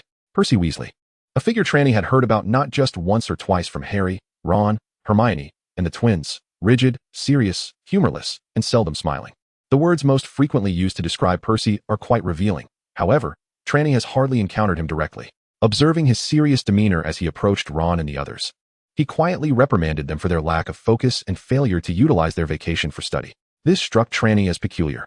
She regarded Percy with suspicion. His emotional expression appeared exuberant, yet his face and behavior contradicted this sentiment entirely. Was her ability to perceive emotions faulty? Or could it be that Percy was suffering from some form of mental illness? As Trelawney pondered these questions, a gray barn owl flapped its wings and flew in from outside, delivering a box the size of a brick before her. Trelawney was momentarily taken aback. Apart from subscriptions to the Daily Prophet and Contrarian, she seldom received parcels or letters. After all, her family was currently incarcerated, leaving little opportunity for correspondence. Even former classmates and friends, despite not severing ties due to her family's troubles, found communication challenging due to international business complications. Trelawney herself felt little sentiment about this. After all, she had only spent a month at both Beauxbatons and Durmstrang, lacking any profound friendships worth reminiscing. Suddenly receiving a package was indeed a surprise. After tossing a small fish to the owl, Trelawney inspected the parcel. Upon merely glancing at the cover, she couldn't help but raise an eyebrow. It was in French. Trelawney's proficiency in French was limited. In Sweden, she often spoke Swedish and frequently used English, but her encounters with French were far fewer. Although many European languages share similarities, it was an oversimplification to assume complete mutual intelligibility. Nonetheless, she could recognize simpler vocabulary, even if there were unfamiliar words. The tulip emblem in the corner of the package was unmistakable. It belonged to the Helix family. Trelawney found this intriguing. Previously, she had written to a classmate from Beauxbatons, an upperclassman who was a member of the Helix family, seeking to purchase a batch of Wolfsbane. Nearly a month had passed without any response, leaving Trelawney puzzled about the situation. Had the letter been lost, or was the recipient simply disinterested? Either scenario seemed plausible. The magical departments across nations were often unreliable, and other responsible institutions were few and far between. Losing a letter was not uncommon. As for the lack of response, it was hardly surprising. After all, she was not well acquainted with the young lady from the Helix family and had scarcely exchanged a word with her. Furthermore, the Heliakos family stands as a prominent entity in the Nordic potion trade, rendering their indifference towards a mere, trifling order unsurprising. Initially, Trelawney had contemplated seeking alternative means to procure potions for Lupin, considering he had just endured a full moon night and was not in immediate need. Unexpectedly, the Heliakos family's response arrived at this juncture, and judging by the parcel in her hands, it was highly probable that they had sent the potions directly. Chapter 063, The Potion. Harry and his companions noticed Trelawney receiving the package and were filled with curiosity. However, the presence of several upperclassmen from Slytherin rendered it awkward for them to approach. The majority of Slytherins were still rather unwelcoming, with only a few maintaining a cordial relationship with Trelawney. It was during this moment that both Harry and Ron wished that all Slytherin students exhibited the same friendliness as Trelawney. Unbeknownst to Trelawney, she was being categorized as friendly by the two young boys, a notion that would undoubtedly perplex her if she were to discover it. As a dark witch, the idea of being perceived as amicable seemed rather absurd. Nevertheless, thus far in her life, she had not committed any heinous acts. Indeed, she had even contemplated reforming her ways. Mischief and the occasional teasing of classmates hardly constituted malevolence, did they? At worst, perhaps it amounted to minor mischief. Upon unwrapping the outer layer of the package, she uncovered an exquisite wooden box accompanied by a card. Trelawney picked up the card to read, "Dear Soren, I was quite surprised to receive your letter after several months. I hope this finds you well. I am aware of your request, but due to numerous academic affairs preceding the holidays, I have been delayed. It was only upon returning home that I found the leisure to arrange this, and I sincerely apologize for the delay. The Soren and Heliakos families have been on amicable terms for generations. Thus, the modest potions are of little consequence, and there is no need to discuss pricing. Should you require anything further, do not hesitate to write. I shall ensure prompt arrangements. Wishing you all the best in England. Yours sincerely, Elizabeth Heliakos." As Trelawney gazed at the letter, she opened the box to reveal 6 elegantly arranged crystal vials containing potions, which sparked a flicker of surprise within her. Remarkably, despite the Soren family members being notoriously unreliable, their esteemed name seemed to hold considerable weight. Indeed, she had acquired 6 Wolf's Bane potions without spending a single canute. This particular potion was not available in most apothecaries, and according to Lupin's previous statements, it commanded a staggering price of 30 galleons per vial on the black market. It was undoubtedly within the means of werewolves, yet the majority would refrain from purchasing it. Consequently, the scarcity of high-level potion masters willing to brew it elevated its value, leading to inflated prices. Based on the standard cost-to-retail ratio of potions, such pricing was indeed exorbitantly high. Having hastily dined, Trelawney seized a box and departed from the castle, complaining profusely about the cold with a slew of expletives. She came to a halt a few meters away from the Whomping Willow. The recent snowfall blanketed the surrounding flora in a thick layer of white. Yet the Whomping Willow stood in stark contrast, having shaken off the snow that clung to its branches. After ensuring that no one was in sight, Trelawney flicked her wand, casting a stunning spell that struck a knot on the tree with precision. The Whomping Willow, which had been gently swaying, suddenly froze in place, rendered immobile. A smirk of triumph crossed Trelawney's face. This tactic had been taught to her by Lupin. With calm determination, she approached the Whomping Willow and lifted the foliage beneath it, revealing a remarkably concealed hole through which she deftly crawled. After traversing the lengthy tunnel, Trelawney once again arrived at the Shrieking Shack. The remnants of warmth lingered in the air, suggesting that Lupin was still inside. Just as this thought crossed her mind, Lupin's voice echoed from above. "Who?" "It's me," Trelawney replied unabashedly, ascending the stairs. Along the way, she noted the newly added claw marks that marred the corridor. Upon reaching the second-floor room, she found Lupin standing at the door, his complexion pale, reminiscent of one who had just recovered from a severe illness. Just days prior, he had undergone a full moon transformation. During this time, Trelawney had taken the initiative to learn about werewolves, as they were a subject covered in the third-year Defense Against the Dark Arts curriculum, making it easy to find relevant material in the library. To her surprise, she discovered that werewolves are categorized into different ranks. Lupin, to be precise, was not truly a werewolf. He lacked the ability to transform unexpectedly on the night of the full moon and was more accurately classified as a wolfhound.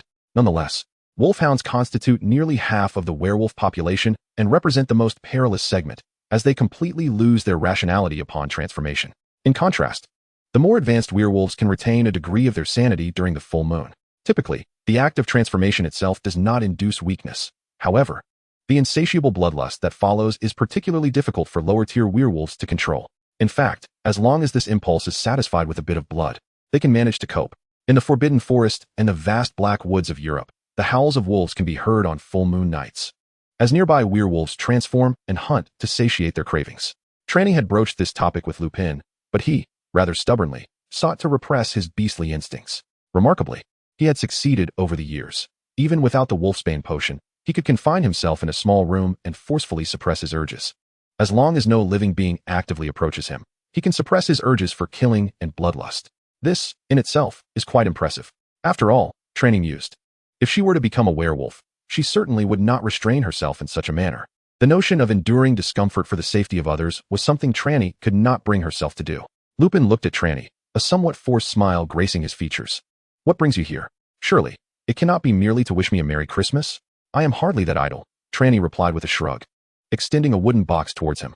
This is for you. A Christmas gift? Lupin's initial reaction was to smile, intending to suggest it should be delivered after a good night's sleep.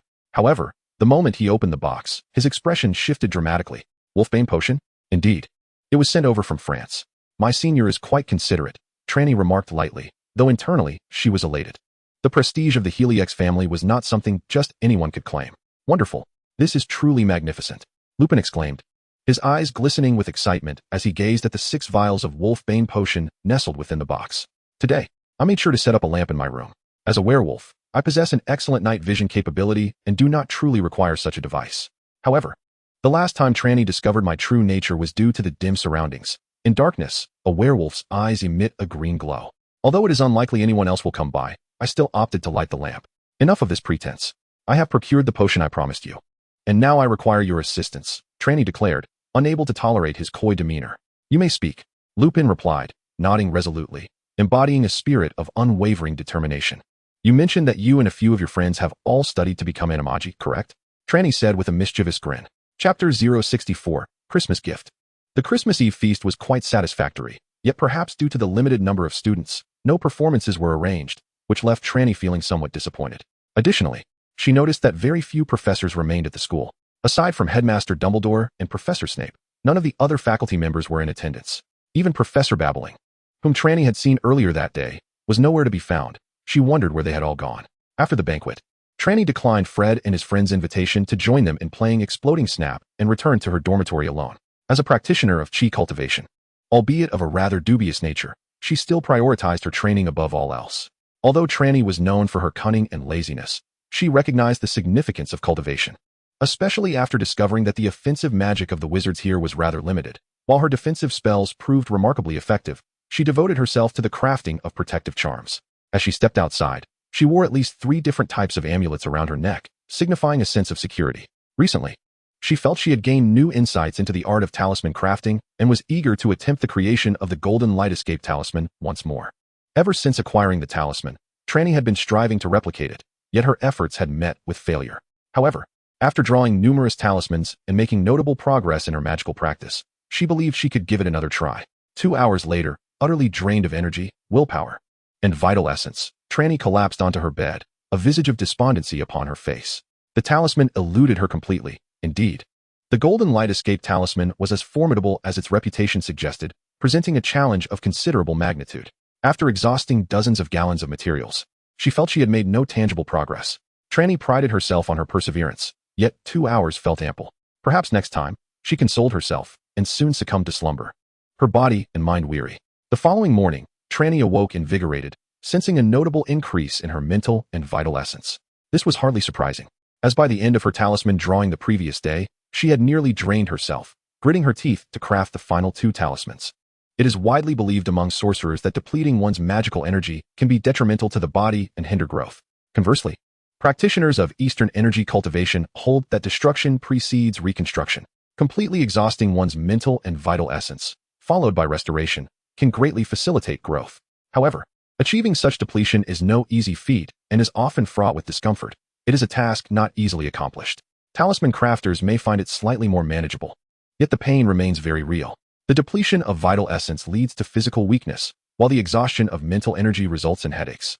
Under the dual afflictions of weakness and headache, persisting in talisman crafting is no trivial endeavor.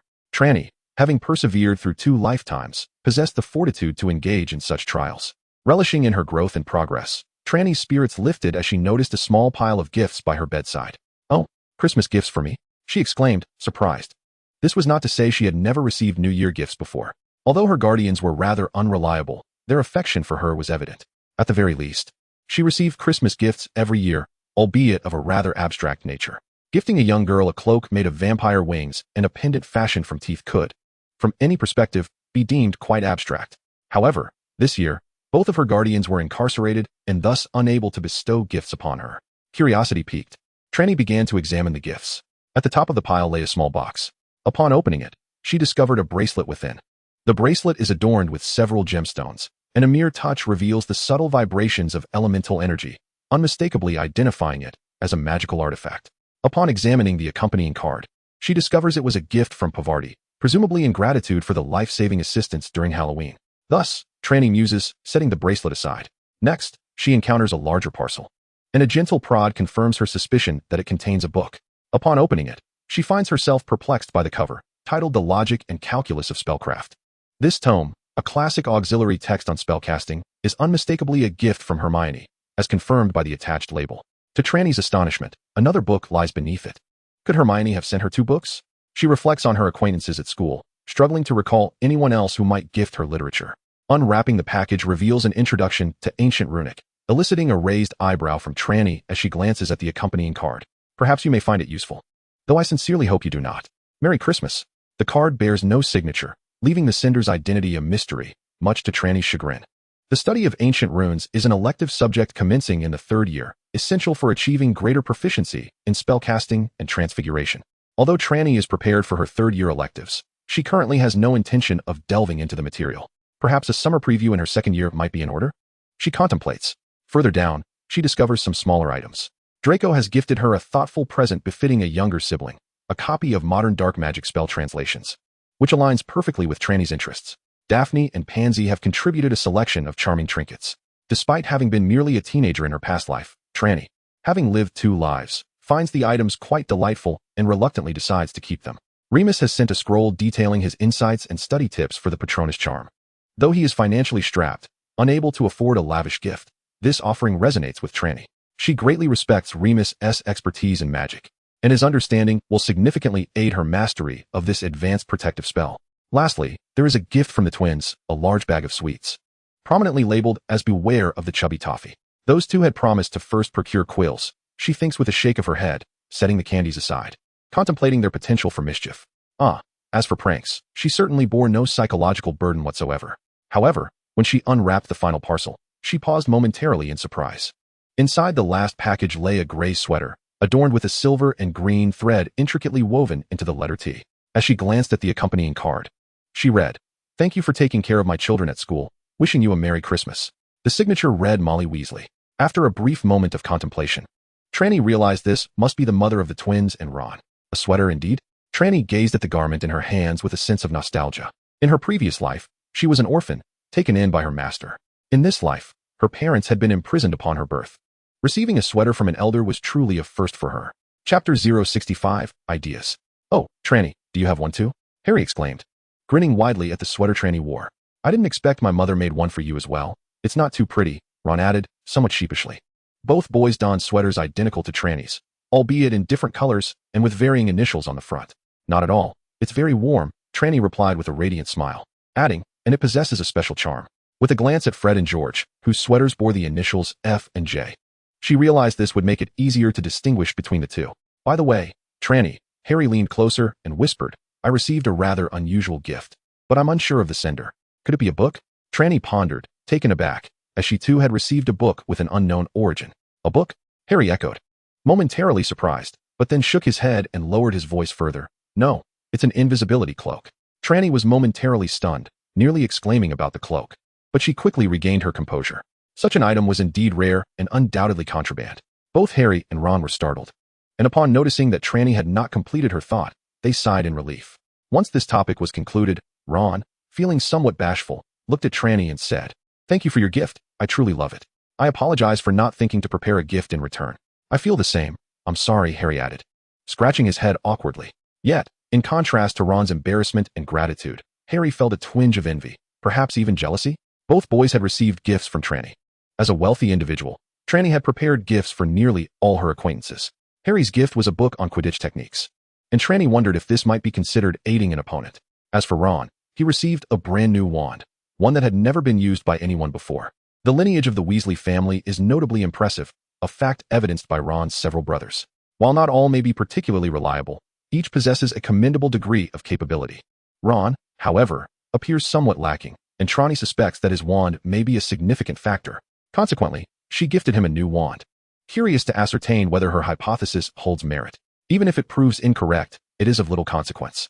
The modest cost of 8 galleons is relatively insignificant among her carefully selected gifts. You two impoverished students need not concern yourselves with such presents, Trelawney remarked dismissively.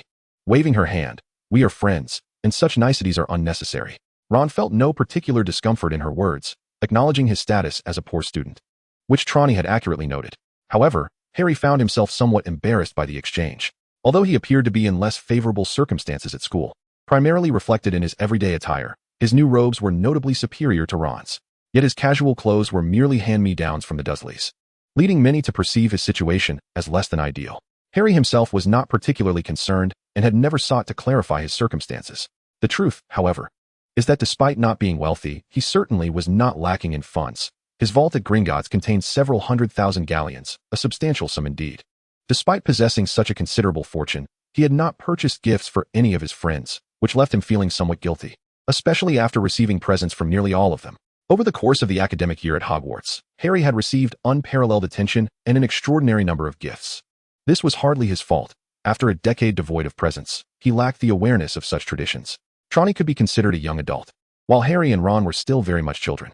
Although initially feeling a swirl of emotions, they quickly set those thoughts aside. Ron began to excitedly chatter about the 2 new Chocolate Frog wizard cards released during the Christmas season. Trelawney had witnessed many friends collecting these during her time at Beauxbatons and Durmstrang, yet she found little interest in them, intending to head to the library shortly. Despite the lengthy holiday and the abundance of homework, Trelawney's procrastination was not her most severe flaw. She was simply eager to complete her assignments early and enjoy her break. There were numerous other fascinating subjects she wished to explore, such as the disillusionment charm, the Patronus charm, and that enigmatic card she had tucked away at the bottom of her trunk. Trelawney, would you not like to try my invisibility cloak? Harry and Ron caught up, and Harry hesitantly inquired. The cloak is quite large. It can cover 2, perhaps even 3 people. Oh, no need, Trelawney replied, shaking her head. While internally contemplating, the invisibility charm must be prioritized as well. It had been some time since she had gleaned information from Hagrid. It was high time to visit the 3-headed dog. The Philosopher's Stone, after all, was quite enticing. Harry's expression reflected a hint of disappointment at Trelawney's words. Unbeknownst to her, a spark of inspiration flickered in her mind. Harry, have you ever considered slightly augmenting the potency of your magic? Trelawney asked. Harry, initially disheartened, paused to think and then nodded. He had indeed heard whispers about Trelawney's exploits in Slytherin and had witnessed Draco being thoroughly subdued by her. Moreover, he had heard from Hermione and Parvati that she had vanquished a troll with a single spell. To claim he felt no envy would be disingenuous. Yet, the prospect was daunting. The spells recorded in the first-year textbook were of little potency. Though Harry had mastered them adequately, his skills were limited to mere adequacy. The thought of delving into more powerful magic was fraught with uncertainty and a dearth of resources. It wasn't just Harry. Ron, too, felt a flicker of intrigue. After receiving the new wand Trelawney had gifted him that morning, he had tried it out and immediately sensed a difference. The previous wand had felt as though it were stifling his magic, but with the new wand, that sensation vanished. At that moment, he yearned to write to his mother and vent his frustrations about the matter. Trelawney chuckled. In that case, why don't you both venture to the library and seek out some advanced spellbooks? But the section for advanced magic books is off limits. Harry furrowed his brow. However, you do possess the invisibility cloak, do you not? Trelawney coaxed. If we discover intriguing spells, we can discuss them together. Harry hesitated, but Ron seemed eager to embark on the adventure. It appeared that, in contrast to their brother Percy, he inherently resembled the more adventurous nature of his other brothers. Chapter 066. The Mirror of Predicting the Future. In later years, a humorous anecdote emerged about a group of gentlemen who, when gathered, would inevitably spawn an idea king, generating all manner of ludicrous notions that would instigate various antics. Trelawney had never encountered this saying, and were she to have heard it, she would surely disagree, for she believed herself capable of fulfilling the role of the idea king. Observing Ron, who had been swayed by her encouragement and had ignited Harry's interest, she resolved to sneak into the restricted section at midnight to search for some dark magic spells to practice in secret. Trelawney possesses a considerable array of tomes on dark magic, and to cite but one example, the recently gifted modern translations of dark magic from Draco stands as an exemplary work in this domain. However, the crux of her intentions lies not in the texts themselves, but rather in the machinations surrounding them. Deep down, Trelawney harbors a desire to deceive Harry and Ron into venturing into the restricted section. Although she has long yearned to enter, she has refrained from doing so to avoid detention. She wishes to use Harry and Ron as guinea pigs to gauge the enforcement of the rules within the restricted section. Should they be apprehended, she would glean insights into the nature of the penalties imposed. As for whether Harry and Ron, having fallen into her trap, would elicit her sympathy, Trelawney is devoid of such concerns. Christmas Eve passed without incident, as did Christmas Day itself. After dinner, Trelawney and Ming had yet to engage in any activities. Yet Harry and Ron, appearing somewhat shifty, nodded and made their way back to the Slytherin common room. Unlike the morning, the common room post-dinner was occupied by several upperclassmen, each engrossed in their studies, preparing for the wizarding examinations scheduled months hence. Most of these students aspired to secure positions within the Ministry of Magic, thus placing great importance on their examination results. While Slytherin students predominantly hail from wizarding families, generally regarded as pure-blooded, not all such families are thriving in current times. Though extremes like the Weasley family are rare, the necessity of employment to sustain oneself or maintain a respectable standing in the wizarding world is quite commonplace. Of course, for those who cast aside all sense of dignity, there exists the option of retreating to the realm of muggles, living off magic in a mundane existence. With due caution to evade the notice of the ministry, this is not entirely implausible. However, should such an endeavor be exposed, it would result in disgrace, not only for oneself, but for the entire family within the wizarding community. Trelawney had heard tales in Slytherin of a once prominent family, the Blacks, who had experienced such a fate in years past. One member severed ties with the wizarding world to pursue wealth among muggles, only to be disowned by the Black family. Interestingly, this disowned Black reportedly lived a life of leisure until his passing a few years ago, despite having no progeny. On the other hand, the last male scion of the Black family, who retained the surname, has been incarcerated in the British wizarding prison, Azkaban, for over a decade. Presently, only 2 women, both married outside the family, remain. It seems one of them is Draco's mother? As Trelawney pondered this, she found a quiet corner and extracted modern translations of dark magic to commence her studies. The magical systems across Europe share similarities, yet each nation and family possesses its unique interpretations. The Soren family embodies the quintessential Nordic mindset, which significantly diverges from the perspectives found in Britain. This disparity has proven to be quite advantageous for Trelawney. After gaining new insights into several forms of dark magic that she had already mastered, Trelawney undertook a modest experiment, yielding satisfactory results. Following this, she stretched languidly and returned to her dormitory. With her magical studies nearing completion, she knew she could not neglect her skills in talisman crafting. Even though Trelawney was somewhat indolent, she understood the wisdom of the adage, a fist should not stray from its work, nor should the melody leave the lips. At least until she fully comprehended the Golden Light Escape talisman, she had to remain diligent in her talisman studies. After toiling throughout the night, expending all her mental and spiritual energy, Trelawney collapsed into a deep slumber, utterly unaware of the amusement that 2 Gryffindor treasures had stirred up that evening. The following morning, Trelawney encountered Harry and Ron in the Great Hall, both of whom had come for breakfast. However, their expressions were rather peculiar. "What's wrong? Did you not sleep well last night?" Trelawney observed Harry's slight dark circles and inquired with curiosity. Harry nodded slightly in acknowledgement and then lowered his voice. "Yesterday, Ron and I discovered something, well, rather strange." Oh, Trelawney did not pay much heed, as she believed that most things in Hogwarts appeared peculiar to Harry, who had grown up in a non-magical family. "It truly is a strange thing," Ron chimed in, nodding in agreement. "We found a mirror." Ron then recounted their experience from the previous night. He and Harry had been coaxed by Trelawney to venture into the restricted section of the library in search of dark magic books. However, upon their arrival, they were promptly discovered by Mrs. Norris, Philip's cat. The 2 immediately chose to flee, only to encounter Professor Snape. Snape had apprehended Professor Quirrell, uttering some odd remarks. Ron grimaced. "I thought they were both absent from the castle. What a pity." Harry nodded in agreement. Trelawney remained indifferent, merely responding with a nod. "And then we got lost," Ron continued. Trelawney nodded again, finding this entirely unsurprising. Given the ever-shifting corridors and staircases of Hogwarts, getting lost was a commonplace occurrence. Eventually, we stumbled upon a mirror in an abandoned classroom. "This mirror is extraordinary. I suspect it might allow one to glimpse the future," Ron exclaimed. "Oh." Upon hearing this, Trelawney's interest was piqued. The contemplation of the future has long been a subject of investigation in both Eastern and Western traditions. Eastern divination and Western oracles both delve into this enigmatic topic. Trelawney possessed only a superficial understanding of divination, yet it was indeed just a surface-level grasp. Moreover, the art of divination in the East tends to focus on grand trends, leaving many practitioners bewildered by the minutiae. For novices like Trelawney, it is even more perplexing. In contrast, Western divination appears relatively simpler. The Eastern approach emphasizes technique, while the Western method often relies on innate talent. A gifted diviner can foresee the future even in dreams, whereas one lacking such talent would glean nothing from a crystal ball. Among the 3 esteemed academies in Europe, Durmstrang and Beauxbatons do not offer courses in divination, as they struggle to find individuals with the requisite aptitude. Only Hogwarts has managed to locate the great-granddaughter of the former Seer, Cassandra Trelawney, namely, Sybil Trelawney. However, Trelawney had heard a rumor at Beauxbatons and Durmstrang that Dumbledore himself possessed the ability to predict the future.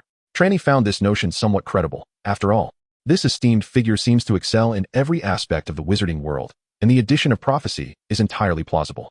As for the mirror that purportedly reveals the future, Trelawney was skeptical yet intrigued. Chapter 67, Matters of the Story. You claim to have seen images in the mirror? Trelawney stood before the mirror, her expression one of doubt. Within its depths, she could only see her own reflection alongside those of Harry and Ron. Indeed, Ron nodded vigorously. I saw myself as the captain of the Quidditch team and the president of the male student council.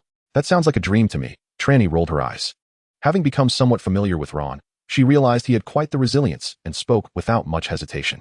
Although it was challenging, one could not say there was absolutely no chance. Ron murmured, slightly disgruntled. What about you, Harry? What did you see? Trelawney turned her gaze to Harry beside her. I saw my parents standing behind me, he replied, his eyes flickering as he gazed into the mirror. Your parents? Trelawney hesitated. Though she had no recollection of the name Harry Potter before her arrival, she had learned that Harry's parents had passed away many years ago. Well, I'm not entirely certain. Harry seemed a bit somber in comparison to Ron. But who knows? Perhaps you will find the resurrection stone one day, Ron chimed in, eager to keep the conversation alive. Although Trelawney was unsure why she could not see anything in the mirror, Ron remained firmly convinced, or perhaps hopeful, that the mirror's reflections were indeed glimpses of the future. The resurrection stone? Harry appeared taken aback, evidently unaware of such an artifact. Trelawney was equally perplexed. This seemed to delve into her own knowledge gap. A stone that could bring people back to life?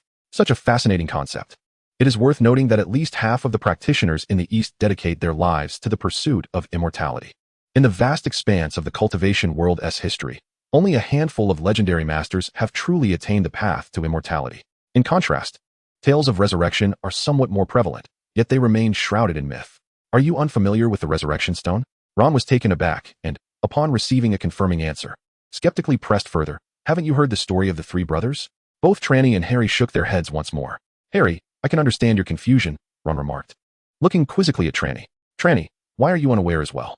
Did you not read fairy tales as a child? Did your parents never tell you stories? No.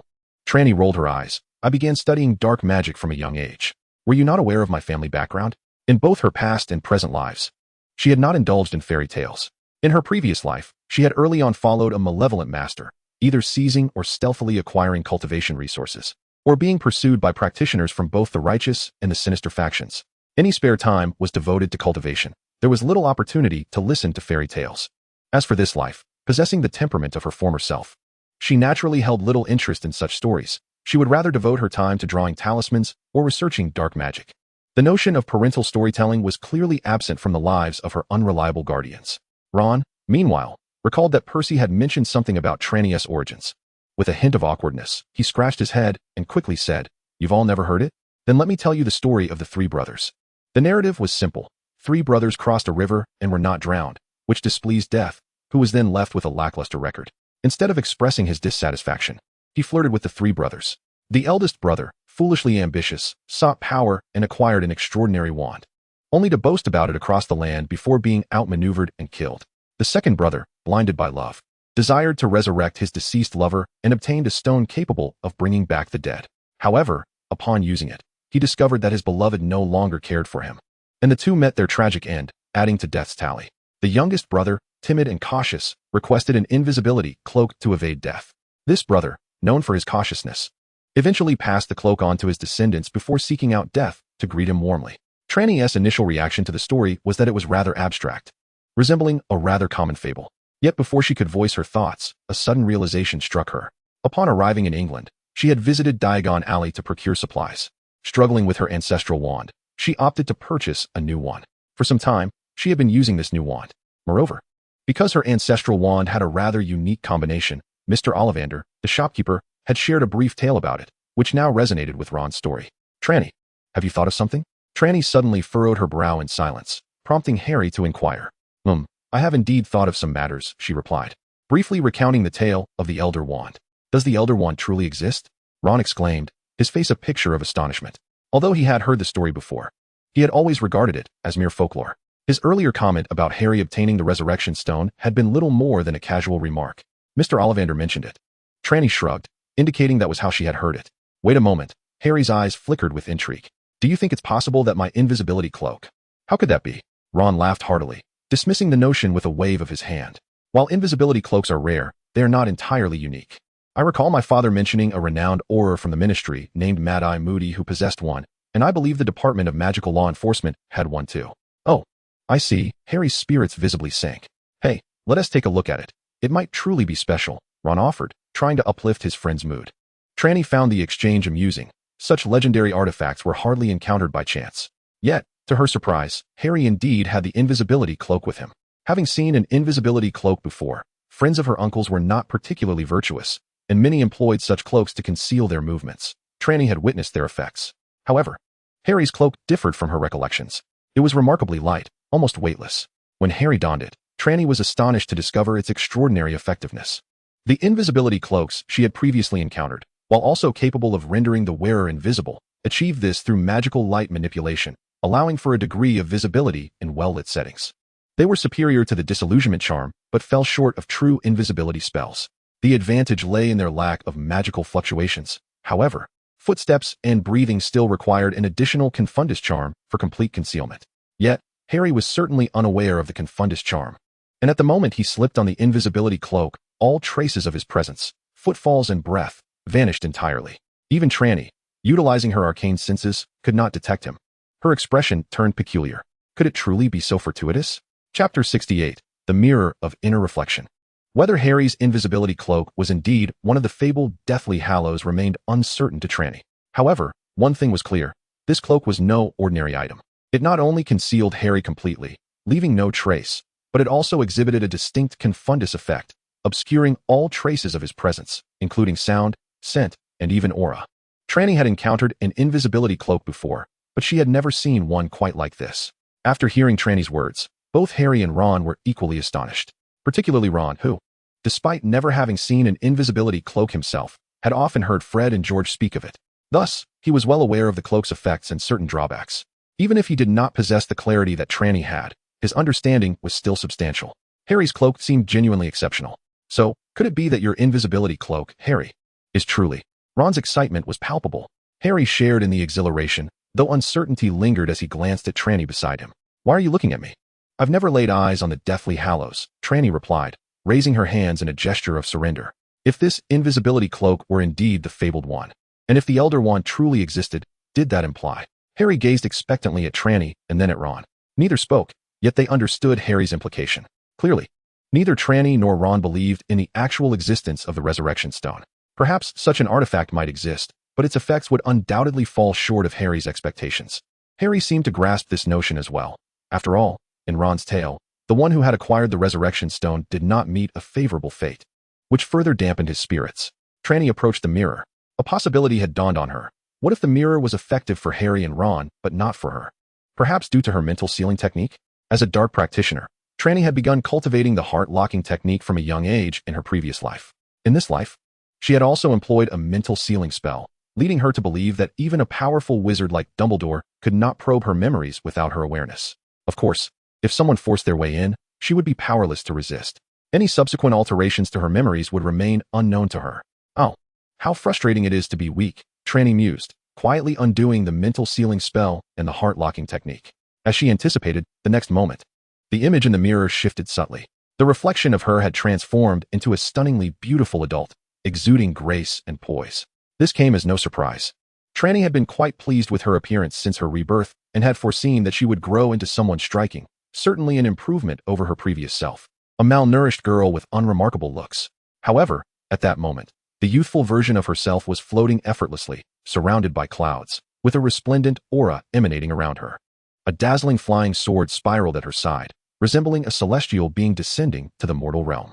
What on earth have I become? In that moment, Trelawney began to comprehend why Ron, despite the slim likelihood, was willing to believe that the reflection in the mirror depicted the future. Indeed, it was somewhat irresistible. Yet, this thought flickered in Trelawney's mind for just a moment before she suppressed it. Yes, she was certain that what she saw was not a glimpse of the future, but rather a manifestation of her own desires and longings.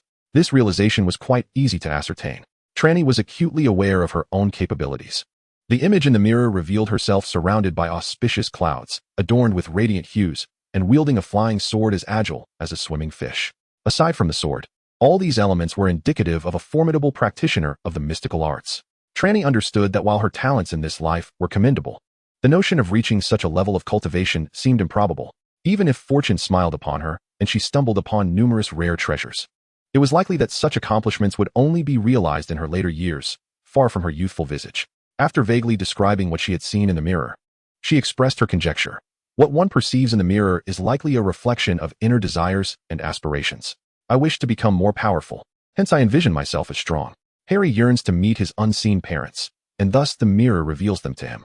As for Ron, well, ponder that yourself, Trelawney remarked. Is that so? Harry had yet to respond, but Ron appeared profoundly disheartened. Why do you look like that? Trelawney asked Ron, amusement lacing her voice. Although the mirror does not show a predetermined future, as long as you strive towards that direction, achieving it is not entirely out of reach. Forget it. I don't think I can, Ron replied, casting a somewhat envious glance at Harry. Just look at Quidditch. I surely cannot compete. Perhaps Harry might manage.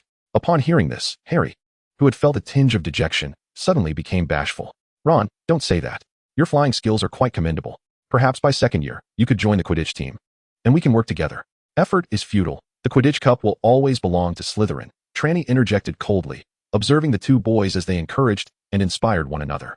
Harry and Ron immediately shot her a glare.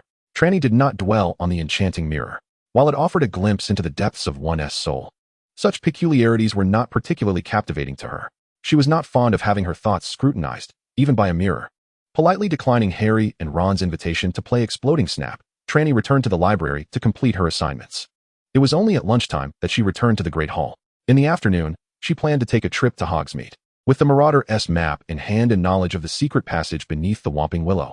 Entering and exiting Hogwarts for Trelawney had become as effortless as visiting the lavatory. As for her purpose in Hogsmeade, she felt a craving and yearned to indulge in some cakes from Honeydukes. Many girls possess a fondness for sweets, and in her previous life, Trelawney seldom had the opportunity to relish such delicacies, especially those as exquisite as the ones offered here. This time around, her consumption felt somewhat like an act of revenge, bolstered by her ample funds, allowing her to indulge in various confections and cakes throughout her life. Had it not been for the wizard's remarkable dental care, Trelawney was certain she would have succumbed to cavities by now. Upon reaching the Shrieking Shack, Trelawney was somewhat surprised to find that Lupin was not inside. The shack felt frigid, presumably having gone several hours without a fire. Discounting the improbable scenario of Lupin forgetting to kindle the flames and freezing to death, Trelawney speculated he had left to attend to some business. She hoped he was gathering materials for his animagus transformation, rather than fleeing with Wolfsbane in hand. With these thoughts in mind, she departed from the Shrieking Shack. Chapter 69, An Encounter with Danger. Hogsmeade appeared desolate that day. Aside from a few shops along the main street, places like the Potion Shop and the Owl Post were shuttered. Fortunately, Trelawney had come specifically for Honeydukes, one of the few establishments still open. The patrons did not express surprise at the sight of a child wandering about at such an hour. Hogsmeade boasted a flue network fireplace, making travel effortless for most wizarding families, regardless of whether they chose to visit. Trelawney purchased several of her favorite cakes, along with a few new delights, and happily made her way back with her treats in tow. She hesitated momentarily, contemplating whether to take an alternate route home or continue past the Shrieking Shack. In comparison, the Shrieking Shack was undoubtedly the safer option, with both its entrance and exit seldom encountering anyone. However, the path from the shack to the Whomping Willow was rather treacherous. Even though Trelawney was petite, navigating within the confines of the passage required considerable effort. Prior to her visit, Trelawney had memorized the entrances and exits of several other secret passages, one of which was conveniently located in the basement of Honeydukes. After much deliberation, she ultimately chose to traverse the Shrieking Shack. Her concerns included the possibility of encountering a certain professor on the other side of the castle. Harry and Ron had informed her that their housemaster was still at the school. Trelawney had no doubt that if her housemaster caught her emerging from a secret passage, although she would not be penalized, the passage would undoubtedly be sealed off. Moreover, the other passages were rendered less accessible due to the accumulated snow in the village. Additionally, it seemed rather conspicuous to burrow into someone's basement at Honeydukes. Tyranny swayed towards the edge of the village, clutching a cake in her hand, humming a nostalgic tune from a past life, radiating contentment. As she approached the outskirts of Hogsmeade, her movement came to an unexpected halt. Instead of proceeding directly to the Shrieking Shack, she veered towards a secluded area nearby, adjacent to the Forbidden Forest. The surroundings were desolate, with only the whispering winter breeze rustling through the trees. Tyranny gazed at the forbidden forest, seemingly lost in thought. Suddenly, a beam of red light erupted from behind her, hurtling towards her with alarming speed. Yet, as if she possessed eyes on the back of her head, she flicked her wand without turning around, enveloped in a protective shield. With a crack, the shield erupted into a web of cracks, but the red light vanished without a trace. Slowly, she turned to find an arm appearing in the previously empty snow, brandishing a wand. The stunning curse had originated from that very wand. Did you discover it long ago? A chilling voice inquired. In the next moment, as if a curtain had been drawn aside, a tall man with gray hair materialized in the snow, wielding the wand that had just attacked Tyranny. Draped over the crook of his other arm was a cloak, its contours indistinct. How intriguing, she mused. Having just spoken with Harry and Ron about the fact that invisibility cloaks were not as rare in the wizarding world as many believed. Little did she anticipate that shortly after her words, she would encounter a wizard in possession of one. Moreover, if he was already revealing himself, why conceal further? Come forth. Tyranny commanded, her gaze sweeping over the gray-haired man and his companions. The gray-haired man blinked in surprise, his expression turning slightly peculiar as he replied, "Well, since the young lady has spoken, let us all emerge." As his words faded, it was as though a cloth had been lifted once more, revealing 3 additional figures. Together with the gray-haired man, there were 4 men in total. The elder stood at the forefront, appearing to be in his 40s or 50s, while the other 3 were youthful, in their 20s or 30s. Each bore a distinct appearance and attire. Yet they shared a common trait, an air of arrogance etched across their faces. It was evident that they were all exceedingly confident, exuding an attitude of disdain towards anyone else, causing Tyranny's brow to twitch in response. Such individuals, if not lacking in intellect, were likely to possess considerable skill. Given their ability to acquire 4 invisibility cloaks, Tyranny surmised that the latter was the more probable scenario. "And who might you be? Why did you suddenly attack me?" Tyranny demanded, pointing her wand with her left hand, while the true core of her counterattack lay concealed within the 2 talismans hidden in her right sleeve. "As for our identities, that is something we cannot divulge," the gray-haired man replied. The gray-haired man at the forefront shook his head, asserting that otherwise, they would have no choice but to eliminate her. "Frankly, it is already quite disgraceful for me to lay hands on a mere juvenile. To take a life would be utterly unacceptable." Indeed, the 3 others nodded in unison. Trelawney found herself at a loss for words. Should she feign naivety or deem them utterly foolish? She paid no heed to their words, for in her past life, she had engaged in endless battles of wits with numerous malevolent cultivators. Trust, even with those familiar to her, was always limited in its breadth. The 4 schemers before her, despite their initial use of a stunning spell, did not instill in her the slightest sense of relaxation. "Don't be so tense," the gray-haired wizard remarked. "I am rather curious about how you discovered us. We should have concealed our presence well, devoid of any scent or sound." Trelawney was momentarily taken aback by his words, then regarded the group with a patronizing gaze. "Perhaps you ought to take a look at the ground?" The 4 were momentarily stunned, then simultaneously glanced down. Their expressions turned to one of embarrassment. The snow in England was far too soft. After all this time, there were still footprints. A young wizard complained. They had trailed behind her, leaving behind shallow imprints in the snow. While these marks were not particularly discernible against the white backdrop, Trelawney had nonetheless managed to detect them. What the 4 were unaware of was that Trelawney had spoken. Those faint footprints, if scrutinized closely, could indeed be noticed. However, at that moment, Trelawney had her back to them. How could she have observed the prints closely? The reason she could sense their presence was due to their aura. The 4 had indeed concealed their forms, scents, and sounds flawlessly. Had Trelawney been merely an ordinary wizard, even a seasoned auror might not have detected them. Yet Trelawney was not just a witch, she was also a chi practitioner. Compared to sight and sound, practitioners excelled in perceiving their surroundings through chi or magical energy. In the East, a chi practitioner, especially one of a darker disposition, would first learn to suppress their aura. Yet in Europe, it seemed wizards lacked this awareness. Remarkable observational skills, the gray-haired wizard, unaware of his own deception, nodded appreciatively. "Given time, you will undoubtedly grow into a remarkable witch. We do not wish for you to perish here. Hand over that wand, and we shall allow you to leave safely." "My wand." Trelawney's face betrayed a flicker of surprise. This was no act. She genuinely had not anticipated that they sought her wand. Chapter 070, Battle in the Snow. Trelawney shook the wand in her hand. "You desire my wand. Indeed, relinquish the wand, and we shall let you go." The gray-haired wizard certainly nodded. Thus, Trelawney feigned hesitation, seemingly contemplating whether to acquiesce to the other's request.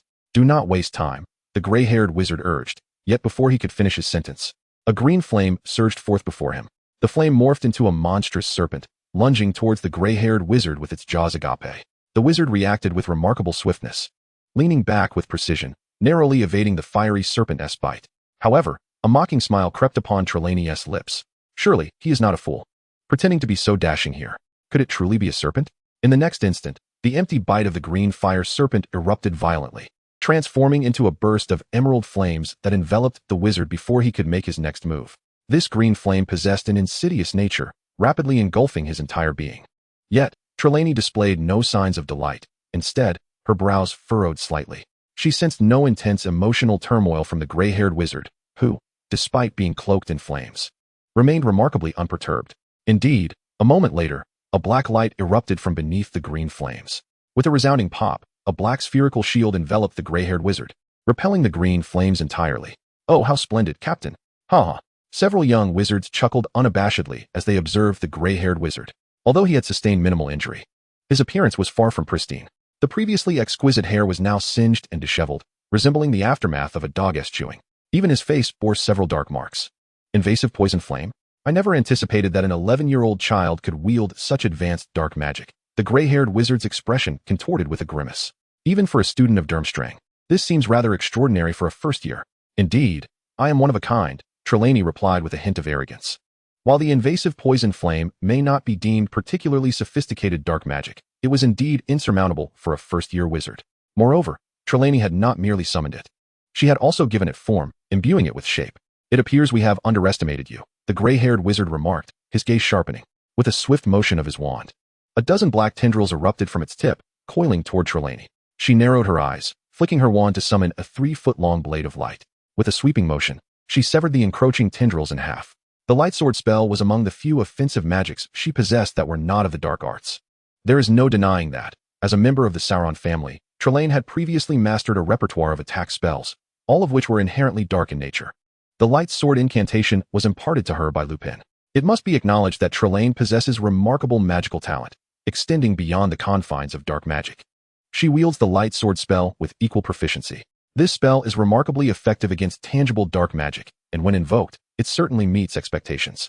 The emergence of the light sword spell once again astonished the gray-haired wizard, particularly as Trelawney's incantation precisely cleaved through all of his vines. The sharpness of her vision and her mastery over magic genuinely took him by surprise. Must he summon his subordinates for assistance? The gray-haired wizard silently shook his head, completely unable to accept such a notion. Should he return and face ridicule from his peers within the organization, he would undoubtedly lose all semblance of dignity. "Do not interfere. I shall assess the abilities of this child myself," declared the gray-haired wizard. "Fear not, Captain. We have no intention of intervening," replied a youthful wizard with a grin. "Indeed, Captain, it is all in your hands. She is merely a little girl," chimed in another, eager to join in the spectacle. A group of onlookers thrived on the unfolding drama. The dark-haired wizard cursed under his breath, then swiftly uttered a series of incantations, conjuring a vibrant whirl of crimson flames that morphed into a dozen serpentine fire trails, all flicking their tongues menacingly. "Ah, you fancy playing with fire, do you? Very well. Then, let us engage in this game," he proclaimed. With that, the fire serpents lunged forth from various angles towards Trelawney. This time, Trelawney refrained from employing the light sword spell to sever the heads of the serpents. Just as her previous aggressive fire magic had detonated upon evasion, these crimson fire serpents, too, would merely transform into vast plumes of flames, rendering them even more challenging to evade. In a remarkable display, Trelawney's silhouette blurred as she navigated swiftly through the throng of fire serpents. Despite the barrage of attacks, not a single corner of her garment was touched. Remarkable. The faces of the gray-haired wizard and his companions were etched with astonishment. If Trelawney's proficiency in dark magic had previously astonished them to a degree of 10, her graceful traversal through the magic now evoked a sense of wonder at least 50-fold. How is this possible? Wizards are typically not adept at agility, they pondered. In the realm of wizardry, the notion of nimble evasion is foreign. Their repertoire consists primarily of rolling on the ground or using magic as a shield. Such dexterous dodging was a sight they had never encountered before. Indeed, they had never witnessed such a display, for since the days of Merlin, the art of wizarding combat had never embraced the concept of agile evasion. It was either the lazy roll or the use of defensive magic. Such an elegant evasion is a skill that wizards have never mastered. However, while they struggle, Trelawney excels in it. As a practitioner of chi cultivation, she has always placed great emphasis on the dual cultivation of life and spirit. Despite her frequent indulgences in idleness, her physical prowess far exceeds the expectations of the wizards. Of course, this is partly due to the suddenness of Trelawney's display, which caught her opponent off guard. In truth, had her adversary pressed with even slightly greater force, Trelawney would have found herself in dire straits. Yet, the unexpected nature of her maneuver left the gray-haired wizard momentarily bewildered. Although he did not remain completely motionless, he indeed created more openings during his assault. It was within these gaps that Trelawney adeptly seized her opportunity. With a deft sidestep, she narrowly evaded a fiery serpent. And in the next instant, her wand flicked with haste, unleashing a crimson spell aimed at the gray-haired wizard, who was still recovering from his surprise. Reacting instinctively, the wizard attempted to counter with a stunning spell. However, just before their magics collided, the red spell he assumed to be a simple stunning charm suddenly erupted, ensnaring him in a dark crimson net. Aha, he has fallen into my trap. Trelawney smirked. This was the insidious magic passed down through the Soren family. Scarlet Capture. Chapter 071, The Corruption of Darkness.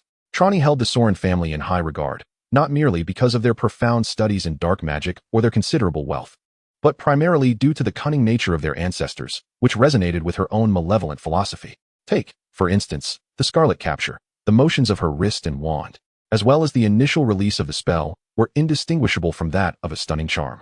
Yet, once it approached its target within a certain range, it would instantly transform into a magical net capable of ensnaring the opponent, binding their movements, and suppressing their magic. Once ensnared, whether a wizard or a magical creature, escape became exceedingly difficult, delivering both effectiveness and insidiousness in full measure. Trelawney deeply admired this spell, even though it could not strictly be categorized as dark magic. The gray-haired wizard's reaction and subsequent fate aligned perfectly with Trelawney's expectations. Seeing what he believed to be a stunning charm cast by Trelawney, the wizard harbored no suspicions. As he was dodging her fiery serpent spell, it was indeed a critical moment, and to successfully unleash a stunning spell was already impressive. What could he possibly doubt at that juncture? Thus, he proceeded to defend himself based on conventional logic. With a stunning charm, he had 100 methods to counter. 100. Yet, when the dark crimson net enveloped him, he was utterly unprepared. As the net constricted, he found himself forced to the ground. The fire serpent lost its control, scattering flames that fell to the ground. Upon witnessing this, Trelawney leapt back, escaping the fiery range, and with a swift motion, she drew the gray-haired wizard, ensnared in a net, along with the magical web to her side. Do not move. If you do, he shall perish, Trelawney warned.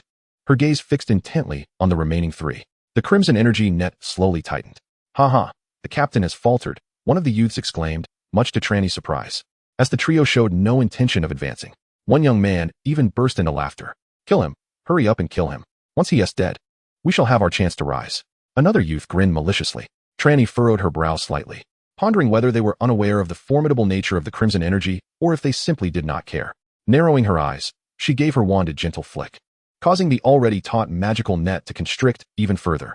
Yet, to her astonishment, the gray-haired wizard did not emit a scream or sound of despair. Something was amiss.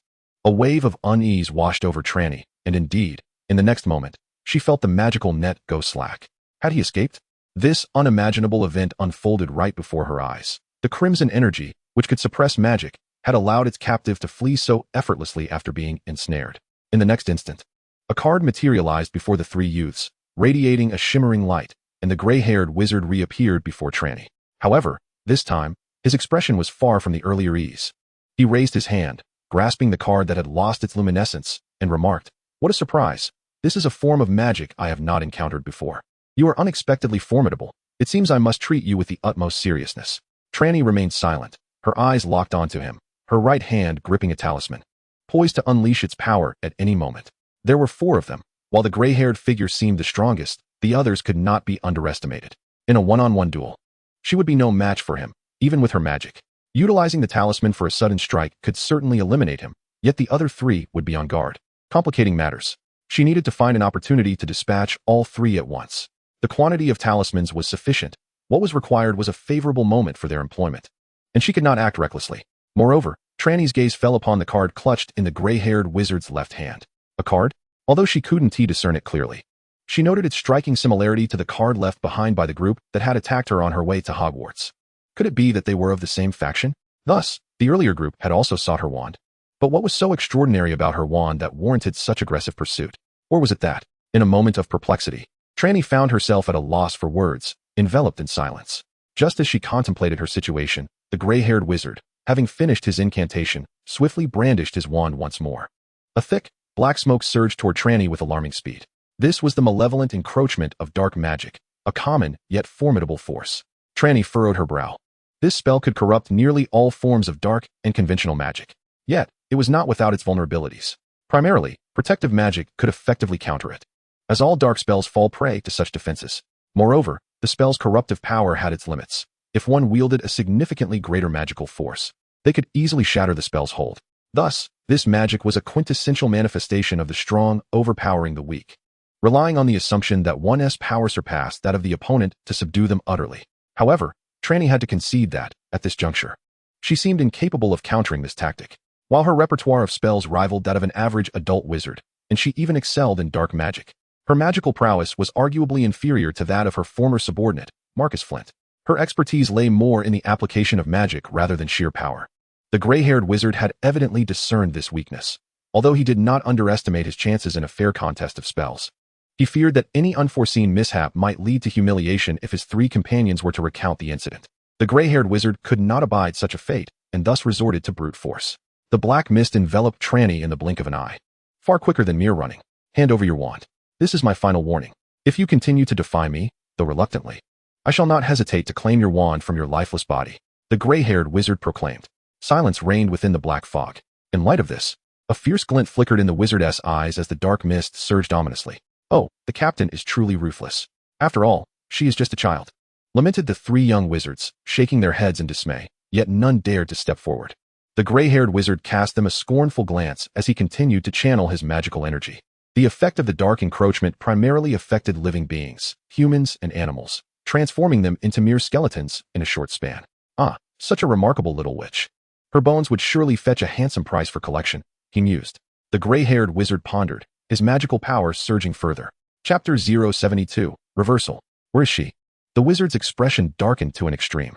After the dark corruption was lifted and the shadows dissipated, there was no perfect skeletal form of a maiden as he had anticipated. Nor was there the wand that was their objective. The spot where Trelawney had once stood was now utterly vacant, devoid of any trace. The other three young wizards were expressions of disbelief. Indeed, where is she? Just moments ago, the young girl had been enveloped by the dark. Yet there was no sign of her breaking free. Could she have performed disillusionment? One young wizard speculated uncertainly.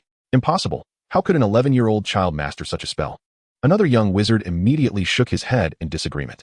An 11-year-old should not possess knowledge of dark magic either, retorted the first young wizard. That too is unlikely. Another chimed in, shaking his head. Disillusionment is far more complex than ordinary dark magic. It is not disillusionment. The gray-haired wizard interjected. The spell requires the opening of space and generates a distinct magical fluctuation, which would likewise be affected by the dark corruption. Unless she cast it before being enveloped in the mist, but we all witnessed that she was still inside when the darkness fully engulfed her. The three youths nodded in agreement. Although they often jested with their captain, they held great respect for his prowess and understanding of magic. Search the vicinity. The gray-haired wizard said irritably. After searching for so long, if she escapes now, she will undoubtedly be more cautious in the future. Even in Hogsmeade, where the population is sparse, a girl like her is seldom seen. The three youths nodded in unison, and the four began to disperse in search of her. Trelawney had not fled because she could not. She simply chose not to. Unaware of the identities of these individuals, she deduced from the cards the gray-haired wizard had wielded that they were likely affiliated with those who had previously attacked her. She could not afford to let these unknown figures remain concealed. Hidden enemies are the most formidable adversaries. Yet at this moment, it was Trelawney who had taken refuge in the shadows. If relying solely on magic, she would indeed struggle against the dark corruption. However, Trelawney was not merely a wizard. She was also a practitioner of chi, specifically a talismanic practitioner. As such, she possessed numerous methods to counteract her predicament. For instance, there exists an esoteric technique in the East known as the Earthwalker. As the name suggests, it allows for movement underground. This art is not particularly challenging in the East. Yet those who can master it are few. In a previous life, Trelawney, alongside her master, had vanquished a malevolent practitioner who wielded this very technique, acquiring the method of cultivation from the remnants of their confrontation. With this sorcery, she could glide through the earth as effortlessly as one swims through water. While the dark corruption inflicted immense devastation upon living beings, it held no power over Trelawney, who had submerged into the soil. The only limitation she faced was the duration for which she could hold her breath underground. Provided she refrained from vigorous movement, Trelawney could remain submerged for over 15 minutes. And with certain enhancements, even longer. At this moment, concealed beneath the surface, Trelawney relied on the auxiliary powers of her earth-walking technique to sense the movements of the four individuals above. Had they split up? Surely, they were searching for her. Excellent. Silently, Trelawney activated her earth-walking ability and directed herself towards the gray-haired wizard. While she could not visualize the surface, she had memorized the positions of the four prior to her descent. Though she could not recall the details of the other three, she had no difficulty remembering the gray-haired wizard. Her perception revealed that the four wizards had distanced themselves from one another, their movements not particularly swift, indicating they were engaged in a search. Following the trajectory of her intended path, Trelawney emerged silently from the ground, positioning herself behind the gray-haired wizard.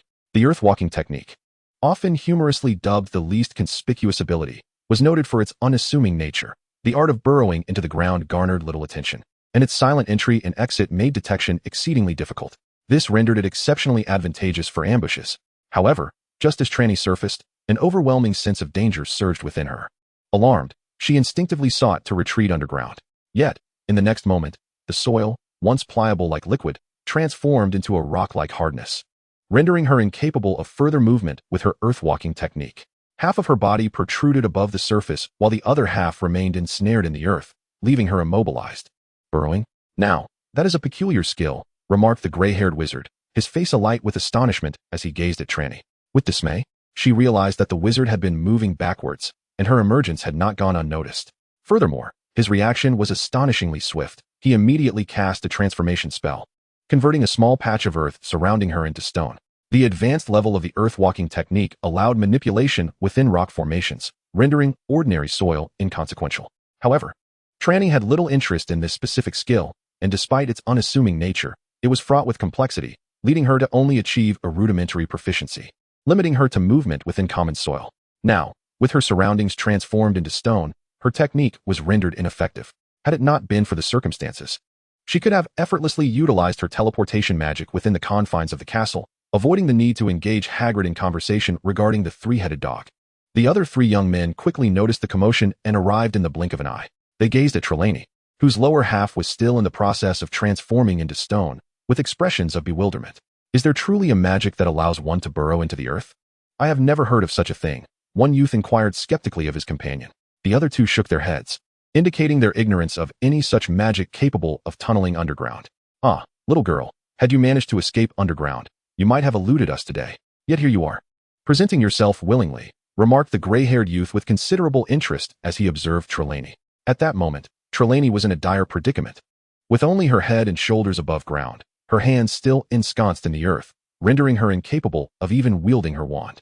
Though she had been learning and mastering wandless and incantation-free magic, her abilities did not encompass all forms of magic, let alone both simultaneously. Surrounded by four wizards and deprived of her wand, she found herself in a perilous situation. As she looked at the gray-haired wizard, whose face bore both astonishment and smugness, she felt a wave of frustration. All right, I underestimated you. You have indeed captured me. Will you release me in exchange for my wand? Huh, clever child. But I find it hard to trust your words, the gray-haired wizard replied, shaking his head. Let us proceed with the spell to ensure safety. With that, he cast a petrification curse upon Trelawney. Instantly, her body stiffened and ceased to move. However, the gray-haired wizard's expression turned grave. A magical artifact resisting the spell? Trelawney was taken aback. Had she been discovered? In her previous life, her master had once informed Trelawney that those who engage in dark arts must always remember the value of preparedness. Though less than 3 months had passed since they had been captured and killed by official practitioners, the wisdom of that statement remained intact. Throughout both of her lives, Trelawney had adhered to this tenet, and in this moment, she bore 3 protective talismans upon her person. While she could not alter the ground transformed into stone around her, the petrification curse directed at her had been nullified by one of her talismans. As a practitioner of dark arts, the talismans Trelawney created were particularly insidious. After modifying them to counteract the magic aimed at her, they would trigger silently and without indication, serving to deceive and ensnare her adversaries. Observing the casting of the petrification curse, Trelawney feigned being petrified, intending to ensnare her foes. Yet, for reasons unbeknownst to her, they had managed to uncover her ruse. Is there truly such an impressive protective magical artifact? One young wizard exclaimed in admiration. Captain, we ought to eliminate her swiftly to guarantee no risks remain. Let us secure the item and depart. It is rather cold here. The gray-haired wizard nodded, his wand trembling once more as he swiftly cast a spell. A black blade materialized at the tip of his wand, slicing through the air towards Trelawney's neck. Alas, the situation had taken a dire turn. Trelawney recognized this magic. While not classified as dark magic, it possessed formidable power. Much like the deathly slash she employed to vanquish giants, it bore an impressive cutting efficacy. However, unlike the languid deathly slash, this spell, known as the Blade of Hunt, was imbued with remarkable swiftness. With a flicker of thought, Trelawney transformed into a wisp of black smoke, soaring upwards to evade the black blade, as she hastily darted towards Hogsmeade. Continuing in this manner could lead to her demise once more, and she was uncertain of the likelihood of another resurrection. The chances appeared slim. A smoke sparrow? A young wizard exclaimed, his face etched with disbelief. He was not alone. The other 3 wizards bore expressions of astonishment as well. The smoke sparrow was a form of dark magic, notably among the darker varieties. Essentially, this spell could be likened to a magical artifact, requiring only magical energy to activate, allowing the user to transform into a plume of black smoke. Although its offensive capabilities were quite limited, it conferred immunity against certain ordinary spells and physical blows. In truth, these features were of little utility. Most wizards employed it solely for escape. The speed of the smoke sparrow surpassed that of most flying spells, rendering it one of the most exceptional life-saving magics in areas where apparition was impractical. Yet, such a remarkable spell was now outlawed by the majority of magical ministries across Europe. The rationale was sound. The creation of a smoke sparrow necessitated the death of a human or a highly intelligent life form, whose soul's essence was required for its successful crafting. While the smoke sparrow appeared to be a magical artifact, it differed from typical magical items in that only the creator could wield it. Thus, possessing a smoke sparrow often indicated that one had taken a life, whether human or sentient. The implications were grave, for should the magical ministry become aware, the individual would likely face a prison sentence of no less than 10 years. In Europe, the death penalty was rarely imposed, applicable to both wizards and non-wizards alike. Furthermore, the elimination of sentient beings was scarcely easier. Presently, the creatures capable of producing a smoke sparrow were predominantly found on the prohibited list of the International Confederation of Wizards. Nevertheless, rules are but rules. In reality, amongst the notorious dark wizards, who does not possess a smoke sparrow? Once one has embraced the path of darkness, the adherence to regulations becomes a trivial concern. As Trelawney, the sole unconfined heir of the Sauron family, she embodies the essence of a pure, dark sorceress. Moreover, she is not merely a dark sorceress, but also a practitioner of forbidden arts, unencumbered by the constraints of legal statutes. Yet, this particular smoke sparrow is indeed an unexpected creation. Trelawney harbors no qualms about taking lives. For instance, during her journey to Hogwarts, she effortlessly dispatched several assailants with a thunderous incantation, feeling no remorse. However, this smoke sparrow is not of her own making, but rather a bequest from her uncle, Shrank Sauron. Previously mentioned, Shrank frequently captured werewolves to extract their saliva and blood for experimentation. Most werewolves, finding themselves unable to resist, resigned themselves to their fate. Yet, there were always a few spirited ones who fought back. Shrank, for the most part, exercised restraint in his methods, but mishaps were inevitable. Just a few months before Trelawney was to attend Beauxbatons, he encountered a particularly unfortunate incident. A werewolf he had captured was on the brink of death from the torment. As a master potion maker, Shrank possessed the skills to heal the creature. However, as a dark wizard, he deemed it unwise to squander precious potions on a mere werewolf. Yet, allowing it to perish seemed wasteful as well. Thus, Shrank contemplated that his 10-year-old niece lacked a smoke sparrow. How could a child of the Sauron lineage be without one? He felt it was his duty as an uncle to provide what his brother and sister-in-law had neglected. This was fortuitous indeed. Consequently, Trelawney acquired her smoke sparrow. Although her uncle was often unreliable, in this instance, she believed he acted quite rightly. As Trelawney vanished into a swirl of black smoke, she reveled in her thoughts, considering whether she might send her incarcerated uncle a token of gratitude during her summer break. However, before she could fully contemplate this, a golden net suddenly appeared in her trajectory. With a resounding thud, the smoke dissipated, revealing Trelawney suspended within the confines of the net. A demon-hunting net? As she plummeted, Trelawney recognized the trap. This protective magic was specifically designed to ensnare ethereal beings or those capable of assuming non-corporeal forms. It was also effective against certain special magical summons. Strangely, it seemed remarkably effective against the smoke sparrow as well. But shouldn't you all be dark wizards? Is it truly wise to wield protective magic so adeptly? One must understand that the speed of a smoke sparrow is extraordinary. Trelawney erupted forth with sudden vigor, yet her pursuers managed to react in time, utilizing the demon-hunting net to ensnare her once more. Such a feat required not only quick reflexes, but also a remarkable proficiency in magic. The silver-haired wizard cast a glance at the young sorcerer retracting the demon-hunting net and exclaimed, Alan, your prior studies on protective magic seem to be of little use. Yet now, it appears that preparedness is indeed the essence of wisdom. The notion of being adequately prepared weighed heavily on Trelawney's mind, filling her with a sense of foreboding. It seemed they were on the brink of disaster, just as Trelawney found herself at a loss. An unexpected sensation enveloped her. Her body twisted as if a force gripped her stomach or some other internal organ and yanked it sharply. A wave of discomfort washed over her. And then, in the blink of an eye, she found herself standing behind an imposing figure. Such long white hair. Chapter 074, Dumbledore. Half a minute prior, Trelawney felt she had overstepped her bounds. Now, the four silver-haired wizards shared her sentiment of having miscalculated the situation. An imposing figure now stood before Trelawney. Adorned with long white hair and a beard, clad in a robe embellished with stars and moons, topped with a pointed hat. His face bore a gentle smile. Yet the eyes behind half-moon spectacles lacked any semblance of mirth. Albus Dumbledore. In Europe, and indeed throughout the wizarding world, there was hardly anyone unfamiliar with this visage. What might you four visitors intend to do to my student? Dumbledore's voice was calm and measured, yet the four adversaries before him wore expressions of grave concern. Although they had previously held their wands casually, they now gripped them tightly, aimed directly at Dumbledore. My Lord Dumbledore, we mean no offense. We shall take our leave. The silver-haired wizard was acutely aware of every subtle movement made by Dumbledore. As for Trelawney, who stood shielded behind him, her thoughts were consumed by anxiety. Blast it! Have we taken too long? How did we provoke this esteemed individual? Prior to their arrival at Hogwarts, they had indeed considered Dumbledore's presence in the entire wizarding realm. No one could afford to overlook him. However, they believed that as long as they remained outside Hogwarts boundaries, they might, perhaps, evade trouble. Such a sense of complacency often lingers in the hearts of people. In truth, they had been lurking in Hogsmeade for over a month without ever encountering Dumbledore. And reports indicated that he had spent no more than half a month away from Hogwarts in the last decade. This circumstance had granted them a measure of reassurance. Today, with Trelawney's target finally within reach, it was an opportune moment after their extended vigil. They could not afford to hesitate. The initial stages unfolded smoothly, yet unexpectedly. Just as they seized their opportunity, Dumbledore appeared. At this moment, the gray-haired wizard harbored doubts that Dumbledore had already arrived, merely lurking at the sidelines to observe the commotion. Yet he possessed no evidence to substantiate such a claim. Isn't this rather improper?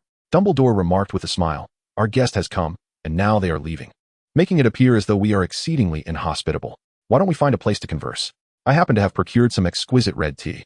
Thank you for your hospitality, but I must decline, thought the gray-haired wizard, inwardly skeptical. I don't trust you, you cunning old man. The four wizards, in perfect synchrony, simultaneously waved their wands, preparing to apparate away. However, at that very moment, Dumbledore gently raised a finger. Trelawney, sheltered behind Dumbledore, widened her eyes in astonishment. In that fleeting instant, she sensed a terrifying surge of magical energy. It erupted like a tempestuous sea, fierce and overwhelming, yet vanished in the blink of an eye. The result was that the gray-haired wizard and his companions, who intended to apparate, found themselves frozen in place, immobile. What is happening? Initially, confusion crossed their faces, but soon realization dawned as they turned to Dumbledore, who had not even drawn his wand. Their attempt at apparition had been thwarted. The interruption of a spell is not an uncommon occurrence. Yet the fact that their magic had been disrupted without Dumbledore uttering an incantation or even brandishing a wand was perplexing. Lord Dumbledore, are you unwilling to let us leave? The expression on the gray-haired wizard's face gradually morphed into one of hostility. Let us not phrase it that way. I merely wished for my guests to linger a while longer, Dumbledore replied, his tone still gentle. Although Trelawney could not see it, she was certain he wore his customary smile. With that, the gray-haired wizard's gaze sharpened. Act now. In the next instant, the four wizards sprang into action. The dark-haired wizard swiftly unleashed a torrent of incantations, his speed so remarkable that even Trelawney, who had a commendable grasp of spellcasting, could not discern a single syllable. This individual had not exerted his full strength when battling her earlier. In the blink of an eye, a colossal crimson fire serpent was conjured by the gray-haired wizard, its gaping maw lunging toward Dumbledore. The swiftness of the attack astonished Trelawney. Despite being a spellcasting incantation, its speed was nearly indistinguishable from that of a nonverbal spell. It is known that nonverbal spellcasting, while convenient and swift, lacks the potency of spells articulated with words and accompanied by a wand. The middle-aged man's extraordinary speed in spellcasting was, in fact, the optimal solution. However, rapid incantation poses a significant challenge. Unclear articulation of spells could lead to magical mishaps. A perilous endeavor. Balancing the velocity of spellcasting with clarity of incantation has long been a dilemma for advanced wizards. A conundrum that remains challenging to master despite talent and diligence, devoid of any shortcuts or techniques. At this moment, the gray-haired wizard displayed extraordinary prowess in this regard. Even though he was aware of the disparity between himself and the most elite wizards, the sight of the gray-haired wizard in action left Trelawney secretly astonished. Simultaneously, the other three young wizards also sprang into action. What transpired next was even more astonishing. Each of the three wizards conjured a fire spell, which, though seemingly unremarkable in strength, transformed into a formidable force when they struck the purple fire serpent in succession. The once violet flames morphed into a pitch-black inferno, radiating an aura of ferocity and volatility. Inferno. Trelawney almost instantly recognized the nature of the black flames before her, understanding that even among dark magic, this was a spell of notorious reputation. The Inferno curse itself was not particularly complex. Many adult wizards could master and wield it. Yet, few dared to employ it. For while it possessed extraordinary destructive power, it demanded a high level of skill and was exceedingly perilous. One misstep could lead to self-immolation. Yet here were 4 wizards executing a combination technique. Trelawney instinctively wanted to warn Dumbledore to proceed with caution, but before she could utter a word, Dumbledore had already acted. He raised his hand and extended a single finger. Without even employing his wand, he merely flicked his finger lightly. The ferocious black fire serpent, which had charged aggressively towards Dumbledore, suddenly trembled in the air and then shattered with a thunderous roar. If that had been all, it would have sufficed. But the explosive black flames dispersed into the air, transforming into countless fire crows that flapped their wings like a great flock of ravens. Had he seized control? Trelawney could scarcely believe her eyes. In an instant, without the use of a wand or incantation, Dumbledore had commandeered the Inferno curse that the 4 had combined forces to unleash. Playing with fire is not a wise pastime, Dumbledore mused, especially when one's mastery is uncertain. In the next moment, the multitude of fire crows veered towards the 4 wizards. The gray-haired wizard was overwhelmed with astonishment, as immense as Mont Blanc. The 4 of them had employed a magical technique recently developed by their organization, collaborating to wield a powerful spell that would be challenging for a single individual to master. While few in the wizarding world could perfectly control the Inferno, it was not impossible. Yet, even for those who could master it solo, they were still bound by limitations of concentration, mental fortitude, and magical energy, certainly inferior to the combined efforts of 4. Yet their united Inferno had been effortlessly snatched away by Dumbledore? No, it hadn't even been a contest. The fierce flames had scarcely subsided. And even before one could glimpse any significant action from Dumbledore, the magic was snatched away. The gray-haired wizard was overwhelmed with astonishment and frustration. Yet, despite his surprise and discontent, resistance was imperative. As the fiery raven, birthed from the relentless flames, surged towards them, the gray-haired wizard gritted his teeth and swiftly uttered an incantation, while the 3 companions behind him synchronously brandished their wands. A silver barrier emanated from the 4 of them, and upon contact with the fierce flames, it vanished without a trace. This was the Binding Termination spell, one of the most formidable spells known, capable of unraveling over 99% of magical forces, including the troublesome, uncontrolled flames. Dumbledore's demeanor remained unchanged, seemingly unfazed by the adversary's ability to extinguish the flames. He raised his hand once more, and just as the Binding Termination spell was completed, the 4 wizards felt the ground give way beneath them, causing them to plunge downwards. Looking down, they were horrified to discover that the snow beneath their feet had transformed into a quagmire, their feet sinking deep, with their calves submerged halfway. Instinctively, they attempted to extricate their legs, but those familiar with swamps know that the more one struggles, the deeper one sinks. In that moment, the 4 found themselves in such a predicament. As one foot was pulled free, the other sank further into the mire. The swamp exuded a dreadful pull, and before they could react, their entire calves were engulfed. This was dire. The gray-haired wizard and his companions quickly grasped the necessity of avoiding reckless struggles. While an ordinary person would find themselves in grave trouble in such a situation, these 4 were not ordinary. They were powerful wizards. Almost in unison, they directed spells towards the ground, all casting transfiguration. Previously, the gray-haired wizard had transformed the muddy terrain into stone, rendering Trelawney's earthbound creatures ineffective. Now, they aimed to transmute the swamp into ordinary soil, at least to prevent further sinking. However, their intentions were noble, yet the reality was far from smooth. Upon the casting of their spells, the swamp briefly transformed into solid ground, but before they could rejoice, the newly formed land was swiftly saturated by the surrounding mire. Reverting to its original swampy state, a clash of magical forces ensued. The gray-haired wizard quickly comprehended the situation. Just as before with his dark encroachment, Dumbledore's magic possessed an insidious quality. It transformed the surrounding land into mire. To counteract it, one would need to cast a spell more swiftly than Dumbledore. And to surpass Dumbledore in speed, one would require a greater reservoir of magical power. Greater magical power than Dumbledore? The gray-haired wizard chuckled to himself, fully aware of his own limitations. In a contest of dark magic against Dumbledore, he felt he could manage a few rounds. As for a comparison of magical prowess, that was a futile endeavor. Within the entire wizarding realm, no one dared to claim superiority over Dumbledore in terms of magical strength. Even if 4 individuals banded together, the outcome would remain unchanged. In truth, the 4 of them still possessed their Patronus, which could have facilitated an escape from their current predicament. However, a dilemma arose. Trelawney had just attempted to flee using her Patronus, but failed. Could they succeed now? What was the most common epithet bestowed upon Dumbledore by the people outside? the mightiest white wizard. Indeed, the white wizard. Dumbledore's protective magic was unparalleled, reaching heights of mastery. If they could ensnare Trelawney with their magical net, capturing these four would undoubtedly be a mere trifle for Dumbledore. Although utilizing such methods in the presence of this esteemed figure felt inappropriate, there was no alternative left. The gray-haired wizard, steeling himself, raised his left hand, summoning a card into his grasp. Simultaneously, with a flick of his wand, 3 magical chains ensnared the 3 individuals behind him. Dumbledore raised an eyebrow, and in the next moment, he pointed. Trelawney felt an overwhelming surge of magical energy wash over her, followed by the air around her becoming thick and viscous, rendering even the act of breathing a challenge. In an instant, she felt severed from everything around her.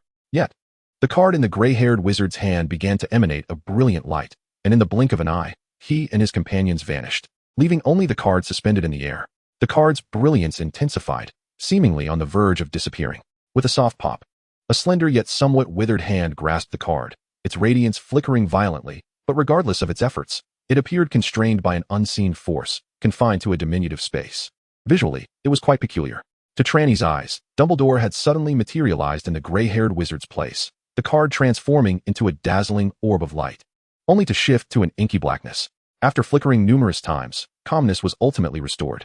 Dumbledore stood upright, raising his hand to regard the card, his eyes glimmering slightly behind his half-moon spectacles. It was only then that Trelawney, the headmistress, dared to tentatively speak up. Well, it wasn't merely a matter of courage. After all, only a few breaths had elapsed since Dumbledore's arrival. Miss Sauron, Dumbledore said, lowering his hand and directing his gaze toward Trelawney, his expression still adorned with his customary gentle smile. You haven't sustained any injuries, have you? No. Trelawney shook her head, unable to resist asking, when did you arrive? Merely seconds before you plunged into the earth, Dumbledore replied with a smile. Trelawney was left utterly speechless. No, Headmaster, she exclaimed, if you had arrived. Couldn't you have come out sooner? Look at this, how embarrassing it is. Here I am, a well-behaved and charming student, a soft and understanding young lady, wielding the dark magic of a smoke sparrow before you. This is quite difficult to explain, I assent it.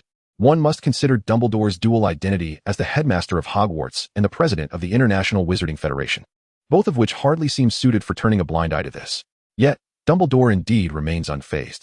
With a cheerful smile, he remarked that he initially intended to intervene sooner, but noticed that Miss Sauron appeared capable of handling the situation. I couldn't help but think that the students of Hogwarts in recent years have somewhat lacked practical combat experience. Given this rare opportunity, why not let them have a taste of it? Trelawney's expression turned wooden upon hearing this, and she could only nod blankly, expressing her gratitude. You're most welcome, Dumbledore replied, still smiling. Shall we return together? Or does Miss Sauron wish to explore Hogsmeade a bit longer? Chapter 76, Dumbledore's Curiosity. Where's my card? Several kilometers away, the gray-haired wizard gazed at his empty hand, utterly bewildered. That card was a symbol of the core members of the organization, with 22 cards corresponding to 22 core members. Although the roster was not yet full, and there were surplus cards, losing one meant he could request another.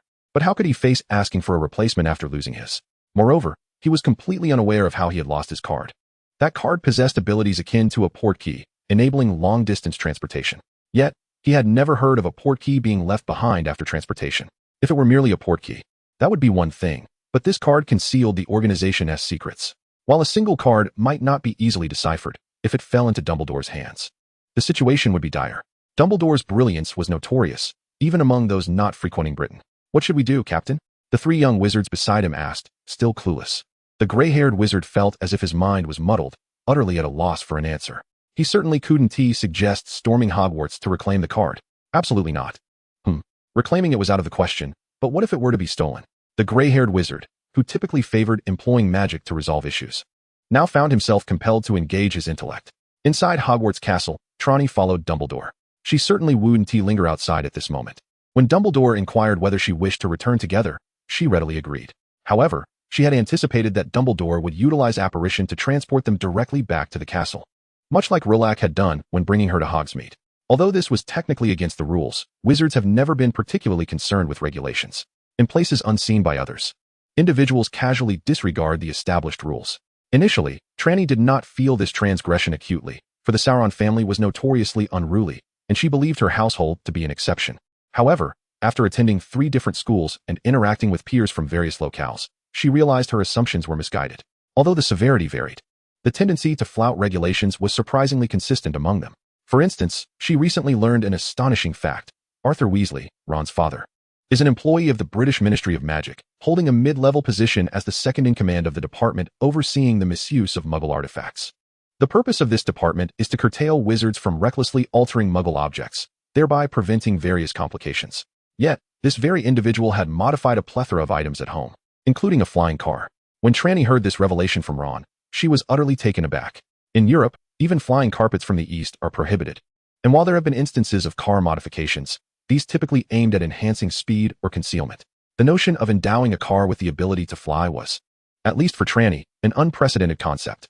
From this, she gained a clear understanding of wizards' attitudes towards so-called laws and regulations. When Dumbledore appeared indifferent to his own phoenix, Trelawney instinctively assumed that he, too, was unconcerned with rules.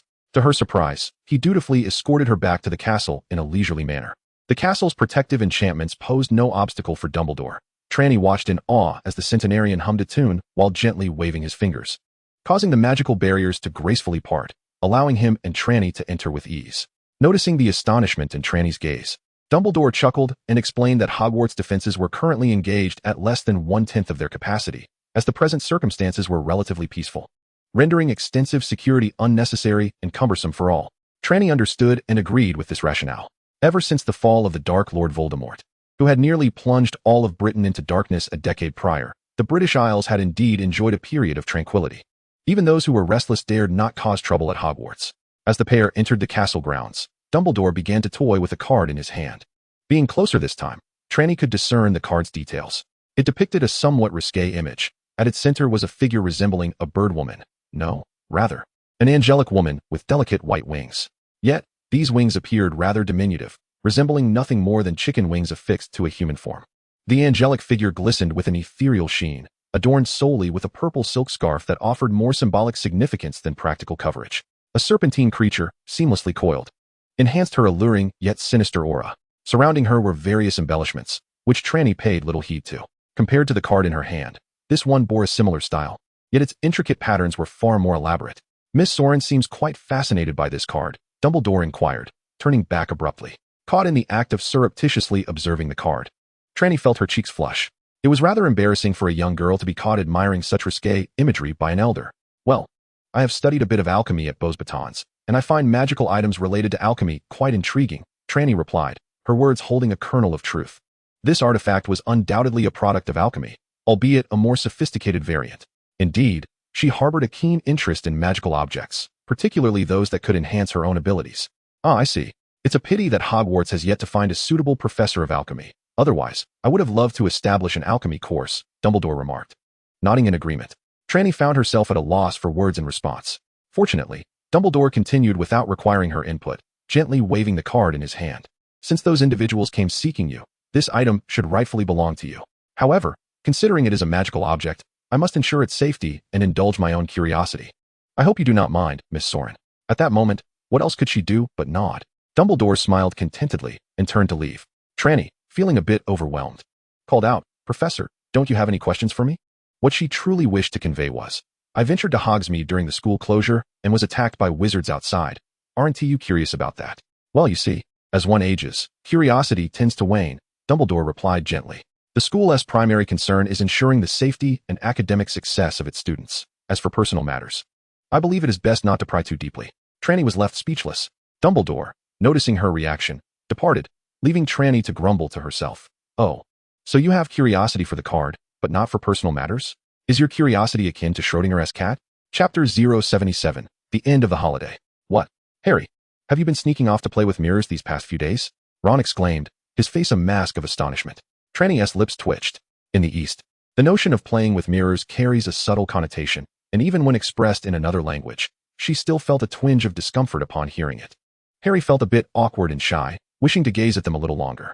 The Christmas holiday was drawing to a close, and Trelawney had completed her assignments long ago. In contrast, Harry and Ron had barely made any progress. It was not that they lacked the desire to work, rather. Each time they opened their assignments intending to write a few lines, an amusing idea would suddenly spring to mind. Consequently, they would divert their attention to other activities, temporarily setting their assignments aside. How to put it? One must concede that nearly every endeavor during the holiday was more intriguing than completing homework. Thus, in the face of such tasks, any notion could be deemed entertaining. After all, there was still ample time left in the holiday. By the time they realized it, only a few days remained. This left Harry and Ron feeling somewhat anxious. Although they could manage to write their assignments in time, it would undoubtedly be perilous. Hence, they opted to seek assistance. Normally, they would turn to Hermione for help, although Hermione would not allow them to copy her work. She was more than willing to offer suggestions, which was better than nothing. However, Hermione would not return to school until the day before the holiday ended, and by the time she returned, it would be too late to catch up on her assignments. Thus, the two tentatively approached Trelawney for help. To their surprise, Trelawney was exceedingly accommodating. Upon hearing their request, she readily offered her completed assignments for their reference. Harry and Ron were nearly moved to tears. Trelawney was truly a good person. While they fervently copied her work, Trelawney curiously inquired what they had been up to for the better part of the holiday. Given that they had written nothing, Ron's response was straightforward: eating, sleeping, and playing. Harry's explanation was slightly more nuanced. In addition to eating, sleeping, and playing, he had also explored some spells and dabbled with a mirror. This elicited an astonished question from Ron. However, after hearing Harry's words, Ron felt it inappropriate to comment further. Coming from a broken home, he found it difficult to criticize Harry, who had grown up without parents. It was merely human nature. I find myself rather curious about the deep-seated desires of individuals like Hermione and Draco, Trelawney mused with a chuckle. As for Pansy, I suspect it's Draco. At this thought, Trelawney's laughter took on a slightly wicked tone. Upon hearing Draco's name, both Harry and Ron couldn't help but furrow their brows. They were somewhat perplexed as to why someone as kind as Trelawney would associate with a person like Draco. Although it seemed that Trelawney held a position of authority, even in the role of a leader, associating with someone like Draco appeared somewhat beneath them in their eyes. Yet, they refrained from voicing such sentiments, recognizing that Trelawney was, after all, a Slytherin. The two individuals shifted their focus to Hermione. I believe Hermione must be yearning for the teacher's praise, Ron remarked with a hint of malice. Each time the professor lauded her during class, her smile radiated with brilliance. Trelawney pondered for a moment, contemplating Ron's words, realizing they held some merit. Meanwhile, Harry felt a tinge of awkwardness. Was it truly appropriate for his two friends to speak ill of another? He longed to join the conversation but felt hesitant. In the East, there exists a commendable virtue known as reflecting on one's own faults while refraining from gossiping about others.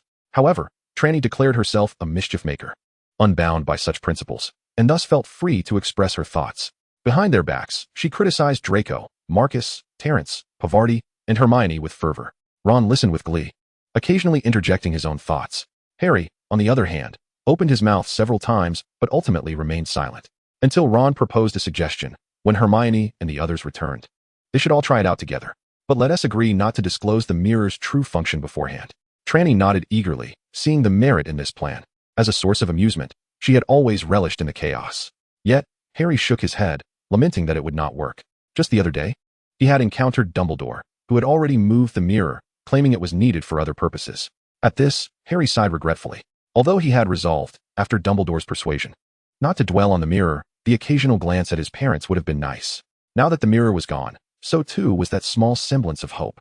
Oh, I see, Ron said, disappointment etched on his face. Trelawney mirrored his expression, lacking any semblance of ladylike decorum. Internally, she criticized Dumbledore, as the esteemed headmaster had initially stated that the card was merely for research, implying it would be returned after completion. Trelawney had been eagerly awaiting its return. Although she possessed one card, she had yet to uncover its secrets. Perhaps with two cards, she might discover something profound. Given that Dumbledore had uncovered many of her secrets upon their last encounter, and with leverage now in his hands, Trelawney dared not approach him for the card, resorting instead to murmuring her grievances. It must be noted that Trelawney was somewhat making excuses. Even without ample justification, she would not dare to confront Dumbledore. Though she delighted in stirring trouble and providing amusement, she fully understood the difference between enjoying a spectacle and becoming the spectacle herself. This distinction was well understood by the twins. Recently, Trelawney had been remarkably subdued, almost resembling a Hufflepuff, a result of her fright from the last escapade. Do not misunderstand. It is not due to the fright inflicted by an unidentified sorcerer's assault outside. At that moment, although Trelawney appeared rather disheveled and pitiable, her true prowess had yet to be unleashed. Had she employed the enchantments concealed within her sleeves, the outcome would have been far less certain. Indeed, Dumbledore's intervention was notable, yet it was not the sole factor in her potential escape. What truly instilled trepidation in Trelawney was Dumbledore himself. According to his account, he had arrived even before she invoked the earthbound spirits. However, at that time, Trelawney possessed the ability to perceive the positions of several wizards and was contemplating a surprise attack from below. Although the erratic behavior of the gray-haired wizard, who walked backward, rendered her ambush somewhat abstract, Her awareness of the positions of the four wizards remained intact. Nevertheless, she failed to detect Dumbledore. In fact, even after his appearance, the situation did not significantly change. When Dumbledore cast his spells, an astonishing and even intimidating surge of magical energy would erupt. Yet, when he refrained from using magic, the fluctuations of his power were remarkably subdued. Under normal circumstances, Trelawney would not have noticed this, but at that moment, with her senses fully attuned, she still felt it. This revelation posed a rather alarming question. Could Dumbledore truly suppress his own magical aura? This was a scenario Trelawney had never encountered before. Chapter 078, A Holiday Practice. Many individuals lament the length of their holidays, finding them tedious. Yet, as the holiday approaches its conclusion, they bemoan how swiftly the time has flown.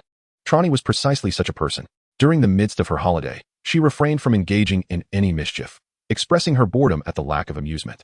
However, as the end of the holiday loomed, she felt a twinge of regret that such delightful days were drawing to a close. Who could truly grasp the joy of waking naturally without the burden of early classes? Yet, regardless of her reluctance, the holiday must inevitably come to an end. On the final day of the break, the young wizards returned to school. Initially, Trelawney did not pay much attention, but upon returning from the library in the afternoon, she realized that the castle was suddenly bustling with activity, prompting her to acknowledge the imminent end of the holiday. Upon entering the common room and encountering a familiar yet unappealing group of Slytherin students, Trelawney shook her head in resignation. As for her reasons for disliking them, they were abundantly clear. "Trelawney, I challenge you," exclaimed a tall boy with slightly curly hair, who had emerged dramatically. Without a doubt, it could only be Blaise Zabini. "Could you not exhibit a modicum of self-awareness?" Before Trelawney could respond, yet another had already leaped forward. Accompanied by Crabbe, Goyle, and Pansy, Draco regarded Blaise with palpable disdain. "Dealing with you is akin to handling a mere chick. You haven't even mustered the courage to confront me. Is it possible that you harbor some peculiar inclination?" Draco, a boy notorious for his sharp tongue, found his repertoire of vulgarities rather limited due to his upbringing. His insults typically revolved around terms like fool, idiot, and dung. To Trelawney, this was astonishingly pedestrian. What impact could such language possibly wield?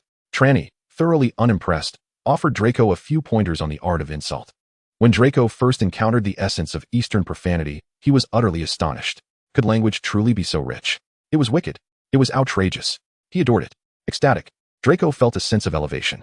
However, Pansy stood by, rendered speechless. Initially, when Trelawney hinted at enhancing Draco's insult technique, Pansy paid little mind. But when Trelawney actually imparted a modicum of skill and intensity to Draco, Pansy suddenly realized that the gravity of this was perhaps excessive. Moreover, Trelawney's method of cursing, centered around familial lineage and the radius of 3 generations, posed no issue in the vast, populous East. Yet, in the quaint wizarding society of Britain, populated by countless pets, this approach could indeed present a dilemma, particularly among the pureblood families. To preserve their lineage, pureblood families had limited marital options. Within Slytherin, it was manageable for 1 or 2 generations, but as one ventured into the 3rd or 4th, the number of individuals with no familial ties dwindled significantly. If Draco were to adopt Trelawney's style of cursing, he risked inadvertently cursing himself. Upon Pansy's revelation of this concern, Draco was filled with profound dismay. Why? Why must he possess such formidable skills yet be unable to employ them due to ancestral constraints? It was akin to entering a treasure mountain empty-handed. Trelawney had an advantage. The Sorin family, rooted in the north, while not entirely disconnected from Britain, certainly had a richer heritage than a native like Draco. Though Trelawney had resided in Britain for a decade, she still identified as an Easterner, lacking any sense of connection to European bloodlines, and thus felt no psychological burden when cursing. Draco, however, was not afforded such liberty. Trelawney resolved to impart more sophisticated insights. While pure profanity was straightforward and effective, within the vast and profound linguistic framework of the East, it merely scratched the surface. A truly skilled practitioner could insult without uttering a single vulgar word. Although Trelawney may not possess such high abilities, merely guiding Draco is more than sufficient. She has only unveiled the tip of the iceberg regarding the peculiar grammar to Draco, who, like a mayfly witnessing the vast sky, is profoundly astonished. Trelawney, reveling in the unfolding drama, has sent Draco a compilation of techniques for the unconventional. As a Christmas gift, throughout the entire holiday, Draco has been utterly engrossed in learning and researching, striving to grasp and integrate the knowledge. While he has yet to fully comprehend the spirit of it, he has become acquainted with various practical applications. Just like now, a phrase concerning peculiar preferences has left Blaise momentarily speechless. As the top-performing first-year student in Slytherin, Blaise is undoubtedly very intelligent, quickly discerning the underlying meaning in Draco's words. He is immediately thrown into disarray. "Malfoy, what nonsense are you spouting?" Blaise exclaims, infuriated, I am merely adhering to Slytherin traditions. Draco, unfazed, retorts with a smirk, ah. But some individuals hide behind the guise of tradition as a pretext to fulfill their peculiar inclinations, do they not? He remains undeterred, having previously had no fear of Blaise. Especially now with his formidable sister backing him. All I know is that Slytherin's tradition venerates the strong. To challenge is to acknowledge oneself as the stronger, seeking to usurp. Yet, I never realized it meant seeking confrontation so blatantly. Blaise finds himself at a loss for words. The vocabulary of an English native is indeed quite limited. And Blaise typically focuses his thoughts on studying. He has never encountered anyone as cryptic as Draco. Most importantly, Draco's arguments are sound and well-founded, leaving little room for retort. If he genuinely believed he could defeat Trelawney, even he could not convince himself of such a notion. Trelawney had, in front of everyone, suspended a 6th-year student who had bullied Draco, and then dealt with a 7th-year student who sought confrontation, hanging both until they conceded defeat. Such an event, where a first-year bested 2 upperclassmen, had never occurred in the millennia since Hogwarts was founded. In fact, Blaise approached Trelawney to test the practical application of the magic he practiced over the holiday, harboring a slight hope for success. However, before he could make a move, Draco interjected with his presence. Disgusting, utterly repugnant. All right, Draco, Trelawney remarked, suppressing her laughter as she observed Blaise's face reddening in frustration. If someone is eager for a beating, why should we hold them back? With a beckoning gesture towards Blaise, she continued, Come, let me see how much you have progressed over the holiday. Humph, you will see. Blaise gritted his teeth in response. 10 seconds later, Blaise collapsed to the ground, rolling his eyes, frothing at the mouth, and convulsing. Is that all? Draco continued to taunt, having witnessed arrogance before, yet never such unabashed folly. You must have developed a fondness for the sensation of the Cruciatus curse, you masochist. Blaise attempted to retort, yet his tongue betrayed him, his mind aflame, and his eyelids fluttered before he lost consciousness. All that practice over the holiday, wasted. Draco's grin nearly reached his ears. A holiday's worth of practice, yielding such fruitful results. Chapter 079, A Failed Disruption. In summary, after being bitten by a werewolf, one can manage to staunch the bleeding, but the werewolf venom remains unremedied. In defense against the dark arts class, Quirrell was elucidating to the students how to cope with the aftermath of a werewolf bite, primarily discussing various treatment methodologies. Following such an attack, the wound would bleed incessantly due to the unique properties of the werewolf venom, making healing arduous. The most widely accepted and effective method involves mixing silver powder with wolfsbane and applying it to the wound. Perhaps due to the gruesome nature of werewolves, Quirrell stuttered particularly badly today. The students in class were nodding off one by one, save for Trina, who found the subject quite intriguing. She thought of Lupin. It had been nearly a month since he had departed from the Shrieking Shack, and there had been no word from him. Could he have truly absconded with her potion supplies? Trina began to doubt her judgment. Hey, did you know our headmaster is set to officiate the next Quidditch match? Draco whispered conspiratorially to Trina. Oh, is that so? Trina responded, somewhat astonished. While Quidditch enjoyed a universal adoration within the wizarding community, their headmaster was a recluse of sorts. Was he not? Shouldn't he be ensconced in his dim laboratory, immersed in potion research? How else could he exude such a potent aroma? Surely, this was at odds with Quidditch. Moreover, Snape had never given any indication of a fondness for the sport. Indeed, I was quite surprised when I first learned of it. Draco nodded vigorously. I heard from upper-year students that the headmaster has never placed much emphasis on Quidditch, merely demanding results from the team while disregarding everything else. Hence, they devised that ironclad strategy, right? Trina pouted like a disgruntled catfish, thoroughly unimpressed. After the first match, she had begun to strategize a transformation in the Slytherin players' tactical approach. A holiday had passed, and they had nearly forgotten everything. Thus, they would need to start anew. However, after these past 2 months, Trina's flying skills had finally improved. By the time they faced Ravenclaw in the next match, she would be ready to take to the field.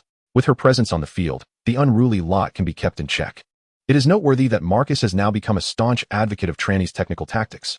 It seems that during the holidays, he mustered the audacity to correspond with Gemma, discussing various strategies concerning Quidditch.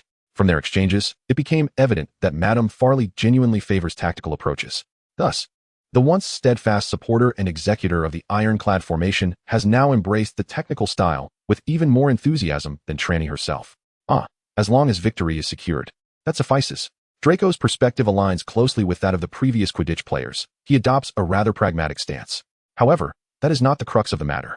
One must wonder, with the headmaster officiating, is Gryffindor doomed to a dismal fate in this match? The first match upon returning from the Christmas holiday pits Gryffindor against Hufflepuff. Although the relationship between Slytherin and Hufflepuff is not particularly amicable, it is certainly more favorable than that with Gryffindor, especially considering the headmaster's evident disdain for Gryffindor, which is almost written across his face. What enmity could provoke such behavior? even to the point of bringing it onto the playing field? Trelawney finds herself at a loss for words. The last Quidditch match for Gryffindor was marred by an incident where Harry's broom was jinxed. According to Harry, Professor McGonagall inspected the wand post-match but found no traces of dark enchantments. This does not imply that the broom was free from issues. Rather, it suggests that the individual who cursed the broom possessed a remarkable level of skill, leaving no conventional evidence. Harry, Ron, and Hermione firmly believe that Severus Snape was behind the jinx, although Trelawney offered a differing opinion. Her reasoning, that Snape's demeanor did not suggest he was casting a malevolent curse, was somewhat subjective. Furthermore, there remains an unanswered question. After Hermione set fire to Snape's robe, the spell was indeed interrupted. This incident has led Trelawney to question her previous judgments. Now, Snape has taken on the role of referee. If he truly harbors an interest in officiating Quidditch matches, why did he not preside over the earlier game between Hufflepuff and Ravenclaw? Why wait until Gryffindor's match to appear? What further fuels Trelawney's suspicions about her headmaster's motives is his behavior during potions class. His blatant targeting of Gryffindor, and particularly Harry, is exceedingly evident. The rationale behind this is perplexing. Surely it cannot be solely due to Harry's father being a rival of the headmaster's? Trelawney shakes her head, dismissing this rather implausible notion from her mind. As always, the Quidditch match is scheduled for Saturday, with Gryffindor facing Hufflepuff. Previously, Slytherin and Hufflepuff engaged in a training match, which, regrettably, devolved into a brawl on the field. Consequently, Marcus, the nominal captain of Slytherin, and his counterpart from Hufflepuff were both subjected to confinement. Nevertheless, Trelawney managed to glean insights into Hufflepuff's capabilities through this match, as well as their prior encounter with Ravenclaw. Tactically, they appeared rather ordinary, yet their execution was commendable. The skill level of the players was average, yet their teamwork was quite commendable. The chasers and beaters demonstrated decent proficiency, but the keeper and seeker fell short. This scenario resulted in the team displaying a commendable offensive performance, capable of executing fluid attacks and scoring points. However, their resistance when faced with the opponent's scoring was somewhat lacking. Most notably, the inadequacy of the seeker posed a significant issue, as they lacked the ability to clinch the match. Even with the commendable synergy and tactical execution of the chasers, a lead in points would be futile if the opposing team secured the Golden Snitch first. In their previous match against Ravenclaw, both sides battled fiercely, trading blows in an intense exchange. Yet, Ravenclaw ultimately seized the Golden Snitch first, leaving Slytherin trailing by over 100 points. Trelawney harbored the expectation that this match would unfold similarly. However, if their headmaster were to intervene and penalize Harry, the Seeker, perhaps the outcome might differ. Unfortunately, as the match had yet to commence, Trelawney sensed that her headmaster's intentions would likely prove challenging to realize, especially since Dumbledore had unexpectedly taken his place among the faculty. What a farce. Upon seeing Dumbledore, Trelawney understood that this match would merely be a mundane affair. Any hope for amusement had been dashed. Throughout Europe, she could scarcely conceive of anyone audacious enough to attempt any antics in Dumbledore's presence. However, Trelawney soon discovered that even her desire to witness a standard match would not be fulfilled. For scarcely a minute into the game, Harry had already captured the Golden Snitch. Even though Snape had awarded Hufflepuff a penalty shot, allowing them to score first, the score remained firmly at 150-10.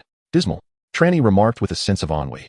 Yet, soon after, an intriguing turn of events unfolded. After dinner, as Trelawney prepared to head to the library, she was intercepted by Hermione. Chapter 080. I'll go first. Is our headmaster threatening Quirrell? Seeking to steal the Philosopher's Stone? Trelawney inquired calmly, regarding Hermione. Indeed. Hermione nodded, casting a somewhat dubious glance at Trelawney. Why do you appear so unfazed? I was utterly shocked when I heard Harry mention it. Well, I wouldn't say I'm entirely unfazed, Trelawney mused, stroking her chin. It merely seems that these two actions taken by our headmaster do not evoke any sense of dissonance. A flicker of doubt crossed Trelawney's mind regarding whether Snape had cast a spell on Harry during the Quidditch match. She felt somewhat embarrassed. However, the notion that Snape might seek to steal the Philosopher's Stone seemed entirely reasonable to Trelawney. Not only did Snape wish to pilfer it, but she herself harbored similar desires. This object, after all, possessed immense enhancements for both alchemy and potion-making. It was utterly comprehensible for a potion master to covet the Philosopher's Stone. As for threatening Quirrell, Trelawney found that even more justifiable. Given Quirrell's timid demeanor, it would be a shame not to intimidate him, wouldn't it? Were it not for her position as a student, Trelawney herself would have relished the opportunity to issue a threat. And Snape, perpetually wearing an expression that suggested everyone owed him 200 galleons. Engaging in such behavior was hardly surprising. Hermione appeared slightly dazed. Trelawney's response evidently left her somewhat speechless. After a considerable pause, she could not help but tentatively inquire, is it truly appropriate to speak of your headmaster in such a manner? What is wrong with that? Just because he does something doesn't mean he is above criticism, Trelawney replied nonchalantly. She had always lacked reverence for authority. After all, She wouldn't have pursued dark arts in her previous life otherwise. That is not entirely incorrect, Hermione mused, finally nodding. So, what are your thoughts on this matter? If you are concerned about our headmaster stealing the Philosopher's Stone, I believe you need not worry at all, Trelawney shrugged. Why is that? Hermione queried, perplexed. Because by the time he attempts to act, I will have surely stolen the Philosopher's Stone first, Trelawney thought to herself. Yet she verbalized, such an important object. Dumbledore would undoubtedly not only establish a single layer of protection. Do you think our headmaster is more formidable than our principal? Upon hearing this, Hermione paused. Snape, as the youngest potions master in the wizarding world, indeed possessed considerable expertise in dark magic. One could hardly deny his prowess. However, when compared to Dumbledore, any rational individual would likely have no doubt that Dumbledore surpassed him in skill.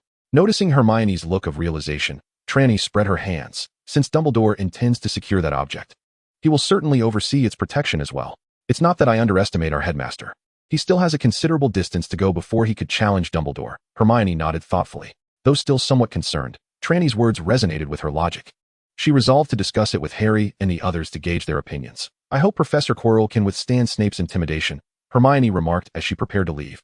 How could that be possible? That coward. Trelawney rolled her eyes, deeming it utterly improbable. However, reality would prove Trelawney wrong. Although she often found herself mistaken, this particular misjudgment surprised her greatly. As it appeared, Quirrell seemed to withstand the pressure. In the weeks that followed, although his complexion grew increasingly pallid and his frame more emaciated, he did not seem to be utterly defeated.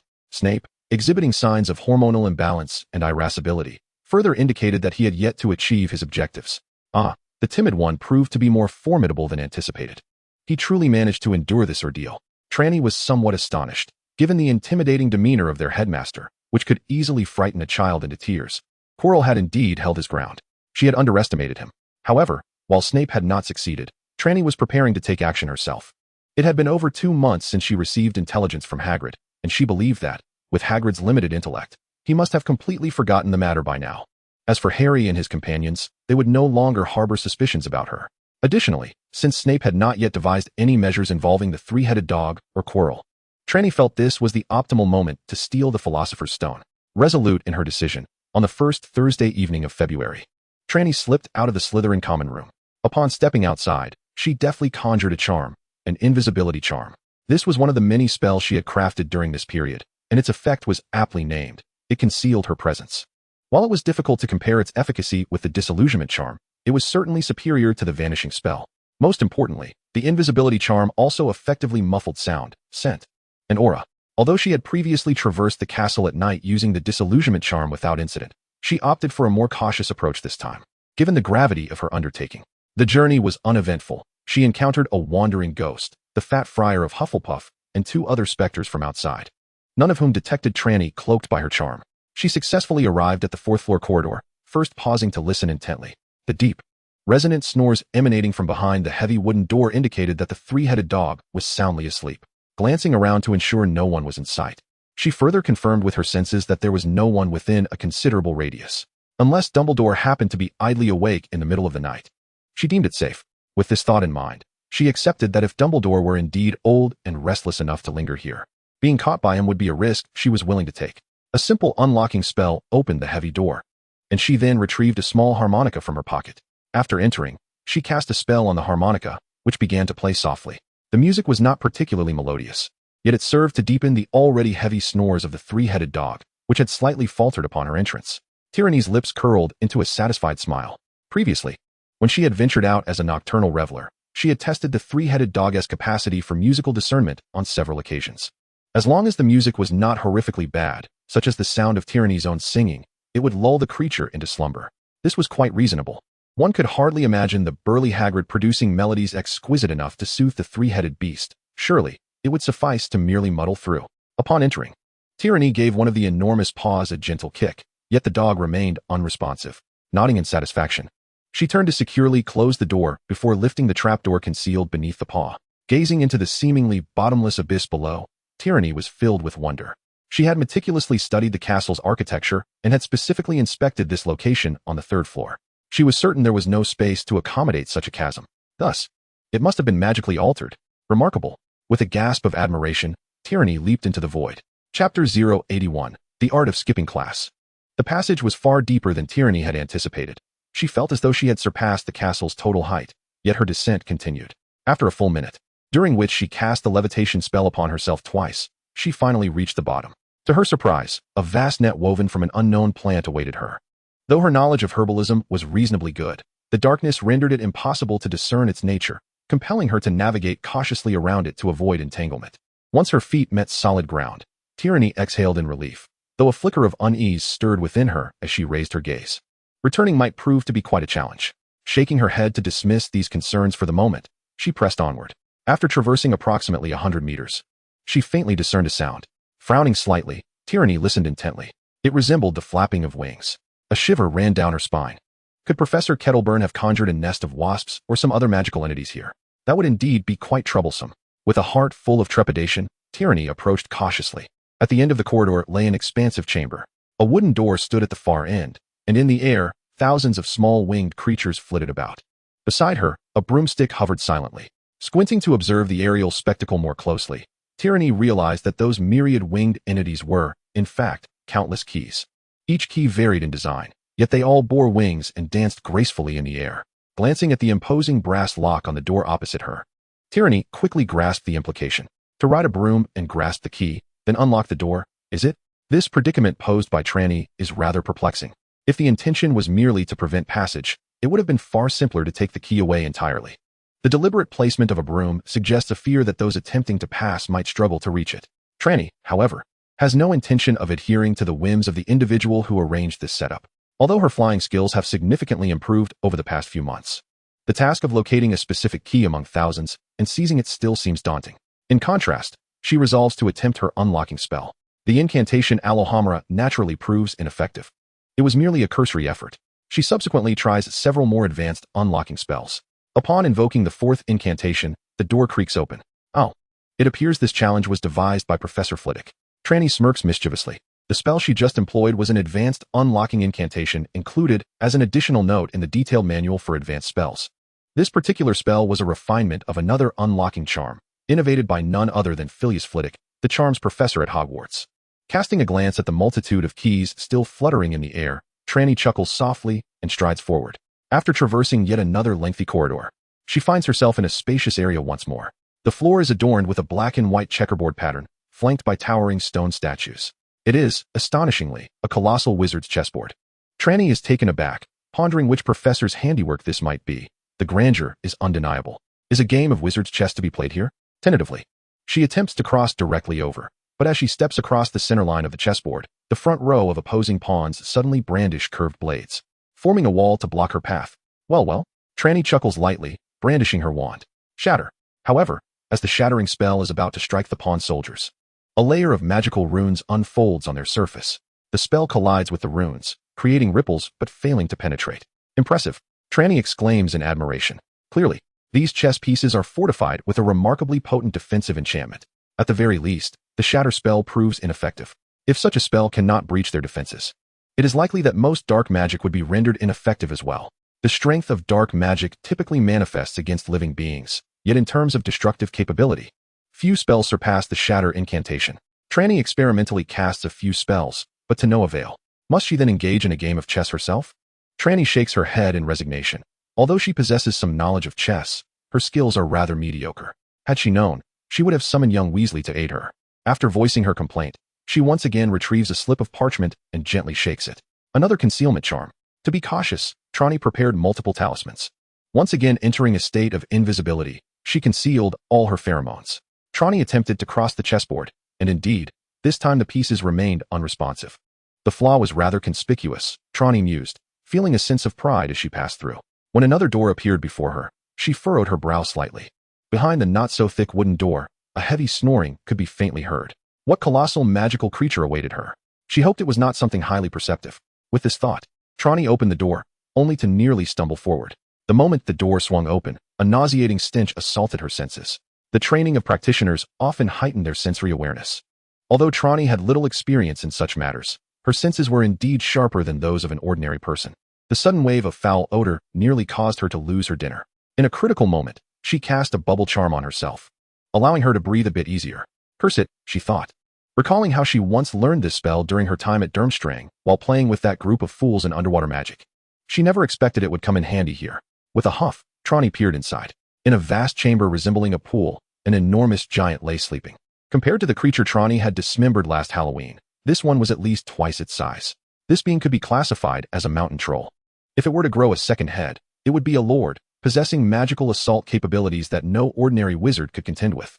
However, according to the information Trelawney had gathered, a two-headed mountain troll had not been discovered by wizards for over a century.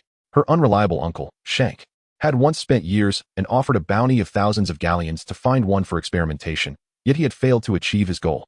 To avoid being discovered, and considering the creature was sound asleep, Trelawney refrained from confronting the mountain troll.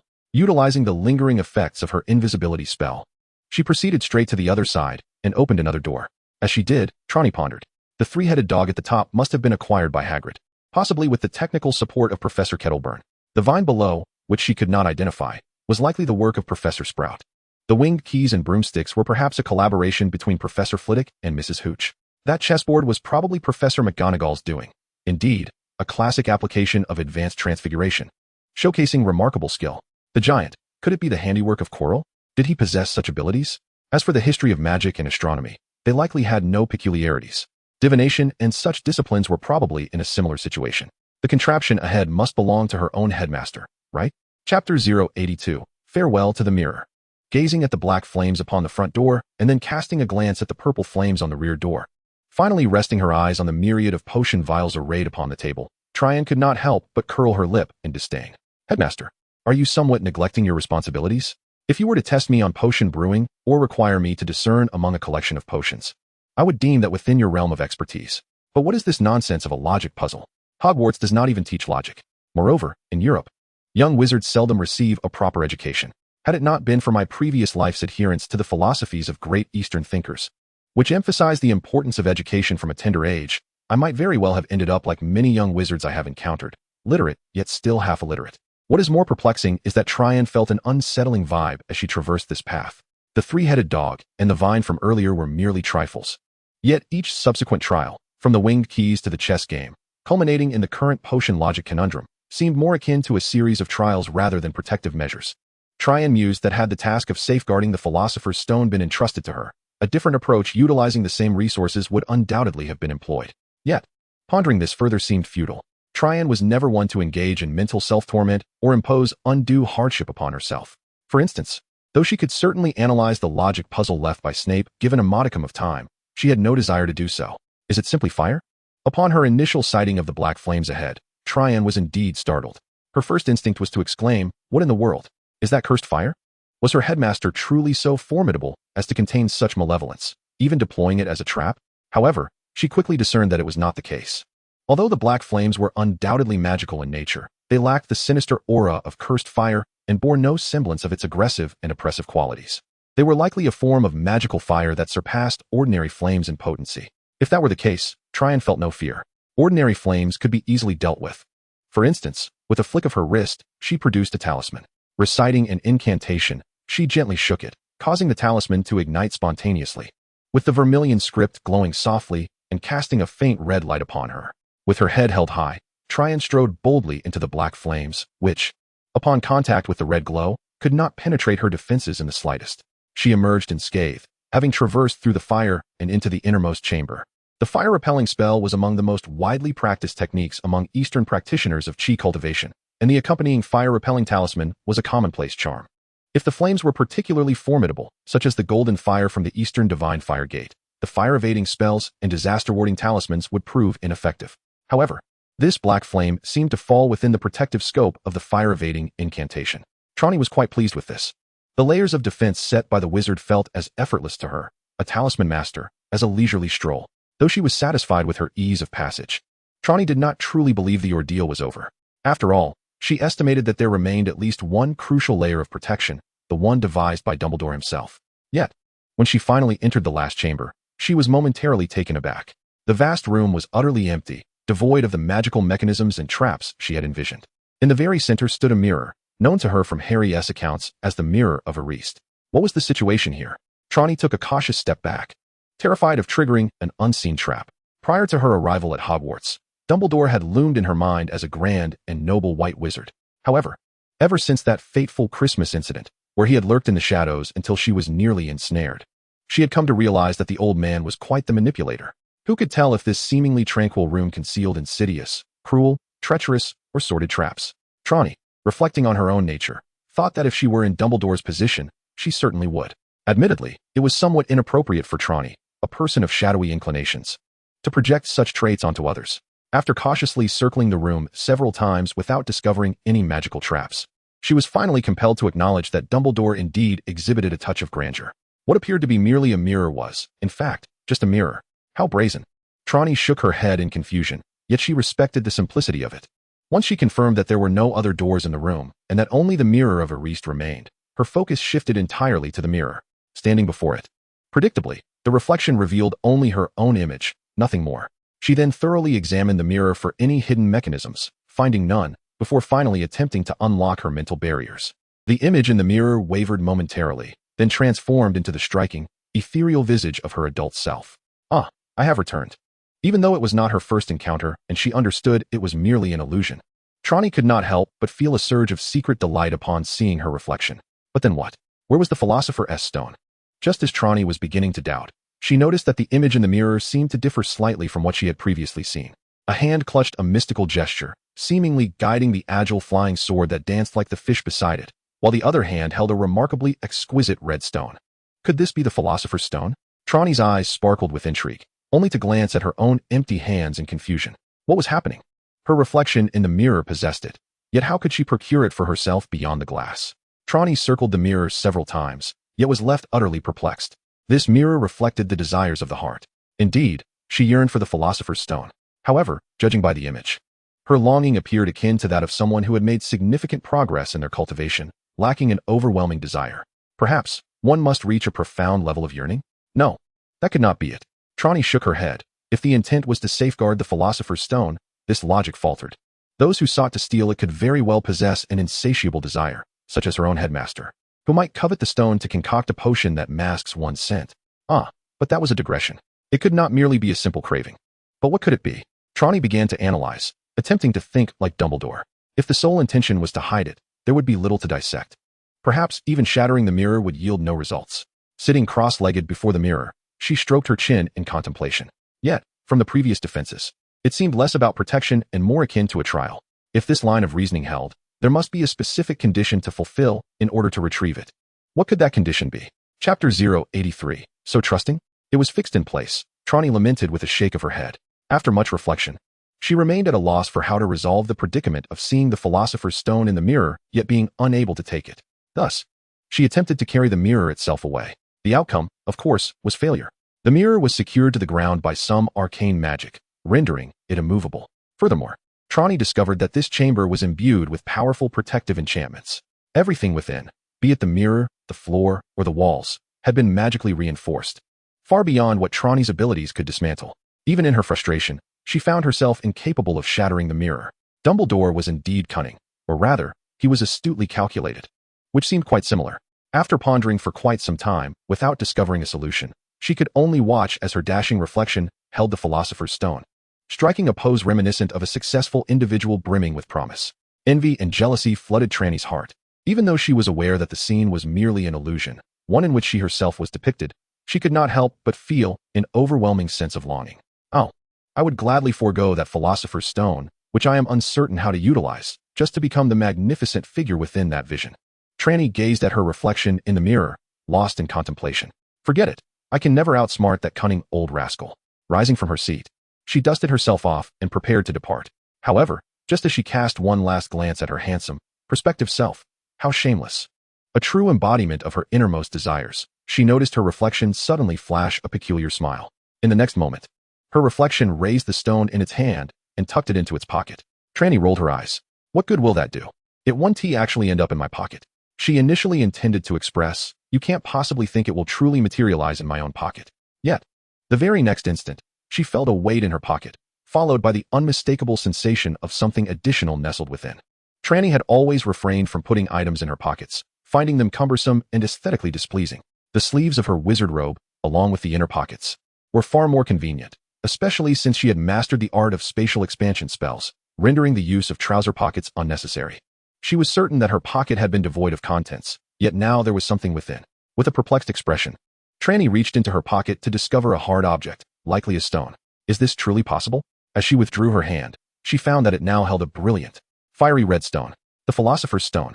Staring at the jewel in her palm, and then glancing back at her smiling reflection, Trelawney was filled with skepticism. How did this object find its way into my pocket? What is the underlying principle? Reflecting on the circumstances under which she had acquired the Philosopher's Stone, she could not decipher its mystery. No matter. Ever the pragmatist, Trelawney resolved not to squander any more time pondering this enigma. She placed the Philosopher's Stone into the pocket of her robe, enhanced by the spatial stretching spell, and turned to exit. While she had approached with caution, her exit was marked by confidence and ease. Trelawney navigated her way outside without incident, and upon raising her gaze to the vines and the towering passageway above, she smirked. With a deft flick of her wand, she felt her body become weightless. She then leapt 6 or 7 meters, effortlessly clearing the web of vines. Upon reaching the upper passageway, she pressed her foot against the wall, propelling herself upwards several more meters. With this rhythmic ascent, she soon reached the mouth of the cavern. Situated several dozen meters high, the wall-clinging technique, akin to that of a gecko, is a fundamental skill of physical cultivation. However, Trelawney had not mastered it. The ability to navigate was entirely reliant on the enhancement of the levitation spell. Upon reaching the entrance, she retrieved her harmonica, allowing its melodious notes to fill the air once more as she floated gracefully upwards. Indeed, the three-headed dog remained soundly asleep. Delighted, Trelawney stepped outside and subsequently cast a concealment charm, returning to the common room with poise and effortlessly making her way back to her dormitory.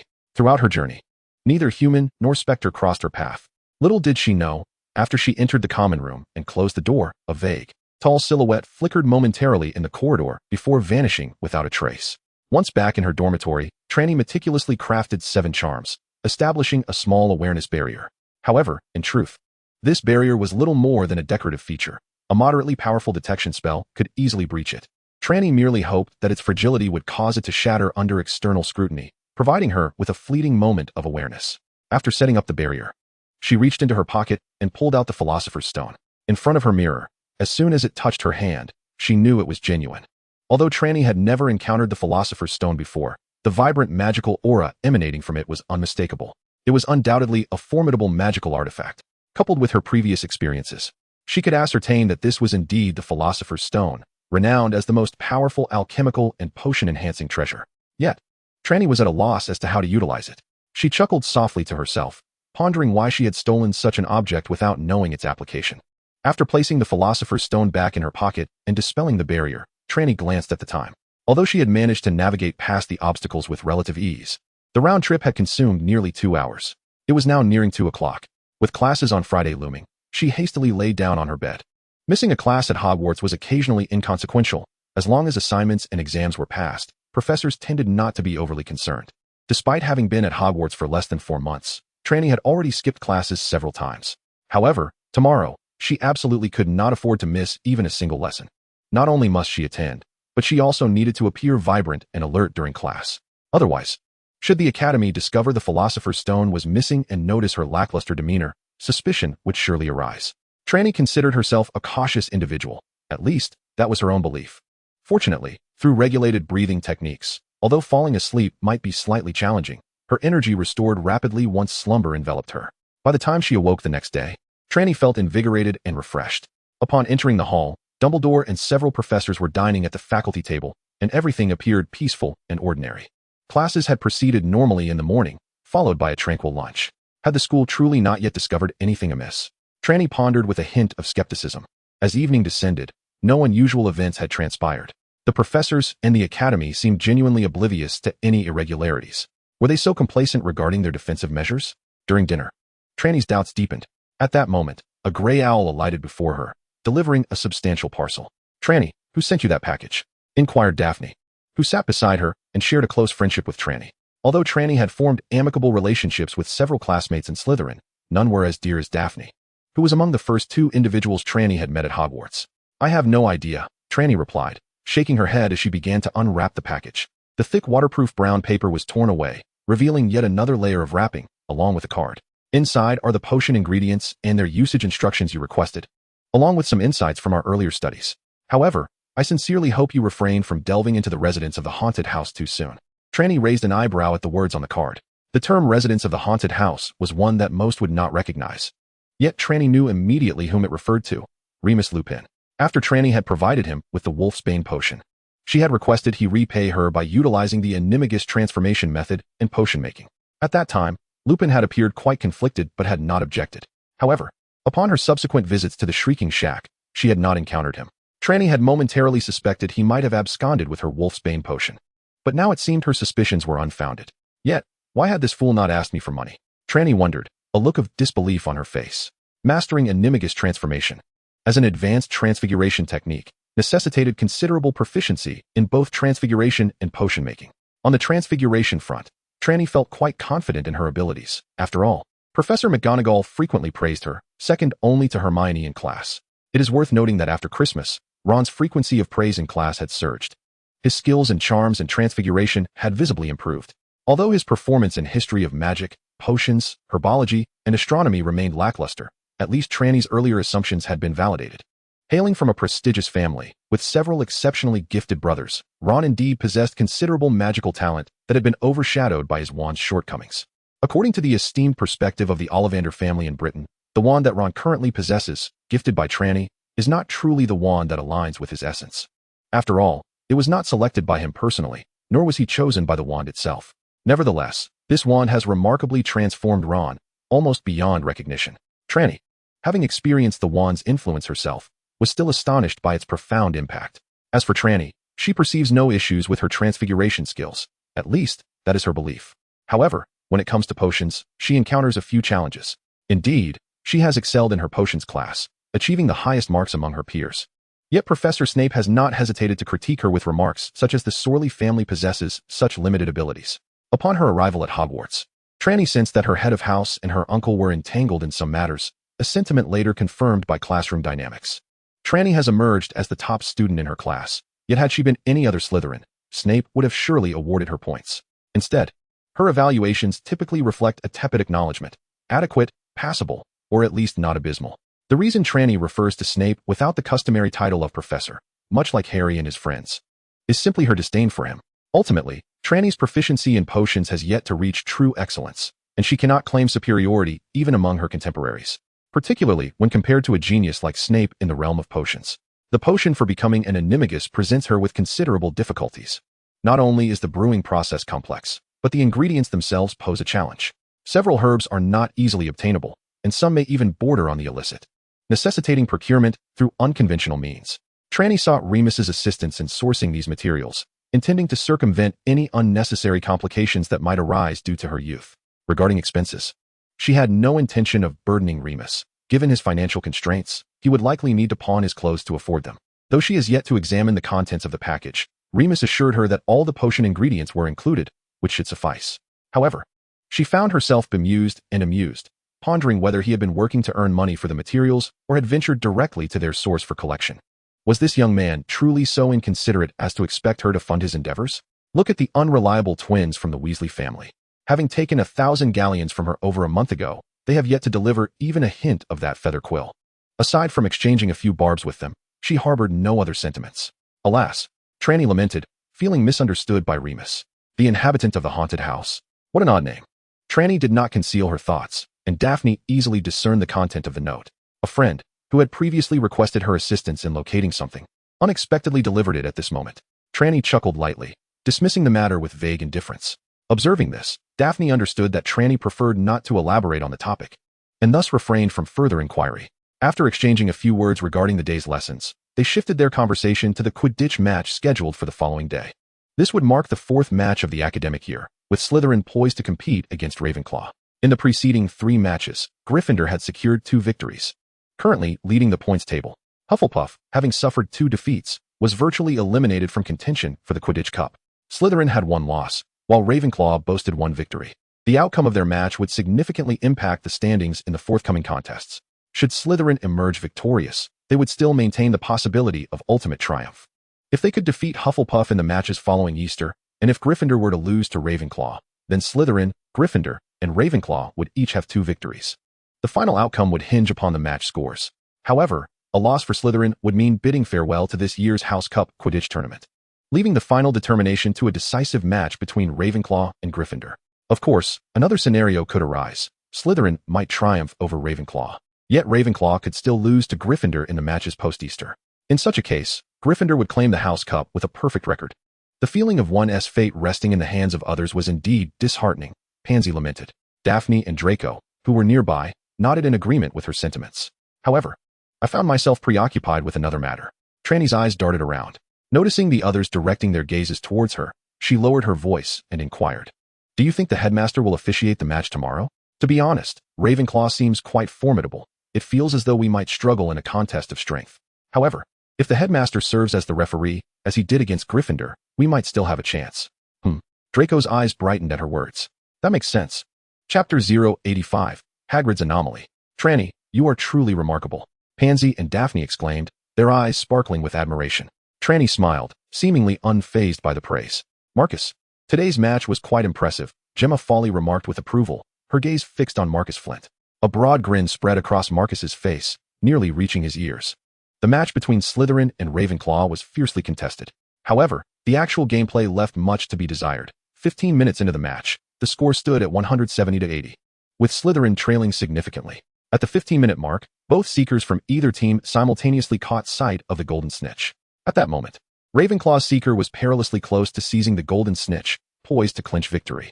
Consequently, Slytherin would find themselves in a position akin to Hufflepuff, having one match remaining yet effectively eliminated from contention for the ultimate triumph. Just as the situation seemed dire, Trelawney stepped forward. This was her debut match, and her performance in the first half could only be described as mediocre. Notably, she played as a beater. Despite having diligently honed her flying skills over the past 2 months, she still lagged behind the majority of her teammates, particularly when compared to Terrence. Consequently, the role of Seeker was beyond her grasp, and her lack of synergy with the other chasers precluded her from that position. Reluctant to take on the role of keeper, she ultimately settled as a beater. Trelawney believed she possessed a natural talent for this role. Firstly, her keen eyesight and quick reflexes enabled her to accurately track opposing players. Secondly, her prowess with the bat was commendable. Although primarily a member of the Charm faction, she had not neglected her physical training. Thus, wielding the bat felt quite intuitive for her. However, perhaps due to the nerves of her first match, Trelawney's initial performance was rather unremarkable. While she did contribute some effective offensive and defensive plays, they did not have a significantly decisive impact, leading to a challenging start for Slytherin. Marcus contemplated reverting to a defensive formation, yet Trelawney's presence on the field quelled his thoughts. Losing was acceptable, but they must not play disgracefully. They were determined to embrace a more technical style in the future. Trelawney resolutely upheld her convictions while privately deriding Snape. During the Gryffindor match, he had engaged in various flashy maneuvers to assist Hufflepuff. Though these did not ultimately alter the outcome, the intent was evident. Yet now, he seemed disinterested, seated in the stands while Slytherin battled without him, exhibiting a complete lack of responsibility. Trelawney harbored a deep disdain for her headmaster. Slytherin fought valiantly, displaying commendable spirit, yet suffered a crushing defeat. Just as they found themselves trailing by nearly 100 points, the golden snitch made its appearance. As Ravenclaw's seeker was on the verge of capturing it, Trelawney executed a spectacular long-range strike that spanned the entire field, with all attention focused on the snitch. Ravenclaw's chaser was utterly unprepared for the beater's strike from 800 meters away. The impact sent the chaser tumbling from their broom. In a surprising turn of events, Slytherin's chaser seized the moment, sprinting forward to securely grasp the golden snitch.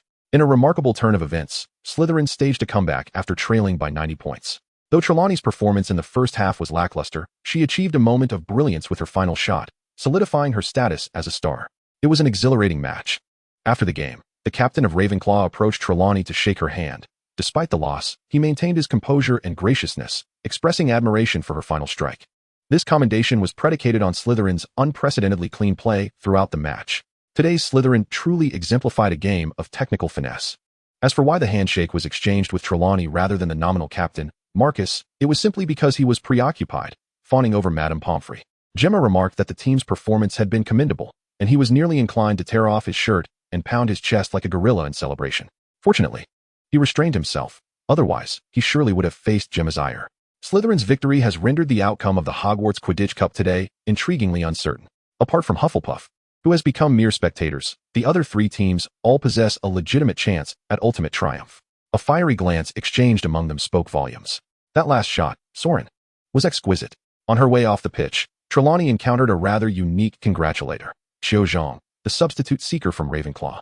As one of the first girls Trelawney conversed with upon joining Slytherin, their relationship was not as close as with some of her other friends, given the inter-house and year divides. Nevertheless, they exchanged warm greetings whenever they crossed paths in the castle. Previously, Slytherin had trained against Ravenclaw, with Trelawney having orchestrated that encounter with Chio. What makes Chio particularly special, however, is that Terrence Higgs, the seeker for Slytherin who should have been the hero of today's match, has a fondness for Chio. This fact seems to be known by very few, perhaps even unbeknownst to Chio herself, but Trelawney is aware. The insight comes easily. Every time Terrence sees Chio, his emotions are palpably affected. Keenly observant, Trelawney can even discern that Terrence's heartbeat and breathing quicken in her presence. Yet, she also knows that Chio harbors no feelings for Terrence. In fact, when Terrence's gaze lingers too intensely upon her, she exhibits signs of discomfort. Poor Terrence appears to have no chance whatsoever. Nevertheless, Trelawney has no intention of revealing this to him. She recognizes that Terrence's diligent training on the field is largely motivated by his desire to impress Chio. Trelawney even harbored doubts that this was the very essence of his passion for Quidditch. Terrence had become an integral member of the team, and Trelawney resolutely could not allow his emotions to interfere with their training. Indeed, that was the case. It was certainly not because Trelawney enjoyed the spectacle. As for the way her eyes inadvertently flickered towards Terrence, who was now breathing heavily, a smile tugging at her lips was merely coincidental. When receiving Autumn's compliments, Trelawney graciously accepted, for she believed that her decisions had ultimately determined the fate of this match and, by extension, Slytherin's performance this year.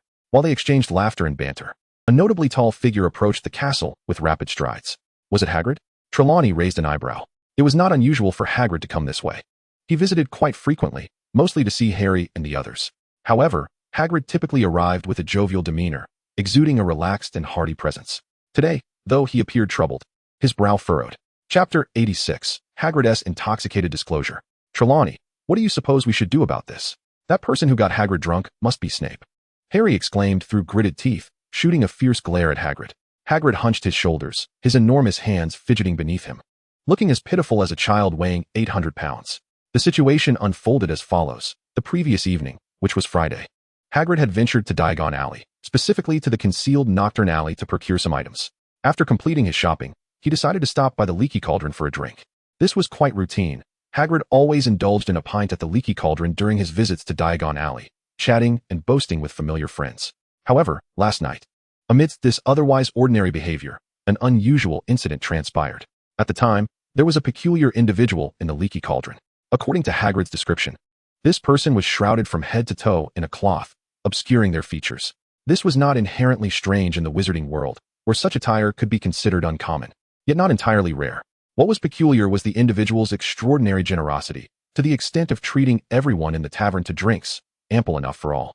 Although the Leaky Cauldron was renowned, it was not particularly upscale within the wizarding community. In fact, it was frequented by those who were not thriving in the wizarding world and whose pockets were rather shallow. While there certainly existed wealthy wizards capable of buying drinks for the entire establishment, such individuals would never grace the Leaky Cauldron. Yet, this wizard was remarkably generous, willing to cover the tab for anyone who merely stepped into the Leaky Cauldron, as long as they consumed on the premises. The tavern owner appreciated such patrons, as did the other customers, and naturally, Hagrid was no exception. Hagrid's income at Hogwarts is, in fact, quite meager. This is not due to Dumbledore's harshness, but rather a reflection of his own choices. He perceives the opportunity to remain at Hogwarts as a privilege. Moreover, his current position is rather incomplete. His responsibilities, combined with those of Argus Filch, essentially constitute the duties of the former Hogwarts caretaker.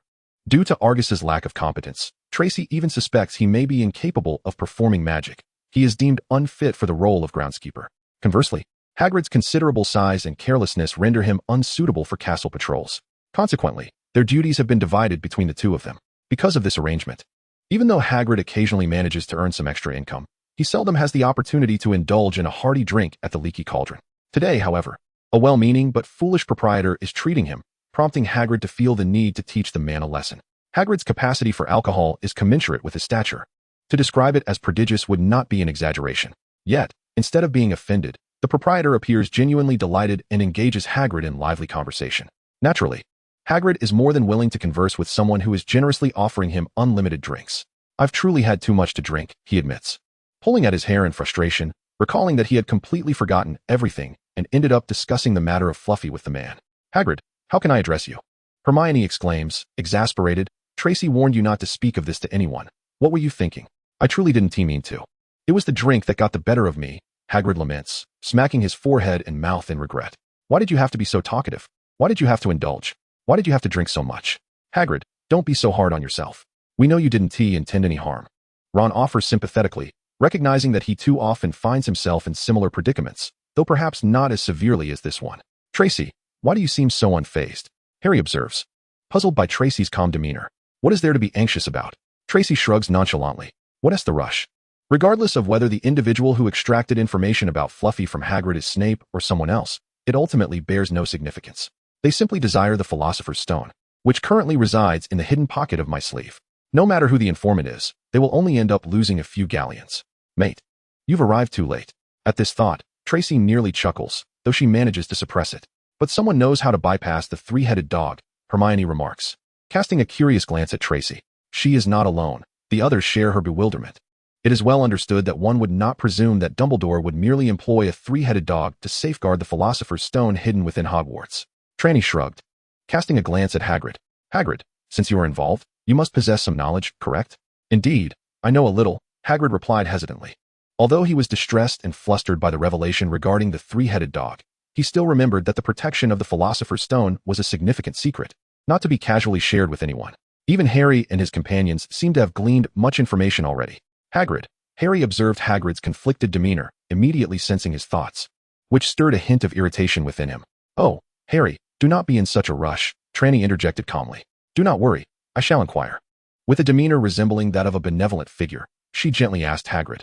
All we seek to know is whether there are others involved in the protection of the Philosopher's Stone. I surmise that other professors from the school must be participating. Am I right? This was not mere conjecture. It was drawn from her own experiences. As anticipated, Hagrid pondered for a moment, seemingly concluding that this was permissible to divulge, and nodded. Yes, indeed, there are professors involved in the protection. Even at this juncture, he was reluctant to utter the term Philosopher's Stone.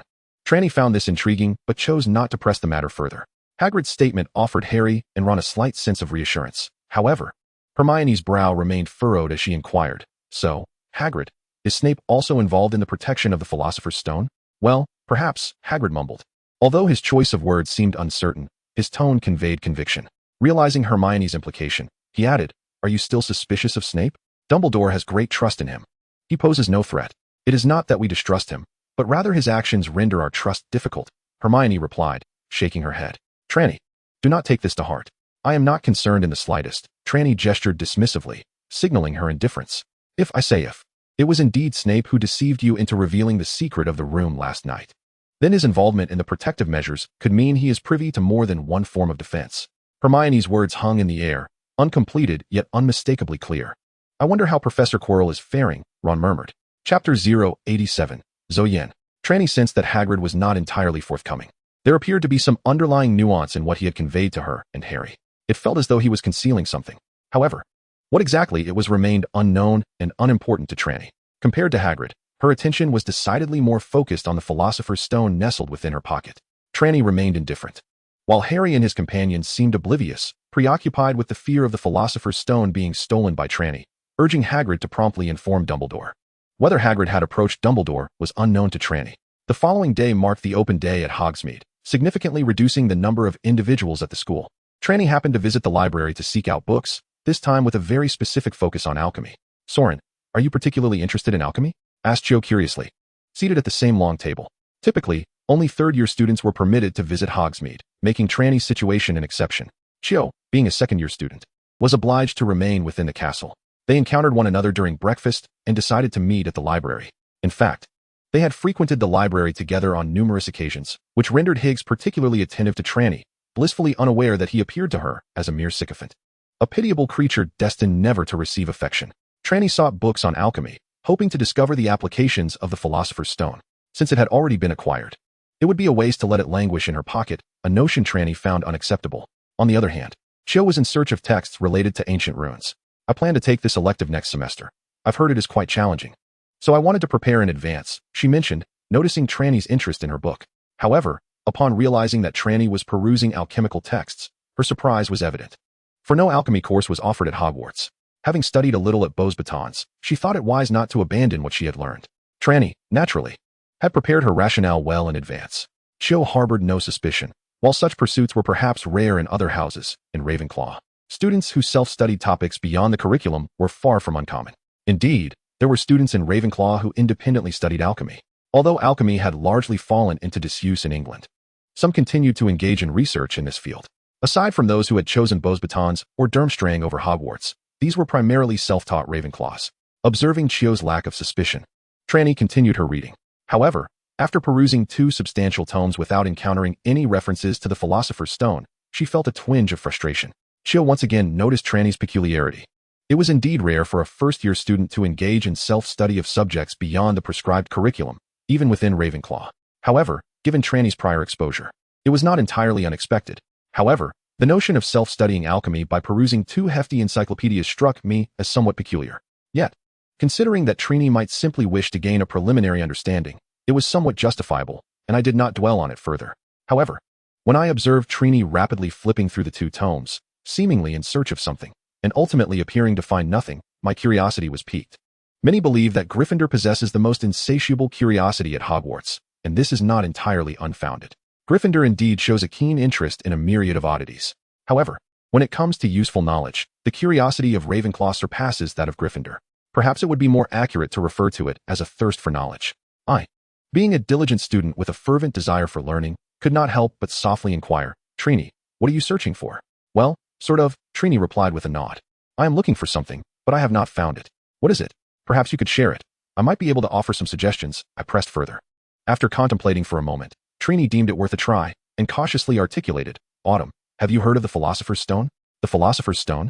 The extraordinary catalyst used in alchemy to create transmutation circles?" I responded, proving my Ravenclaw intellect as I swiftly retrieved information about the Philosopher's Stone from my mind. Trelawney nodded. "Yes, that is indeed it. I heard our alchemy professor mention it while at Beauxbatons.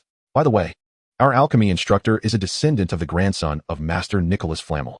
"I see. That explains why he would mention the Philosopher's Stone. After all, Master Flamel is recorded as the last known alchemist to have created it. However, it seems this master is still alive," I remarked with a smile. Trelawney confirmed with a nod. "Indeed, Nicholas Flamel is still living and serves as an honorary visiting professor at Beauxbatons. It is said that he has not attended the school in over a decade, yet still receives his stipend." "Is that so? Beauxbatons must be quite eager to retain him, especially since the Philosopher's Stone is also known as the Sorcerer's Stone. As its creator, Flamel surely lacks for nothing." "Indeed," I mused, somewhat enviously. "This master must be over 600 years old." "Yes," Trelawney echoed, sharing in the sentiment. "And I genuinely envy him." In the East, practitioners of chi chase after numerous pursuits, yet longevity is undoubtedly the most coveted. The immortal caresses the crown of my head, granting me eternal life. This can almost be considered the dream of every Eastern cultivator. However, those who truly attain longevity are merely spoken of, never seen. Yet in Europe, it is quite ordinary for wizards to live for over 100 or 200 years, and there are indeed a few who have surpassed 600. How can one not be envious? In fact, Trelawney's desire to steal the Philosopher's Stone was not devoid of such covetous sentiments. Trelawney, I have something to share that may pique your interest," Chio said with a smile. "Although currently only Nicklemore can refine the Philosopher's Stone, it was originally invented by a sorcerer from the East." "Oh, is that so?" Trelawney was momentarily taken aback. To be honest, she found it somewhat hard to believe. Immortality is highly esteemed among Eastern practitioners. If it were indeed developed by an Eastern individual, it would be perplexing that she had never heard of it in her past life. While the Philosopher's Stone may be a rarity in the West, it is widely known. "It is indeed the invention of our Eastern sorcerers," Chio stated with a sense of pride, though to call it an invention might not be entirely accurate, as that predecessor only developed its rudimentary form. To be precise, it should be referred to as the foundational aspect of the Philosopher's Stone. Such a revelation. Trelawney was quite astonished. "What was the name of that master?" "Well, I don't quite remember the Western name. However, in our terminology, he should be referred to as Zoyen," Chio replied. Chapter 088, Animagus. Zoyen. Trelawney furrowed her brow. She had not heard of that name. It must be noted that although Trelawney mingled in the realm of practitioners in her past life, she did so at a rather superficial level. Lacking in knowledge and having read little, she should have known of this eminent master of Inyang arts who once thrived during the Warring States period. Yes, he was a sorcerer who hailed from the East, proficient in divination, prophecy, and alchemy. Chio glanced at Trelawney, noticing that she did not seem displeased by his mention of the Philosopher's Stone being developed by an Eastern individual, and continued. "The flourishing of Western alchemy owes much to this individual." Trelawney, of course, remained indifferent. Her intrinsic identity was still that of an Eastern practitioner, merely adorned with a Western visage. Rather than feeling discontent upon learning that Western alchemy originated from the East, she felt a sense of quiet satisfaction. Master Zhou Yan was the developer of the theories surrounding the Philosopher's Stone, though he seemingly did not complete it entirely. He merely produced the rudimentary form, yet it remained a formidable catalyst for alchemy and potions, Chiyo explained. Master Zhou Yin achieved numerous remarkable feats in alchemy, largely thanks to the enhancement provided by his still incomplete Philosopher's Stone. Is that so? Trelawney was genuinely intrigued. Chiyo, you possess an impressive wealth of knowledge. Well, it so happens that my family was once among the followers of Master Zhou Yin, which is why I know a bit more. In fact, there are also texts about Master Zhou Yin in the archives of Hogwarts, though they are somewhat obscure. With that, Chiyo stood and approached a rather secluded bookshelf, retrieving a hefty tome and handing it to Trelawney. Trelawney glanced at it, her eyelids twitching slightly. The Ancient Legends of Wizards. Ancient? This was the first time Trelawney had encountered such a term. In the directory, Trelawney searched in vain for quite some time until Chiyo pointed out the name Yin to her. Upon turning to the section documenting his life, she couldn't help but gasp in astonishment. The biographical account was brief, merely stating that he was a sorcerer who journeyed across the seas from the east in the 4th century BCE. However, the section detailing his achievements was astonishingly extensive. He had developed and refined over 50 types of ritualistic magic and created nearly 100 alchemical arrays and potions. Most notably, he pioneered the foundational Philosopher's Stone and facilitated the development of the Elixir of Immortality. Goodness, Trelawney nearly leapt from her seat. Was he truly a forerunner of the elixir? Ah, that makes sense. In Trelawney's understanding, Western wizards had never exhibited a particularly strong interest in immortality. She wondered why it was that this region had succeeded in researching the elixir, only to discover it was the work of an Eastern compatriot. As Trelawney continued to read, she was astonished to find that although this book scarcely mentioned the research of Zhou Yin, it clearly detailed how to utilize the Philosopher's Stone. Of course, the clarity derived from the fact that the method of using the Philosopher's Stone was exceedingly simple. It required mere skin contact with the stone to receive its additional enhancements, significantly increasing the success rate and yield of all alchemical and potion-making endeavors. Was it really that simple? Trelawney stared incredulously at the passage. You mean the method for using the Philosopher's Stone? Chiyo glanced at the section Trelawney was studying and chuckled softly. Indeed, it is that straightforward. After all, while potions may be one thing, the process of alchemy necessitates a high degree of mental concentration. Without the requisite focus, manipulating an enhancer that requires division of attention would be impractical. Thus, simplicity is paramount. Moreover, Chiyo continued, shaking his head, the essence of the Philosopher's Stone has never been its method of use, but rather the method of acquisition. The process of crafting the Philosopher's Stone has always remained a closely guarded secret, and aside from Nicolae, I have not heard of anyone else possessing such knowledge. For something unattainable, what purpose does knowing how to use it serve? Yes, you make a valid point. My curiosity simply compelled me to investigate. Trelawney nodded earnestly. Despite her amicable relationship with Chiyo, she had no intention of revealing that she had pilfered the Philosopher's Stone hidden within the school and could utilize it at any moment. However, now that she was aware of the stone's application, numerous ideas could be put into practice. Foremost among them was, of course, the potion for animagus transformation. Suppressing the urge to rush back to her dormitory to brew the potion, Trelawney pretended to occupy herself in the library until evening, even engaging in gossip about Quidditch stars with Pansy and Daphne before finally returning to her room. Upon entering, Trelawney swiftly established a small protective barrier. Like the previous wards, its actual defensive capabilities were quite limited, primarily intended to prevent the embarrassing situation of being unknowingly observed. Once the barrier was set, Trelawney retrieved a plethora of bottles and jars from her trunk. These were items she had acquired during her time at Boothbatons and Durmstrang, all of which were lost during the attack. The items in her possession now were purchased later during a visit to Diagon Alley. At that time, Trelawney had thought it prudent to be prepared, so she bought everything in duplicate. After all, she was not short of funds. The set she frequently used was stored in the potions classroom, while this collection served as her backup. After arranging cauldrons and lamps, Trelawney finally extracted the small package that Lupin had given her earlier. Although she had received it on Friday afternoon, it was only now that she opened its contents. Firstly, there was a piece of parchment, adorned with meticulously neat handwriting. Considering that Lupin, despite his unfortunate circumstances, maintained a degree of cleanliness and order in his attire, Trelawney found it rather fitting. However, as she continued to read, her eyelids began to twitch uncontrollably. Although she had considerable knowledge of potions, the abstract method of potion crafting presented before her was truly unprecedented.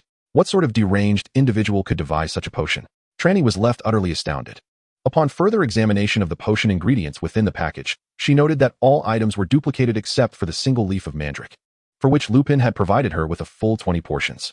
This peculiar substance was to be held in the mouth during the full moon night, remaining there until the subsequent full moon. It could neither be removed nor swallowed, or she would have to start anew. Following this were a series of intricate procedures that, while not particularly difficult, were undeniably tedious. At this moment, the Philosopher's Stone seemed to hold little relevance.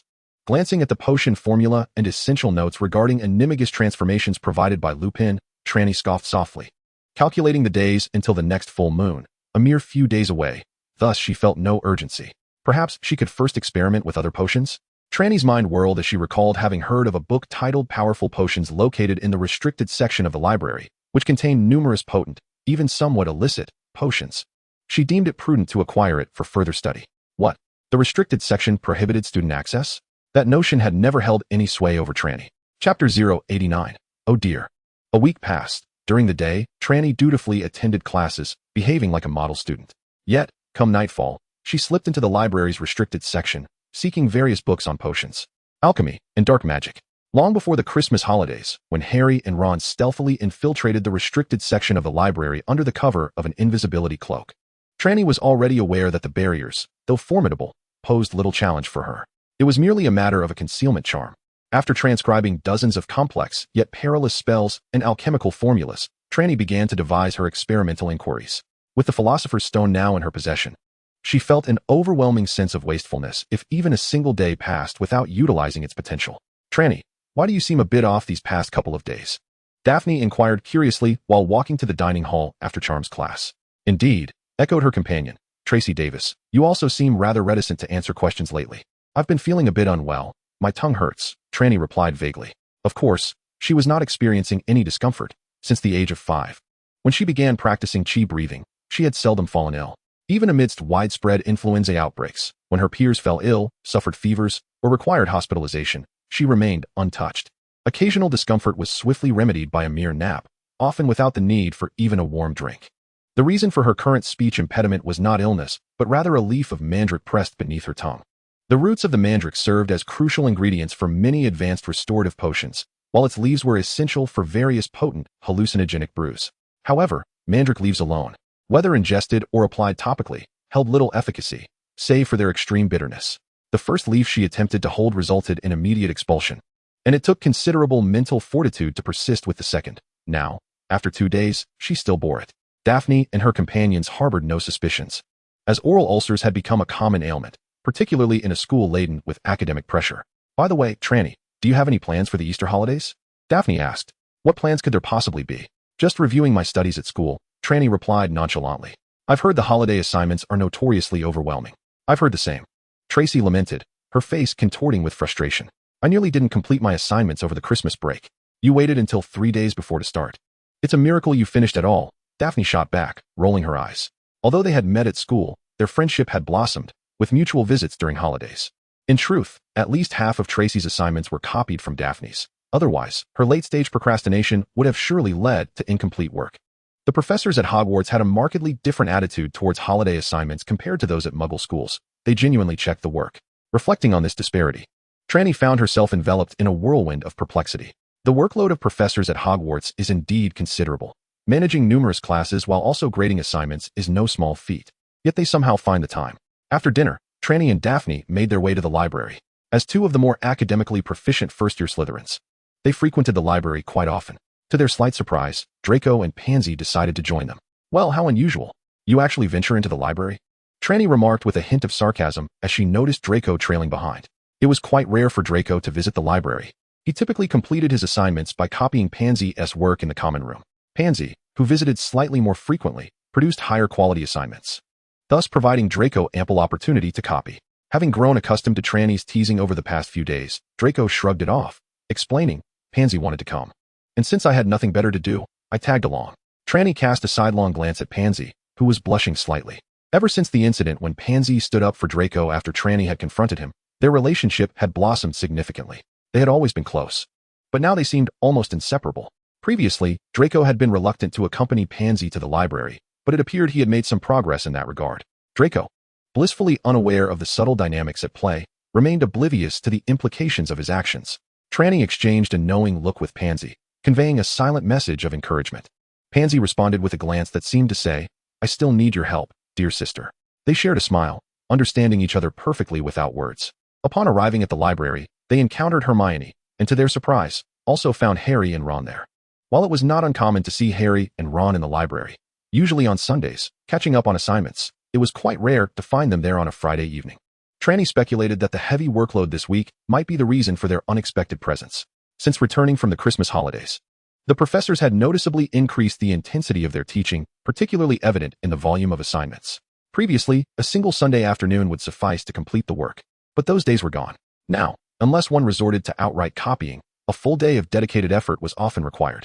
While Draco could easily copy from Pansy, Harry and Ron found it less convenient to replicate Hermione's work. Though she was always willing to offer guidance, she would not simply hand over her assignments. This made Trelawney, who was more than willing to allow them to copy her work, increasingly appealing to the two boys. Trelawney greeted Hermione and the others, but chose not to join them at the same table. Although her presence had somewhat eased the previously tense relations between Draco and Harry, the situation had not evolved to a truly amicable state. Two groups of individuals each settled at a long table, engrossed in their materials, diligently completing their assignments. Trelawney, unhurried, intended to copy from Daphne's work. Draco, on the other hand, was distracted, his attention wandering far from his task as he occasionally cast glances towards Harry and his companions. Trelawney had long since discerned that Draco's attitude towards Harry was rather peculiar. This was not to suggest that Draco harbored any inappropriate feelings for Harry, while such sentiments, often referred to as breaking the peach and severing the sleeve, might be somewhat fashionable in Europe, particularly in Britain. Trelawney believed Draco did not fit that mold. At least, not at this moment. From what she understood, Draco, like the majority of Hogwarts students, viewed Harry, this boy they had heard tales of since childhood, who had miraculously escaped death, with a unique lens of admiration. Through Pansy and Daphne, Trelawney was aware of the initial circumstances at the beginning of the school year. Draco had likely wished to befriend Harry, but his clumsiness in expressing such intentions had resulted in a muddled outcome. Trelawney had no desire to alter their relationship. Their playful banter provided her with amusement. Diverting her attention away from them, Trelawney began to peruse her potions textbook, which had become her primary focus during this period. Suddenly, she heard Draco murmur in surprise. Trelawney looked up, raising an eyebrow in tandem. To her astonishment, she had encountered Hagrid in the library, a sight she deemed highly improbable. In her estimation, Hagrid ranked third in likelihood to appear in the library, with Crabbe and Goyle occupying the first and second spots, respectively.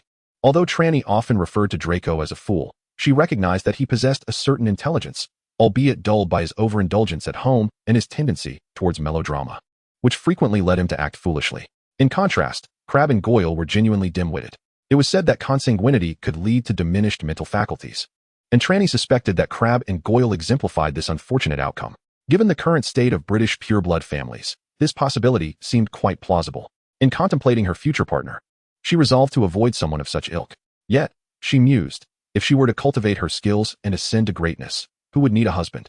Although she had lived two lives, Trelawney often found herself musing about trivial matters, having never truly matured in either existence.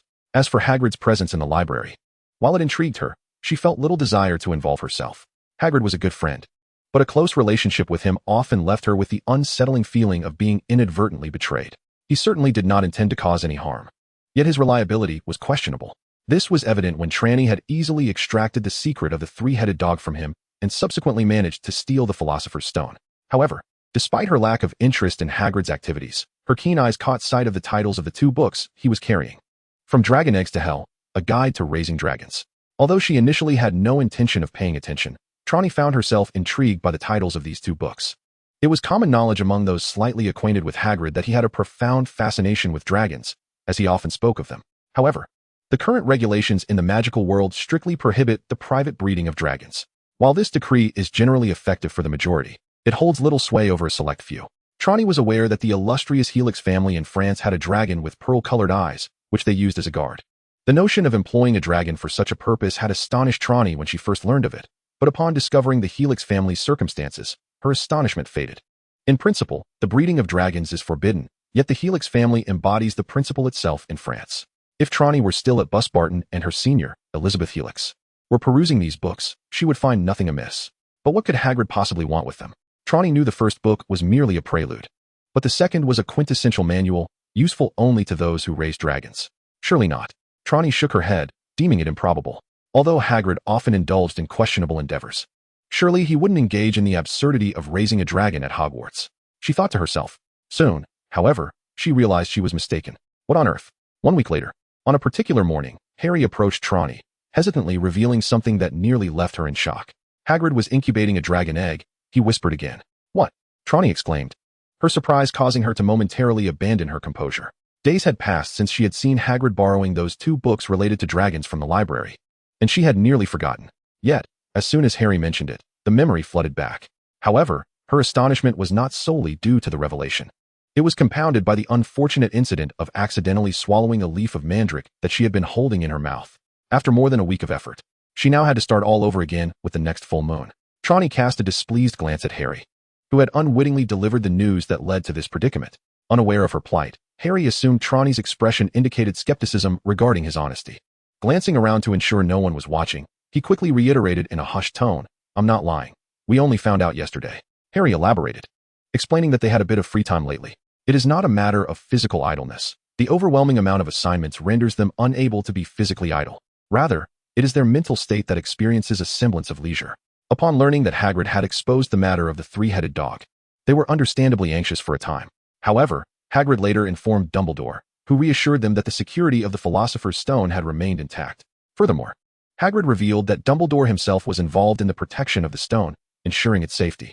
This knowledge provided Harry and his friends with a measure of comfort, especially since the seemingly cowardly and precariously unstable Quirrell appeared to be holding up without incident. Gradually, their worries began to dissipate. As days passed, the incident no longer occupied their minds to the same extent. Freed from this concern, they found themselves somewhat at ease mentally.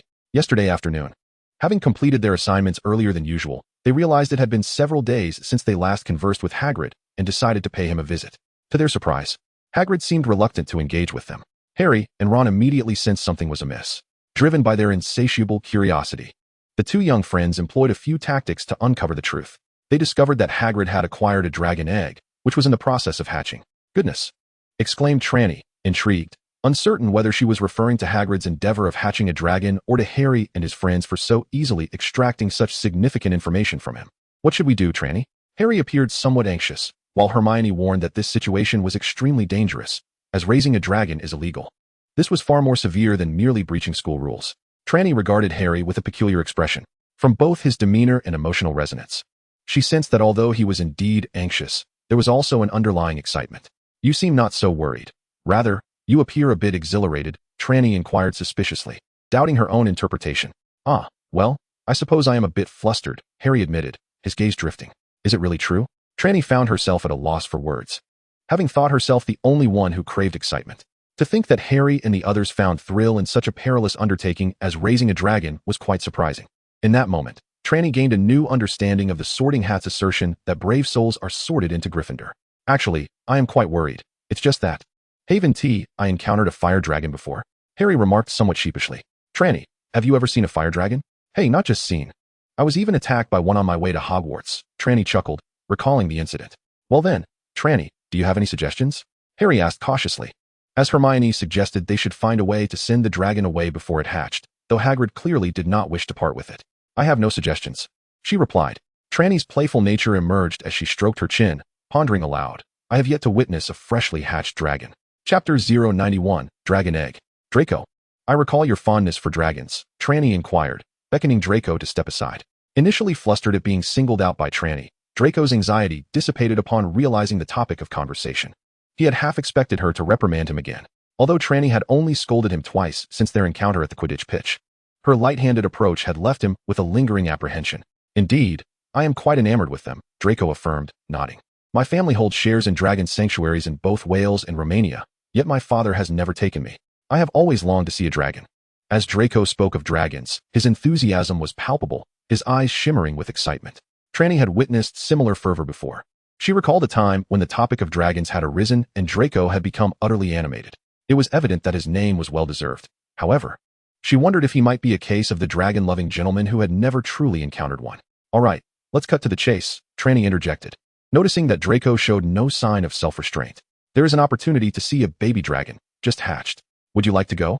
"Absolutely," Draco replied without a hint of hesitation, completely unguarded as he fell into Trelawney's cleverly laid trap. Indeed, it was a trap. Trelawney harbored doubts about Hagrid's ability to care for dragons. While he appeared knowledgeable about magical creatures, she suspected that he primarily tended to those that were relatively easy to nurture. Dragons, on the other hand, were formidable beings, nearly perfect once they reached adulthood, yet vulnerable in their infancy without the care of a mother dragon.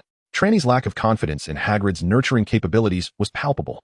Given the rare opportunity to observe a newly hatched dragon, How could she not indulge in the experience? Trelawney felt that with fewer individuals present, the adventure would be more enjoyable. As for the potential repercussions of being discovered, she was certain she could evade any consequences. What about the others? One might wonder. That was not a concern for Trelawney. After all, underage wizards enjoyed a degree of legal immunity, ensuring they would not face imprisonment. The only one at risk of incarceration was Hagrid, a favored ally of Dumbledore, who would undoubtedly protect him, while dragon rearing was ostensibly prohibited. Much like the principles held by the Heliacos family in France, Dumbledore's influence in Britain mirrored that sentiment. Excellent. I believe you will enjoy it. Let us meet at 8 o'clock tonight. As for Pansy, that is for you to decide. Just ensure that no one else discovers our plans. Wait for me near the castle entrance by the hunting grounds. All right. Draco agreed with remarkable enthusiasm. At 8 o'clock, near the exit of the castle leading to the hunting grounds, Draco Malfoy found himself in an unexpected encounter. Ron, what brings you here? He inquired. His expression one of astonishment. Ron, equally surprised, retorted, Draco, what are you doing here? Their simultaneous exclamations prompted Trelawney to chuckle. You two truly share a remarkable synchrony. Who would want to be like him? Draco and Ron echoed in unison, their voices laced with a hint of camaraderie. Indeed, this shared sentiment did not escape Harry, Hermione, and Pansy, who simultaneously entertained the thought. Enough of these trivialities. We must hasten before we are discovered, Trelawney urged with a mischievous grin, leading the way. Harry, Hermione, and Pansy followed closely behind, while Draco and Ron exchanged a fierce glance before trailing after them. The group swiftly traversed the hunting grounds, arriving at Hagrid's modest abode. Earlier that morning, Hagrid had sent a letter to Harry and his friends, cryptically announcing that a dragon was about to hatch, a message only they could decipher. Trelawney knocked on the door, and when Hagrid opened it, he momentarily froze at the sight before him. He had anticipated Ron and Harry's arrival, but Hermione's presence was uncertain, especially given her strong reaction when she first discovered his dragon egg. As for Trelawney, he had not expected her return. Although she often greeted him warmly within the castle, it had been quite some time since she had sought his company, and being a Slytherin, Hagrid held certain reservations. However, upon seeing Trelawney's bright smile accompanied by Harry, Ron, Hermione, Draco, and Pansy, Hagrid was left utterly bewildered. What on earth is happening? Am I still dreaming? He mused, pinching his thigh to ascertain his wakefulness. Not painful. Oh, I have tough skin. Perhaps a bit more pressure. Yes, there is some discomfort. It seems I am indeed awake. Though somewhat speechless, Hagrid recalled that despite the darkness, there was little chance of remaining unnoticed, thus inviting everyone inside. Not only Hagrid was astonished, Draco and Pansy shared his surprise. Pansy had learned from Draco about the dragon viewing that evening. Although she was not particularly fond of dragons, she was willing to feign interest for Draco's sake. However, arriving at Hagrid's was still unexpected for her. Draco, while slightly better prepared, had also not anticipated this particular venue. Yet, upon reflection, it became clear that this was indeed the only feasible location, considering that who else in the castle would be privy to such a secret? What a beautiful dragon egg. The moment Draco stepped into the room, his attention was entirely captivated by an object on the table. In the modest space, a portion of the floor was cleared, and suspended above a boiler was a cauldron containing a dragon egg, roughly the size of a football, adorned with faint patterns. A Norwegian Ridgeback? Draco gazed at the egg, unable to tear his eyes away as if they were glued in place. You do have some knowledge, Ron huffed. When he first encountered a dragon egg, he had scrutinized it for quite some time before discerning that it belonged to a Norwegian Ridgeback. Yet, Draco recognized it with just a single glance. Of course, the Malfoy family is not akin to certain impoverished households, he thought, casting a haughty glance at Ron. What did you say? Ron glared back instantly. However, Draco paid him no mind, his eyes fixed on the dragon egg, filled with delight and yearning. Draco speaks without thinking. Ron, don't take him too seriously, Trelawney smiled, gently nudging Ron. Do take a good look. Such an occurrence may not present itself again for years. Had it been anyone else attempting to pull Ron away at that moment, he would have likely resisted, ready to engage Draco in a fierce confrontation. But with Trelawney, Ron felt a tingling sensation at her touch, a soft warmth that left him reluctant to move. All right, for Trelawney's sake, he thought, glaring at Draco before turning his attention to the dragon egg. Just as Trelawney spoke, the egg emitted a faint cracking sound, revealing a slight fissure. The little dragon was about to break free. Chapter 092, Nobita. Accompanied by a series of cracking sounds, numerous fractures appeared on the dragon egg's surface. Everyone, including Trelawney, held their breath in that moment. Then, unable to contain themselves, they took a quick breath before holding it again. The eggshell was too hard and thick. Even though Hagrid had used fire to simulate the hatching conditions of a fire dragon, there remained a noticeable disparity. It took a full 15 minutes from the moment they anticipated the dragon's emergence to its actual arrival, when a piece of the shell flew off like a cannonball. Crashing against the wall of the small room, an adorably awkward dragon head emerged from within. Draco exclaimed in sheer excitement at the sight of the little dragon breaking free, rendered nearly speechless, his finger pointing at it, trembling, his pale face flushed with exhilaration. Hagrid stepped forward, moving closer to the jagged opening of the eggshell. The shell was riddled with cracks, making it impossible to predict from which side the little dragon would emerge. Hagrid's previous position was directly opposite to where the hatchling was now peeking out, and he leaned closer to the still sleepy dragon, awaiting its awakening. Like many creatures, dragons instinctively recognize the first living being they encounter as their mother. He has opened his eyes. He has opened his eyes. Did you see that? Hagrid's excitement rivaled that of Draco. I see your uncle. You're blocking my view, Draco exclaimed, frustration spilling forth as he anxiously swayed from side to side, striving to circumvent the visual obstruction created by Hagrid's imposing figure. Yet, it was futile. Hagrid stood like a wall, firmly blocking his line of sight. Hagrid, undeterred, gently scratched the little dragon's chin. The hatchling had only just emerged from its shell, much of its body still encased within, rendering it difficult to discern from any angle other than Hagrid's. Just as others began to feel a tinge of impatience, a loud crack resonated as the remaining shell shattered. The little dragon had unfurled its wings, seemingly invigorated by its first breath of fresh air, exhibiting a newfound strength that far surpassed its earlier efforts within the confines of the egg. Alas, poor Hermione was caught off guard as a fragment of the flying shell struck her face. Though the impact was not severe, the heat radiating from the charred shell startled her. Yet, she brushed aside the minor sting on her skin, for at that moment, the little dragon was energetically shaking its head and stretching its body. Such a sight is a rarity, one that the average person, or even a typical wizard, might never witness in a lifetime. The hatchling, still adorned with traces of viscous fluid, seemed momentarily uncomfortable and abruptly exhaled a small burst of flame. It was a modest flame, slightly more robust than that of a large lighter. Yet it ignited awe in the eyes of everyone present, including Hagrid and Trelawney. Even Pansy, who typically showed little interest in dragons, appeared somewhat exhilarated. It breathed fire. Did you see that? Draco exclaimed, his excitement almost propelling him off the ground as he grasped Pansy's arm. She? Why is it her? Harry observed Draco's choice of words with curiosity. Compared to Ron, his rapport with Draco had improved considerably. This was rather amusing, as Trelawney had gifted Ron a new wand during Christmas, propelling him to remarkable heights in his spellcasting and transfiguration classes. Both professors expressed their admiration for Ron's progress, which bolstered his confidence after feeling overshadowed by his brothers. The first significant change he embraced was transforming his role from passive to active in his encounters with Draco. Previously, Ron merely followed Harry's lead, mirroring his every move. Harry was, by nature, a relatively earnest child, and this earnestness was magnified in contrast to the explosive genius of Finnegan, the mischievous twins, and the whimsical Trelawney. As a generally honest child, Harry rarely instigated trouble. Thus, any conflicts with Draco were invariably initiated by Draco himself. However, since Draco had become a subordinate of Trelawney, the instances of him seeking out trouble with Harry and his friends had diminished slightly. Meanwhile, Ron, having grown a bit more arrogant, began to adopt an offensive stance, occasionally teasing Draco. Naturally, Draco would not tolerate this, transforming what was once Draco confronting Harry, accompanied by conflicts with Ron, into a direct confrontation between Ron and Draco. Yet, due to Trelawney's presence, both Draco and Ron exhibited a degree of restraint, adhering to the principle of combat without destruction, as articulated in Eastern philosophies. Consequently, opportunities for Harry and Draco to interact increased, and their conflicts became less intense. Although their relationship could hardly be described as friendly, they at least managed to converse amicably. Deep down, Draco harbored a desire to befriend Harry. Despite outwardly presenting an arrogant facade that could be irksome, he nonetheless responded, "Look at its horns. While still small and not very prominent, they exhibit a considerable curvature. This curvature is characteristic of dragon horns used during internal battles among their kind, making them particularly suited for combat. In contrast, female dragons do not require such combat, hence their horns are more curved."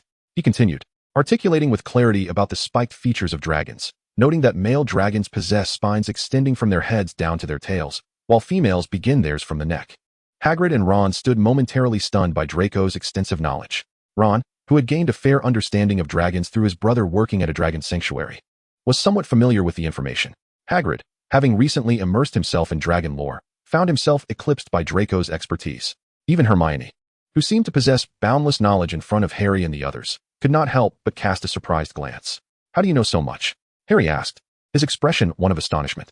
"Humph, this is nothing. My knowledge of dragons extends far beyond this." Draco reveled in the astonished gazes of those around him, feeling a lightness in his spirit. "If only you directed half this enthusiasm toward your studies, you wouldn't be reprimanded by the professors," a coolly sarcastic voice interjected. The once buoyant Draco felt as if a bucket of cold water had been poured over him. He immediately turned to identify the source of the voice, only to find it was Trelawney, causing him to avert his gaze. Never mind, never mind. Ah, noble. Perhaps that name is not suitable for a female dragon, Hagrid said, stroking the small dragon with his large, furry hand, eliciting a content expression from the creature. How about naming her Daphne? That won't do. It sounds too similar to Daphne, Trelawney replied, shaking her head, expressing her disinterest in having a dragon share a name so akin to that of her dear friend. As Hagrid pondered, he nodded in agreement. Although he was not intimately acquainted with Daphne, he decided to name the little dragon Nobita. Look, she seems to quite like that name, doesn't she, Nobita? Hagrid affectionately scratched the young dragon's chin with his furry hand. Perhaps it was a tad too comfortable. The little dragon let out a baby burp, releasing a puff of flame that singed a considerable portion of Hagrid's beard. Chapter 093. Hermione's Dilemma. Trelawney, is this truly advisable? Hermione intercepted Trelawney, who was about to enter the castle. The group had just returned from Hagrid's abode, where Harry and Ron were bubbling with excitement, clearly pleased with their excursion. Draco was even more dramatic, glancing back at Hagrid's hut with undeniable longing. Had it not been for Trelawney's reminder that their dormitory mates might discover them, Draco might have insisted on staying overnight at Hagrid's, although Hagrid would certainly not have welcomed such a notion. What did you say? Trelawney, not paying full attention, casually inquired. Of course, it's about Nobita, Hermione replied, her anxiety palpable. You do realize that this is strictly forbidden, right? If anyone finds out, well, that would be ideal, wouldn't it? Trelawney retorted nonchalantly. As long as there's no evidence to catch us, the charges wouldn't hold. Hermione blinked, momentarily taken aback by Trelawney's words. Even within Gryffindor, such a sentiment could be deemed rather audacious. After a moment, she regained her composure, now having entered the castle. Although curfew was approaching, several students still lingered within the halls, prompting Hermione to lower her voice. All right, even if we might not be discovered at first, what about later? I've researched, and they grow quite rapidly. In just 2 or 3 weeks, Nobita will become quite substantial. At that point, not even Hagrid's hut will suffice, let alone the castle. That's simple enough, Trelawney replied casually. We can just place it in the Forbidden Forest. There's already a chaotic assortment of creatures there. One more dragon wouldn't matter. Trelawney's remarks sent a wave of anxiety through Hermione, who quickly glanced around to ensure no one was overhearing their conversation before feeling somewhat reassured. Trelawney, be cautious. What if someone hears us? Don't be so nervous. Who would concern themselves with our chatter? Trelawney remained unfazed. Even if they did, it's Hagrid who should worry about it, not us. How can you think that way? Hermione was astonished by Trelawney's perspective. Hagrid is our friend too. Hermione, you've misunderstood, Trelawney chuckled lightly.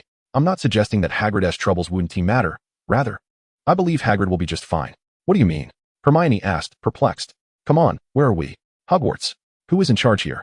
Dumbledore. Trelawney remarked humorously. Which fool would dare to cross paths with Dumbledore over a mere dragon? With Dumbledore's protection, Hagrid will face no troubles. Yet, Trelawney's words surpassed Hermione's comprehension. Her mindset was still anchored in the belief of equality before the law. In truth, however, whether in the wizarding realm or the mundane world, the law is seldom equitable. This disparity is more pronounced in the magical community, where the legal framework itself lacks thoroughness and precision. Just as Hermione pondered what to say next, a figure suddenly obstructed their path. You lot, how could you possibly be walking together? Snape's cold voice pierced the air, his emotionless gaze sweeping over the 6 individuals. It was no wonder Snape posed such a question. These 6, in his perception, certainly did not seem like a group that would unite. At the forefront, Harry, Ron, and Draco were animatedly conversing about something. Although they ceased their chatter upon noticing Snape, discussing dragons was hardly suitable for ears other than their own. Snape could still discern from their expressions that they had been enjoying themselves. Pansy, while not participating in the conversation, was closely aligned with Draco. Meanwhile, a bit further back, Trelawney and Hermione were also nestled closely together. Trelawney's camaraderie with several students from other houses, particularly a few from Gryffindor, was well known to Snape. Though he was not particularly pleased, he refrained from intervening. However, he was aware that Draco and Pansy had historically not been on friendly terms with Gryffindor, especially Harry and Ron. What could possibly account for this peculiar scenario? Was his memory faltering? Professor, Draco and Pansy greeted Snape obediently as soon as they spotted him. Harry and Ron, albeit reluctantly, also managed to utter Professor Snape. As for Snape's inquiry, Draco and Pansy found themselves momentarily at a loss for words. Despite Snape being their head of house, they dared not reveal even the slightest hint of their recent escapade with the dragon. However, Ron, ever the quick-witted one, blurted out, "We were just practicing magic by the Black Lake. In this weather?" Snape's ominous gaze drifted toward the castle's exterior. The February Scottish Highlands were undeniably chilly after sunset. "Is that not permissible?" Harry challenged, raising his chin defiantly. Disrespecting a professor? 5 points from Gryffindor, Snape retorted, casting a fleeting glance at Harry before sweeping away with his robes billowing behind him. Damn it! Harry gritted his teeth, seething with frustration. Had it not been for the fear of losing even more points, he would have surely cursed Snape's retreating figure. Of course, it would be even better to learn the exquisite art of language, akin to that of Trelawney or Draco. Potter, Weasley, let us conclude our endeavors for today. We shall venture to see Nobita together tomorrow. Upon noticing that his housemaster had departed, Draco grinned widely at Harry and Ron, brimming with joy. He had witnessed the miraculous birth of a baby dragon and had frolicked with her for quite some time. Draco anticipated a night filled with delightful dreams. Are we really going? Ron remained silent, uninterested in engaging with Draco. It was Harry who spoke up, his brow furrowed with concern about the potential dangers of excessive running. Danger? You, a Gryffindor, dare to speak of danger? Draco retorted with a disdainful expression. I expected Gryffindors to exhibit greater bravery. At this remark, Harry and Ron could hardly contain their outrage. How could Gryffindor's courage be questioned by Slytherin? This was intolerable. Fine, we shall go. After class tomorrow, Ron declared angrily. That is not permissible, Hermione interjected coolly. We must first complete our assignments.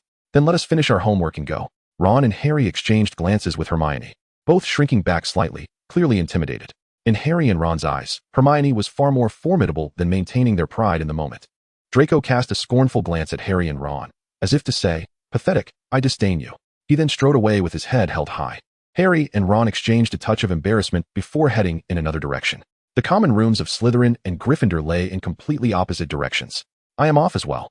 See you tomorrow, Trelawney cheerfully waved at Hermione before making her way to her common room, leaving Hermione in a state of perplexity. Chapter 94, Speculation. Trelawney maintained the temperature of her cauldron with 3 fire-making charms. Many potions require strict temperature control within the cauldron, and numerous novice potion makers frequently fail at brewing mid-level potions due to poor temperature management. Wizards typically perform inadequately in this regard, though magical flames abound. Achieving a stable burn is not within the capabilities of most wizards.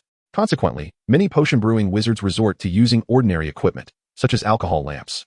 Trelawney had a commendable skill with fire, yet maintaining a consistent flame proved somewhat challenging for her. This task requires a practiced hand. Natural talent alone is insufficient.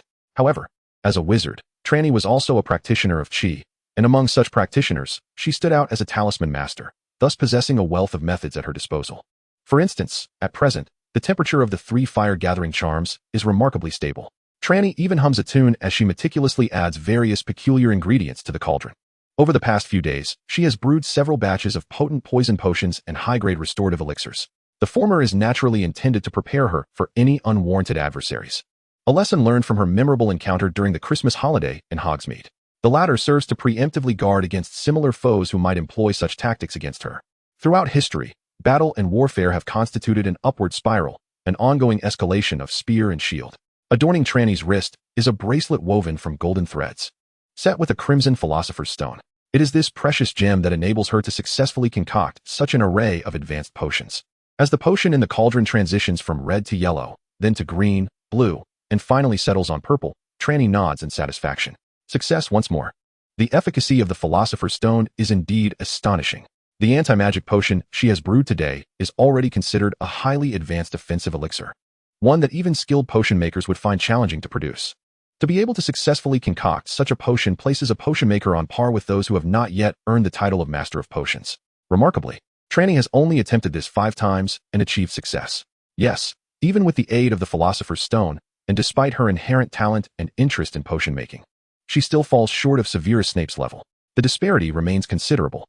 The true potential of the Philosopher's Stone can only be fully realized in the hands of more proficient potion makers or alchemists.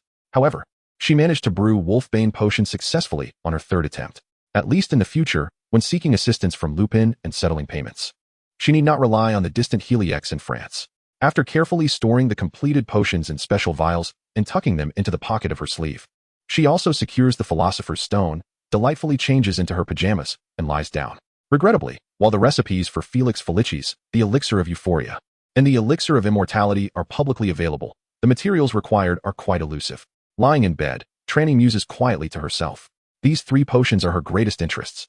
Felix Felicis, without a doubt, is the most renowned potion in the wizarding world, capable of bestowing good fortune, a novelty even among wizards. However, the overly complex brewing process can make even the most seasoned potion makers want to tear their hair out. The elixir of euphoria, on the other hand, is a potion that accelerates the growth of magical power. A wizard's magical ability increases with age, continuing to grow until their death. Yet, this growth does not follow a smooth trajectory. Rather, it is characterized by a curve. Wizards experience a gradual development of magical power between the ages of 7 and 11. From 11 to 16, they enter a relatively rapid growth phase. Following this, from 17 to 30, they undergo a period of accelerated advancement, during which most wizards begin to distinguish themselves significantly. After the age of 30, while the majority of wizards continue to enhance their magical abilities, the rate of improvement diminishes with age. At just 11 years old, Trelawney has recently embarked on this rapid growth phase. Despite her extraordinary talent, there remains a considerable disparity in magical power when compared to adult wizards. Thus, the elixir that accelerates magical enhancement is something she ardently desires. As for the potential adverse effects of the spirit elixir, which may slow the rate of magical growth in the later stages of a wizard's development and possibly shorten the duration of the second wave of accelerated growth, Trelawney is not overly concerned. Whether concerning magic or chi, a sufficient quantity suffices. While more is certainly advantageous, reaching a certain standard is generally adequate, especially for wizards, as instances of magical depletion are rarely heard of. This is not a time of war or turmoil. The likelihood of exhausting magical or chi reserves due to continuous combat has become virtually non-existent. Regarding the elixir of longevity, it hardly requires further elaboration. The materials and brewing methods for these 3 magical potions are currently unencrypted, accessible for anyone to understand and research. In fact, across the entire wizarding world, there is a shared hope for someone to successfully create these 3 potions. Unfortunately, due to the complexity of the procedures and the scarcity of materials, the number of potion masters capable of brewing them is exceedingly limited. Even for the simplest of these, the fortifying elixir, the number of practitioners in all of Europe scarcely exceeds a handful. Moreover, each of these potions contains 1 or 2 exceptionally rare ingredients, making their purchase likely to attract attention. Thus, even with the Philosopher's Stone in her possession, Trelawney finds it challenging to experiment freely. This predicament is one that even Lupin may not be able to assist with, causing her some distress. Previously, during her conversations with Lupin, she learned that he was able to attend Hogwarts with Dumbledore's help, for which he holds profound gratitude. He even maintains a degree of correspondence with Dumbledore. If Trelawney were to request his assistance in procuring the materials for those 3 potions, would word of it reach Dumbledore? Given Dumbledore's keen intellect, it would likely not take him long to deduce the situation. Even without the rare ingredients, acquiring ordinary high-grade potion materials in bulk through Lupin might raise suspicions. It is prudent to exercise caution. A careful approach minimizes errors, while a single mistake can have lifelong consequences. However, on another note, Trelawney realizes that her potion ingredients are nearly depleted, leaving her in a state of inner turmoil. She had previously procured a considerable amount of materials from the apothecary in Hogsmeade, but ever since the attack, she had become rather reluctant to venture there alone. The depletion of her supplies had been significant, and the remaining materials were scarcely sufficient for her brewing needs. After all, even with the assistance of the Philosopher's Stone, her foundational skills were lacking, resulting in considerable waste. Moreover, she had absolutely no alchemical materials left. Alas, was she to let the Philosopher's Stone remain idle? Surely that would be a waste. Trelawney pondered this while reclining on her bed. Suddenly, a thought flashed through her mind. The Philosopher's Stone could significantly enhance the success rate of potions and alchemy. What if it could also be applied to sigil crafting? Chapter 095, The Activated Dungeon. Do you too visit Hagrid daily? Trelawney inquired, eyeing Draco and Pansy as they returned from outside. With less than 5 minutes left until curfew, it was evident that they had timed their return perfectly. Of course, exclaimed Draco, his enthusiasm palpable. You wouldn't believe it. Norberta has already grown over 1 meter long and will soon be able to fly. Enough, Trelawney interjected, turning her gaze to Pansy. Do you follow them every day as well? If Draco goes, I must accompany him.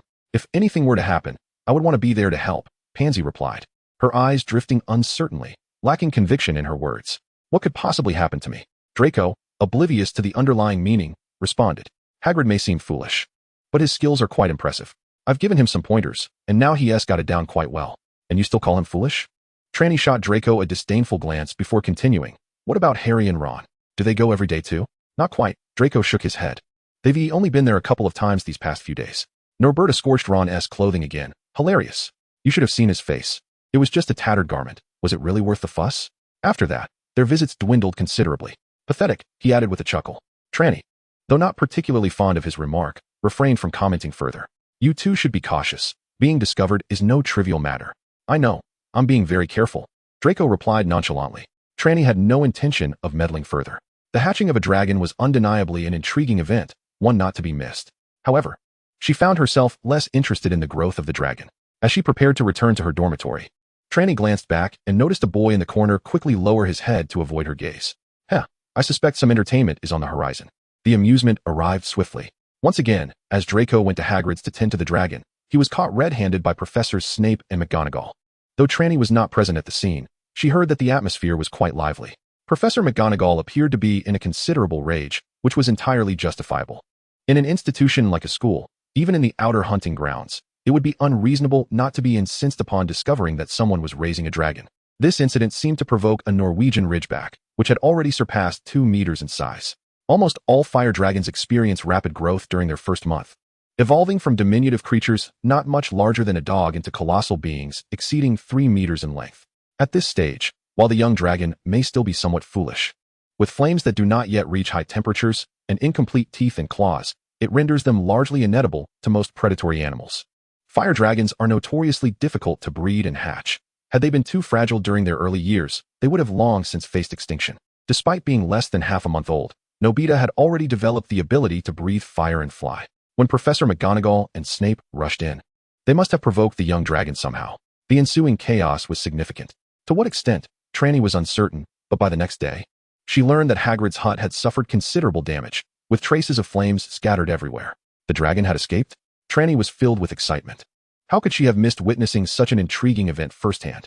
Unfortunately, those she inquired with were also in the dark.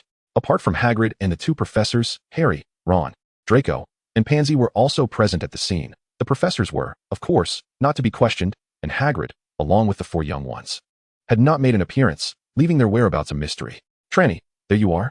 While Trelawney was still probing for information about the previous night's events, Hermione arrived, evidently in a state of distress, breathless from her hurried approach. I just found out about last night.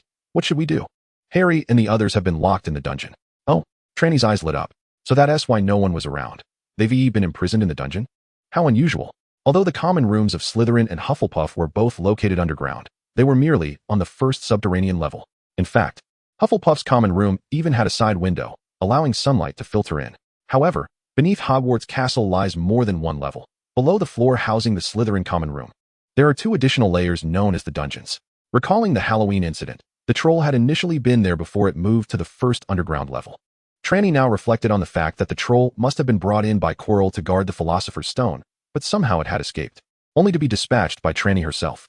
Afterward, Chilo crafted a larger one, which nearly suffocated Trelawney that day. It could be said that the trouble she encountered on her quest for the Philosopher's Stone were only surpassed by the protective measures of the Heiress Mirror. Second only to Dumbledore. It is said that when Hogwarts was first established as a school, its teaching style was exceedingly rugged, comparable to the current reputation of Cotis Dorez for its rough pedagogy. It even surpassed the fierce customs of Durmstrang. At that time, students at Hogwarts unabashedly studied dark magic, engaging in wizard duels at the slightest provocation, with dark magic being recklessly wielded. There were even instances of students challenging professors. Those who were defeated, if fortunate enough not to be directly killed, would often find themselves confined to the dungeons after a brief healing. Today's students can still be subjected to detention.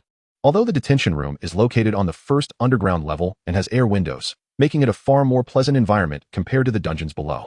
Particularly, the lowest level of the dungeons is damp and cold, hardly a place for any human to dwell. Were it not for the numerous cats left behind by former students, the dungeons would undoubtedly be overrun with rats. Since Dumbledore's predecessor, Headmaster Armand Dupet, abolished the study of dark magic in favor of defense against the dark arts and prohibited dueling among students, the atmosphere at Hogwarts has changed considerably. The use of dungeons has also diminished. Under Dumbledore's leadership, the detention room completely replaced the dungeons. Therefore, it has been nearly 50 years since any student has been confined to the dungeons. Harry and his friends have certainly achieved a rare feat naturally. This accomplishment is one that Trelawney does not envy, nor would the average person. What? Why wouldn't the average person envy it? Because, indeed, some do envy it. Oh, we have just learned of this matter. Fred and George unexpectedly emerged from somewhere, and it turned out to be the dungeons. Truly remarkable. Ron's younger brother has, it seems, outpaced us in violating school rules. Hermione observed Trelawney, who looked thoroughly amused, and the subtly envious twins were momentarily at a loss for words. Chapter 96, The Dungeon Quartet. The public once again beheld Harry and his trio on the following Monday morning. The incident at Hagrid's hut occurred on Thursday afternoon, meaning Harry and his companions had been confined in the dungeons for a full 3 days. And that was not the end of it. Oh, is that not the Dungeon Quartet? In defense against the Dark Arts class, Trelawney beamed at the sight of the 4, who had not been seen together for several days. Draco appeared markedly thinner, sporting pronounced dark circles under his eyes, and Pansy was in a similar state. Harry and Ron had changed even more. The once healthy complexions of these young men now bore an unnatural pallor. Clearly, the result of 3 days spent in the cold, dark dungeon without seeing the light of day was evident. Observing their pitiful state, Trelawney was filled with delight. "Trelawney, why do you appear so pleased?" Harry remarked, visibly displeased with her expression. "I have every reason to be happy." Trelawney unabashedly reveled in their misfortune. "Pray tell, what is the situation in the dungeon? I have never been there." The lower levels of the dungeon had been sealed off many years ago, and knowing there was nothing of value within, Trelawney had never ventured there, yet her curiosity was piqued. Harry opened his mouth. Initially, he was somewhat dissatisfied with Trelawney's attitude, but now that she was openly expressing her desire to witness the spectacle, he found himself at a loss for words. "Don't dawdle," Trelawney playfully poked Harry, simultaneously giving Draco a nudge. "Come on, tell us what happened." Harry and the others, looking rather disheveled, recounted the events of that evening. It was largely as everyone had heard. Draco had joyfully gone to Hagrid's to pet the dragon. Coincidentally, Harry and Ron had also been there that day. Just as they were enjoying themselves, Professors Snape and McGonagall had unexpectedly arrived, leading to their unfortunate predicament. Professor McGonagall had sternly scolded them, startling the little dragon, Nobita, who then set Hagrid's hut ablaze. Trelawney found it hard to believe that Professors McGonagall and Snape could not handle a juvenile dragon. Both were among the most esteemed wizards. With their capabilities, they should have been able to manage even an adult dragon effortlessly. Under normal circumstances, they certainly would not have allowed the little dragon to escape. Harry said with a wry smile, but Hagrid was there. "Hagrid? What did he do?" Trelawney inquired, her interest piqued. Surely he didn't engage in a tussle with Professors McGonagall and Snape? Indeed, Hagrid had not been seen since that day. Could it be that Hagrid was also imprisoned in the dungeon? That would certainly be amusing. "Well, Hagrid isn't that reckless," Ron replied, scratching his head awkwardly. "He merely stood in front of Snape when he attacked the little dragon." Professor McGonagall hesitated, concerned for Hagrid's safety, and that's when the dragon managed to escape. Hagrid, the towering figure, had handled the situation rather well. Draco, who had entered with a sour expression, now bore a slight smile. "You should be quiet." Ron shot a glare at Draco. "If you hadn't been careless and brought along a little tail, none of this would have happened." "Oh, this is something Trelawney was unaware of," she said, intrigued. Harry and the others exchanged glances, exasperated. "Trelawney, do you really have to be so obvious in your enjoyment?" Although they had long recognized Trelawney's playful demeanor during the past few months of interaction, must it be so overt? Trelawney, however, noticed another matter. The previously dreadful relationship among Harry, Ron, and Draco seemed to have improved significantly. Could it be attributed to their confinement together in the dungeon for 3 days? It appears that the Academy has softened its stance, allowing the 4 of them to remain together. Otherwise, if they were each isolated in the dungeon, they would undoubtedly lack such camaraderie. It is that rascal Zabini. Indeed, Draco appeared unfazed by Ron's demeanor. Instead, he seethed with rage. Casting his gaze toward the opposite corner of the classroom, where Zabini sat engrossed in a book.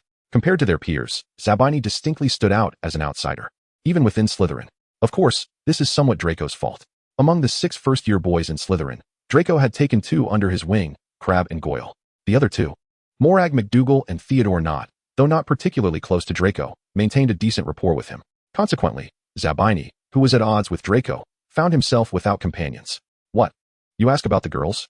The girls were even less inclined to associate with him, especially after he relentlessly challenged Trelawney. The once willing Tracy Davis now hardly spoke to him.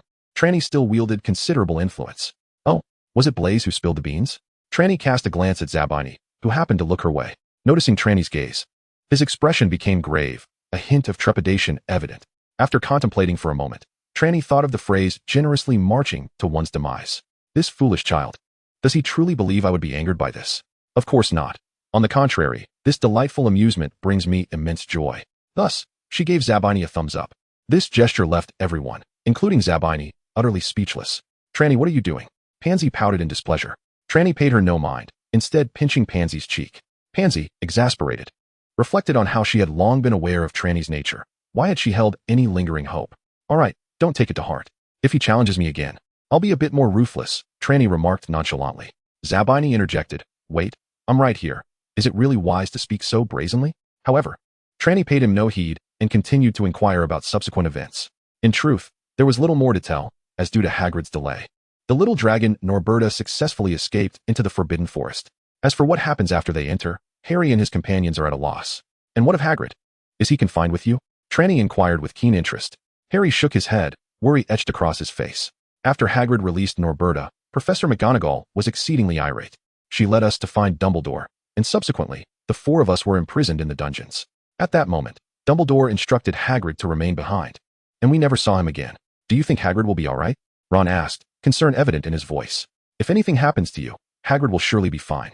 Trelawney thought nonchalantly. Despite the gravity of the situation, she held firm in her belief that Dumbledore would not abandon Hagrid.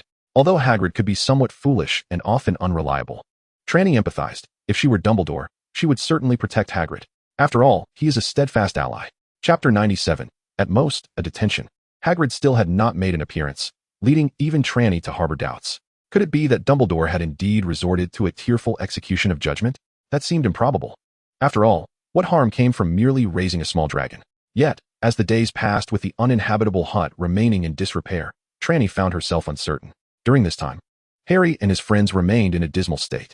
They attended classes and completed assignments during the day, but faced punishment in the dungeons by night. Draco proclaimed his intention to inform his father. He had written the letter, yet days went by without any change, resulting in his nightly reports to the dungeon proving ineffective. Hermione was greatly concerned, yet Trelawney dismissed it entirely. Although Harry and the others appeared rather haggard, there were no physical ailments to speak of. Punishment was indeed punishment, but it did not seem to involve corporal discipline. Compared to the egregious offense of harboring a dragon, this punishment was quite lenient. Of course, Trelawney's indifference was also rooted in another reason. She had been rather occupied. That night, a sudden inspiration struck her.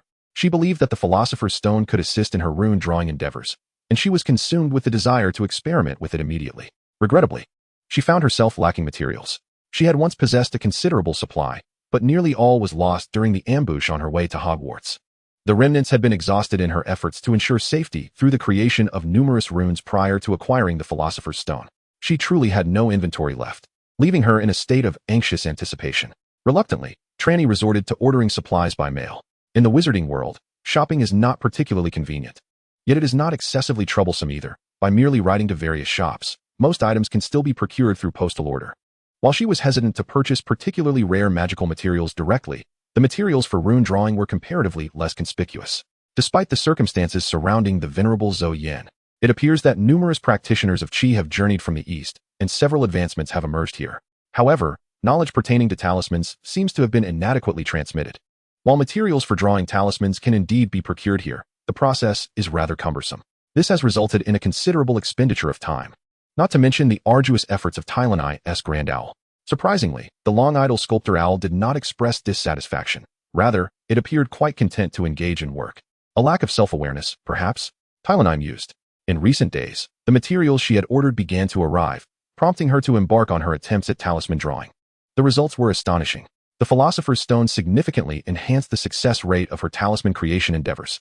For instance, advanced talismans such as the Thunder Gathering Talisman, Palm Thunder, Radiant Light Spell, and Spirit Gathering Talisman had previously yielded a success rate of less than 20%. Yet, with the aid of the Philosopher's Stone, this rate soared to over 50%. One must not underestimate this 50%, even among the notorious practitioners of the dark arts in her past life. The success rates of such talismans hovered around 30 to 40%. Achieving 50% is a standard typically reserved for genuine masters from esteemed sects such as the Qing Jing and the Celestial Masteress House. It is not to suggest that there are no high-caliber practitioners among the dark sects. However, truly skilled talisman masters are seldom found among them. After all, drawing talismans does not breach any taboos. The study of talismans generally receives support from the sect as a whole. Resources are available, equipment is accessible, and those who are well-fed and secure do not resort to the perilous paths of dark cultivation. Practitioners of dark arts often pursue rapid power enhancement through misguided means, such as the Seven Fiends gathering, nurturing malevolent spirits, or engaging in sinister sorcery. Consequently, talisman practitioners represent one of the least likely paths to corruption among cultivation routes.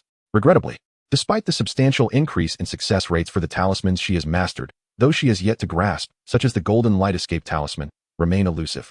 Trelawney has discerned the utility of the Philosopher's Stone. It acts as a potent catalyst, greatly enhancing the success rates of alchemy, potion-making, and talisman drawing, provided one possesses a sound methodology, or at least a close approximation. However, for the Golden Light Escape Talisman, Trelawney currently only understands the structure of one rune, while still exploring the flow of Qi within. Thus, the assistance of the Philosopher's Stone is rather limited. Nevertheless, the Philosopher's Stone does offer some aid. It may yield certain effects during Trelawney's ongoing attempts, especially when she approaches a near-correct execution. This is commendable, as it provides Trelawney with a potential direction in her explorations. Consequently, she has been diligently attending classes, completing assignments promptly after lessons, and returning to her dormitory early to practice her talisman drawing. Aside from Quidditch practice, there was little time for Harry and his friends to engage in leisure activities. This state of affairs persisted until the arrival of the Easter holiday. After being confined for a fortnight, Harry and his companions were finally released. Apart from Draco, whose transformation was less pronounced, the other three had noticeably paled, akin to those who dwell in damp, sunless environments, much like individuals emerging from a steam bath, appearing both pallid and somewhat bloated. What particularly concerned Trini was the remarkable shift in the dynamics among the four. Prior to their confinement, despite the tensions stemming from Trini, Harry, Ron, and Draco were not as openly hostile as they had been upon her arrival, yet their camaraderie could hardly be deemed amicable. The animosity between Ron and Draco was palpable, with mere trifles often igniting their tempers into altercations. However, now, despite their frequent exchanges of barbs and an array of unpleasant remarks, neither seemed inclined to take offense. On the contrary, they engaged in calm conversations following their verbal sparring, an astonishing transformation indeed. Truly, life is governed by four immutable truths: enduring trials together, sharing the same roof, experiencing adversity, and navigating the complexities of existence together. The experience of confinement has proven to be more transformative than mere physical barriers. Sunshine and freedom, never have they been so fervently yearned for. The first day of their newfound liberty coincided with the onset of the Easter holiday. Standing in the hunting grounds, basking in the warmth of the spring sun, Ron was overwhelmed with emotion, nearly moved to tears. Harry, though silent, mirrored Ron's actions, arms outstretched to embrace the sunlight. Even Draco and Pansy, who had previously shunned the sun, joined them in the hunting grounds, radiating a newfound affection for the light. Trini and Hermione observed from a distance, casting bemused glances at the four. "I wonder how Hagrid is faring. It's been half a month without news," Harry expressed with concern, a sentiment he had echoed several times. "And Norberta," Draco interjected, revealing a depth of worry that surpassed Harry's, reflecting on the little dragon's solitary venture into the Forbidden Forest, fearing for its safety. "It's truly worrisome." "Worrying is quite simple," Trini replied with a smile. "Why not venture into the Forbidden Forest to check?" "Trini," Hermione exclaimed, her expression one of disbelief. "They've just emerged from the dungeons, and you suggest they go to the Forbidden Forest?" "It's fine," Trini dismissed. "The worst that could happen is a bit of detention. They want to be sent back to the dungeons." Hermione could only respond with a silent incredulity. In Chapter 98, titled The Disillusionment Charm, Trini's suggestion to seek Norberta in the Forbidden Forest was, in truth, more of a jest than a genuine intention. Had she truly wished to go, she would have done so long ago. While she wouldn't equate the Forbidden Forest with a mere stroll in the park, entering it posed no psychological burden for her. However, her fascination with the little dragon had waned significantly after its hatching. Beyond that point, her interest was rather lukewarm. However, when she presented this jesting suggestion, Harry and Draco surprisingly began to contemplate it seriously. "You can't possibly be considering this," Hermione exclaimed, her expression one of disbelief as she regarded Harry and Draco.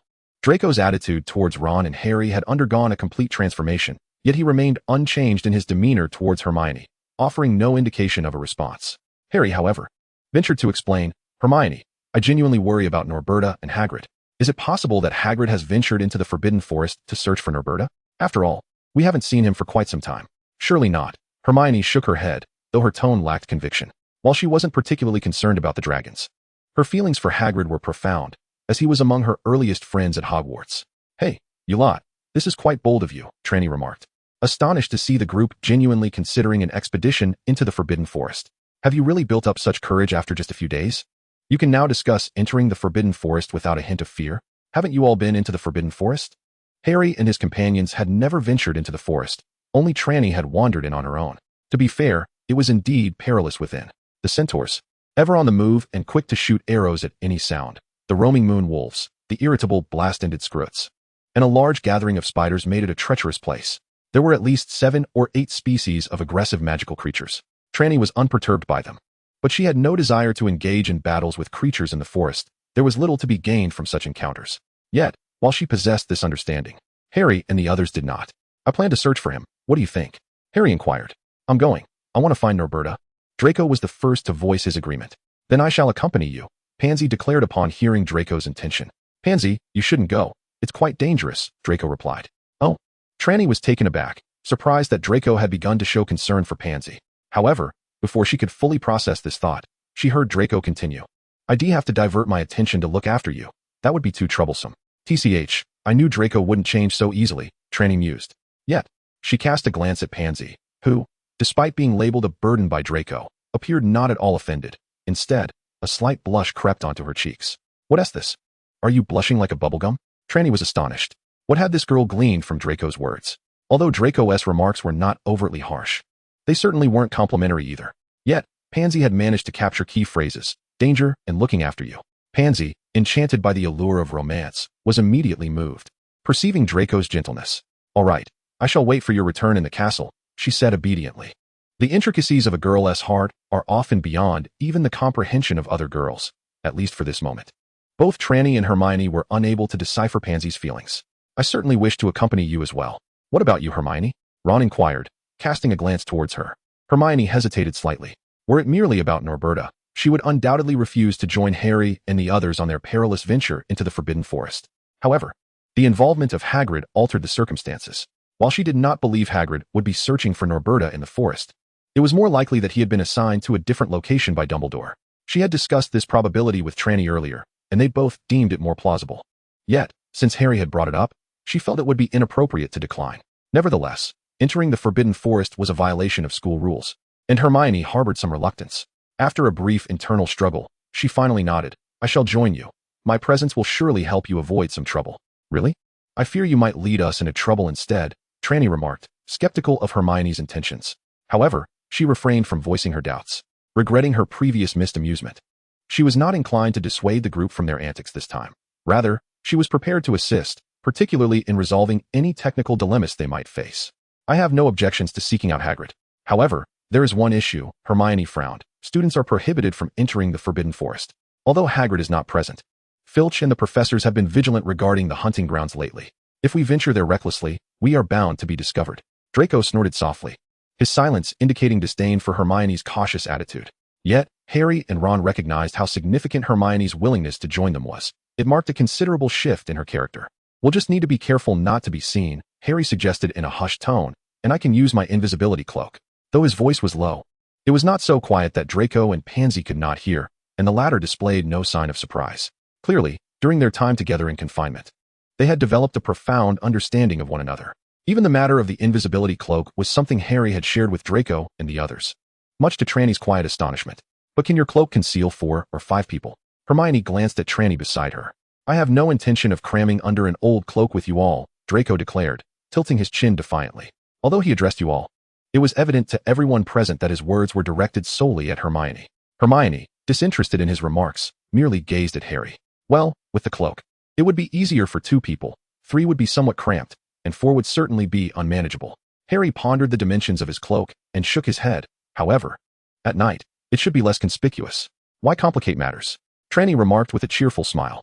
If you intend to venture out at night, I could offer some assistance. As the others turned to her, Trelawney continued with a grin. You all are familiar with the disillusionment charm, right? Upon hearing about the disillusionment charm, all present, including Hermione, felt a spark of excitement. This was a spell that could not be learned at school, nor would it be found in any of the countless tomes on magic in the library. Trelawney, you know the disillusionment charm? I thought such magic wouldn't be taught at school, Hermione expressed, surprised. Huh, for the Sauron family, such magic is hardly impressive, Ron chimed in, grinning. Trelawney, please teach us. Chapter 99, Technical Support. When it came to talismans, Trelawney was fiercely protective and would never share her knowledge with others unless she were to have children in the future. However, she felt no such reservations about magic, especially regarding the disillusionment charm, which was not particularly advanced. As for any concerns about school discipline, they held no sway over Trelawney. Had she known the invisibility charm, she would have taught that as well. Meanwhile, Harry, Ron, and Draco, who typically displayed a lackluster enthusiasm in class, were now fully engrossed in mastering the disillusionment charm. Surprisingly, Harry was the first to grasp it, followed closely by Ron, while Hermione found herself outpaced by the 2, with Draco not far behind. This was unprecedented in their previous lessons on spells and transfiguration. Do not inquire further. Interest is indeed the finest teacher. However, Pansy appeared rather disinterested, struggling to grasp the essence of the charm. Hey, I did it. Look at me, Ron exclaimed, thrilled as he observed his form distorted by the surrounding light, reduced to a mere blur, nearly transparent. All right, now that you've mastered the basics, when do you plan to venture into the Forbidden Forest? Trelawney asked, her smile unwavering. Hermione frowned slightly, looking at Trelawney. Aren't you coming? Of course not, Trelawney replied, her tone resolute. How could a model student like me possibly accompany you into the Forbidden Forest? Silence ensued, a painfully awkward silence. Harry and the others exchanged disdainful glances at Trelawney. You a model student? Are you joking? When Little Long first entered this world, your joy surpassed that of anyone else. Moreover, during the twins' mischievous escapades, you were not merely a bystander, but often the mastermind behind their antics. What do we call that? A conspirator. How can you dare to claim that you abide by the rules? It simply seems that you have not been caught yet. Indeed, one must admit that although Trelawney frequently flouts school regulations and bullies her peers, she has never once been apprehended by the professors. She is as slippery as an eel. In contrast, her accomplices, George and Fred, have faced detention on multiple occasions. However, for those two, detention feels akin to returning home. And they even seem to yearn for the confines of the dungeon. Why do you all gaze at me in such a manner?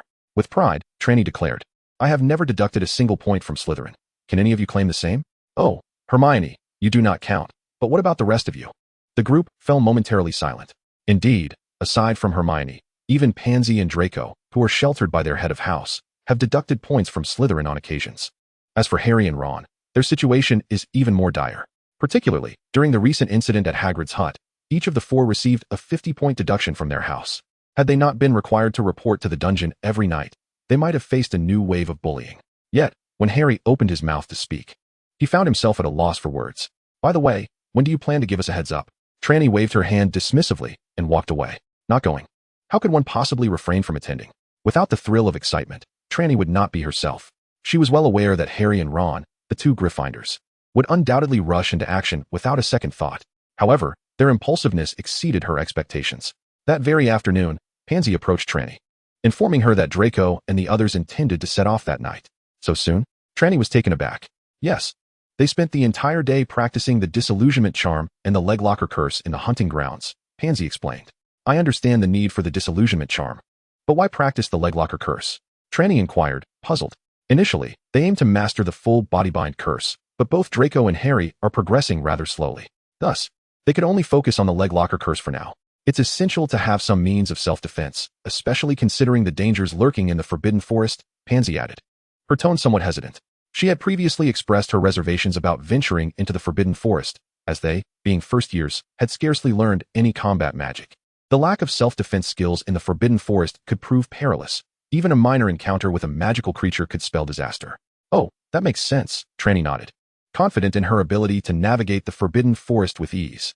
However, this is predicated on her magical prowess being nearly on par with, or even surpassing, that of typical sixth-year students, and her mastery of spells has reached the level of an adult wizard. Although Harry and his companions have performed commendably, particularly Hermione and Ron after acquiring their new wands, they still remain at the level of lower-year students, which creates a stark contrast with someone like Trelawney. The Forbidden Forest, for them, still poses significant dangers.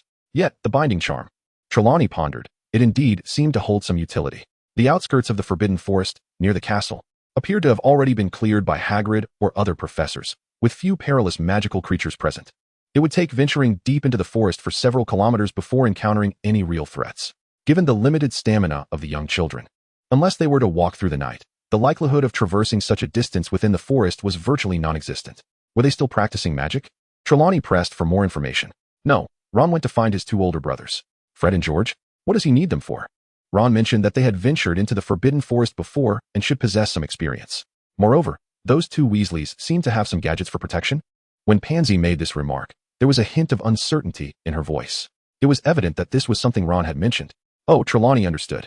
The twins indeed had been exploring the Forbidden Forest since their first year. As Hagrid had previously noted, they were quite seasoned in that regard. Seeking their counsel was entirely reasonable. As for the protective gadgets, Trelawney was aware of a few. They were the twins' somewhat rudimentary inventions, such as stink pellets and exploding snapballs.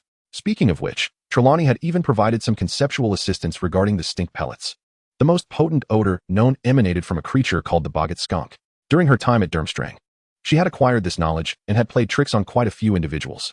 Upon learning that the twins were conducting similar research, she recommended it to them, and they had embraced the idea with enthusiasm, further solidifying Trelawney's belief in her mischievous spirit. With these two offering additional technical support, tonight's endeavor promised to be quite entertaining. Trelawney thought to herself, feeling a surge of excitement. Coincidentally, her materials for drawing symbols were nearly depleted, and her new supplies had yet to arrive. With time on her hands, she decided to accompany them for a stroll. Thus, that evening, Trelawney positioned herself early in the common room, waiting. As curfew approached, she observed Draco stealthily descending from the boys' dormitory. He glanced around cautiously, then with a subtle flick of his wand, his form transformed into a hazy shadow as he made his way toward the exit. At that moment, Trelawney activated her disillusionment charm. Chapter 100, Unicorn Blood.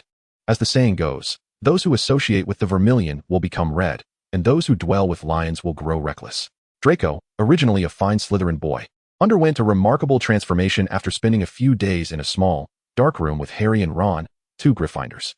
It became a source of amusement as he began to sneak out into the forbidden forest in the dead of night at the slightest provocation. Trelawney stealthily followed behind Draco, pondering this curious change.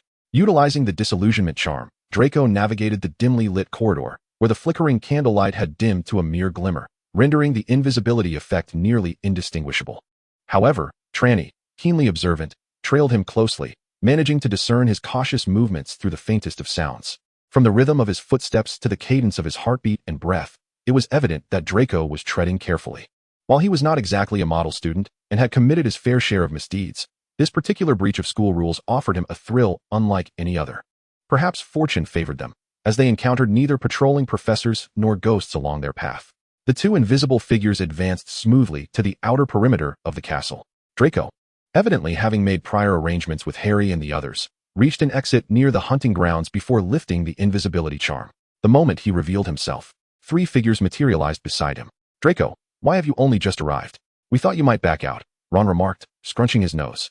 Impossible, Draco shot Ron a glance, retorting. When I say I will come, I mean it.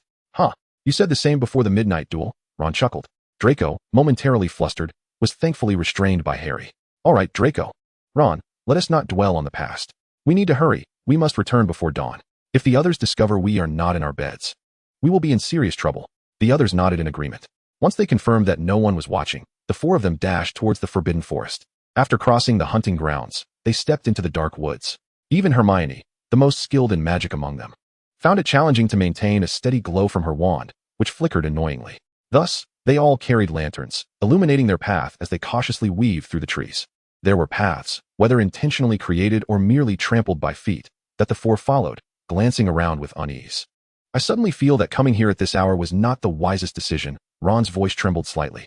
Gryffindors are indeed courageous, but there is a significant difference between bravery and fearlessness. The early spring night in the dark forest was eerily quiet, with hardly a sound from insects, creating an unsettling atmosphere. Coming here during the day would certainly attract attention, Harry agreed, his tone tinged with both affirmation and resignation. Ron pursed his lips, implying that entering the forbidden forest was not a wise choice.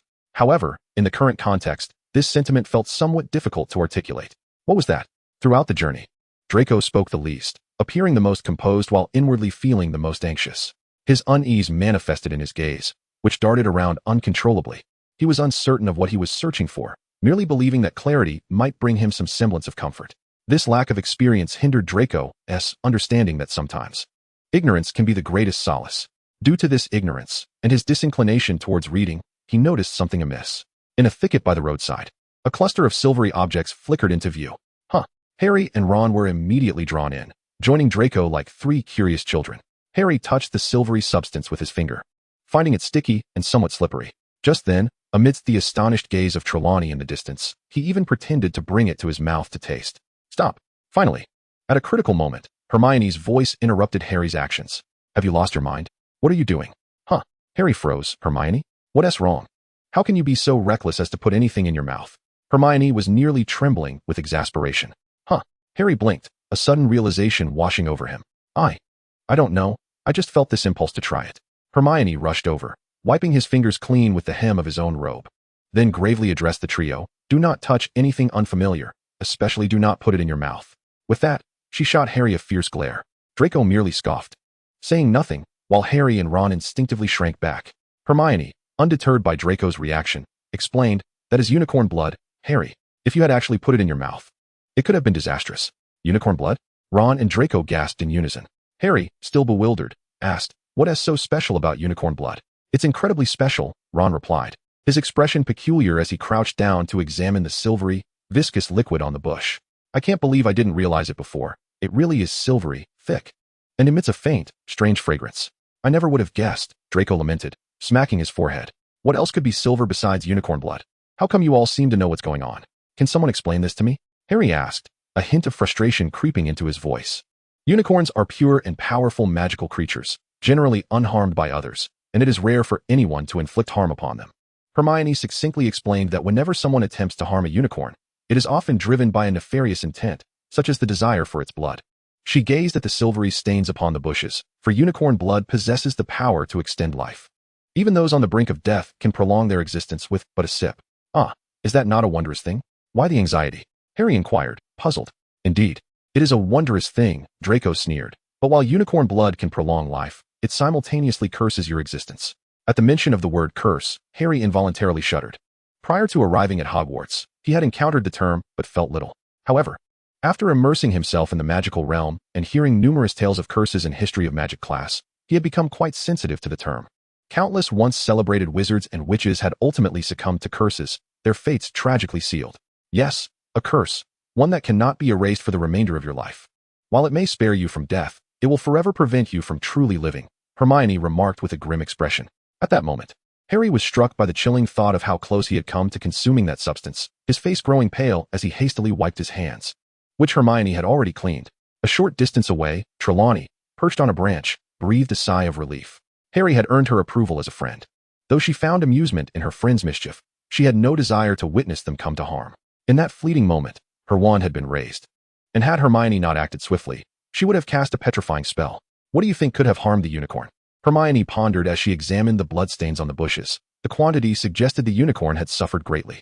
Could it be a werewolf? Draco instinctively suggested, momentarily forgetting his usual indifference towards Hermione due to the revelation of unicorn blood. No, Ron quickly shook his head, recalling Hagrid's previous remark that there were no werewolves in the Forbidden Forest. Can we truly rely on Hagrid's words?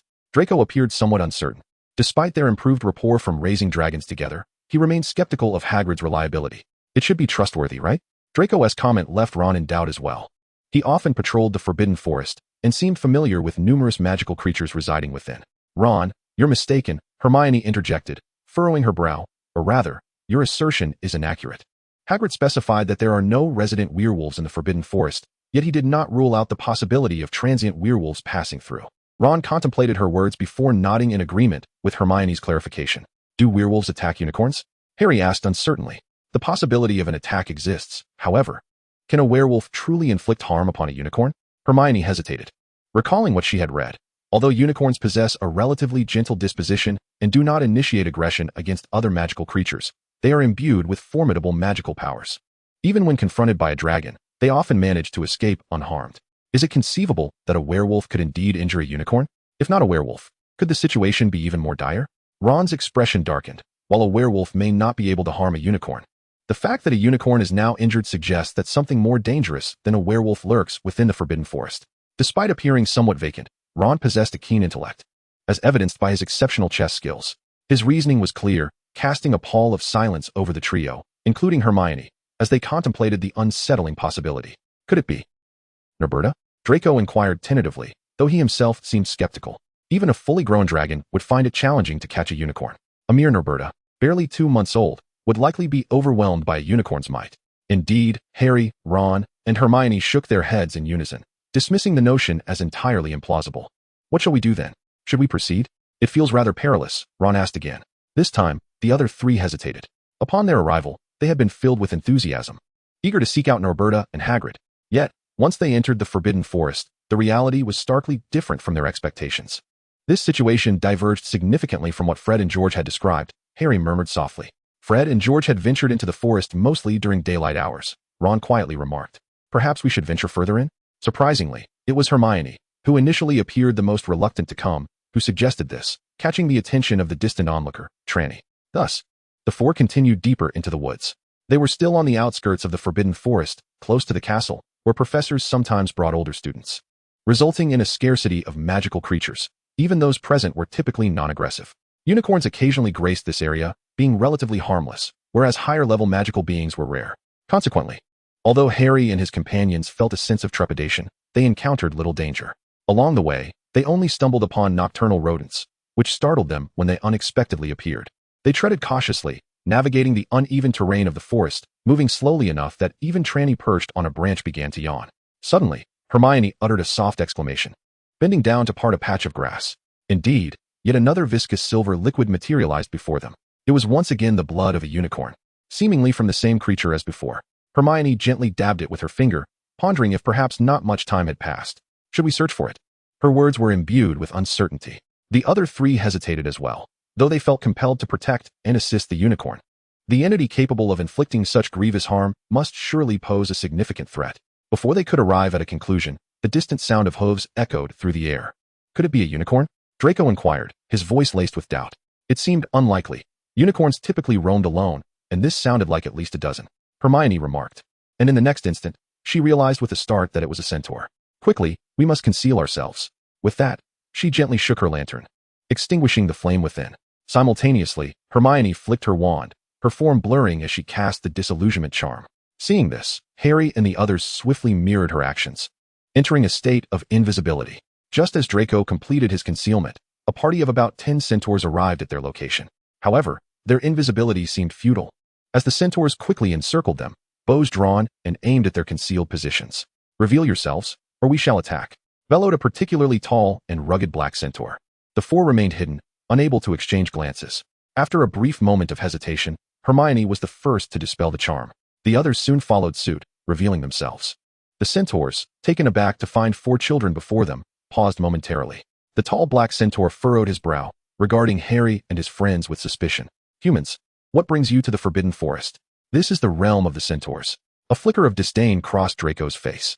He had long heard tales of centaurs considering the forest their territory, yet to wizards, particularly those of pure blood, it was utterly laughable. Nevertheless, despite finding it amusing, Draco found little humor in the arrows aimed at his head. How did you discover us? They say Gryffindors are audacious. Harry could not help but inquire.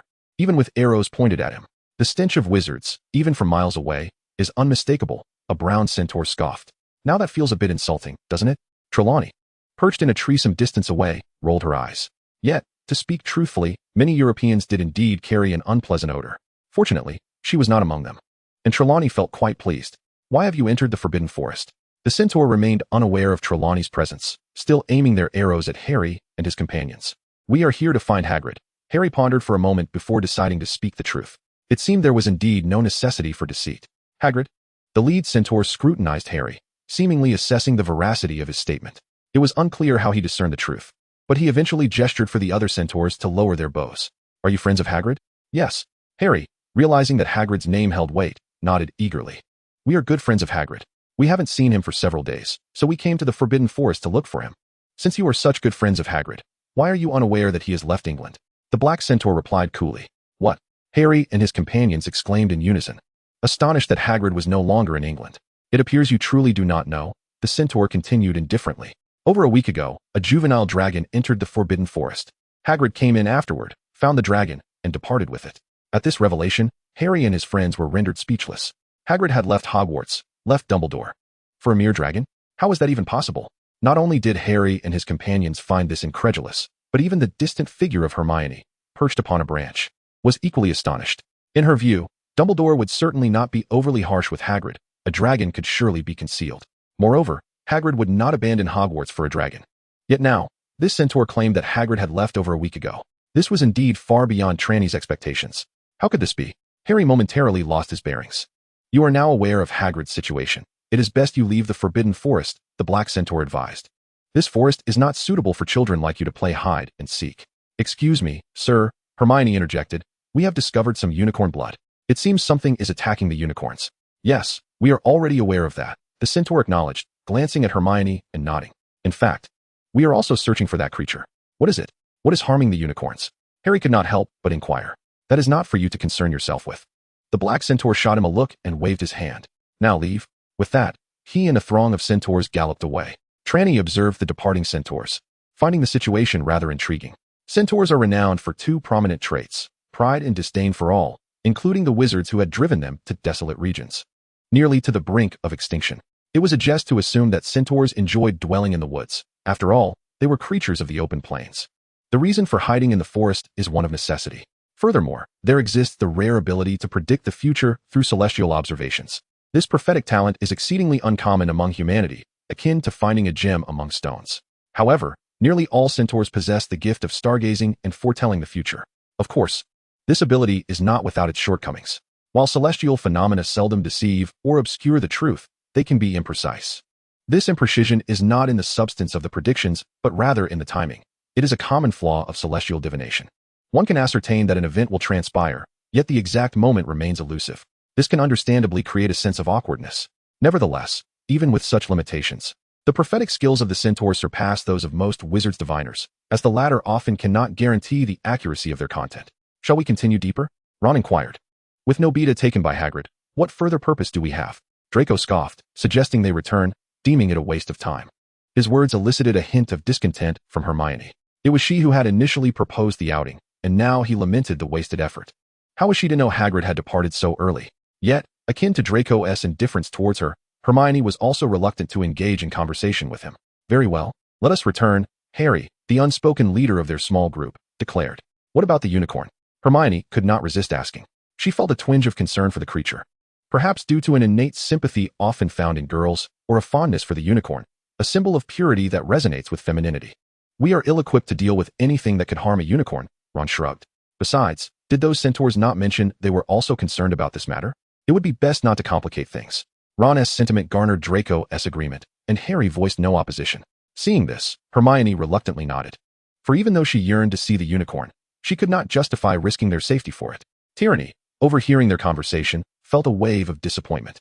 Were they truly heading back already? They had yet to witness any excitement. However, her thoughts swiftly shifted when she realized the four of them had lost their way.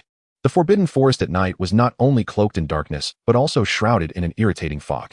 The mist lingered not just at ground level, but also enveloped the treetops, which bore an even denser haze.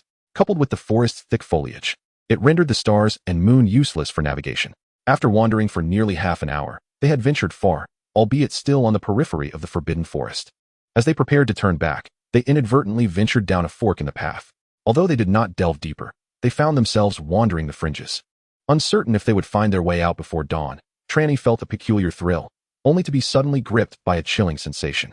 An eerily familiar and malevolent aura enveloped her, reminiscent of her former master, the dark sorcerer, yet more sinister and pure. Were there others with them?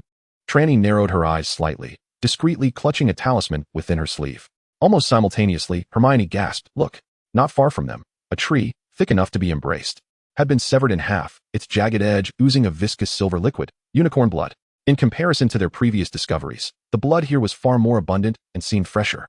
So much blood, Ron swallowed hard, and before approaching, he noticed a trail of shimmering blood spilling from behind the broken trunk. The four exchanged glances, and ultimately, it was Harry who, with determination, declared, "Let us check it out." Truly, a Gryffindor at heart, Trelawney, perched among the branches, expressed her astonishment while cautiously following them. As they advanced, the malevolent energy that Trelawney sensed intensified. Chapter 103, The Malevolent Entity. Navigating around two slanting trees, the group stumbled upon a clearing. In the center lay a unicorn, panting heavily and appearing exceedingly weak. Opposite the majestic creature stood a humanoid figure, cloaked entirely in a black robe that concealed its form. The being did not stand upright, but rather crouched in a peculiar and eerie manner. "What is that?" Hermione whispered. Harry grunted, instinctively pressing his hand to his forehead. "What's wrong, Harry?" Ron and Draco, one on each side, rushed to support Harry, who seemed on the verge of collapsing. "The scar. It hurts so much. Like it's on fire." Harry grimaced in pain. "Your scar hurts?" Draco asked, puzzled. Since becoming friends with Harry, he had never heard him mention such pain. Ron, however, recalled Harry mentioning it once at the beginning of the school year. A short distance away, Trelawney observed intently, her keen senses catching Harry's words. "Your scar hurts?" Trelawney pondered. She understood the significance of Harry's scar, though the reason for its existence remained unclear to her. From her readings, she knew it was a mark left by the dark wizard Voldemort after failing to kill Harry with the killing curse. To Trelawney, the killing curse was a brutal and aesthetically devoid dark magic, yet its potency was undeniable. If one's magical power was sufficient, resisting such a spell proved exceedingly difficult. The Dark Lord, capable of instilling terror across the entirety of Britain, undoubtedly possessed formidable power. At that time, Harry was merely a little over a year old, rendering him defenseless. Under such circumstances, it was utterly perplexing that the Dark Lord met his demise. Trelawney struggled to comprehend this anomaly, a sentiment not shared by many within the wizarding community. Otherwise, Harry would not have been dubbed the boy who lived, a figure shrouded in mythic reverence. Thus, what did the scar, imbued with profound significance and pain, truly represent? Trelawney found herself curious. However, at that moment, her greater intrigue lay in the ominous figure cloaked in black across from her. From this being, she sensed an unprecedented malevolence. Even the notorious dark practitioners she had encountered in her previous life exuded less potent malevolence. Yet, paradoxically, the magical aura emanating from this creature was not particularly strong, at least in Trelawney's estimation, failing to match the sheer intensity of its terrifying presence. Harry and his companions, able to perceive the dark figure, were likewise noticed by it. A low, guttural sound reminiscent of a beast's growl emanated as the creature turned its gaze toward Harry and his friends. In the blink of an eye, it disregarded the gravely wounded unicorn and leaped towards the quartet, gliding through the air as if unburdened by weight. "Ah!" Hermione gasped, her pupils dilating in fear, yet her body remained frozen in place. It was Harry, who, despite the throbbing pain in his forehead, managed to react, grabbing Hermione and urging, "Run!" The four of them turned and fled in a frenzy. As they escaped, Draco cast a binding spell in haste, though regrettably, the incantation had no discernible effect on the dark entity. Despite their panic, the four fled with remarkable speed, and although the creature moved with an ethereal grace, it did not gain on them significantly. Just as they began to entertain the hope of escape, a roar, akin to that of a wild beast, erupted from the creature, and in the next moment, a vine appeared beneath their feet. In their desperation, they failed to notice it, resulting in a synchronized tumble. While a single fall might go unnoticed, the collective collapse of four was absurdly amusing. Observing from the shadows, Trelawney could not help but smile. Yet, the four young ones were far from amused. Their faces drained of color, they turned to see the dark figure closing in, now less than 2 meters away. "Ah!" Hermione shrieked, her voice trembling with terror. The creature, however, showed no mercy, charging directly towards them. Just as it approached within a meter, a thunderous roar resounded through the woods, accompanied by a flash of blue-violet lightning that struck before the sound of thunder. The lightning struck with unparalleled precision, crashing down upon the creature and slamming it to the ground. Dust erupted into the air, and the cloak enveloping the beast was torn asunder, revealing a bizarre form seemingly composed of shadows and sludge. Although its shape vaguely resembled that of a human, it possessed only a silhouette, exuding an aura of the uncanny. "Ah!" Hermione's scream abruptly ceased. The scene before her made her forget her fear. A bolt from the heavens? Such a phenomenon was entirely unfamiliar to her. Though she had indeed heard tales of a meteorological charm that enhanced offensive magic, known as the Thunderbolt spell, it was supposed to gather storm clouds first, from which lightning would descend. The power and speed of this manifestation should not have been so formidable. True to her scholarly nature, Hermione was the first to consider that the magical display deviated from her understanding.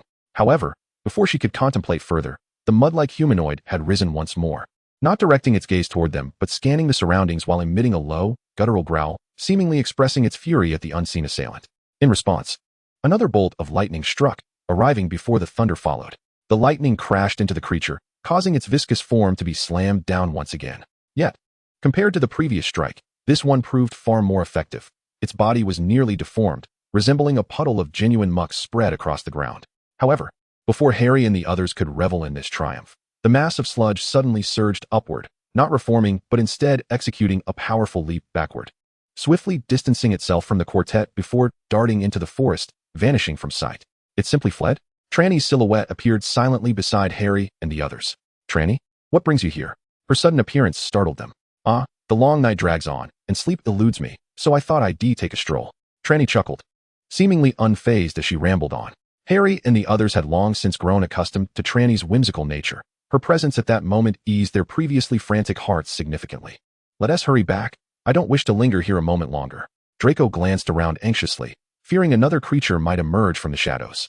"You all go ahead," Trelawney replied, shaking her head as she gazed toward the direction the shadow had departed.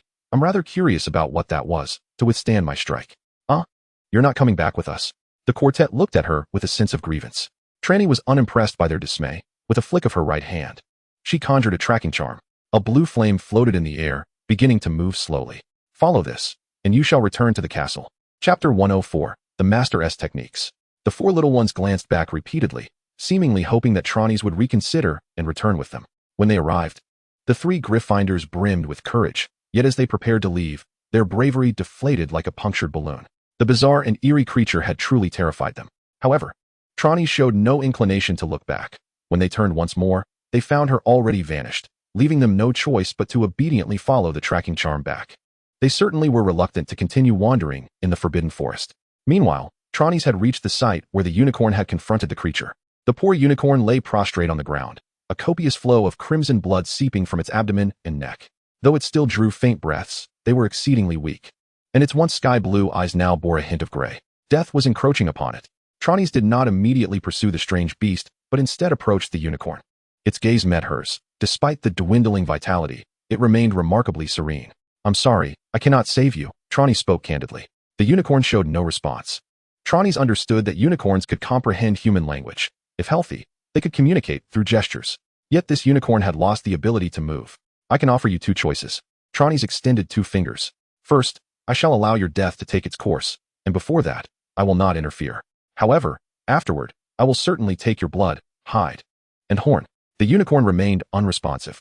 "It seems you are not fond of that option." Trelawney smiled gently, retracting one finger and deliberately raising her middle finger toward the unicorn. "Secondly, I can allow you to survive in another form, enabling you to join me in seeking vengeance against that which harmed you. Yet, this choice carries a drawback. I cannot guarantee its success. Of course, should it fail, I will still take your blood, hide, and horn. If you do not choose, I shall assume the first option." The unicorn blinked once. "If you blink again, I shall take it as your choice of the second." Trelawney's noted this subtle movement and said so.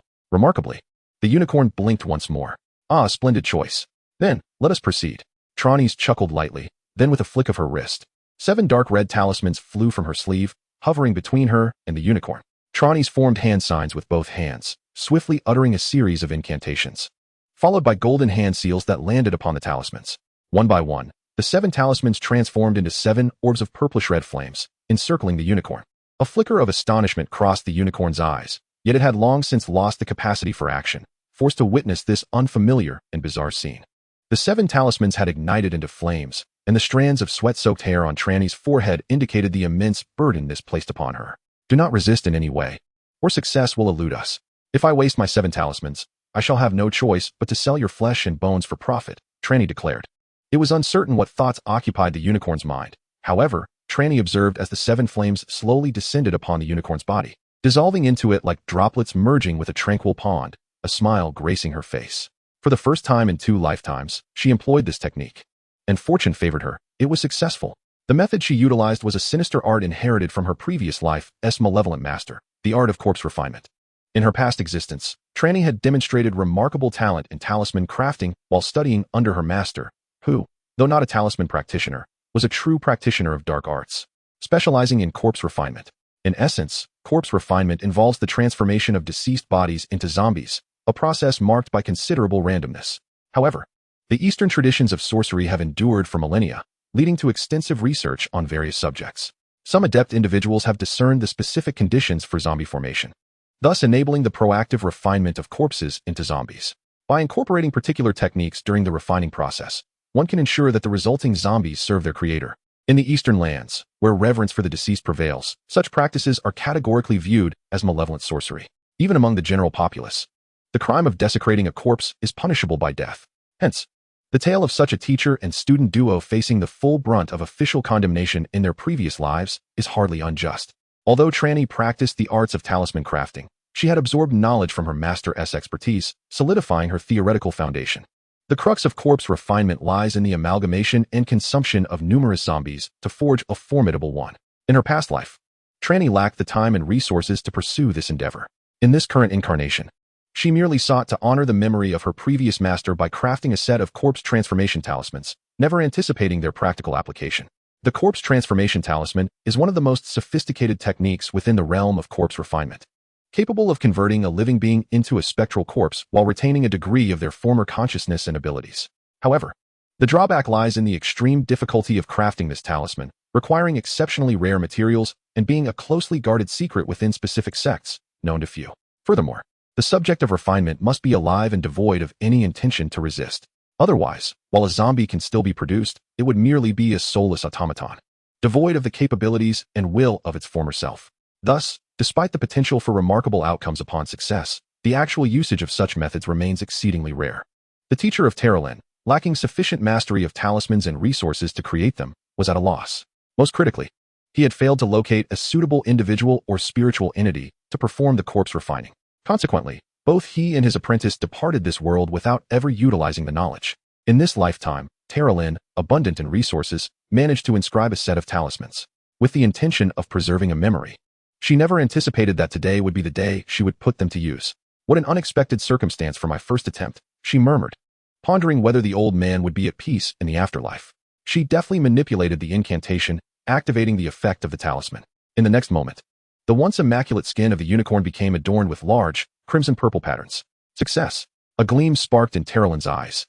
The crimson-purple markings indicated that the corpse refining had been accomplished. Yet, before her smile could fully blossom, a sudden transformation occurred.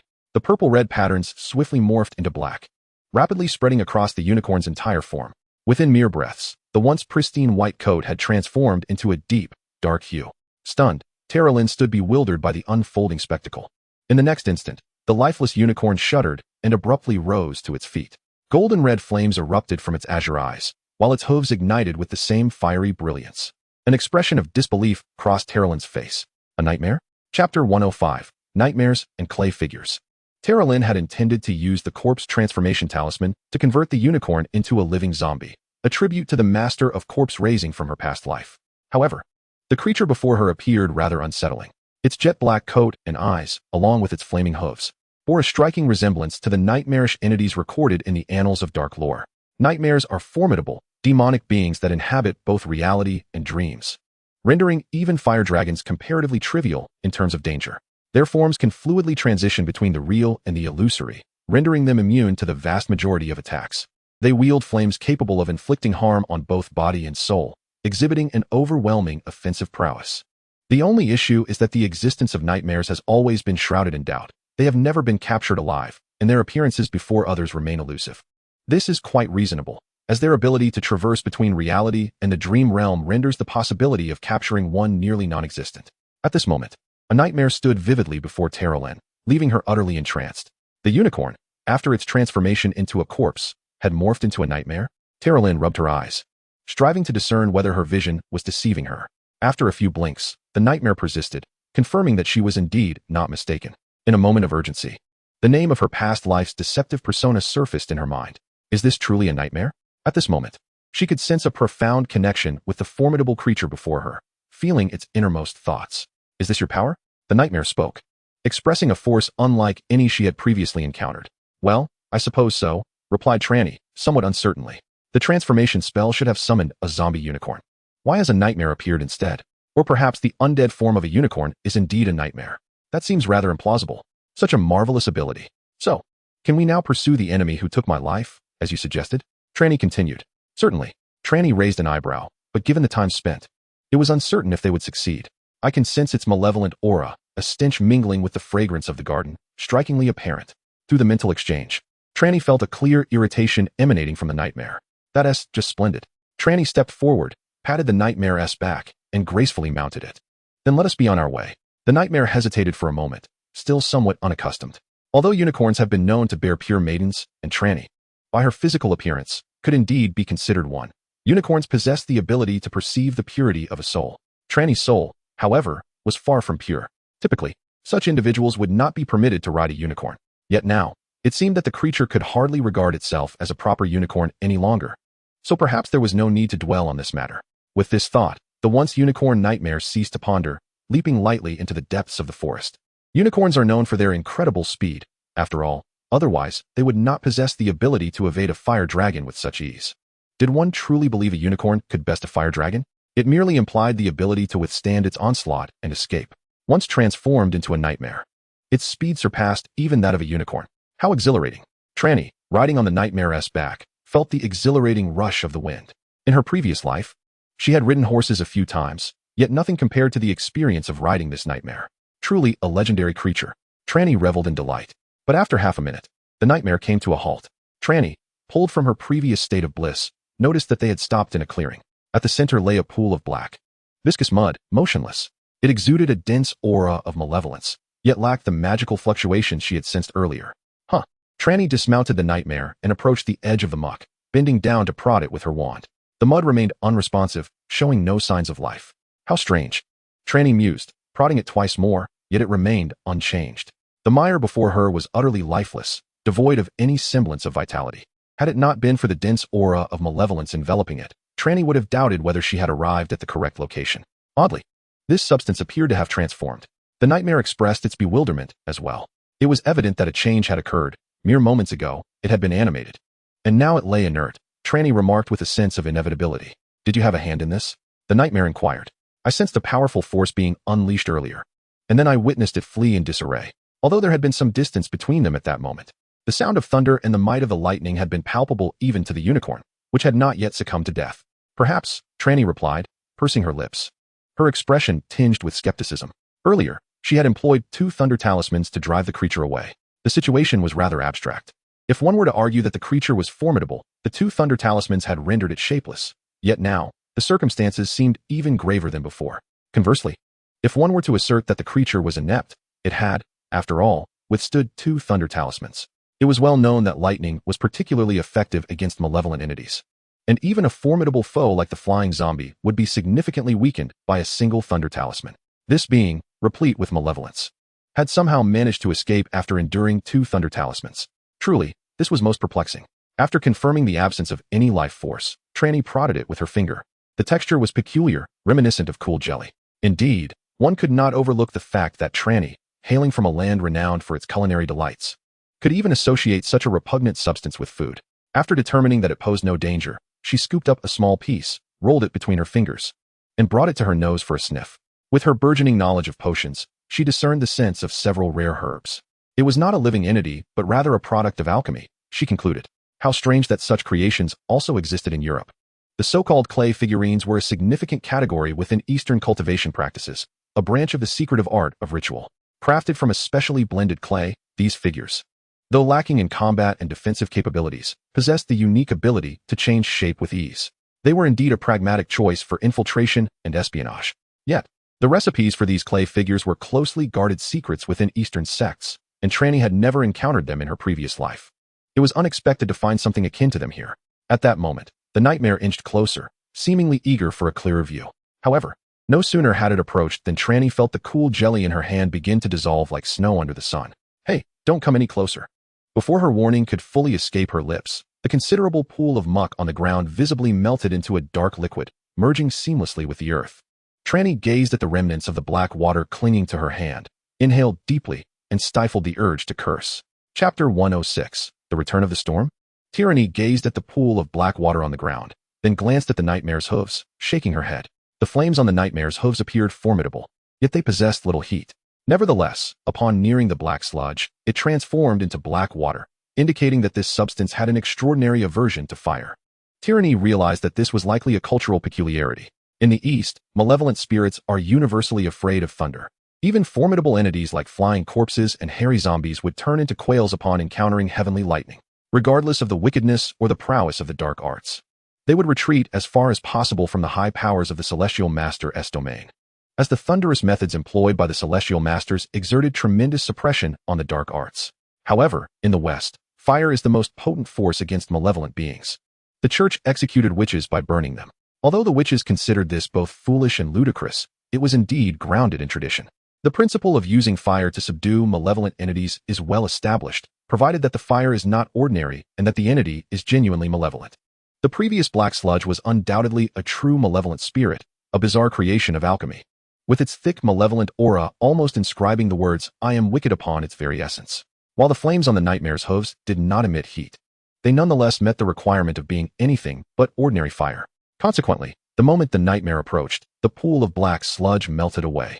However, more importantly, this entity had already lost its vitality prior to this encounter. What is happening? The nightmare clearly did not comprehend the situation. In simple terms, it was melted by your fire, Trelawney stated candidly.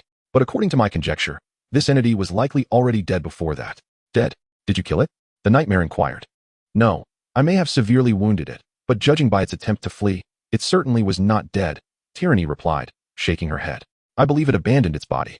Abandoned its body? This concept clearly surpassed the unicorn's realm of understanding. While the unicorn is indeed a powerful magical being with considerable intelligence, comprehending the chaotic abilities of the wizarding world would prove exceedingly challenging. This entity is a product of the wizard's alchemy, capable of temporarily housing a soul. Trelawney articulated her hypothesis, then continued, it endured 2 strikes from my lightning. Although it did not perish, it was evidently gravely injured and could not maintain its form. After fleeing here, the attached soul must have detached from this body, its whereabouts now unknown. As Trelawney spoke, she glanced around, surmising that it had likely fled far away. The escape of a soul is quite swift and not easily detectable, making it difficult to locate. The nightmare fell silent. Oh, you need not be disheartened. Trelawney chuckled, pondering the nature of the object in question. Although its essence eluded her, it was evident that anyone who had resorted to procuring unicorn blood was likely on the brink of death. To sustain his existence, he would undoubtedly seek out a unicorn for its lifeblood. Just wander about in the forbidden forest. If you encounter it, deal with it, she instructed. Casting a glance at the flames upon the nightmare's hooves, she added, that creature fears fire. Even if it manages to manifest another body, you will find it quite manageable. The nightmare appeared somewhat taken aback. You permit me to remain in the forbidden forest? It queried, astonished. How novel. Do you expect me to support you? Trelawney scoffed, fully aware of the nightmare's implications. When she had transformed it into a being of the undead, she had established a master-servant contract. This was a foregone conclusion. Otherwise, the practitioners of the reanimation arts would be perpetually at risk of their own creations turning against them. Although the metamorphosis of the undead unicorn into a nightmare was unforeseen, the binding contract remained intact. This nightmare was obliged to obey her commands unconditionally. Clearly, the nightmare presumed that Trelawney would take it away after tonight. However, she harbored no such intentions. Bringing such a massive creature back to the castle would be exceedingly cumbersome. Moreover, she could communicate with the nightmare on a mental plane. No matter where they were, a mere thought would summon it instantly to her side. Hogwarts was relatively compact, and given the nightmare's speed, it could reach her in a brief span unless it were on the far side of the Forbidden Forest. Thank you for your sincere gratitude, Trelawney sensed the nightmare's appreciation. Although my kin may struggle to accept me, I still wish to resolve this looming threat for them. That sounds splendid, Trelawney nodded. Now, please take me back. She glanced at the sky, the clearing offering a view of the moon suspended above. I ought to return to rest. Insufficient sleep is a foe to one's complexion. The nightmare readily complied, bowing down to allow Trelawney to mount its back before galloping towards Hogwarts. Upon nearing the edge of the Forbidden Forest, Trelawney instructed the nightmare to set her down.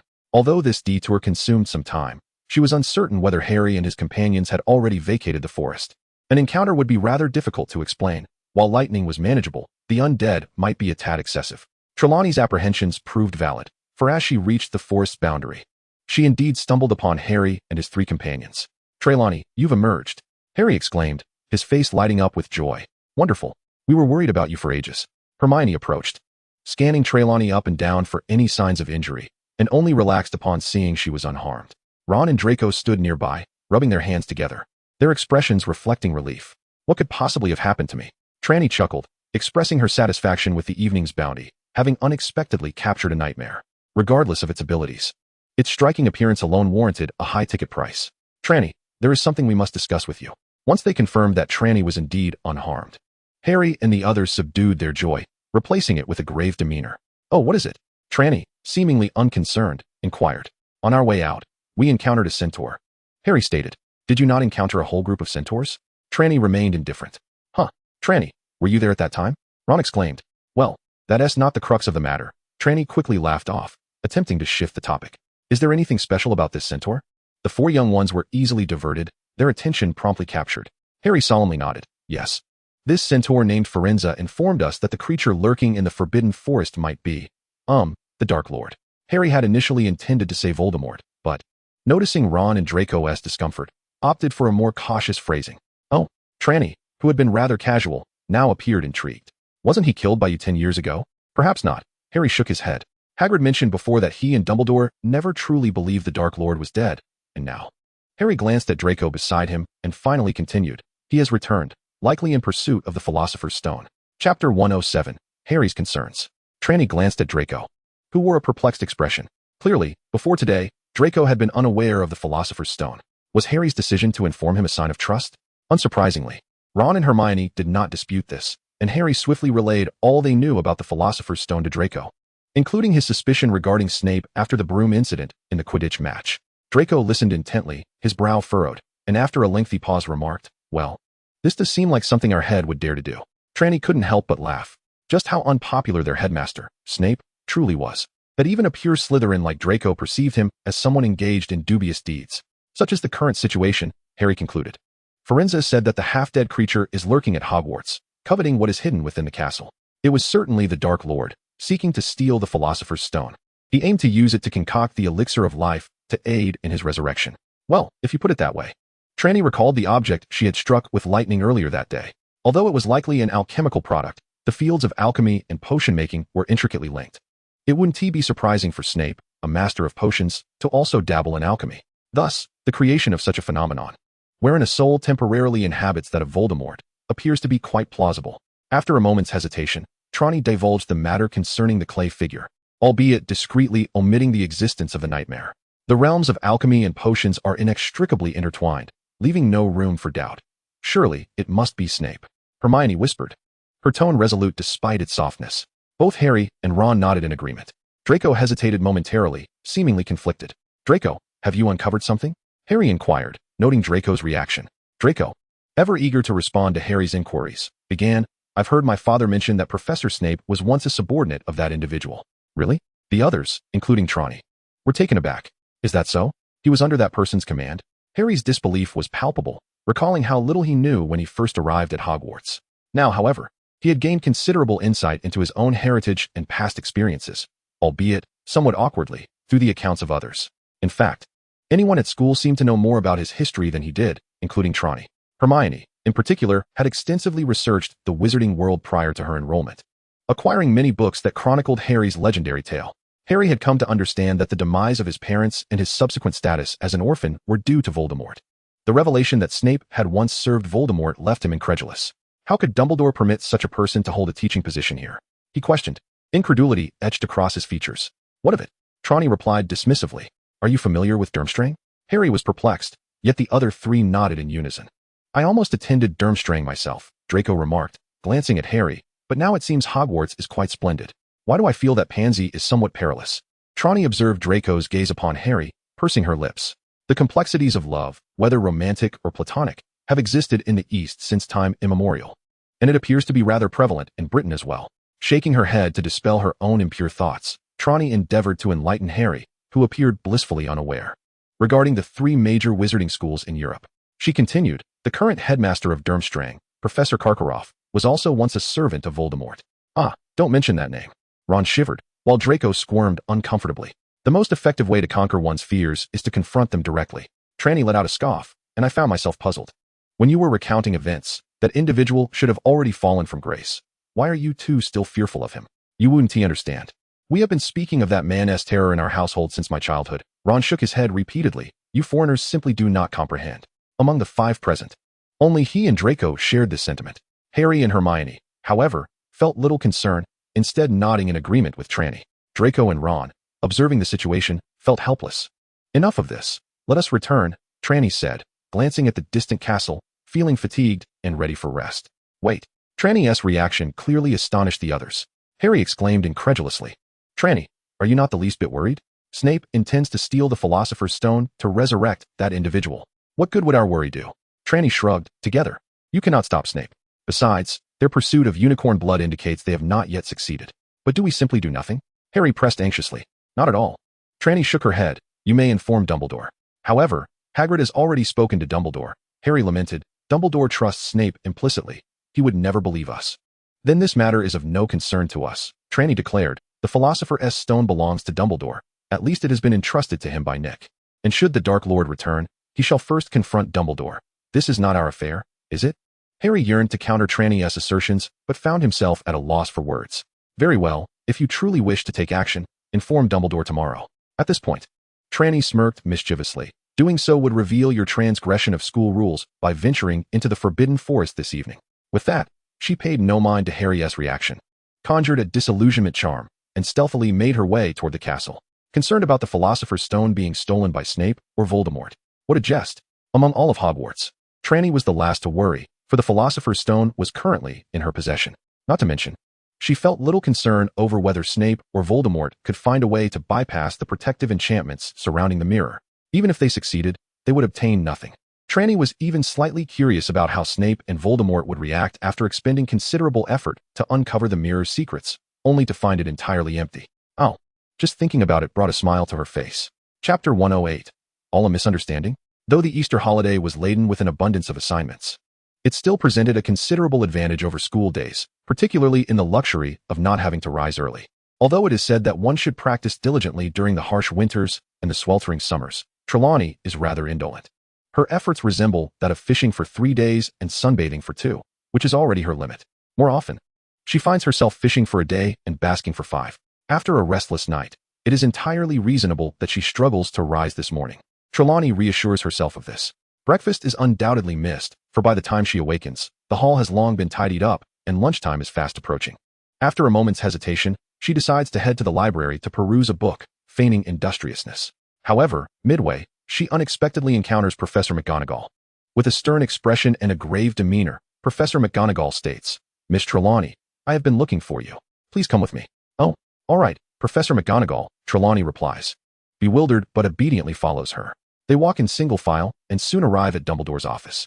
Trelawney recalls her previous visit to this office, which occurred when she first arrived at Hogwarts, accompanied by Rubeus Hagrid for her enrollment.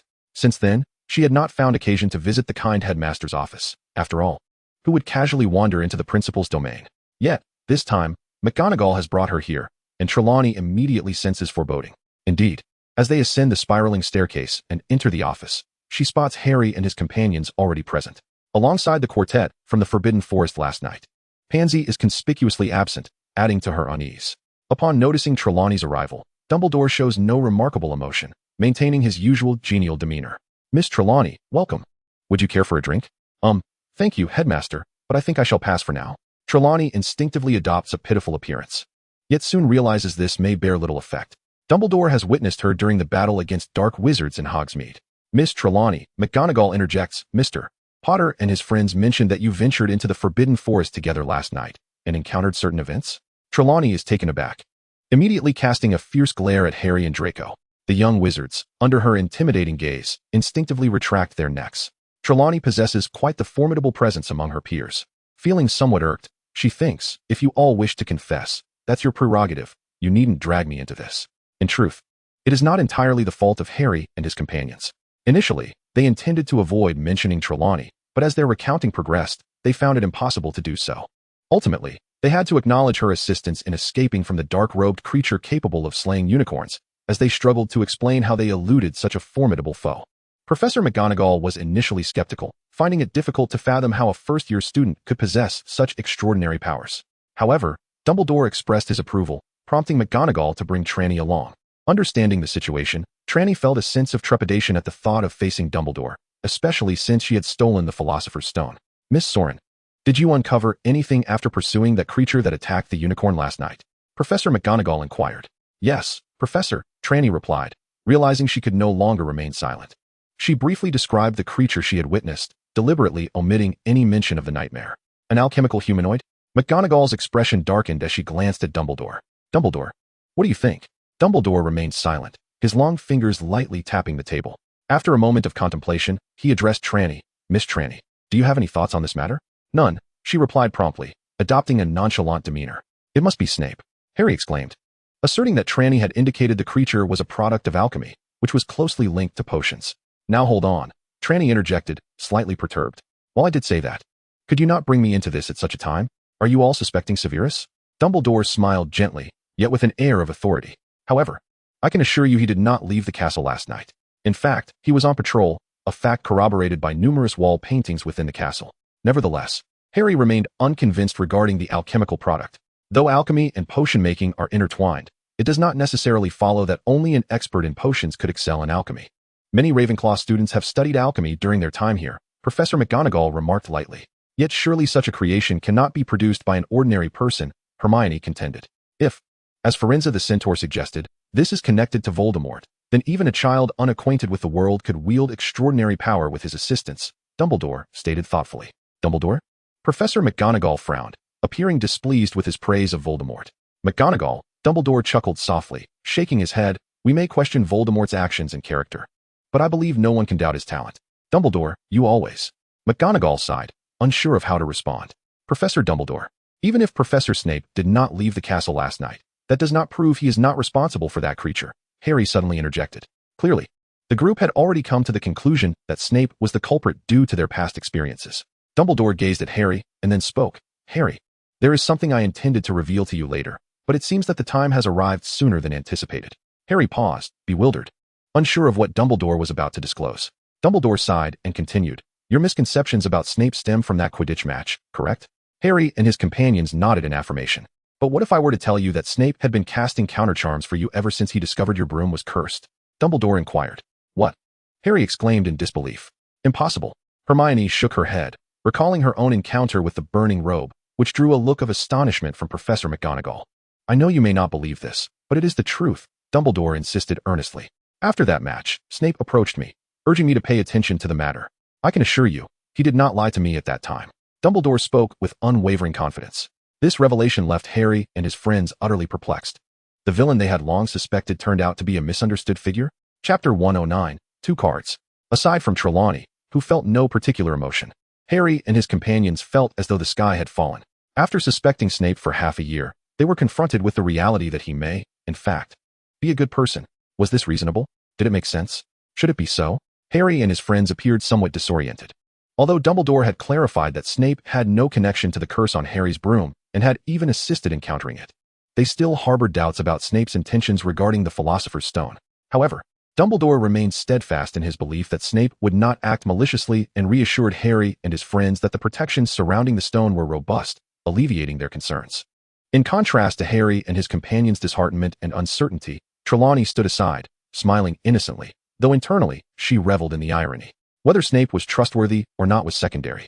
The security of the Philosopher's Stone was undoubtedly compromised, for that very object resided in her pocket. Well, that will conclude today's matter, Professor McGonagall summarized. Although your venture into the Forbidden Forest was against regulations, considering your awareness of the need to protect the school's assets, we shall refrain from punishment this time. However, should there be a repeat of this behavior, you will face consequences alongside this incident. But, Professor, what about the situation in the Forbidden Forest? That creature could still harm the unicorn.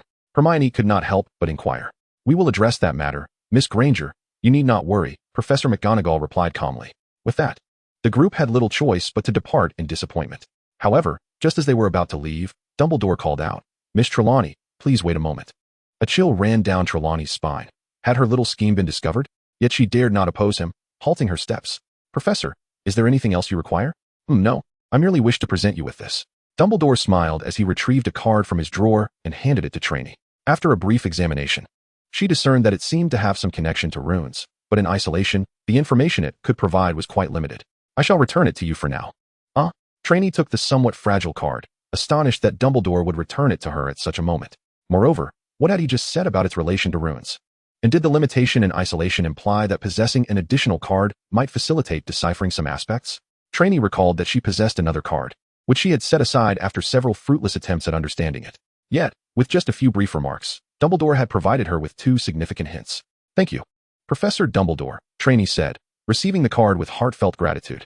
No need for thanks. It was originally yours, Dumbledore replied, his eyes, a brilliant blue, free of any elderly cloudiness, instead shining with clarity and depth, as if he perceived all truths. When Trelawney emerged from the office, Harry and the others awaited her at the door. Trelawney, did Professor Dumbledore keep you for something? Ron inquired with curiosity. Initially, Trelawney's smile faltered, realizing they had betrayed her. No, Trelawney, let me explain. Before the others could react, Draco's expression shifted, sensing the impending chaos. However, it was too late. With a flick of her wand, Trelawney ensnared Harry, Ron, and Draco in 3 sturdy ropes. Another flick of her wand stripped them of their shoes and socks, as 6 feathers began to tickle the soles of their feet. No, help, I was wrong. The bizarre cacophony of cries and laughter echoed through the corridor. The 3 were caught between laughter and tears, their bodies trembling yet utterly unable to resist. Pansy and Hermione watched in trepidation, their faces filled with alarm, before turning away, opting not to witness the brutal spectacle. Though Trelawney often bullied others at school, it was typically only those who provoked her. She rarely targeted girls unless they inadvertently crossed her path. Thus, although Pansy and Hermione felt a twinge of empathy for the trio, they had no intention of intervening, especially since it was indeed the 3 of them who had inadvertently exposed Trelawney. After a considerable time, Trelawney finally released her captives. By then, they lay sprawled on the ground like puddles of mud, drenched in sweat, their bodies still twitching slightly in the aftermath. Will you dare to betray me again? Trelawney asked, her voice soft and her smile sweet. Yet, to the eyes of the 3, she appeared far more terrifying than the monsters they had encountered in the Forbidden Forest the previous night. I won't. I promise I won't, Draco quickly responded, the first to speak, while Harry and Ron nodded in agreement. Both of them had also faced Trelawney's wrath before, usually receiving just a light slap or a kick, or at most a mild pain curse. They had never experienced anything of this severity before. They understood why, when Trelawney rolled her eyes in Slytherin, everyone else fell silent. She was exceedingly fierce, undeniably fierce. Seeing that the 3 were sufficiently cowed, Trelawney nodded in satisfaction. If they're essay next time, it won't be so easy. Do you understand? The response was a chorus of nods. Satisfied, Trelawney turned to leave, intending to head to the library. In truth, after her visit to the headmaster's office, it was nearly lunchtime. Her choice to go to the library was not born from a love of studying, but rather from Dumbledore's recent comment. That peculiar card was related to runes. She intended to find 2 books on runes to peruse. However, halfway there, a thought struck her. Runes? She recalled a gift she had received at Christmas, one without a sender's name, an introductory book on runes. At the time, she had complained about not knowing who had sent it. Now, however, it took on a different significance. Could it have been Dumbledore? No, that couldn't be right. He was unaware of the card back then. Who could it be? Was it mere coincidence? Or did they know about the card? Trelawney's mind raced, and she decided against the library, turning back to the common room. She entered her dormitory and retrieved the introduction to ancient runes that she had shoved under her bed. After flipping through just a couple of pages, her expression grew peculiar. The first page contained a list of rune vocabulary, and many of the characters seemed familiar from the world of that card. Trelawney mentally berated herself for being so dense. Had she looked at it sooner, she might have discovered the connection already. Nonetheless, it was not too late. She took out 2 cards and placed them together. Before she could act, both cards simultaneously illuminated. Chapter 110, The Secret of the Cards. As the 2 cards emitted their glow, Trelawney felt a stir within her, and she lightly tapped her wand twice. 2 streams of magic flowed into the cards. As the magical energy surged forth, 2 cards levitated simultaneously, standing upright before Trelawney. Their brilliance illuminated the surroundings, and the intricate designs upon them became increasingly vivid and lively. With a mere thought, the environment around her transformed abruptly, and Trelawney found herself once more within the grand hall. However, this time, there appeared to be a subtle difference. The runes that previously adorned the floors and walls were now gently undulating, as if infused with life. What is happening? Trelawney pondered, perplexed. Could it be due to the presence of 2 cards? That seems unlikely. If that were the case, those enigmatic wizards, each wielding only a single card, would merely have a decorative item in their hands. With a sense of uncertainty, Trelawney took a tentative step forward. This time, she was not immediately transported elsewhere. Ah, indeed, this is different. Amused, she began to pace within the hall. As she wandered, a familiar sight caught Trelawney's eye. It was a string of runes, a sequence she recognized all too well. Could it be? Trelawney gazed at the characters, disbelief flooding her mind. The sequence was unmistakably the incantation for the Sanguine Pursuit, a unique spell belonging to the Sorin family. Unlike most modern spells, which adhere to contemporary magical structures, the Sanguine Pursuit had not been simplified for dissemination, as it was solely for familial use. When Trelawney initially learned this spell, it was under the guidance of her uncle, Seer, who had insisted she memorize the structure and incantation without comprehending their deeper meanings. While she could wield the magic, she did not truly grasp the principles underlying the connection between the incantation and the spell itself. Seer had remarked, "At your age, teaching you ancient runes is far too taxing. I could be experimenting on several werewolves instead." Thus, although Trelawney had mastered this magic and memorized its structure, she lacked the profound understanding that accompanied other spells. Yet, it was precisely this lack of understanding that rendered the runic string particularly memorable. To see it here now was astonishing. Instinctively, Trelawney recited the incantation. In the next moment, the characters shimmered brilliantly, and a crimson light materialized before her. Initially resembling a typical beam of magical energy, but in midair, it transformed into an expansive net. It was, indeed, the Sanguine Pursuit. What is happening? Trelawney felt utterly bewildered. The spell had manifested, which was not surprising. She was quite familiar with it, and as long as she refrained from using that troublesome ancestral wand, the chances of failure were minimal. Yet, was this truly a spell summoned by her own will? She felt no trace of magical exhaustion, yet there was an unmistakable sensation of magic coursing through her veins. It was as if she had genuinely cast a spell, acutely aware of how this magic was shaped and formed by her magical energy, creating a structure that she could wield. There seemed to be something else lurking beneath the surface, but Trelawney found herself momentarily perplexed. What was this situation? Rapid thoughts raced through her mind, and after a moment, she attempted to cast another spell, the Torture Curse. The incantation flowed from her lips, and a distant flash of light flickered away. Hurrying forward, she recited the incantation once more. Indeed, she witnessed a series of runes flickering on the wall, accompanied by a flash of gray magic. How peculiar. Trelawney approached the sequence of characters, glancing at them, only to realize that she had wasted time. She could not decipher the ancient runes. However, as she recited the spell, the characters illuminated, and referencing her prior experience with the Scarlet Hunt, they must correspond to ancient magical runes. Thus, Trelawney's gaze swept across the floor, the walls, and even the seemingly invisible ceiling. Were all these densely packed runes composed of individual spells? Were there truly this many spells? Trelawney was filled with doubt, yet she proceeded to experiment with each spell she had mastered. She possessed a vast repertoire of magic, far exceeding that of the average student or even most adult wizards, much of it consisting of bizarre and arcane dark magic. Each incantation she uttered caused a rune somewhere in the hall to glow. After testing dozens of spells, the results were consistent. Whether dark magic or ordinary spells, tangible or intangible, beam magic, all found their corresponding runes. However, due to Trelawney's unfamiliarity with the ancient runes, she could not ascertain if they truly matched. When she attempted to recite these magical incantations, the corresponding runes would illuminate, and she could feel the magic flowing within her, constructing spells that she then released. Among the advanced dark magic, Trelawney even sensed that the way the magical energy was structured was more intricate and nuanced than her previous understanding. Was this a form of magical practical training? In an instant, Trelawney seemed to grasp the meaning behind Dumbledore's earlier words.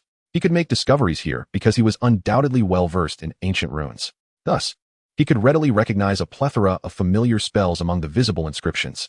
Yet, due to his possession of only a single card, he might be unable to traverse the hall and further examine the distant runes. Of course, the utility of this knowledge would be somewhat limited for Dumbledore, given his profound mastery of magic and understanding. However, for someone like her, still in the throes of learning, such resources would prove invaluable. In a fleeting moment, Trelawney was inundated with countless thoughts, yet she found herself unable to solidify any of them. Nevertheless, she felt assured that this was an exceptional opportunity. Here, she could practice magic with almost no depletion of energy. It is vital to understand that the prowess of a wizard does not solely hinge on their magical capacity. Even those of mediocre strength, once they reach adulthood, possess sufficient magical energy. What truly constrains most wizards is the quantity of spells they have mastered and their proficiency in wielding them. Moreover, as she sensed the operation of these spells, there lingered elusive impressions of something beyond her grasp. Trelawney surmised that it might pertain to the relationship between the structure of magic and the incantations. However, her lack of knowledge regarding ancient runes prevented her from connecting the two. If she could learn even a smattering of ancient runes, would it not enable her to perceive and comprehend more clearly? It is well understood that grasping the connection between incantations and the structural foundations of magic is fundamentally crucial to mastering any spell. Furthermore, merely being adept in already learned spells may not reveal their true potential. The true marvel of the world within these cards should lie in the discovery of new spells. Trelawney was suddenly reminded of the package that Lupin had gifted her, which contained not only information on animagi, but also a Patronus charm. Chapter 111. The Unraveling Chilo? Trelawney, what is the matter with you? Why didn't you come for lunch?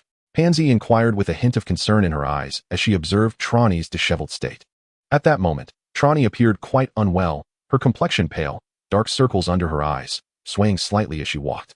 Trelawney waved her hand dismissively, unwilling to converse, and focused solely on her meal.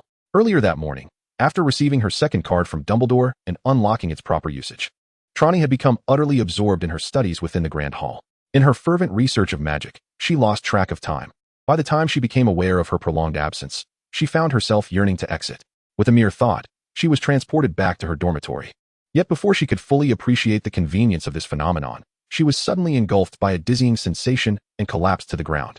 A sharp, splitting headache ensued, accompanied by an overwhelming sense of weakness, as if she had gone 3 days without sustenance. Trelawney was alarmed. She was acutely aware of her own physical state. Although her training and body cultivation had been somewhat sporadic, her dedication to proper techniques, coupled with her innate talent and abundant resources, had fortified her physique considerably. Consequently, her current state of frailty filled her with extraordinary trepidation. Summoning every ounce of strength, Trelawney groped for a vial of potion on her bedside table and consumed it.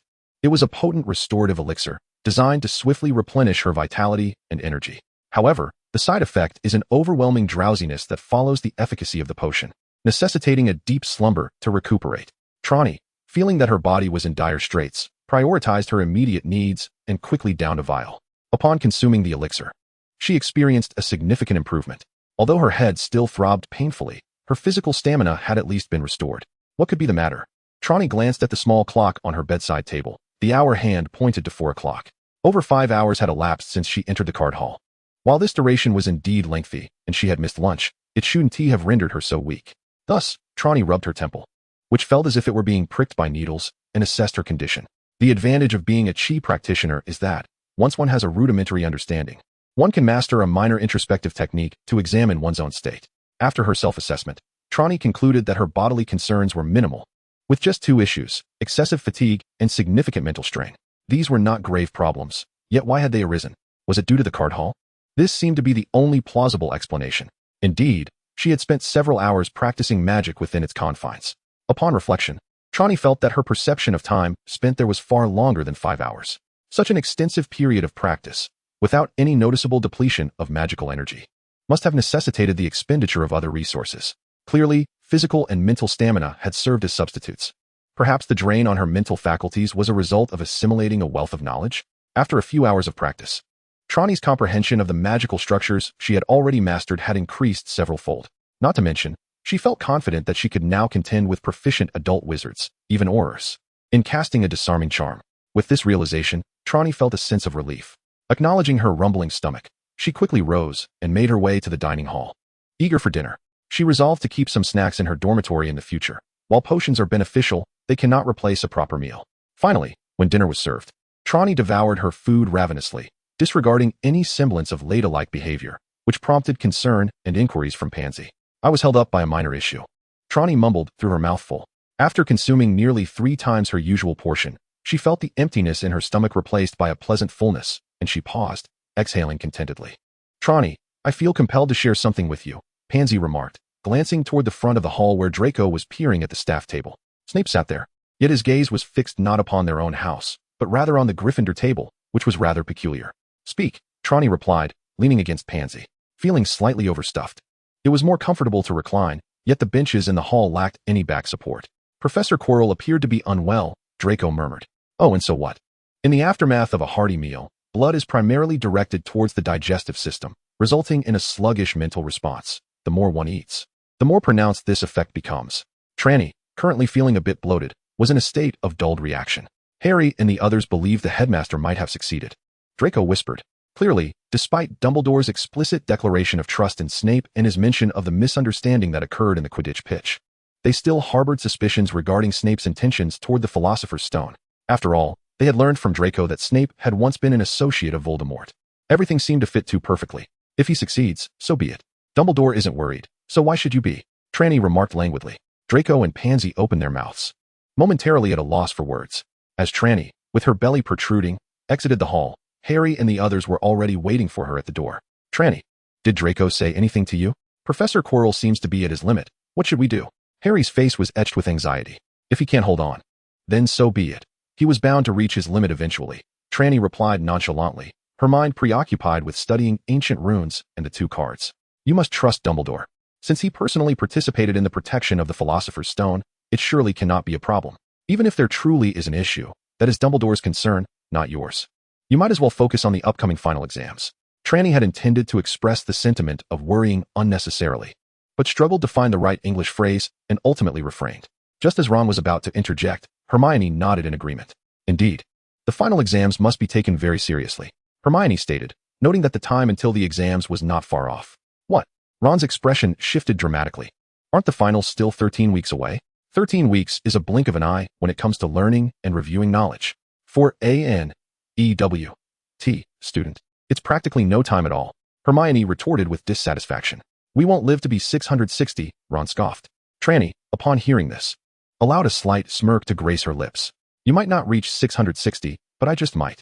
Ignoring the burgeoning debate between Hermione and Ron, Trelawney proceeded toward the common room. She yearned to immerse herself in the sea of knowledge, but upon reaching the staircase, she encountered Quirrell, who was described by Harry and the others as being ill. Observing Quirrell's almost ashen complexion, Trelawney found merit in Harry's words. He indeed appeared to be in significant trouble. However, Trelawney narrowed her eyes slightly, sensing an unsettling aura. What could be the cause of this? Chapter 112. Chilo is troubling. Miss Sossalin, it is a pleasure to meet you. Professor Chilo stammered as usual, while Trelawney observed him with narrowed eyes. The malevolence emanating from him bore a striking resemblance to the sensation she had experienced in the Forbidden Forest the previous day. Although the intensity varied, she was certain it was the same essence. This was intriguing. Could the malevolent force that attacked the unicorn last night have originated from Chilo? Or was it possible that the entity, suspected to be Voldemort based on current intelligence, had taken residence within Professor Chilo? Professor Chilo, it is indeed a pleasure to see you, Trelawney remarked, her fingers discreetly brushing against 2 talismans hidden in her sleeve. You appear quite unwell. Did you not sleep well last night? She emphasized the words last night deliberately. Haha, yes, I suppose I did have a bit of trouble, Chilo replied, his gaze wandering. I might have caught a chill while reading the other night. I see, Trelawney responded, feigning realization before suddenly pondering aloud. I recall that you graduated from Ravenclaw. did you not? Ah, yes, indeed, Chilo stammered, nodding in affirmation. Graduates of Ravenclaw are known for their erudition. I heard you were an outstanding student back in the day? Trainee continued her inquiry. This was indeed true. Trainee had once discussed with Gemma how it was perplexing that the school would admit someone like Chilo, only to learn from Gemma that he had graduated from Hogwarts with honors, albeit not as a head boy or prefect. His performance in the wizarding level examinations had been exemplary, which led to his appointment as a professor. Prior to this year, Professor Chilo had been teaching Muggle studies and protection, a subject he excelled in due to his travels in the Muggle world. His classes were well received for their humor and engaging content, making him one of the most beloved professors at the school. However, last year, the position of defense against the dark arts professor had become notorious for its frequent turnovers. Upon returning from his summer travels, Chilo applied for the role. Many students in their 4th year and above, who had taken his Muggle studies course, were quite eager for his class. Yet something inexplicable seemed to have transformed him during the break, leaving him rather abstract in demeanor. Trainee had briefly paused to consider this matter before dismissing it, yet now, it suddenly struck her that something was amiss. There is nothing particularly exceptional about him. He is merely curious about Professor Quirrell's elusive gaze. It is said that many students from Ravenclaw engage in extracurricular studies, such as alchemy. I wonder if Professor Quirrell is one of them, Trainee inquired with a smile. Oh, well, I don't know much about that, Quirrell chuckled lightly. As for you, Soren, I have other matters to attend to, so I must bid you farewell. Do not let your guard down during the holidays. Prepare well for your studies. With that, he swiftly bypassed Trainee and departed. Trainee watched his hurried exit with a scoff. There was something peculiar about him. It seemed that Harry and the others had entirely misjudged their suspicions. Perhaps it was this very individual who stirred the pot. Meanwhile, Quirrell turned down a corridor, pausing to lean against the wall, unaware of any footsteps behind him. In a hushed tone, he murmured, Master, has she discovered anything? Should we consider advancing our plans? Trainee hesitated, contemplating whether to share her findings with Harry and even Dumbledore. There was something amiss with Quirrell, likely linked to the creature that had attacked the unicorn the previous night. However, how could she articulate such an insight? The notion of dark magic was entirely foreign here. Other students were oblivious, professors were unaware, and even Dumbledore seemed blind to it. Only she could perceive it. This was rather conspicuous. The wisdom of countless predecessors cautioned against standing out too much. Those who drew attention were often met with misfortune. While Trainee was already a figure of notice at Hogwarts, she remained within the realms of what wizards could comprehend. To introduce a concept related to the practice of chi manipulation, which she had never encountered nor had any means to access, would be excessively conspicuous. Outright refusal would reveal her hand. Yet, there must be a way, Trainee pondered, stroking her chin. Though Harry and his friends appeared somewhat daft, each possessed a keen intellect. A subtle nudge in the right direction should suffice. What would be the best entry point? Trainee contemplated before arriving at a notion. The incident during Harry's first match, where his broom was cursed, presented an excellent opportunity for insight. Reflecting on that moment, she realized she had initially overlooked Quirrell, who was conveniently positioned behind Snape at the time. Moreover, he had obscured his face with a scarf, rendering his mouth invisible. At that moment, he had indeed been fixated on Harry. As he stood behind Snape, Hermione set fire to Snape's robes, inadvertently allowing Snape to block Quirrell's line of sight. It all became clear. With a shift in perspective, Trainee experienced a sudden epiphany. She resolved to discuss this revelation with Harry and the others tomorrow. As for today, Trainee felt her eyelids growing heavier. The adverse effects of the restorative potion were now manifesting, a wave of profound drowsiness enveloping her body. She thought to herself, perhaps there was no need to rush this day. With that, she swiftly returned to her dormitory and collapsed into a deep slumber. Oh, the bedding at Hogwarts is truly exquisite. She might consider acquiring a set for her home. Lying in bed, Trainee reveled in her thoughts, drifting into a blissful dream.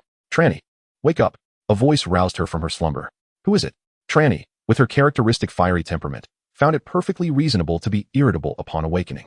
Upon lifting her head, her annoyance softened slightly at the sight before her. At her bedside stood Daphne, a close friend. Trainee, wake up. Have you forgotten? Today is the crucial Quidditch match. If we can defeat Hufflepuff, we have a chance at the House Cup. Daphne's face radiated excitement. Oh, the Quidditch match, right? Trainee nodded, only to realize she was already clad in the Slytherin Quidditch team uniform. Captain, how shall we play this match? Marcus inquired eagerly as the game was about to commence. Trainee furrowed her brow slightly, sensing something was amiss. Trainee, could you organize the match? Marcus looked at her with confusion. You are the captain. We need you to set the pace. The other team members gazed at her in astonishment. Trainee chose to ignore their bewilderment, instead observing her hands, and then the sky above the pitch, a smile gracing her lips. A seasoned practitioner of chi rarely dreams, for their mind is stable, undisturbed by external influences.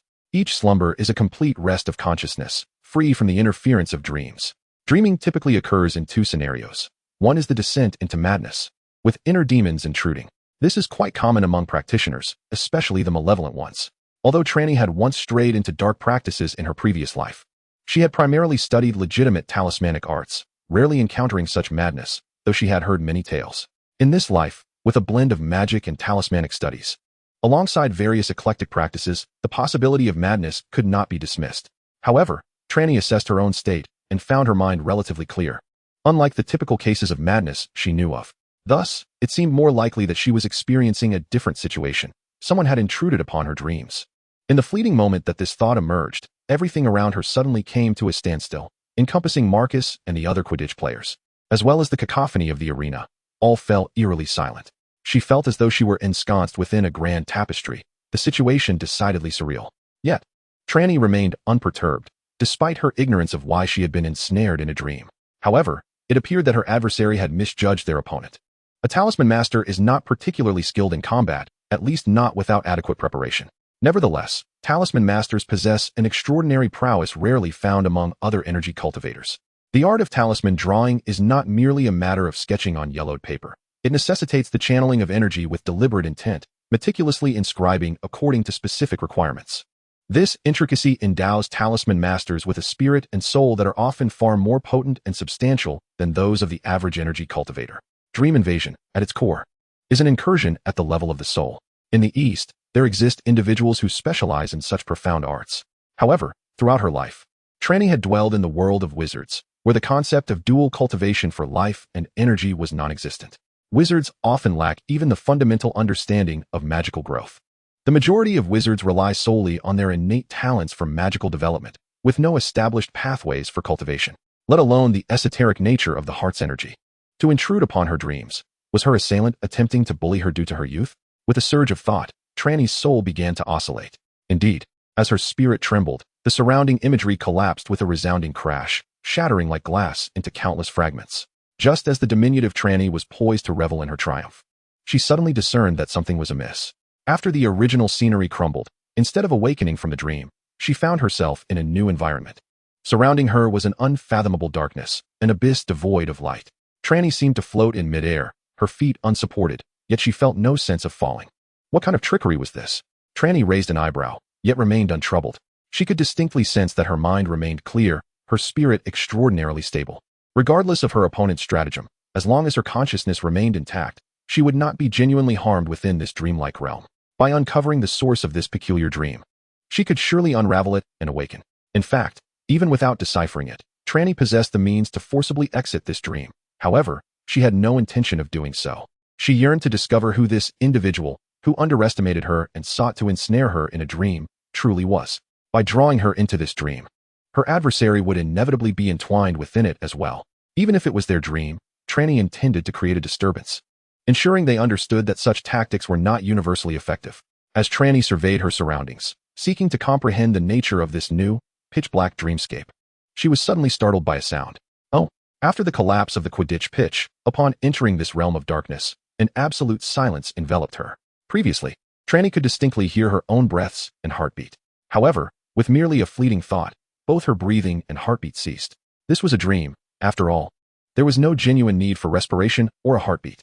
Eastern practitioners of Qi cultivation had long mastered the art of the spirit. Cultivating Qi necessitates tranquility. As the saying goes, joy arises from detachment, and true joy is born from stillness and purity of thought.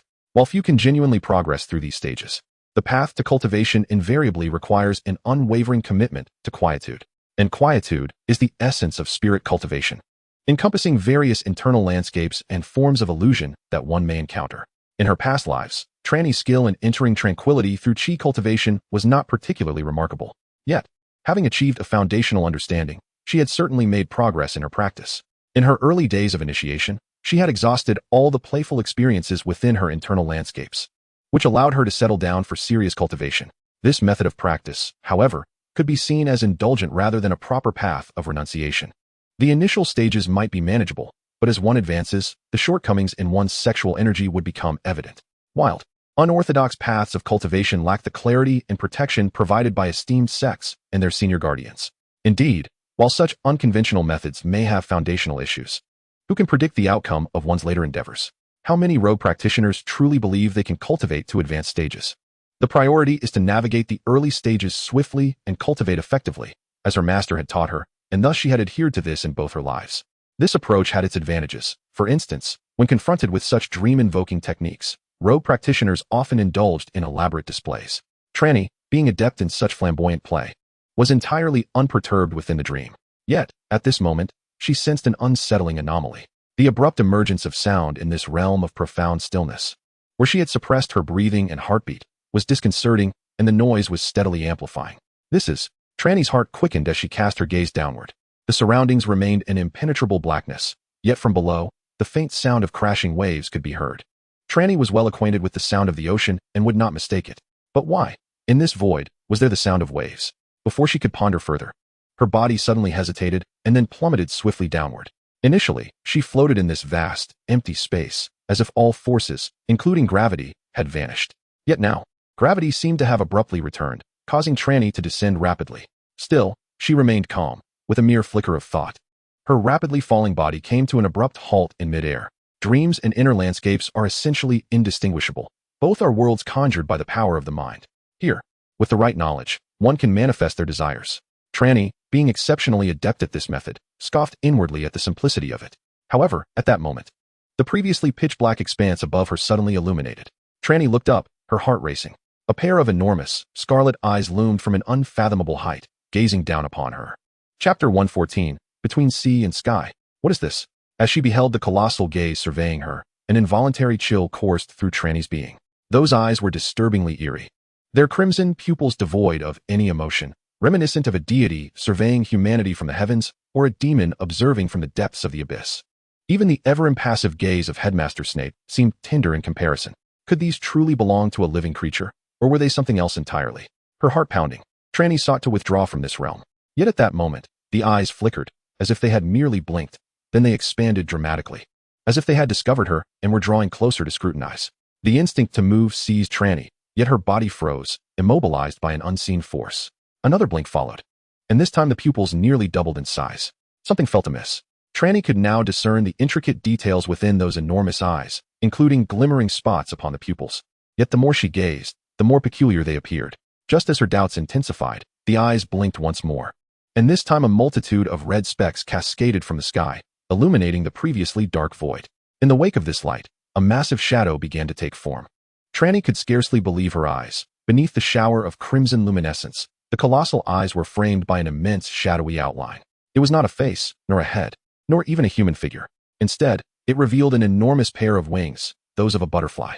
A gigantic butterfly, its wingspan potentially stretching 100 meters, descended gracefully from the sky. The vast scarlet eyes were, in fact, the patterns upon its wings, each flutter creating the illusion of a blink.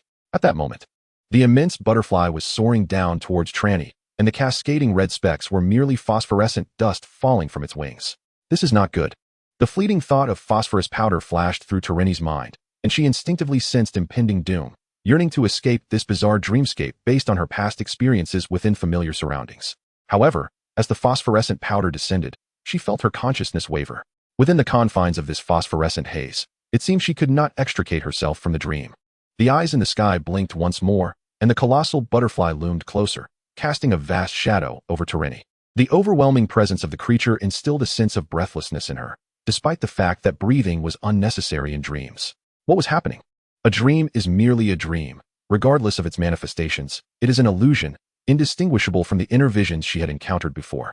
As long as her mind remained clear, she should be able to escape at will. Yet, despite her lucid awareness, she found herself trapped here. Conflicted, Trelawney attempted to turn and run. At that moment, she realized that after her recent fall, the inky darkness beneath her had transformed into an endless ocean. The sound of crashing waves she had previously heard emanated from this vast expanse. She stood upon the ocean's surface, several dozen feet above. Yet it felt as if she were running on solid ground. This clearly indicated that her ability to navigate illusions, honed in her inner visions, was still functional here. Yet, why was she unable to break free? Puzzled, Trelawney continued her frantic escape. Perhaps the phosphorescent powder was the source of her confinement? With this thought, a vibrant azure aura enveloped her, and an inexplicable wind surged forth. She glided effortlessly upon the breeze. This was a skill far beyond her mastery. Yet within the realm of her inner visions, it was not difficult to achieve. Though dreams and inner visions differed in many respects, this particular aspect remained consistent. Trelawney's speed surged as she rode the wind. However, the butterfly's gargantuan size rendered it formidable. Even its seemingly languid wing beats propelled it with astonishing velocity. Rather than eluding her pursuer, Trelawney found herself drawn closer. Instinctively glancing back, she saw the immense butterfly merely a few dozen feet above her. At this proximity, it was alarmingly close, and she could discern the fine hairs on its colossal body with clarity. Its legs, thicker than a train, extended toward her, poised to snatch her with a single flap of its wings. Although Trelawney could not fathom why this dream had taken such a turn, she felt an ominous intuition. If the butterfly captured her, escape would become impossible. What should she do? As the enormous butterfly approached, even the usually composed Trelawney felt a flicker of anxiety and panic. Unable to match the speed of her pursuer, no matter how she ran, escape seemed futile. Unless a sudden thought flickered in Trelawney's mind as her gaze fell upon the abyssal ocean beneath her. Could she evade the pursuit of the colossal butterfly by submerging herself in the water? This notion sparkled in her consciousness, and in an instant, Trelawney assessed its feasibility. It appeared to be a plausible option. Yet, before she could solidify this plan, a tremendous upheaval erupted within her mind. Danger! Danger! Danger! A violent tempest raged through her psyche, as the essence of her cultivated spirit surged forth from the depths of her being, frantically warning Trelawney that this course of action was perilous. In that fleeting moment, a cold sweat broke upon her brow. She had nearly fallen into a trap. Despite the overwhelming pressure exerted by the massive butterfly, its intentions were all too apparent. Conversely, the seemingly innocuous and relatively safe dark ocean was an answer that felt too easily obtained. No, Trelawney resolved fiercely. She would test her hypothesis. In the next heartbeat, she ceased her flight, standing resolute and gazing upward at the immense butterfly hovering above. At that moment, the creature's enormous eyes blinked once more. Remarkably, the butterfly, which had closed the distance to mere dozens of feet, maintained its position. "Aha, I see through your facade," Trelawney scoffed, lifting her chin defiantly at the great butterfly above. "You dare not descend." The butterfly offered no reply. Instead, it subtly fluttered its wings, its crimson eyes, once cold and indifferent, now ablaze with malevolence. Yet, it remained aloft, not descending an inch. Almost simultaneously, the ocean below erupted, as a multitude of colossal tentacles, reminiscent of distant lighthouses, emerged from the depths, unfurling like a monstrous chrysanthemum. At the heart of this floral monstrosity, a gaping maw filled with razor-sharp teeth yawned wide. The massive tentacles reached skyward, halting just shy of 3 paces from Trelawney. By fortune, Trelawney silently celebrated her narrow escape. Just moments before, as she had plummeted, she had reacted in time, stopping at a safe distance. Otherwise, Chapter 115, The Dream Realm. Above, a grand butterfly soared, while below lurked a gigantic octopus, with Trelawney caught in the precarious middle. The butterfly's wingspan stretched over 100 meters, a sight of unfathomable magnitude. Yet, when compared to the octopus beneath, it seemed negligible. The length of a single tentacle of the colossal octopus exceeded 100 meters. No wonder the butterfly dared not descend, should it be ensnared. It would likely meet its end. Nevertheless, as Trelawney watched the immense tentacles of the octopus swaying gently, an eerie force field formed with their movement. She attempted to gauge its effect, and could not help but utter a rather profane exclamation. Moments ago, she found herself ensnared within this dreamscape. And now her predicament has worsened, as she is confined to a small area defined by the undulating tentacles of an octopus. Should she venture beyond the reach of these sinuous appendages, an invisible force compels her to return. What is this? Am I to be trapped here indefinitely? Trelawney uttered a profane exclamation, grappling with the futility of her situation. Yet, how long could this confinement last? Though she cannot directly escape the dream, awakening naturally frees her from its grasp. Even if time within this realm stretches infinitely, so what? As a practitioner of energy cultivation, even with mediocre skills, she could endure for a month. Could the architect of this dream truly hold her captive for that duration? Trelawney remained unconvinced. Resolutely, she stood her ground, gazing upwards at the butterfly that dared not descend, and downwards at the colossal octopus that refused to approach. Is this it? Trelawney mockingly extended her middle fingers towards the butterfly above and the octopus below.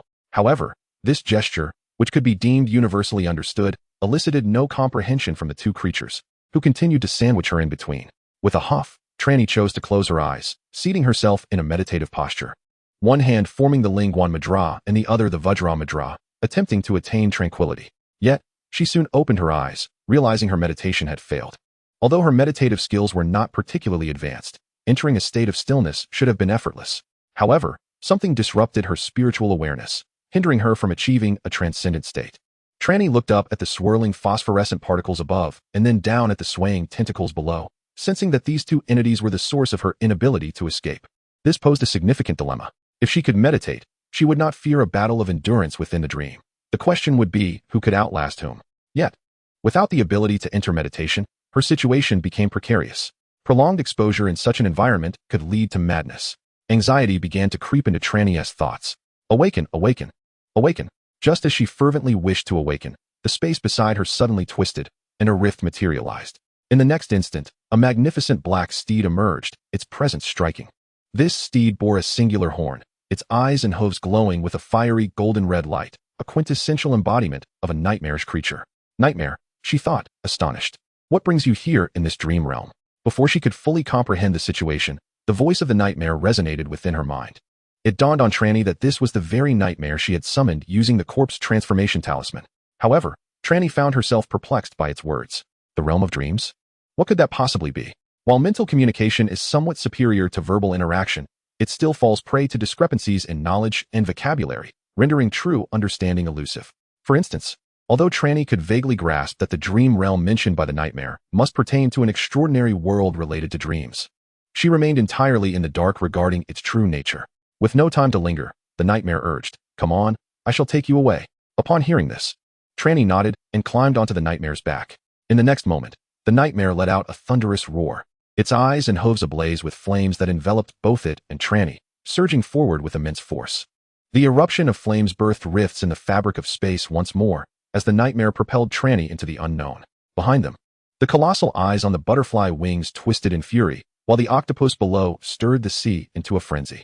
Clearly, they were incensed by the nightmare's sudden emergence, yet powerless to intervene, forced to watch as Trelawney was whisked away. As Trelawney felt the nightmare crash through the rift, her surroundings suddenly brightened. Had she emerged? Opening her eyes, she beheld a pristine white ceiling, momentarily taken aback. Wait, a white ceiling?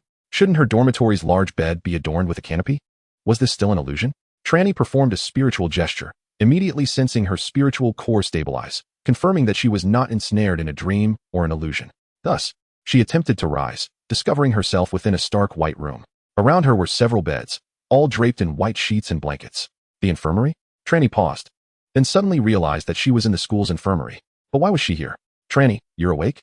At that moment, the door swung open, revealing a worried Harry and Daphne standing in the doorway. Harry and Daphne? Trelawney blinked, questioning whether she was still trapped in an illusion. How could these two be together? While she pondered this, Harry and Daphne hastened towards her. Trelawney, are you all right? I was so worried about you this afternoon, Daphne said, reaching out to touch Trelawney's forehead. You're not hot at all. What on earth? Why am I here? What happened to me this afternoon? Trelawney queried, her expression one of disbelief. You were discovered by a house elf this afternoon. The elf intended to tidy your room, but realized something was amiss and contacted the professors, who then brought you here.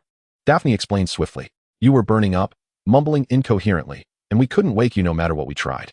Madame Pomfrey administered antipyretics to you, but their effects were fleeting, and your fever swiftly returned. We could only take turns applying cool towels to help bring down your temperature. As Daphne raised her hand, Trelawney noticed that both she and Harry were holding towels. Am I burning with fever? Why can't I wake up?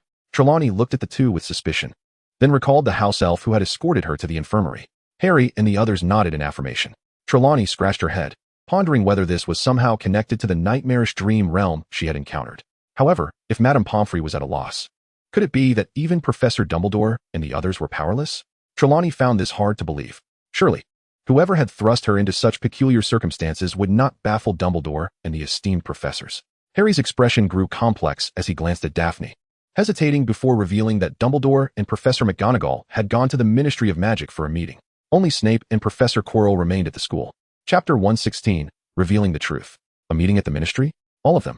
At such a time, Trelawney's face reflected astonishment. She sensed something was amiss. Indeed.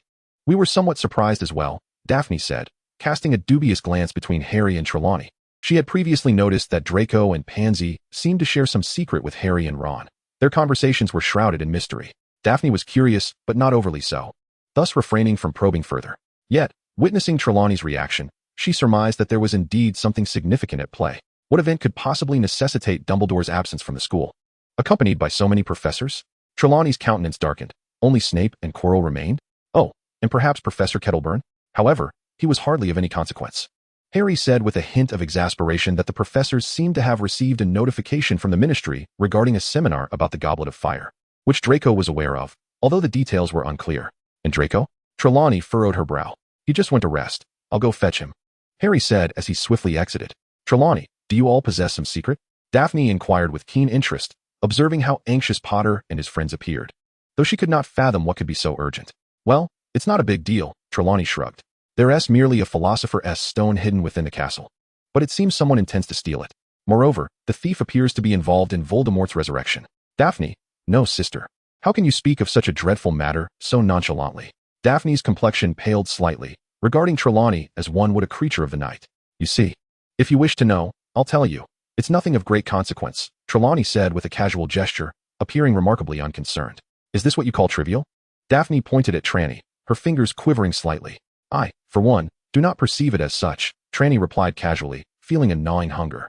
She glanced at the bedside table, where 2 large apples rested, and promptly picked one up, taking a hearty bite. Daphne fell silent, grappling with the jarring revelation, and after a considerable pause, tentatively inquired, So, it is our headmaster who wishes to steal the Philosopher's Stone to resurrect that individual? They seem to regard him with great suspicion. You are quite perceptive, Tranny remarked with a chuckle. Harry and Draco seemed to share that sentiment. So, they believe it to be true, or rather not true? Daphne swiftly seized upon the nuances in Tranny's words. Indeed, it is not, Tranny shook her head. At that moment, the door swung open, and Harry, Draco, and the others rushed in. Tranny, are you all right? Pansy and Hermione dashed to either side of her. Draco and Ron also regarded her with concern. Tranny took another large bite of the apple and, while chewing, mumbled, Isn't it quite obvious? By the way, Draco, what did Harry just say about the Goblet of Fire? What is that all about? Oh, Draco paused for a moment before quickly explaining. It's the Triwizard Tournament. You should be aware of that, right? Tranny pondered for a moment, finding the term somewhat familiar but unable to recall the specifics. So she shook her head and said, I can't remember. Please elaborate. Well, it is a historic competition in Europe, involving the most exceptional students from the 3 foremost academies, who compete through a series of challenges to determine the finest among them.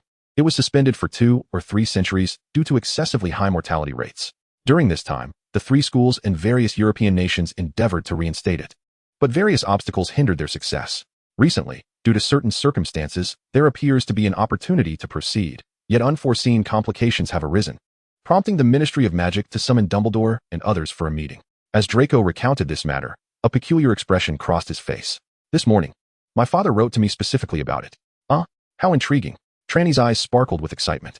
The prospect of the 3 European academies participating together was tremendously appealing to her. Just the thought of bringing students from Beauxbatons and Durmstrang to showcase their skills before her filled her with exhilaration. What? They require the most exceptional students? Tranny mused, ever confident in her own superiority. Tranny, now is not the time to be concerned about that Goblet of Fire, Harry interjected with a furrowed brow. All the other professors are absent. Only Snape and Professor Quirrell remain, and it seems Quirrell has been unwell lately. Snape may not be. Not Snape, Tranny interjected, interrupting Harry and the others. Harry was momentarily taken aback, blinking with a bewildered expression. Tranny, you don't mean Snape, do you? Hermione furrowed her brow, sensing that Tranny might know something. She held no doubts about Tranny, for despite her penchant for teasing and mischief, she had always come across as rather reliable to Hermione and the others. Well, Tranny hesitated, choosing not to delve into anything sinister. I learned a few things about Professor Quirrell from Senior Gemma. She proceeded to recount Quirrell's transformation and the events of that Quidditch match. Ultimately, she concluded, I fear we may have been mistaken from the very beginning. It might have been Quirrell who sought the Philosopher's Stone all along. His behaviors were merely a smokescreen. But that doesn't seem right, does it? Draco blinked, clearly struggling to accept this notion. Although Snape was their head of house, his visage was undeniably that of a villain. Moreover, being a villain requires a certain flair, and Professor Snape certainly possessed that in abundance. The idea of him wanting to steal the Philosopher's Stone and resurrect Voldemort seemed plausible. Yet Quirrell appeared to be a mere weakling. Could such a task be within his capabilities? Draco found this impossible to accept. If you don't believe me, it's quite simple to verify, Tranny shrugged, rolling off the bed. After assessing her condition, aside from feeling a bit hungry, she felt no other abnormalities. She declared, let us find the headmaster and bring this matter to his attention. We'll see how he reacts. What? The moment those words left her mouth, the 3 Slytherins recoiled slightly. Confronting Snape directly, even for a few Slytherin students, was somewhat daunting. However, Tranny paid no heed and led the way, compelling the others to follow. Yet, upon reaching the potions office, they were horrified to discover Snape slumped behind his desk, unconscious. Professor? Despite harboring suspicions regarding Tranny's words and regarding Snape as their prime suspect, the small wizards were nonetheless filled with concern at the sight of their professor in such a state. Daphne rushed forward, checking Snape's neck to confirm he was still alive. She pushed him gently, but there was no sign of awakening. He lay in a deep stupor, which did not appear to be the result of a curse. It seemed more akin to the effects of a potion. Trelawney's expression turned peculiar. Given Snape's condition, he resembled someone who had ingested the draught of living death, trapped in a profound slumber. If that were indeed the case, it would be somewhat amusing. Here was the illustrious potions master of Hogwarts, once the youngest potion master, having met his downfall through his own craft. What was this? A skilled swimmer drowning in water? Trelawney could not contain her laughter, and as she chuckled, the others nearby turned to gaze at her curiously. Trelawney, what is so amusing? Did you have a hand in this? Ron inquired, anticipation gleaming in his eyes, as he and Harry were both eager to hear about Snape's misfortune. How could that be? I am a good child. I would never lay a finger on the professor. Trelawney replied, raising her hands in mock innocence while rolling her eyes. A good child? Pray tell, are you jesting? Daphne remarked uncertainly. Is it not as though the headmaster has fallen victim to the draught of living death?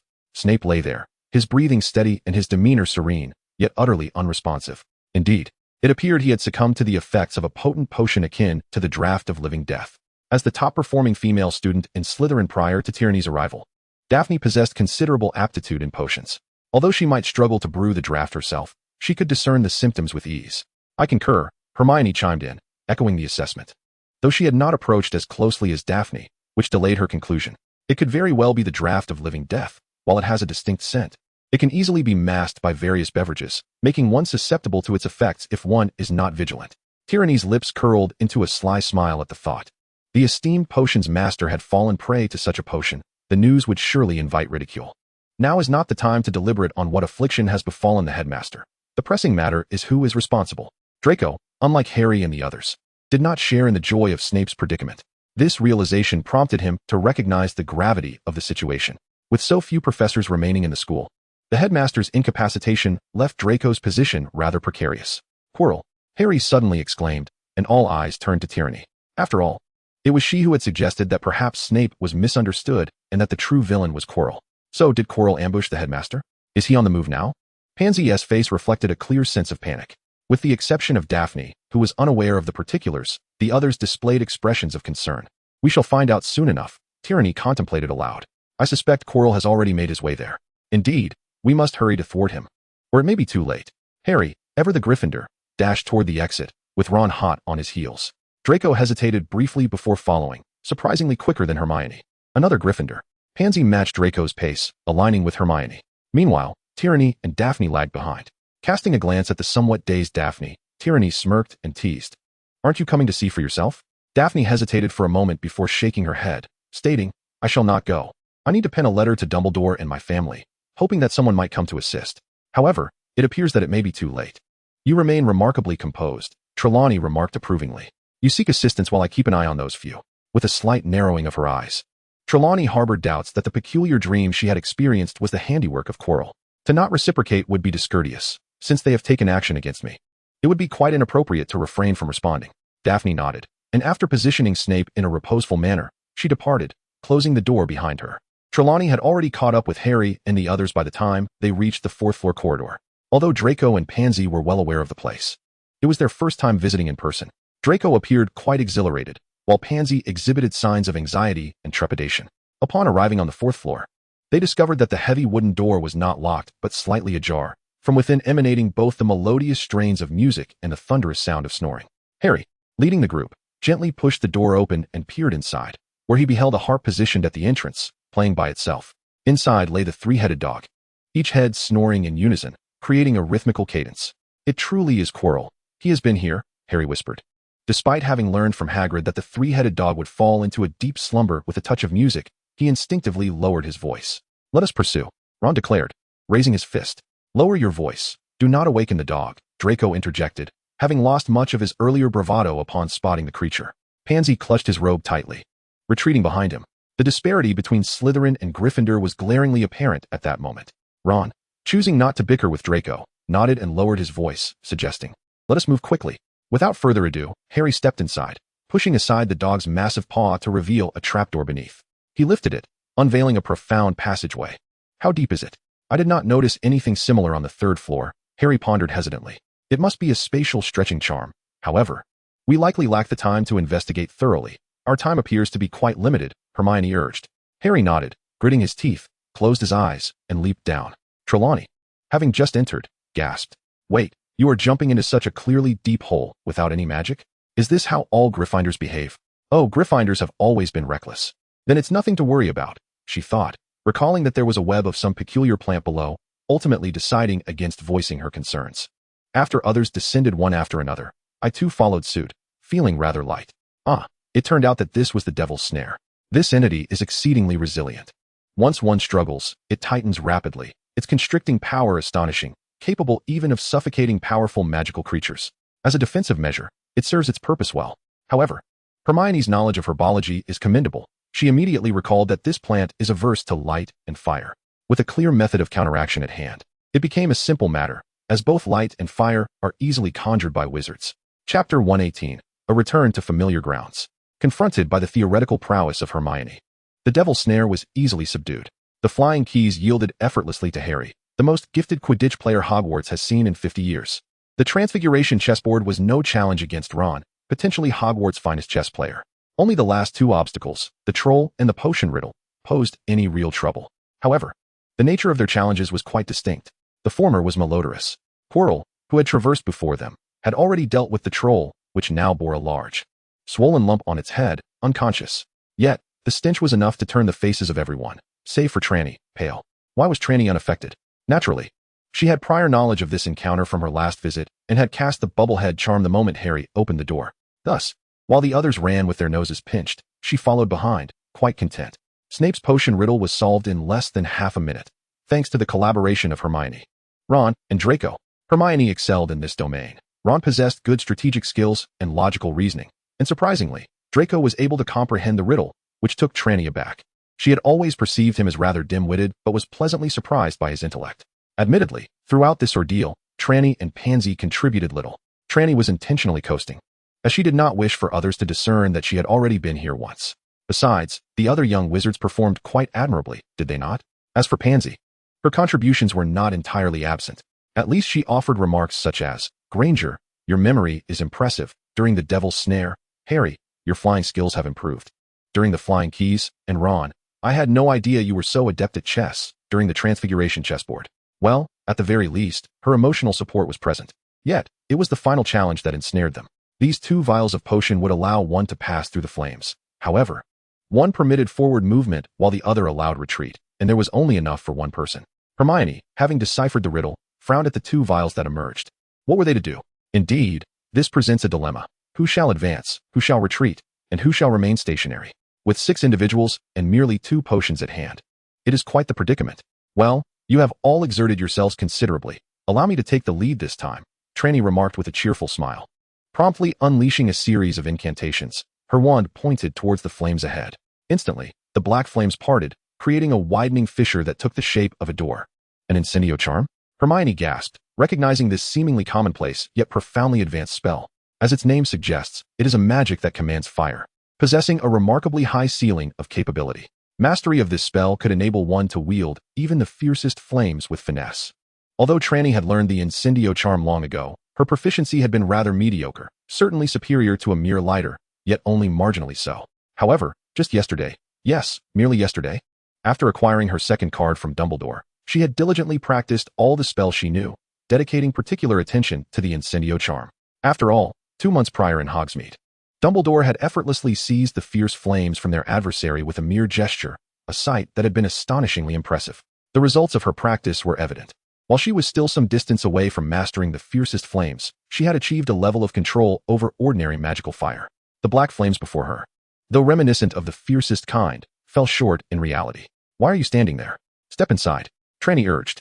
All right, Harry exclaimed, charging forward, closely followed by Ron. As Harry entered first, he beheld the vast chamber before him. At its center stood the familiar mirror of Ariste. And there, positioned in front of the mirror, was none other than Quirrell. Trelawney's prediction had indeed been accurate. Although Quirrell had his back turned, he nonetheless sensed Harry's arrival through the mirror. I was just pondering whether I might encounter you here, Potter, but I never expected. Quirrell's words abruptly ceased as he caught sight of Ron, Hermione, Draco, and Pansy, who had all followed Harry into the chamber. Wait, isn't Snape's potion meant for only one person? How did this whole group manage to enter? Though the first-year students were not typically a cause for concern, their sudden influx left him somewhat bewildered. Upon noticing Trelawney sauntering in last, his eye twitched involuntarily. Quirrell, it really is you, Harry shouted, a mix of surprise and fury in his voice. We were so worried you might be bullied by Snape, only to find out that you are the true villain. Quirrell blinked, bewildered. Did I misread the script? A whole crowd barges in, and it seems as though everyone is already privy to my secret. My performance is certainly worthy of an Oscar. Even the astutely clever Dumbledore and the suspicious Severus Snape were outwitted, so how could a mere group of youngsters possibly see through him? His gaze fell upon Trelawney. Was she not supposed to be confined within the realm of her own nightmares? How could she be here now? Did you all know about this beforehand? Though a tumult of emotions swirled within him, Quirrell found himself at a loss for words. Turning, he cast a frigid glance at the crowd. The timidity and frailty he usually exhibited had vanished, replaced by a gaze even colder than Snape's. We only just found out. We couldn't believe that Hermione, being the good child she is, would still answer questions at a time like this. However, before she could finish her sentence, 6 ropes suddenly emerged from beneath their feet, binding the 5 individuals like dumplings. Why did only 5 get ensnared? It was simply because Trelawney nimbly sidestepped the ropes. While evading magic was no simple feat, she had cast a confundus charm upon herself the moment she entered. Quirrell's reaction was swift, but his precision faltered slightly since he attempted to target 6 individuals simultaneously, allowing Trelawney to evade capture. I knew it. You are the troublemaker. Quirrell glared at Trelawney, who had drawn her wand against him, narrowing his eyes. I was considering letting you sleep through this. After all, such a superior lineage and talent would be a shame to waste. But if you insist on courting death, then so be it. No sooner had he finished speaking than his wand flicked again, unleashing a dark wave with blinding speed. There was no incantation or hand movement. The spell was executed with utmost swiftness. Trelawney seemed caught off guard, as the blade whizzed past her neck. No! Harry and Ron cried out in anguish, while Draco and Pansy turned pale with fear. Yet Quirrell furrowed his brow in confusion. How could there be no blood splattering as the blade sliced through? Before he could ponder further, a tremendous force struck his back. With a dull thud, Quirrell stumbled forward, nearly toppling over, feeling a wave of dizziness wash over him. A stunning spell? His heart raced as he quickly bit his tongue and rolled on the ground. This very roll allowed him to evade a crimson flame blade. Quite impressive, Trelawney mused, observing Quirrell, who had been caught off guard by her stunning spell, yet still managed to dodge her dark magic. A slight frown of regret crossed her features.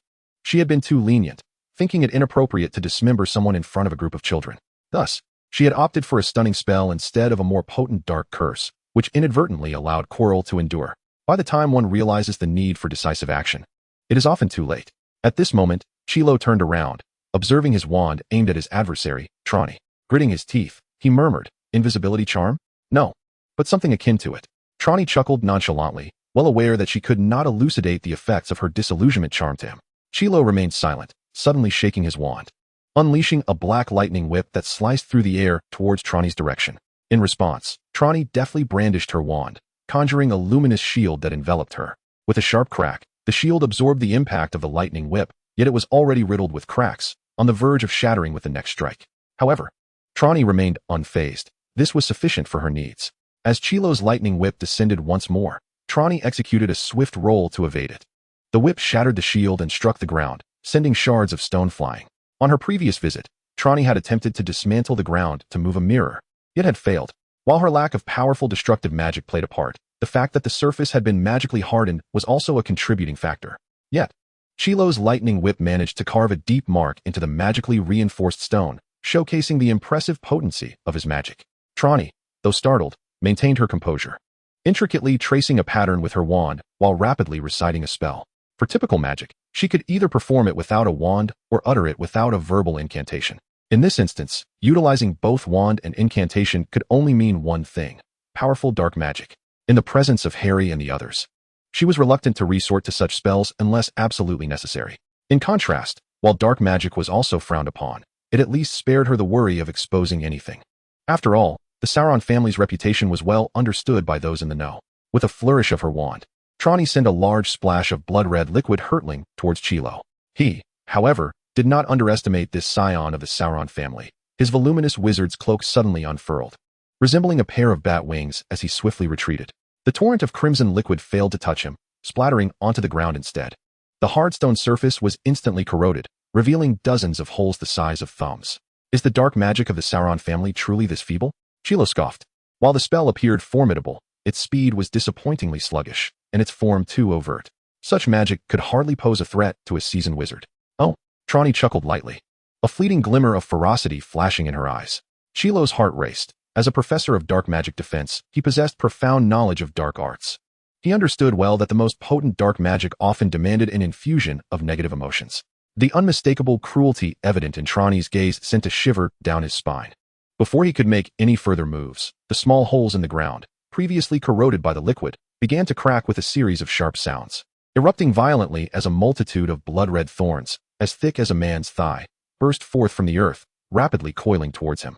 Although the speed of these thorny vines was not exceptionally swift, their sheer numbers rendered all of Chilo's escape routes completely blocked.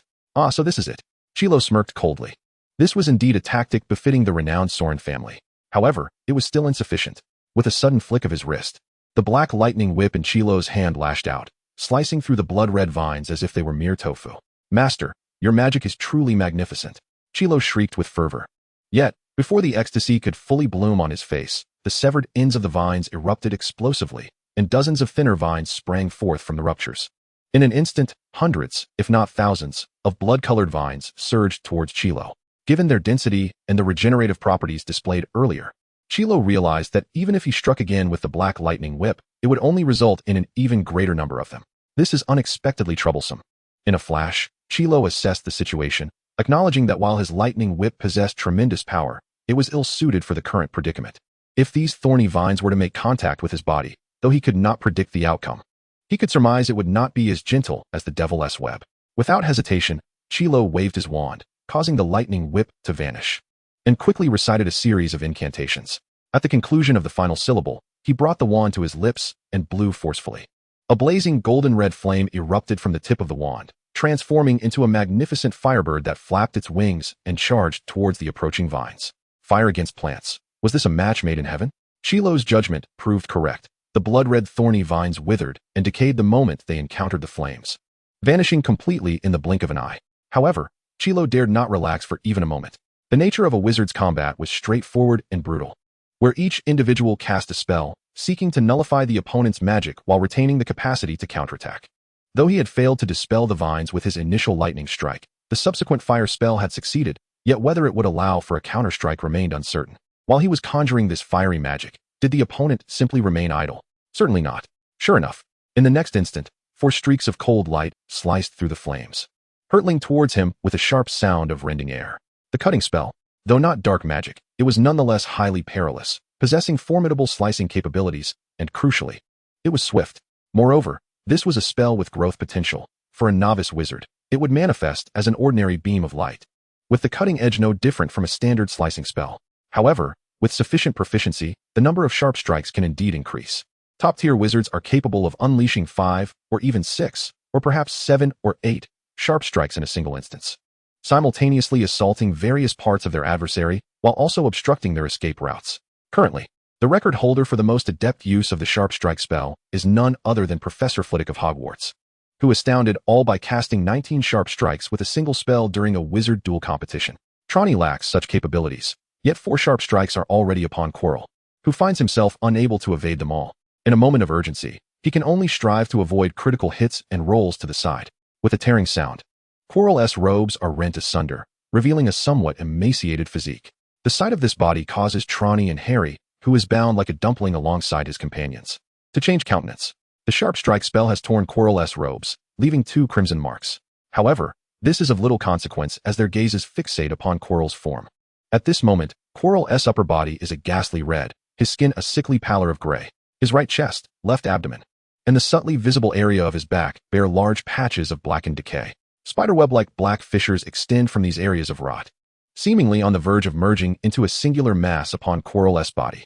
Harry and his friends stare in shock, while Hermione and Pansy are overwhelmed with nausea. Had they not been bound, they might have begun to retch. Only Trelawney raises an eyebrow slightly, realizing he is a pitiable creature afflicted by parasitism. She scoffs. Yet her right hand, concealed within her sleeve, quietly clenches several talismans. The situation is even graver than she anticipated. Soul parasitism, a sinister and terrifying form of dark magic. Even having been born into the Sauron family, a lineage steeped in dark sorcery, the sight of such a phenomenon sends chills down Trelawney's spine. A corporeal form can typically house but a single soul. To simultaneously accommodate 2 requires forcibly attaching one soul to a living body, solidifying it with the soul parasitism spell. However, the coexistence of 2 souls within a single body invariably leads to conflict. The corporeal aspect of the parasitic soul will decay and deteriorate within weeks to months, much like Quirrell's current state. Yet, Quirrell is a tenacious individual, having undergone multiple instances of soul parasitism at various locations on his body. This may benefit the parasitic soul, as prolonged habitation within the same body can, to some extent, nourish the frail and deteriorating essence. However, the host suffers immensely. A single instance of parasitism gone awry can result in death, and this individual has subjected himself to 3. Does he treat his own body as a mere latrine for soul parasitism, entering and exiting at will? I have come to understand the source of the persistent odor of garlic that envelopes you. Is it not an attempt to mask the putrid stench of decay emanating from your body after being parasitized? Trelawney narrowed her eyes, fixating intently on Chilo, wary of his potential for sudden aggression. Indeed, upon hearing Trelawney's words, a fierce glint flickered in Chilo's previously icy gaze. In the next instant, he abruptly brandished his wand, exclaiming, Avada Kedavra, the killing curse. Trelawney's heart raced. Among the myriad of dark arts, the killing curse was not the most fearsome or sinister, but it was undeniably the most extreme, one strike resulting in instant death. Thus, it has been deemed an unforgivable curse in numerous nations. As the blinding green light erupted from the tip of his wand, Trelawney swiftly leapt to the side. Though her movement was somewhat clumsy, she evaded the deadly curse, simultaneously unleashing a talisman from her right sleeve. A dense cloud of black mist enveloped the majority of the room, rendering the surroundings utterly obscured. Chilo, engulfed in the black fog, immediately lost all sense of sight. What manner of magic is this? Chilo was astonished. In his extensive experience, he had never encountered such a spell. This was hardly surprising. The Great Darkness Curse, even among the talisman practitioners of the East, was known to few. This incantation served solely to completely obscure vision, indiscriminate of friend or foe. It was almost exclusively useful for evading pursuers, rendering it a rather impractical spell. Despite its grandiose name, were this magic truly effective, it would not remain so obscure. Yet, those practitioners of Qi in the East, with any genuine lineage, excelled in tracking enemies through the perception of breath. Relying solely on sight was the hallmark of the most inept practitioners. However, who would have thought that an unskilled sorcerer could compel a talisman practitioner to resort to such measures? Trelawney had only employed this spell once in her past life, during a harrowing escape from official Qi practitioners. Ultimately, circumstances had proven it ineffective in the East. Yet this lifetime presented a different scenario. Wizards lacked the ability to sense breath. When Trelawney employed it here, it became a trump card. As she anticipated, the moment the Great Darkness Curse was cast, Chilo was rendered utterly blind, flailing aimlessly within the fog. Simultaneously, wary of Trelawney's mastery of dark magic, he was compelled to cast several high-level protective spells upon himself. Yet Trelawney was not within the black mist. She had instead turned to join Harry and the others. Making a gesture for silence, she flicked her wand, severing the ropes, binding the 5 of them in swift succession. Just as this action was completed, a fierce wind suddenly surged through the room. Oh, quick to react. Trelawney raised an eyebrow and turned to witness a tempest erupting from the black mist. Although the fog was thick, it gradually dispersed in the face of the powerful gale. As the mist began to dissipate, the figure of Chilo re-emerged once more, adorned with 2 layers of magical shields. His gaze was cold and piercing as he fixed it upon Trelawney and the now freed Harry and his companions, sneering, "Do you really think that with a few more younglings, you can muster assistance?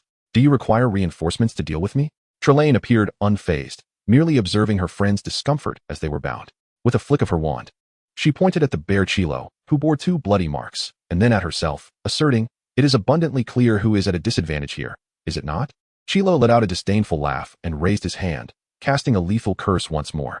He had grown weary of more complicated spells and opted for the simplest and most direct method of killing. Other forms of magic could be disregarded. This killing curse, upon even the slightest contact with any part of the body, would ensure immediate death, no matter how elaborate one's defenses might be. They were mere theatrics in the face of such straightforward lethal magic. In that moment, Chilo comprehended why his master held such affection for the killing curse. Its simplicity and efficiency were unparalleled. However, what transpired next left him utterly astonished. Trelawney moved through the room with the grace of a leisurely stroll, occasionally twirling as if engaged in a serene dance. Yet, this seemingly light-footed movement perfectly evaded every one of Chilo's lethal curses. The blinding green light failed to graze even the hem of her garment. Impossible. Chilo's expression was one of disbelief. Trelawney's evasion was utterly illogical. At one point, he sensed that she had anticipated his attack, dodging before he even targeted her previous position. Was this foresight? Impossible. Even the most formidable seers could not predict in such a manner. At that moment, a chilling voice emanated from the back of Chilo's head, wrapped in a turban. "Fool, check your body. You have been cursed." "Cursed?" Chilo paused, quickly inspecting himself, but found nothing amiss. Useless, allow me. The voice insisted again. Chilo's expression shifted. But, Master, your strength is not sufficient. Regardless, the Philosopher's Stone will soon be mine. Do not concern yourself with this minor expenditure. As you command, Master. Chilo's once handsome features contorted, and with gritted teeth, he slowly removed his turban. Chapter 121. The dual-faced man Wong Defa. You have truly gone for a fourth time? On your head? When Chilo turned around to reveal the face on the back of his head, Trelawney was left in awe. This was what one termed a ruthless individual. To have the soul parasitize one's body 3 times was not enough. He had even resorted to a 4th time, and on the back of his head at that. Previously, within the confines of the Forbidden Forest, I encountered a grotesque alchemical creation resembling mud. Observing the dismal state of Cairo, Trelawney presumed that his body was unable to withstand the strain, prompting her to bestow upon that parasitic soul a temporary vessel. Even if struck by Trelawney's lightning, it was reasonable to expect that another would be conjured. However, Cairo, in a display of remarkable resilience, managed to once again accommodate that soul, this time upon his very head. Should that portion of his being begin to decay, it would be dire indeed. As Cairo turned, the visage upon the back of his head faced Trelawney. Its crimson eyes brimmed with malice, devoid of a nose. Perhaps the scarf wrapped around it had stunted its growth, rendering it grotesque and fearsome. In a chilling tone, it addressed Trelawney. Little girl, you are proving to be more troublesome than I had anticipated, yet I am capable. Before it could finish its sentence, Trelawney unleashed a forceful spell. Had Cairo not reacted swiftly, tilting his head to evade, that spell would have struck true upon that ghastly countenance. With but a remnant of a soul, what pretense is this? Trelawney scoffed. Though she suspected that this disembodied face belonged to the infamous Voldemort, a figure of terror throughout the annals of British history, she felt no fear towards such a fragmented entity. You now reside within Cairo. Consider it your fortune. Should you dare to descend, I shall vanquish you on the spot.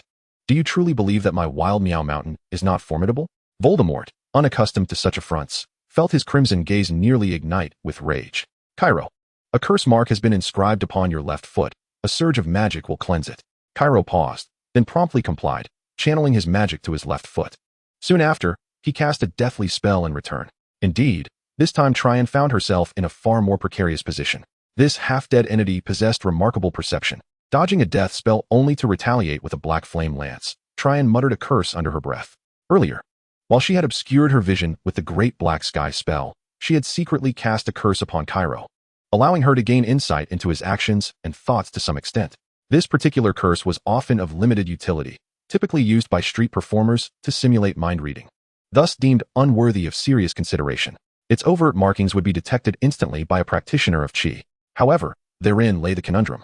Wizards lacked the ability to perceive Qi and magic.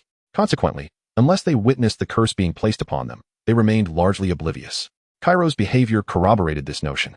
Yet, Voldemort was no mere name. He could indeed sense the curse's presence, shattering Trelawney's assumption that she could easily manipulate Cairo. Nonetheless, Trelawney remained unfazed, although Cairo proved somewhat challenging. He was merely that, somewhat. As for the remnants of Voldemort's spirit, she regarded him with utter disdain. Meanwhile, Quirrell, having acquired the Dark Flame gun, astonishingly refrained from casting the killing curse. Instead, he swiftly recited a series of incantations, causing silver rings of light to emanate from him. Trelawney's pupils constricted, annihilation wave. Everyone, get down. This magic is perilous, she shouted without looking back, simultaneously crouching beneath the silver rings and charging directly at Quirrell. Quirrell, momentarily taken aback by Trelawney's bold move, found himself momentarily sluggish in response. In that fleeting moment, Trelawney reached him, executing a devastating kick aimed at his groin. Regardless of Trelawney's youthful stature, her physical prowess exceeded that of an average adult. This strike was sufficient to bring a man to his knees in agony. Although Quirrell's body was already compromised by Voldemort's spirit, a remnant of his own strength remained. He let out a muffled groan and collapsed to the ground, curling up in pain. Not far away, Harry, Ron, and Draco, who had obediently remained prone, couldn't help but glance over. A shiver ran through them simultaneously, and they instinctively squeezed their legs together. Each male present could empathize with Quirrell's pain. Trelawney, despite her fierce demeanor, had never resorted to such tactics against her peers. Striking Draco the most, a peculiar thought crossed his mind. Perhaps Trelawney truly was the good person she claimed to be. Having successfully landed her strike, Trelawney was not one to relent. She rose and delivered a swift kick to Quirrell's right wrist. With a sharp crack, his wrist broke, and his wand fell from his grasp. While a competent adult wizard possesses the ability to cast spells without a wand, the effectiveness of such magic is undeniably diminished. Trelawney was keenly aware of the principle of taking advantage of an opponent's weakness. Not content with merely disarming him, she aimed another kick at Quirrell's face. Should that strike connect, it would likely shatter his teeth and disrupt any remaining spells he could muster. From their earlier skirmish, Trelawney had gauged Quirrell's capabilities. Without his wand or spells, he was far from powerless, yet she felt confident in her ability to handle him. However, at that moment, his pained visage transformed abruptly, his eyes turning a vivid crimson. In a startling display, he propelled himself off the ground with one hand, narrowly evading Trelawney's kick, while simultaneously unleashing a dark crimson blood arrow that shot towards her face. Trelawney reacted with remarkable speed, executing a backward arch to evade the attack. Noticing Quirrell had leaped back to create distance, she recognized that the opportunity for close combat had vanished and promptly conjured a petrification charm.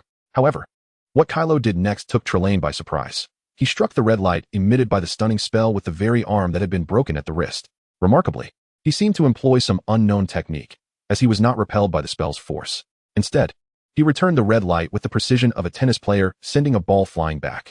Trelawney had already collapsed on the ground, and given her training routine of fishing one day and sifting nets for 5, it was evident she would not rise again. Unable to evade, she was struck directly by the rebounding stunning spell. With a resounding thud, her already prone body jolted and then lay still, succumbing to unconsciousness. Meanwhile, as Kylo leaped back to the ground, he executed a side roll and deftly retrieved the previously kicked-away wand with his left hand. Upon rising, although his face remained unchanged, his expression had transformed entirely. A manic and twisted joy contorted his once handsome features, rendering him grotesque. At last, I have a body again. Chapter 122, The Dark Lord. I finally have a body once more. Kylo cackled with madness. Or perhaps, at this moment, he should be referred to as Voldemort. The Dark Lord, now inhabiting Kylo's form, reveled in the sensations of this living body. Yet, at that instant, a shockwave unexpectedly struck him, causing him to stagger. Turning his head, he was met by the sight of Harry, who had just risen, brandishing his wand. Potter? Voldemort sneered, flicking his wand lightly, causing Harry's body to glide uncontrollably forward, suspended a meter before him. Harry attempted to struggle, but found himself utterly immobilized. Potter, I have long awaited our reunion. Although, I must admit, this scenario is quite unexpected, isn't it? Voldemort taunted, his gaze fixated on Harry. He seemed inclined to reach out with his empty right hand to touch Harry, but upon remembering his broken wrist, he abandoned the thought. Perhaps now, I require your assistance. With that, he waved his wand, gently lowering Harry before the mirror of Arist. I see the Philosopher's Stone within the mirror, yet I cannot grasp it. Could you enlighten me on how to obtain it? I shall not tell you. Kylo, you deceiver. Harry retorted angrily.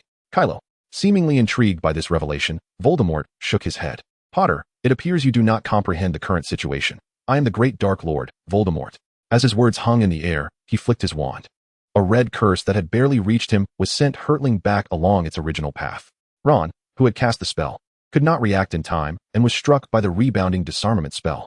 His wand flew high into the air, landing far away on the ground. Simultaneously, his wrist twisted unnaturally, as if struck by a tremendous force. The formidable disarming spell not only has the power to disarm wands, but can also inflict harm upon wizards. Ron's disarming charm, in truth, lacked such formidable potency. However, Voldemort, who had taken control of Quirrell's body, effortlessly redirected the spell, which under normal circumstances should have weakened. Yet it still managed to not only disarm Ron, but also send his wand flying. With a subdued groan, Ron felt a cold sweat break out on his forehead, and his eyes reddened from the sharp pain in his wrist. Almost simultaneously, Hermione attempted to cast a spell as well, but due to her intense anxiety, her incantation faltered, resulting in failure. Meanwhile, Draco and Pansy, though they raised their wands, trembled in fear and refrained from acting, particularly when Voldemort identified himself. Their terror left them paralyzed, unable to make any move. Compared to Ron and Hermione, their fear of Voldemort, stemming from their Slytherin heritage, was even more profound. Although they could not entirely ascertain that the figure before them was indeed Voldemort, the intelligence they had previously gathered and the recent turn of events suggested a significant likelihood of this reality. They truly dared not confront Voldemort. Good children, Voldemort remarked, seemingly noticing the horror in Draco and Pansy's eyes, a satisfied smile spreading across his face. He reveled in the fear and awe others displayed towards him, a source of immense gratification that brought him unparalleled joy each time. Now, tell me, Potter, what do you see? Voldemort turned his gaze back to Harry. Unable to move, Harry spat defiantly at Voldemort. Among those present, the only ones lacking reverence for Voldemort were the motionless Trelawney and himself, with Harry being decidedly more reckless than Hermione. Oh, so it is Gryffindor's courage, is it? Voldemort's eyes glinted with menace. How painful. In an instant, Harry, who had just projected an image of bravado, let out a piercing scream, his body convulsing violently as if gripped by a seizure. Voldemort lowered his wand, a mocking grin on his face, while Harry continued to tremble in midair. The pain curse endured for merely a second, yet that brief torment nearly caused Harry to lose control. Though he had emptied his bladder beforehand, sweat soaked his clothes, leaving him in a daze. "I shall ask you once more, what did you see?" Voldemort sneered. "And nothing." Harry's voice was barely audible, weak and trembling. "You had best not lie." Voldemort retorted coldly. "The pain curse is merely the most rudimentary form of magic. It is not even classified as dark magic. Beyond it lie the torture curse and the heart-piercing curse. Should you deceive me, I would not hesitate to make you experience each in turn." With that, he flicked his wand again. Harry emitted a hoarse scream, and even as a Gryffindor, a flicker of terror crossed his eyes in that moment. Demanding an 11-year-old child to face a terrifying dark wizard like Voldemort and to withstand the excruciating pain inflicted by such sorcery without flinching is an unreasonable and inhumane expectation. Of course, if it were a reborn entity like Trelawney, the situation would be entirely different. A sharp wave of energy sliced through the air with a piercing sound. Voldemort, momentarily distracted by Harry, the mirror of Ariste, and Harry's cries, was caught off guard. By the time he reacted, it was already too late. The dark, translucent wave grazed his left elbow, severing half of his arm in silence. A muffled groan escaped Voldemort's throat. Previously, he had taken over Quirrell's body while the latter was rendered unconscious by unbearable pain. But now, although he had not fully integrated with this body, the pain still affected him significantly. The loss of his arm was particularly jarring. His wand fell alongside his severed limb, and Harry tumbled to the ground. Voldemort suddenly turned, only to find that Trelawney had somehow risen, having released the wave of energy moments earlier. She had aimed for Voldemort's head. Killing was no psychological burden for her. "You shall die?" Voldemort roared, violently swinging his remaining arm. Trelawney, intending to mock him for being left with only an elbow, was taken aback as a torrent of blood erupted from the severed stump, transforming into a fiery wave that surged toward her. "Is this a game?" Trelawney thought in astonishment, her wand flicking to conjure a protective shield. However, to her horror, the shield offered no resistance against the blood flames, disintegrating instantly without providing any protection. Not only the shield, but as the flames approached, the 3 remaining protective charms she had activated simultaneously shattered. She had previously lost one in resisting the stunning curse. The blood flames engulfed Trelawney, instantly transforming her into a figure of fire. With a muffled cry, she morphed into a cloud of black smoke and shot away. Disregarding the need for concealment, she had to utilize her smoke form. Meanwhile, Voldemort, consumed by rage, raised his severed left hand, ready to strike at Trelawney. But just then, he felt a sudden jolt throughout his body. Chapter 123, A Gruesome Battle. As Voldemort prepared to pursue Trelawney, his body halted abruptly. He looked down to see Harry, who had been convulsing on the ground, struggling to grasp Voldemort's ankle. The skin where Harry's hand made contact instantly blistered, and rotting flesh began to peel away like melting wax. "What have you done?" Voldemort exclaimed, a mix of shock and fury flooding him. With his right hand, which was now broken, he pointed at Harry, unleashing a wave of malevolent energy as a beam of black light shot towards him. Torture curse, dark magic, without a wand, and lacking even a fully functional arm, compounded by inhabiting a body that was not his own. Even Voldemort found himself unable to wield powerful spells like the killing curse with ease. Yet, in his mind, the extent of dark magic at his disposal was sufficient. The mere Cruciatus curse had nearly rendered Harry unconscious. Now, with the more advanced torture curse, it was enough to compel Harry to relinquish his grip. Although the means by which Harry had summoned his strange magic remained a mystery, Voldemort surmised that as long as he could make Harry release him, all would be well. However, the unfolding events exceeded Voldemort's expectations. The moment the Cruciatus curse was cast, a dark light rebounded directly upon him.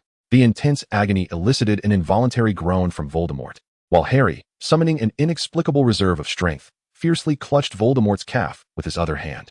Though the cause eluded him, Harry distinctly observed the reaction of Voldemort's body as his hand made contact.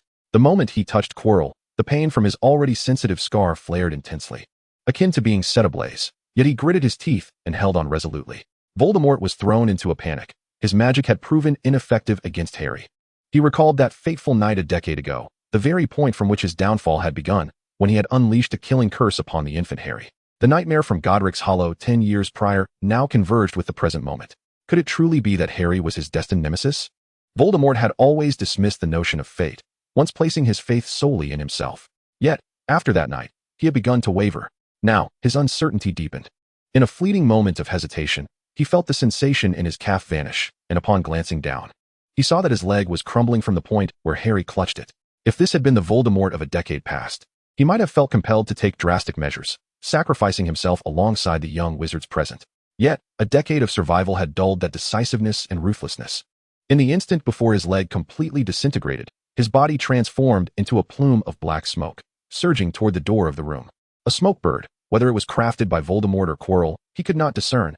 Yet, at that moment, he possessed his own smoke bird. The black flames at the entrance might inflict harm upon him, but they would not impede his escape. If he could just leave this place. With a body temporarily at his disposal, he could employ his formidable magic to restore himself to the stature of a powerful dark wizard in no time. It was a pity, however, that he had not acquired the Philosopher's Stone. After this encounter, that old fool Dumbledore would undoubtedly safeguard the stone even more diligently. Perhaps even destroy it. As this thought crossed his mind, a profound sense of regret washed over Voldemort. Cursed Potter, cursed Dumbledore, and that wretched girl. With such thoughts swirling in his mind, Voldemort was poised to surge forth, but at that moment, a blinding silver light struck him head-on. The form of Voldemort, enveloped in smoke, became momentarily visible before crashing to the ground. Trelawney stood at the doorway, her wand emanating a dazzling silver glow. The Patronus charm. Trelawney's condition was equally dire, her body marred by horrific burns, her clothing tattered, and half her hair singed away. The blood flames summoned by Voldemort were indeed formidable, rendering her carefully devised protective measures ineffective. Had it not been for the presence of a phoenix for her protection, she might have perished in the flames. The seemingly unreliable gift from Shekland, the phoenix, proved crucial at this moment. Despite her terrifying injuries, Trelawney still retained the ability to act. Furthermore, when she had hastily fled with the phoenix, she had fortuitously moved towards the exit. Now, witnessing Voldemort approaching with the phoenix, she resolutely cast the Patronus charm. Until that very day, Trelawney had been unable to effectively wield the Patronus charm. However, with Voldemort poised to escape, she found herself devoid of alternatives. The phoenix was renowned as a lifeline for dark wizards, as its smoky state offered resistance to most spells. Only a few exceptionally powerful spells could directly harm the phoenix, primarily protective magic. The Sauron family did not study protective magic, leaving Trelawney with no means to learn it, save for the Patronus charm that Lupin had left her. Yet, prior to this moment, she had merely glanced at it, familiarizing herself with the incantation and magical structure without truly mastering it. With no other recourse, she decided to take a desperate gamble. To her astonishment, she successfully conjured the Patronus charm, although it merely manifested as a silver light, insufficient to form even a shield, let alone a corporeal Patronus. The charm's formidable power nonetheless forced Voldemort from his smoky form. So you think you can flaunt your power and flee? Such a fate is too good for you. Though Trelawney's face lacked the burns that marred her body, it bore a fierce and wrathful expression, a sight to behold. Even Voldemort, in this precarious moment, felt a flicker of trepidation upon witnessing her. How could such a mere girl, no more than 11 or 12 years old, possess such a fierce demeanor? Little did he know that this girl, just over a decade old, had once associated with far more ruthless and savage dark practitioners in her past life. Though she bore little bloodshed herself, the ferocity she had absorbed through her experiences surged forth, emanating a palpable aura of menace. Voldemort was difficult to comprehend. He only saw the fierce visage of Trelawney as a dark red flame surged towards him. Reacting swiftly, he raised his right hand, conjuring a black shield of light that stood protectively before him. However, at that moment, he held no wand, not even a hand, and his body felt insufficiently attuned, resulting in a significant diminishment of magical potency. The black shield managed to withstand the flame for but an instant before it was engulfed, and the fire surged directly towards him. Previously, he had burned Trelawney. Now the tables had turned, and Trelawney was set to incinerate him. In his haste to evade, he attempted to move his leg, only to discover he could not feel his feet. Losing his balance, he fell backward. Who? Voldemort seethed with fury, turning to see Hermione aiming her wand at him. The Leglocker Curse. This was the only spell Hermione had fully mastered and could employ in actual combat. With a fierce glint in his eyes, Voldemort attempted to push himself up with the remnants of his left arm. Yet, before he could succeed, a stunning spell struck him squarely in the face. It was Ron, fumbling with Charlie's old wand, casting the spell with his unpracticed left hand. The blow sent Voldemort staggering, preventing him from rising. Before he could express his anger, he felt a heavy weight on his back, followed by a searing pain akin to being burned. Harry, gritting his teeth, lunged at him again, pressing both hands firmly against his neck. Chapter 124, The Arriving Reinforcements. No, Voldemort wished to struggle, but the agonizing pain coursing through his shattered body rendered him unable to mount an effective resistance. Harry clung to his neck like a sloth, hanging on to him. Voldemort had already sustained injuries from his battle with Trelawney, and now, wherever Harry made contact, blood blisters began to form, rapidly merging into a grotesque network of decay. As Voldemort's body disintegrated, his strength to resist waned further. The onlookers, including Trelawney and 5 others, were rendered speechless as they beheld Voldemort being pinned down by Harry, his body visibly collapsing and disintegrating. Harry, too, bore an expression of agony, the pain from the scar on his forehead burning intensely, yet he remained resolutely attached to Voldemort, unwilling to relent. When the final anguished scream faded, Voldemort's body crumbled like weathered sandstone, transforming into a steaming pit of putrid flesh. Harry, in turn, collapsed into the pool of blood, motionless. Beneath his disheveled hair, the lightning scar flickered faintly with a subtle crimson glow. Harry, Ron reacted first, hastily rushing to his side. Following him was Draco, who had previously been paralyzed with fear, unable to move. The two of them lifted Harry from the pool of viscera, but his eyes remained closed. Utterly still, had they not observed the rise and fall of his chest, they might have feared he was already gone. Trelawney, initially intending to approach, suddenly felt a stirring in her heart. Suddenly lifting her gaze, she sensed an intangible presence hovering above Harry and his companions. It seemed to have noticed her scrutiny. As it turned its attention toward her, Trelawney felt a chilling aura enveloping her, accompanied by a profound wave of hatred. Such a powerful surge of emotions. This was the most intense emotional fluctuation she had experienced in both her lives. Even at the moment of her demise in her previous life, the emotions shared with her unfortunate master had not been this strong. Was it the lingering soul of Voldemort? Had it not perished along with Quirrell's lifeless form? Ah, indeed. For many years, he had been without a corporeal body. His possession of Quirrell must have only occurred in the past year. Thus, he undoubtedly possessed the ability to exist in a spectral form apart from his physical vessel. Hey, do you dare to gaze upon me? Trelawney formed a spiritual incantation, a flicker of brilliance igniting in her eyes. A grayish apparition began to materialize in the air. Though its outline was indistinct, it was evidently humanoid. Almost instinctively, Trelawney recognized it as Voldemort's lingering soul. As Voldemort looked at Trelawney, he found her gazing back at him, and an inexplicable sense of crisis washed over him. Instinctively, he turned to flee in the opposite direction. However, now that Trelawney had discovered him, she would not allow him to escape so easily. With a swift motion of her wrist from her sleeve, she quietly summoned a talisman.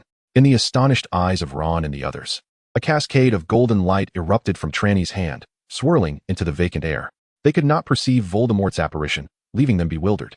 Confidently, Trelawney knew that the spirit-constraining talisman was designed specifically to combat ethereal entities. The formidable Dark Lord, once the source of turmoil in the British Isles, would be thrilling to capture and transform into a spectral puppet. Despite being merely a remnant of a soul, the puppet likely lacked strength. Yet Trelawney did not expect much combat prowess. This individual, who had once earned notoriety as the Dark Lord, undoubtedly possessed insights into dark magic that surpassed the ordinary. Trelawney aimed to extract the secrets behind his formidable power. Becoming stronger was an obsession for every practitioner of dark arts. Trelawney envisioned a glorious outcome. Yet the unfolding events defied her expectations. The golden runes traversed the sky, but upon reaching the fleeing apparition, they did not ensnare it as she had anticipated. Instead, they ignited a cascade of golden flames that passed through it. Trelawney clearly witnessed the apparition tremble, yet it continued to crash against the room's wall, vanishing within. The spirit-constraining talisman had failed to capture it? Trelawney stood frozen in disbelief. This was a spirit-constraining talisman. Although she is a wild spirit, her talismans are of legitimate lineage, albeit with an unorthodox origin. In her past life, she successfully captured wandering souls with spirit-binding charms, clearly demonstrating their efficacy. Yet, just moments ago, why did she fail? Trelawney distinctly observed that as the ethereal figure fled, it was tainted with golden flames, indicating that the spirit-binding charm had not been entirely ineffective. However, it failed to ensnare the entity, allowing it to escape. What could be the reason for this? Before Trelawney could ponder further, Hermione called out, "Trelawney, what are you doing? Come and see Harry." Composing herself, Trelawney approached Harry's side, checking for breath and pulse. He was stable, with normal heartbeats. He had merely fainted from shock. As she spoke, Trelawney retrieved a vial of potion, pried open Harry's mouth, and poured it down his throat. The notion of administering medicine mouth to mouth was entirely out of character for Trelawney. The restorative potion took effect almost immediately, prompting Harry to groan and slowly open his eyes. Residual pain lingered on his face as he instinctively raised a hand to his forehead. "Harry, you're awake?" Ron exclaimed with excitement. "Trelawney, you're amazing.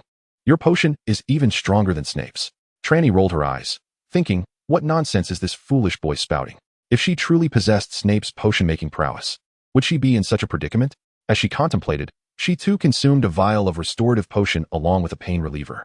In her fervor, she had neglected her own injuries, and now, with a moment's respite, the searing pain from her burns overwhelmed her, rendering her utterly drained. "Trelawney, are you all right?" The others, noticing her plight, expressed their concern. Among the 6, Hermione, Draco, and Pansy were unscathed, their garments only slightly soiled from aiding Harry. Harry, however, was bloodied and visibly fatigued. Having endured 2 torturous curses from Voldemort, while simultaneously contending with the agony of his scar, Ron fared slightly worse with a broken wrist. But Trelawney was in the direst condition, her body nearly unrecognizable save for her relatively unscathed face. Of course not. Do I look well?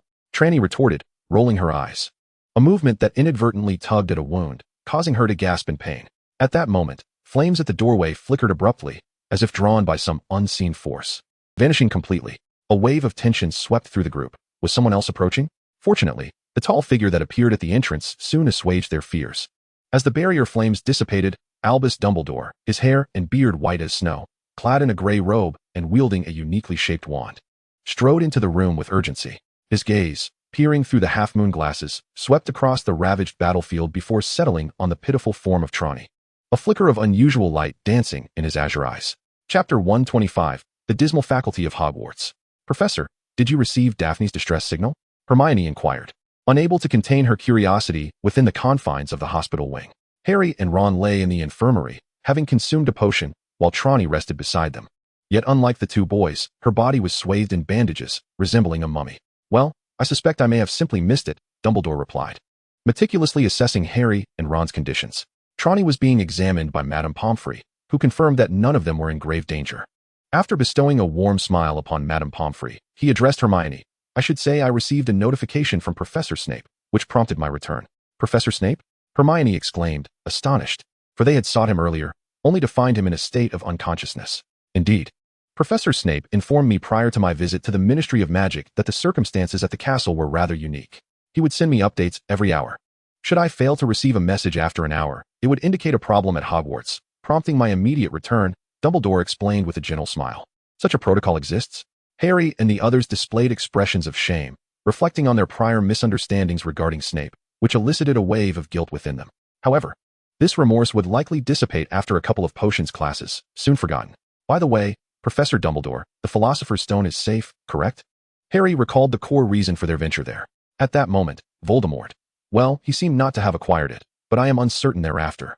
Upon hearing this, Trelawney's demeanor shifted to one of anxiety. Although Dumbledore had swiftly transported them to the hospital wing without examining the Mirror of Erist, she remained uncertain whether he was aware that the Philosopher's Stone was no longer present. I believe it to be so. To Trelawney's surprise, Dumbledore nodded with remarkable certainty. I know Voldemort well. He cannot unravel the enchantment I placed upon the Mirror of Erist. Noticing the discomfort on the faces of Ron, Draco, and Pansy at the mere mention of Voldemort's name, Dumbledore spoke softly. In those times, people dared not utter his name, and I can comprehend why. He placed a curse upon his name, ensuring that those who spoke it would be found by him. Yet, he failed a decade ago, and that curse has long since expired. To continue fearing to speak his name is, in my opinion, misguided. At this juncture, Dumbledore shook his head, asserting, to conquer fear, one must first confront it. Indeed, Professor, from now on I shall address him by his true name, Voldemort, Harry exclaimed with a hint of excitement. Tired of referring to him as the Dark Lord like Ron and Draco, he had long admired Trelawney's audacity to call Voldemort by his name, unbothered by the sentiments of those around her. Contemplating further, Harry couldn't help but inquire, Professor Quirrell, I'm referring to Quirrell, and Voldemort. Is it true they have perished? Quirrell, that poor boy, I suspect he has indeed met his end. Dumbledore's gaze mirrored the placid surface of a tranquil lake, devoid of ripples. Yet his tone bore a trace of regret. He was once a promising child, blessed with the intellect of a Ravenclaw and a rare courage among his peers, willing to venture into perilous realms for self-discovery. However, it seems that very trait ultimately led to his downfall. Unwittingly, he encountered Voldemort and fell under his sinister influence. I believe I share some responsibility in this matter. I ought to have paid closer attention to the faculty. I concur, Trelawney interjected, rolling her eyes. Hogwarts faculty indeed requires thorough reformation. It is not to say that all the professors are lacking. Many are quite commendable. For instance, Professors McGonagall, Flitwick, Sprout, and Sinistra are excellent educators, delivering quality instruction with admirable integrity. But what of the others? As for Snape, while his personal expertise is unquestionable and the knowledge imparted in his classes is sound, does he possess any semblance of moral integrity? Professor Binns from History of Magic, are you truly employing him merely because a ghost does not require remuneration? His classes have devolved into sessions of hypnosis. And how long has it been since he updated his curriculum? While ghosts may struggle with learning, they are not devoid of it altogether. Should he not recharge his knowledge? And what of Professor Kettleburn? As an educator, should he not serve as a commendable role model for his students? His frequent self-deprecating humor to elicit laughter from students raises questions about his professionalism. If the hospital wing were to charge for services, I fear his salary would scarcely cover the costs. Regarding elective courses, Trelawney was less informed, but what of that enchanting Professor Babblerine? Once class ends, she seemingly vanishes, leaving students to seek out Professors McGonagall or Flitwick for assistance. Has the school perhaps shortchanged her salary? Trelawney believed that the issues within Hogwarts faculty were not merely problematic, but significantly troubling. However, there loomed an even greater concern. With Professor Quirrell gone, what shall become of the defense against the dark arts class after the holiday? Trelawney inquired. Although the academic year concluded prior to the Easter break, and the period following would be devoted to review and examination preparation, the role of a professor remains exceedingly vital. Several months have passed, and much of what was initially learned has faded from memory. Thus, a formidable memory aid has become rather essential. Indeed, this poses quite a dilemma. Dumbledore nodded slightly, appearing somewhat troubled. Perhaps our esteemed headmaster could take over the classes. Although an additional lesson may impose some busyness, I believe he would be quite agreeable to it. Teased Trelawney. Severus Snape's desire for the position of defense against the dark arts professor had reached Trelawney's ears upon her arrival at Hogwarts, yet for reasons unknown. He had not yet achieved his ambition. Let us not, Harry and Ron exclaimed, their faces immediately reflecting distress. The thought of encountering Snape in 2 consecutive classes was truly terrifying. Indeed, without even having 2 potions classes under their belts. Merely contemplating such a scenario had already significantly diminished their remorse towards Snape.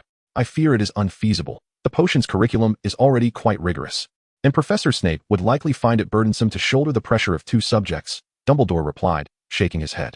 With some time remaining before the end of the holiday, I shall see if I can find a substitute teacher. If all else fails, I might temporarily step in myself. I have taught this subject before. Upon hearing this, Harry, Ron, and Hermione's eyes sparkled with excitement. Even Draco and Pansy displayed a glimmer of longing. Trelawney was certain that Draco harbored no fondness for Dumbledore, yet compared to Quirrell, Dumbledore's lessons would undoubtedly be far superior. Chapter 126, Graduation Season.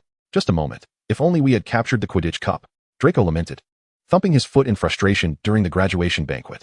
We were merely 10 points away. Slytherin could have secured the House Cup for 7 consecutive years.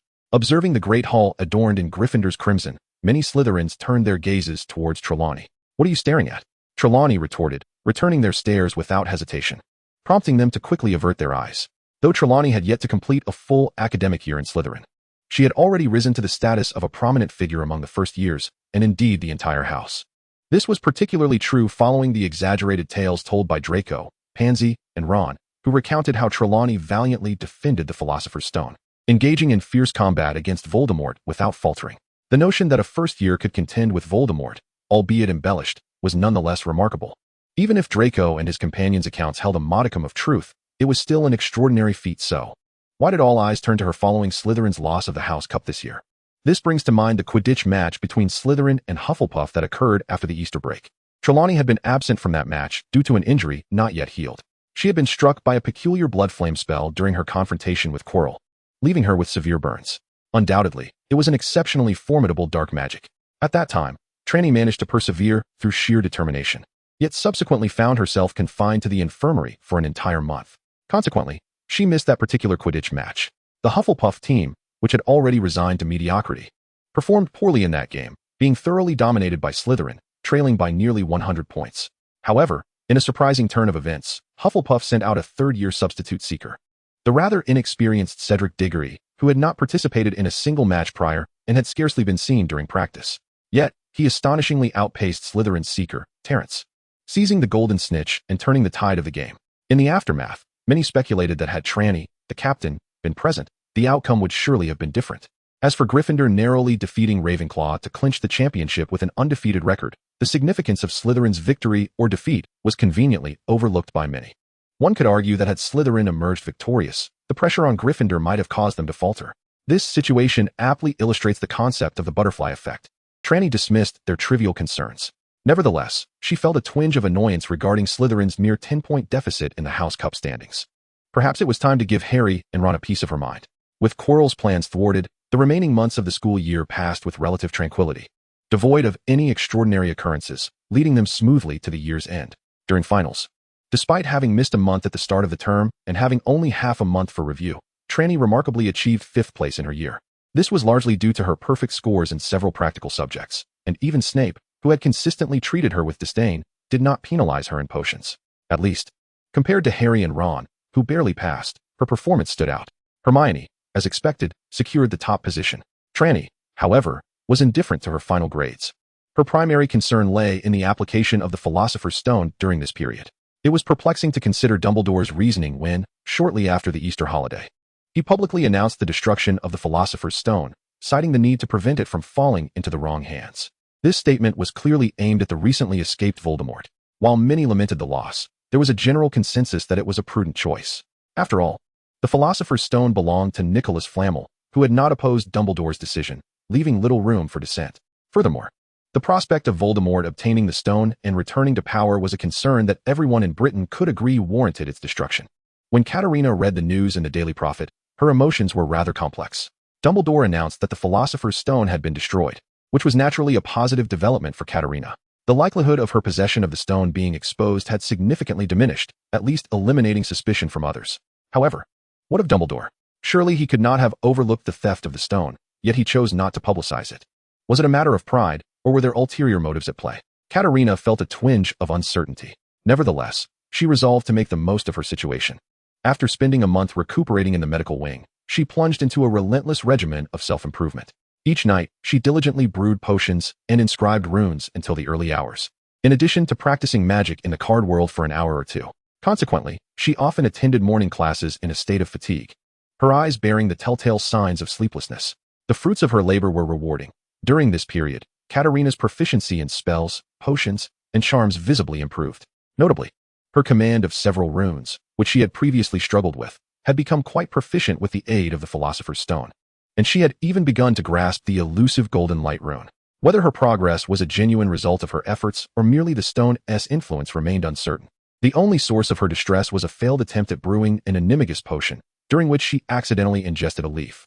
This mishap left her in a foul mood for several days, causing her to unleash her frustrations on Draco, Harry, and Ron, prompting whispered speculations among them about whether it was her time of the month. After the graduation feast, the school year came to a close. Just before departing the castle, Harry cast a final glance towards the edge of the Forbidden Forest, regrettably still unable to spot the figure he longed to see. Since that fateful night, Hagrid had not reappeared, and when Harry inquired with Dumbledore, the answer was vague. Hagrid was attending to a matter he must address.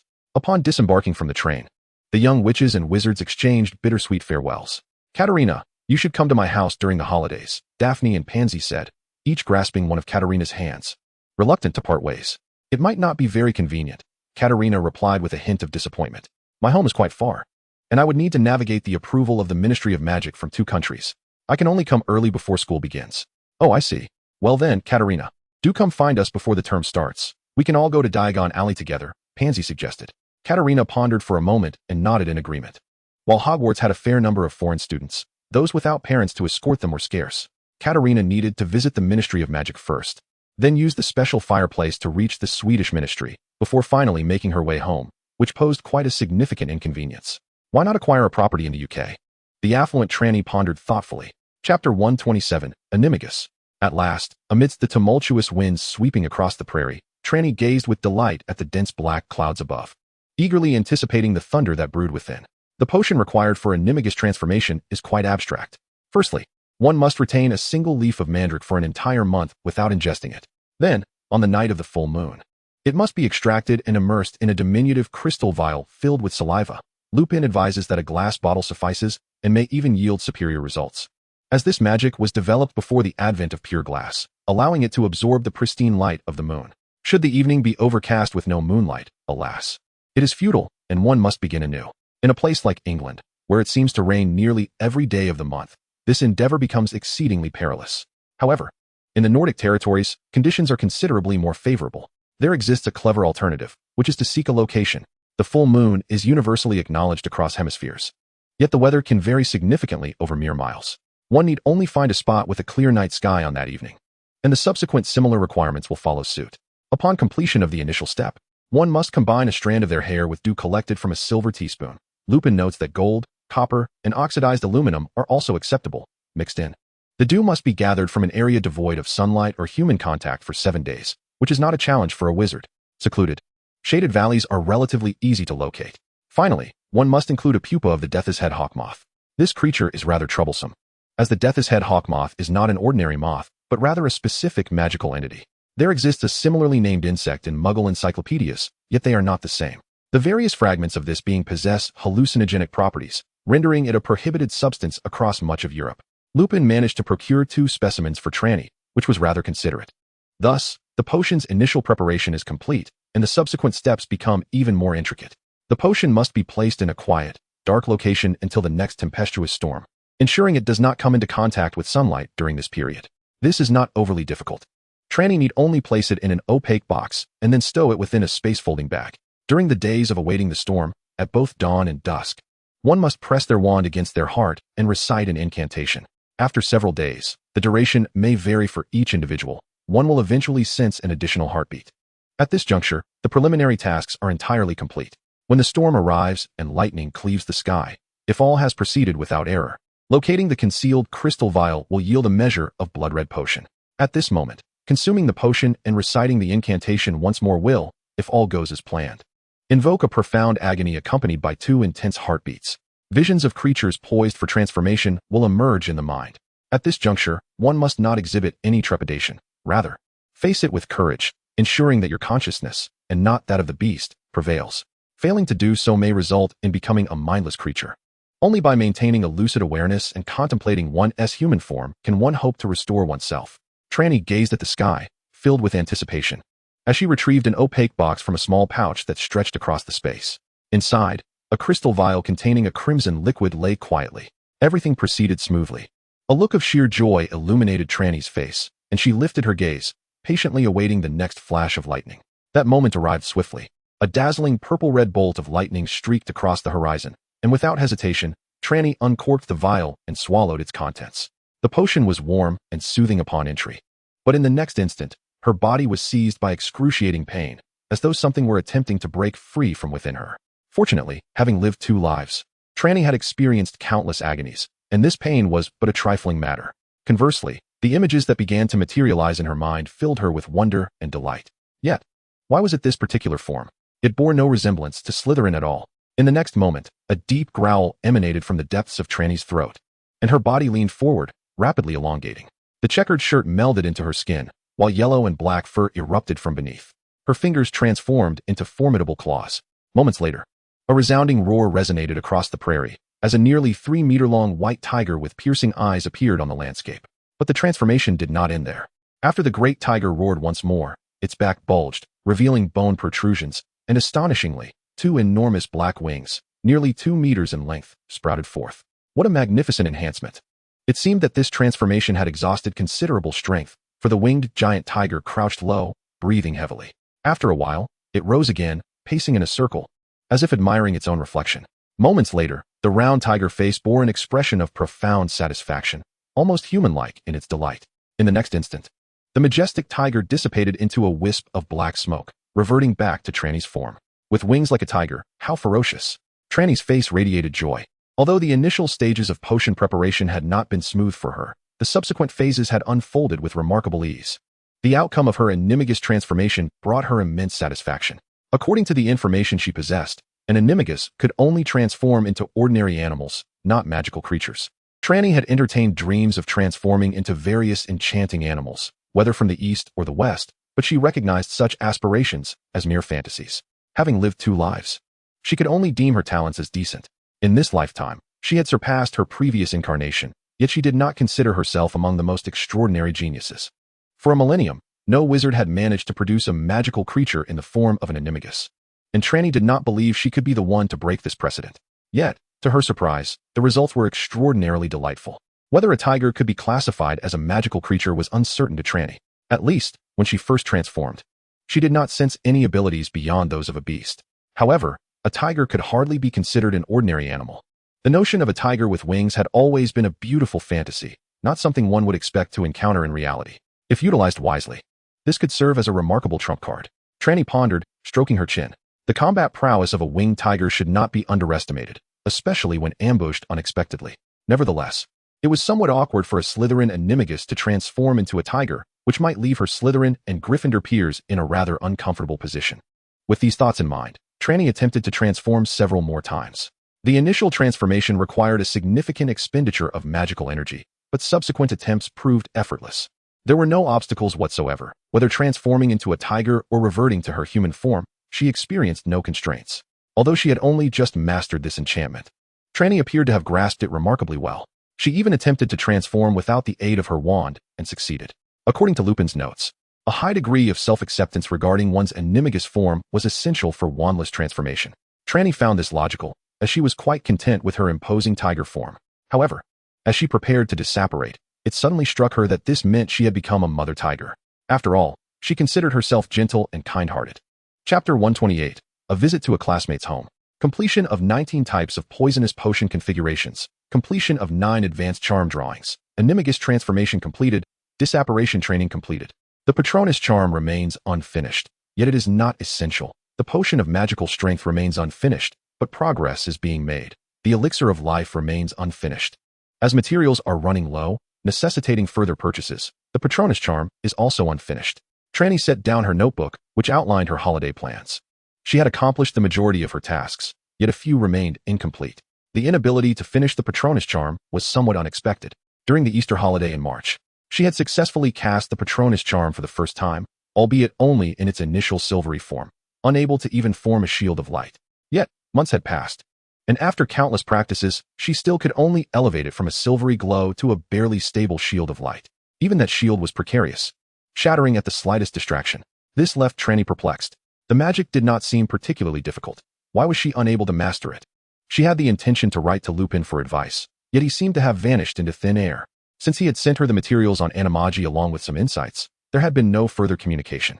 Calculating the days, she surmised that the wolfsbane potion she had provided him must have run out by now. Perhaps he had discovered other sources of income. Otherwise, why hadn't he reached out to her? It was puzzling that a vagabond like him was so elusive, while her prominent Soren family could not locate him. Why was he not more proactive? Trelawney huffed softly, casting a glance at the calendar. It was already mid-August, with only a fortnight remaining before the new academic year commenced. However, the shopping guidelines for the upcoming term had already been dispatched, allowing students to procure their supplies from the Wizarding World in advance. Naturally, to ensure synchronization with the materials used by the professors, it was prudent to purchase the English editions of textbooks from Diagon Alley. Trelawney had made plans to travel to England early, intending to shop alongside her friends Daphne and Pansy. This had been agreed upon before the summer break. And when the school supply list arrived at the end of July, both Daphne and Pansy had written to invite her as well. Trelawney had gladly accepted the invitation, having previously communicated with the Swedish Ministry of Magic and received confirmation that she could depart at any time. After instructing her house elf to look after the home, Trelawney set off with a small bag. Having mastered the spatial extension charm, she found no need for a suitcase. She arrived at the British Ministry of Magic using flue powder from the Swedish Ministry. Daphne, Pansy, and Draco were already waiting there. Accompanying them was Mrs. Greengrass, Daphne's mother, a lady of gentle elegance, poised demeanor, and undeniable noble grace. Upon seeing Trelawney, she greeted her with a warm smile. "You must be Miss Soren. Daphne has spoken of your accomplishments throughout the holiday. You are quite an extraordinary young lady." The sincerity of her expression and the earnestness of her words left a favorable impression. "You are too kind, madam. Daphne has taken great care of me at school." Trelawney replied. "Please, just call me Trelawney." Although she could be quite headstrong at school, she maintained a respectful demeanor in the presence of professors and elders. The adage rang true: a well-behaved child is rewarded with sweets. Indeed, her politeness immediately endeared her to Mrs. Greengrass, who thought her a well-mannered child. "Now, let us proceed. Refreshments are ready at home." With that, she led the 4 children through the flue network to the Greengrass family estate. Draco and Pansy appeared quite familiar with the surroundings, chattering excitedly as they emerged from the fireplace, while Trelawney surveyed her surroundings, responding to their inquiries with grace. Similar to the Soren family, the Greengrass family resides in an independent estate. However, in comparison, the Soren estate is slightly larger, while the Greengrass manor boasts a more exquisite and ornate design. This discrepancy likely stems from the distinct atmosphere within each family. The Soren family has been captivated by the study of dark magic for generations, showing little interest in other pursuits. Their residence is merely functional, lacking any extravagant embellishments. The fireplace is not located within the main house, but rather in a dedicated hearth house at the edge of the courtyard. This arrangement is common among more refined wizarding estates. Only those wizards who partially inhabit the world of muggles tend to utilize the living room or dining room fireplaces with flue powder, as the flames produced create a considerable amount of dust. Although most wizarding households employ house elves for cleaning, they still find this practice somewhat unrefined. Crossing a modest lawn, I entered the main building of the Greengrass estate, a quintessential English castle. After witnessing Hogwarts, such castles seem to lack any remarkable features. Trelawney, did you catch any Quidditch matches during the holiday? Draco exclaimed animatedly. I believe the Falcons have a great chance this year. Although Draco is an ardent Quidditch fan, others perceive him as somewhat inauthentic. He does not have a fixed favorite team, unlike Ron with the Chudley Cannons, Pansy with the Kenmare Kestrels, or Daphne with the Vimborn Wasps. He tends to support whichever team is performing well. For instance, last year, he favored the Magpies. In terms of ordinary vernacular, one might label him a bandwagon fan. Thus far in the current league, the Falcons have performed exceptionally well, and consequently, Draco's allegiance has shifted to them. Daphne immediately rolled her eyes, and even Pansy scrunched her little nose in disapproval. I didn't watch much. I was a bit busy during the holiday, Trelawney replied candidly. Although she enjoys Quidditch, she is more eager for personal growth and improvement.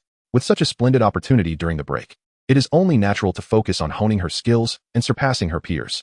Watching Quidditch matches, that can wait until school resumes when it's less convenient.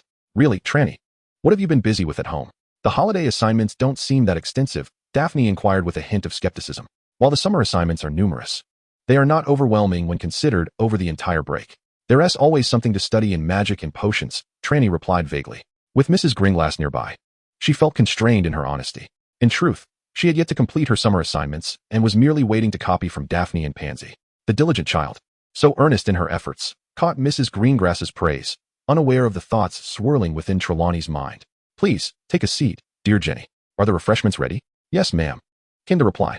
A diminutive house elf appeared at a distance, dragging a baking tray laden with exquisite pastries. Mother, has my sister returned? At that moment, a sweet voice echoed from upstairs, accompanied by the patter of footsteps. A cherubic little girl descended the staircase, her beauty striking Trelawney like a flash of light. Yet, her gaze soon sharpened with concern. What? A curse? Chapter 129. The blade strikes the canine head of night. Trelawney discerned the bloodline curse afflicting Astoria Greengrass, a malediction that was deemed unbreakable within the wizarding realm. However, for a practitioner of chi manipulation, it was a mere trifling task. After preparing for half a day and employing several talismans, she successfully lifted the curse from the girl. The Greengrass couple was overwhelmed with joy, believing that the centuries-old family curse had finally dissipated, only to discover it had manifested in their angelic younger daughter. Trelawney's timely intervention brought them to tears of elation. This remarkable display of Trelawney's prowess caught the attention of Lucius Malfoy, who had also been observing the unfolding events within the Greengrass family. During a shopping excursion to Diagon Alley, he stealthily inserted a Horcrux containing a fragment of Voldemort's soul into Trelawney's book. At that moment, her focus was entirely captured by Gilderoy Lockhart, the newly appointed Defense Against the Dark Arts professor at Hogwarts. She was genuinely intrigued by this new instructor. Lockhart's name had reached Trelawney long before. He was a renowned wizard of the middle generation who had chronicled his exploits in novels, becoming a bestseller in the wizarding world, and enjoying considerable fame. Most notably, he was strikingly handsome. Being young and having met an untimely end in her previous life, Trelawney was unfamiliar with the term sleazy, perceiving the new professor as radiant, charming, mature, and graceful. Yet, this was not the crux of the matter. What truly captivated her was the subtle fluctuation of magical energy surrounding him. Such phenomena she had encountered only once before, in the presence of Hogwarts headmaster, Dumbledore. While Trelawney did not presume Lockhart could rival Dumbledore's caliber, she was certain he possessed the ability to suppress his magical prowess. After all, the descriptions in his books suggested that his magical capabilities surpassed those of an average Auror. Enthralled by Lockhart, she remained oblivious to Lucius's clandestine actions. It was only upon returning to the Greengrass estate that she discovered an unexpected addition nestled within her book. Tyranny's sensitivity to magic far surpasses that of wizards, enabling her to immediately discern something amiss. Upon conducting a brief investigation, she swiftly uncovered the secret of the Horcruxes. Thus, the malevolent sorceress Tyranny, who has lived 2 lives, confronted the 16-year-old Dark Lord Tom Riddle in the void. Riddle suffered a crushing defeat. Upon learning the truth about the Horcruxes, Tyranny extracted him from his diary using a soul-binding spell, transforming him into a wraith. In this spectral form, Riddle lost all capacity for resistance before Tyranny, revealing all he knew in full disclosure. It was revealed that Riddle's rapid ascension as a formidable dark wizard was not solely due to his extraordinary talent, but also because he had discovered the notes of Salazar Slytherin, one of the 4 founders, within the Chamber of Secrets. Utilizing the ancient magic documented in those notes, he quickly enhanced his magical prowess, becoming the most terrifying dark wizard in British history. Consequently, all these artifacts became Tyranny's to command. Before the start of the school year, Tyranny acquired a wealth of potent dark magic from ancient texts, alongside some dubious methods to amplify her power. However, upon the commencement of classes, she realized that the changes within the school were even more significant than she had anticipated. Not only was there a new professor, Lockhart, but also a foreign alchemy professor. Hogwarts introduced a new elective course on alchemy for students in their third year and above.